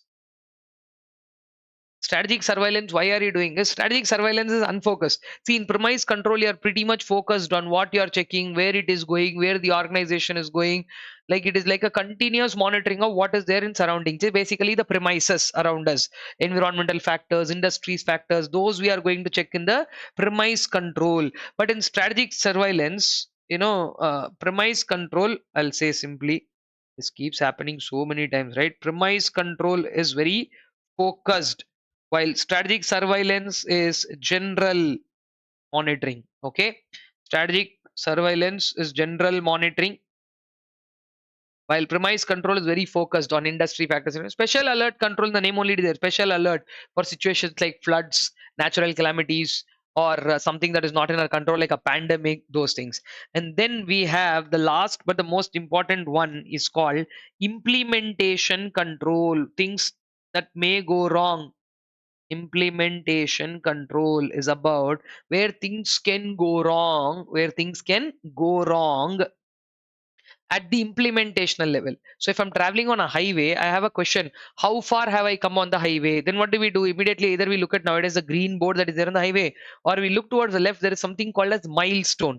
So as part of implementation control, we are going to adopt two steps. Okay, you know what those two steps are? Implementation control is further broken into one: monitoring strategic thrust. Monitoring strategic thrust. Thrust means the core idea. Are you still stuck to the core idea or not? And the second one is called as milestone reviews. If you are stuck to that, how far have you come? Okay, monitoring strategic thrust and milestone reviews. So this is what you do in the implementational control phase. Sir, is this something very similar to what we are doing in operational control? No. There we are measuring relation between input and output. There what are we doing? We are measuring a relation between input and output. But here that is not what we are doing. Okay, here we are talking about outcomes, right? Milestone reviews. How far have you come? Is the idea still the same? When you started, what idea you implemented? Now also, are you on the same idea or not? That's all, guys. That's what we have in stage 5. And I feel like I won something. Okay, by doing this long marathon, what we just get, like I said, it is, I don't want to mention time and exaggerate and all that, but it is really late in the night, and I'm really happy that we have pulled off this, right? I think the whole thing might come down to about 8.5 hours, right? And I'm really happy that we have wrapped up the whole new syllabus, and I think I've covered 96% of all the topics. Maybe one or two topics here and there might have been left, but again, strictly speaking, I am very confident that I would have covered I mean, like, thought I should cover something in 5 to 6 hours, which are very precise and exam limit. But in 8.5 hours time, if I was able to achieve all 5 stages, and that too with this level of conviction, I am really very convinced. Now, only you watched it all this while, so you should definitely now, in your comment, if you have already marked, go and edit now and say all 5 stages complete, and then also leave an additional word on how did you feel about this particular marathon. Okay, so before I wind up, I would just want to tell you that there is one last topic in the book, because after doing all this, I don't want to leave that topic. So I'm just reminding you that there is one new topic toward last topic in the book. It is called SPM, Strategic Performance Measures. So what are these strategic performance measures, which are nothing but tools to measure, like in the areas of finance, customer satisfaction, market, probably employees, all that about. There is one types of strategic performance measures. One topic is there like that with about 6 points. Please revise that topic. One thing that can come in the exam. And then there is, like, choosing the right SPM, how to choose the right SPM depending on relevance, data's availability, data quality, and data's timeliness. It's a damn simple topic. If you spend about 5 to 7 minutes, it doesn't take anything more than that. So just there are 3 questions, and why this SPM is important. As I just told you, SPMs are required for in the casual talk only I told of that. There are about six types of SPMs.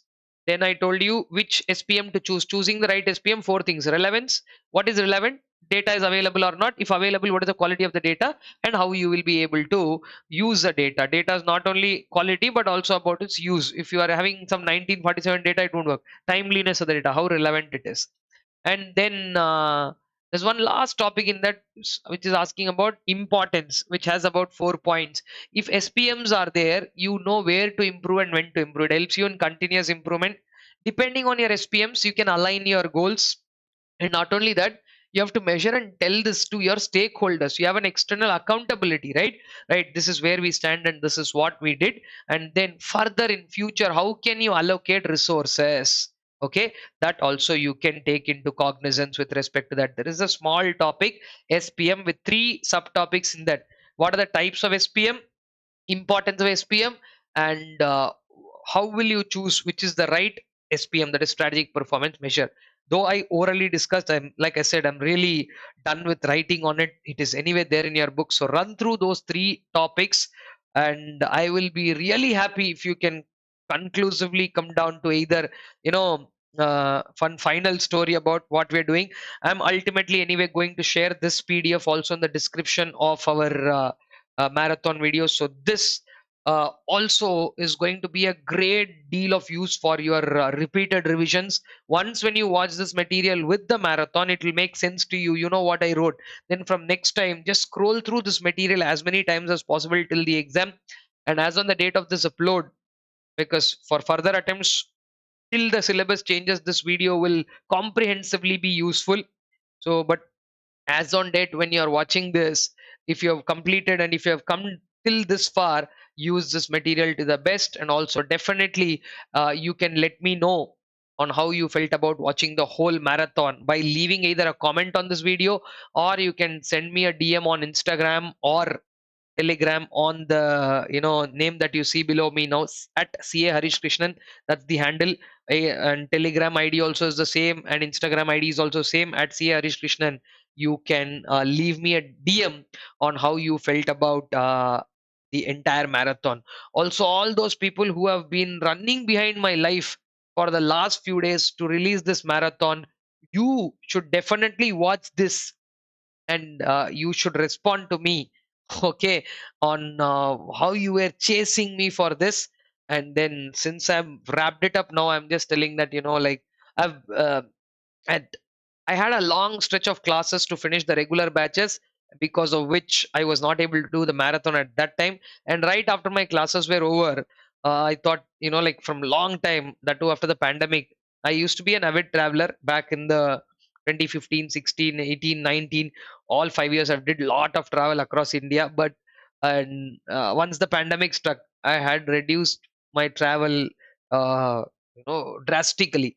So after all that was done in March, where I was supposed to, from when people started chasing about this marathon, I've actually gone to Kashmir, and then I've visited. I frequently go to this, like the mountains, the Himalayas. I like them so much, so I've again gone there, and I've been to this, like, for a long time. I had there spent for a couple of weeks, so that is exactly why there was a delay. So anyway, now I think I gave you the best of what I can do in this 8 hours 45 minutes, whatever the time duration this comes down to. So guys, make sure that you prepare very well. Revision is the ultimate key in the last 1 month. Don't get dejected about anything.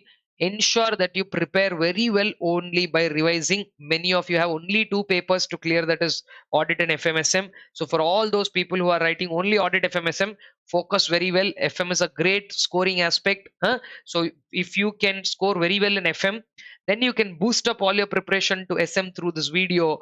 I'm pretty sure crossing 70, 75, literally, I'm not joking on it, will now be looking like a very, very simple task. Okay. I once again thank all those students who have patiently waited for this marathon. And if you've really watched till here the whole marathon, I really, really appreciate you. And again, I say thank you for your patience, and I wish all the very best for your exams in whichever timeline you're writing this and whichever time zone you're watching this, because this is going to be a timeless video for now, and this marathon is going to be useful until the syllabus is going to change. So whichever attempt you are writing, all the very best for your attempt, and do let me know your results also after you get the results, because you watched this marathon and how it fared well. Not only just after the marathon is over, definitely you tell me that after the marathon is over, but definitely after you get the results also, try and get back to us. So I really feel very very happy about it. See, more than all this, we put all this on YouTube for free, and it's not about anything at this point of time. For me, if a large amount of audience are happy doing this, then I will extremely become happy when you say, this marathon has helped me passing. That's all. That is just the like the it is the fees that you pay to me by just making me feel happy for this particular marathon. Once again, guys, all the very best. Ensure that you keep your motivations level high, and I will see you soon through other videos. Thank you. Have a great exam.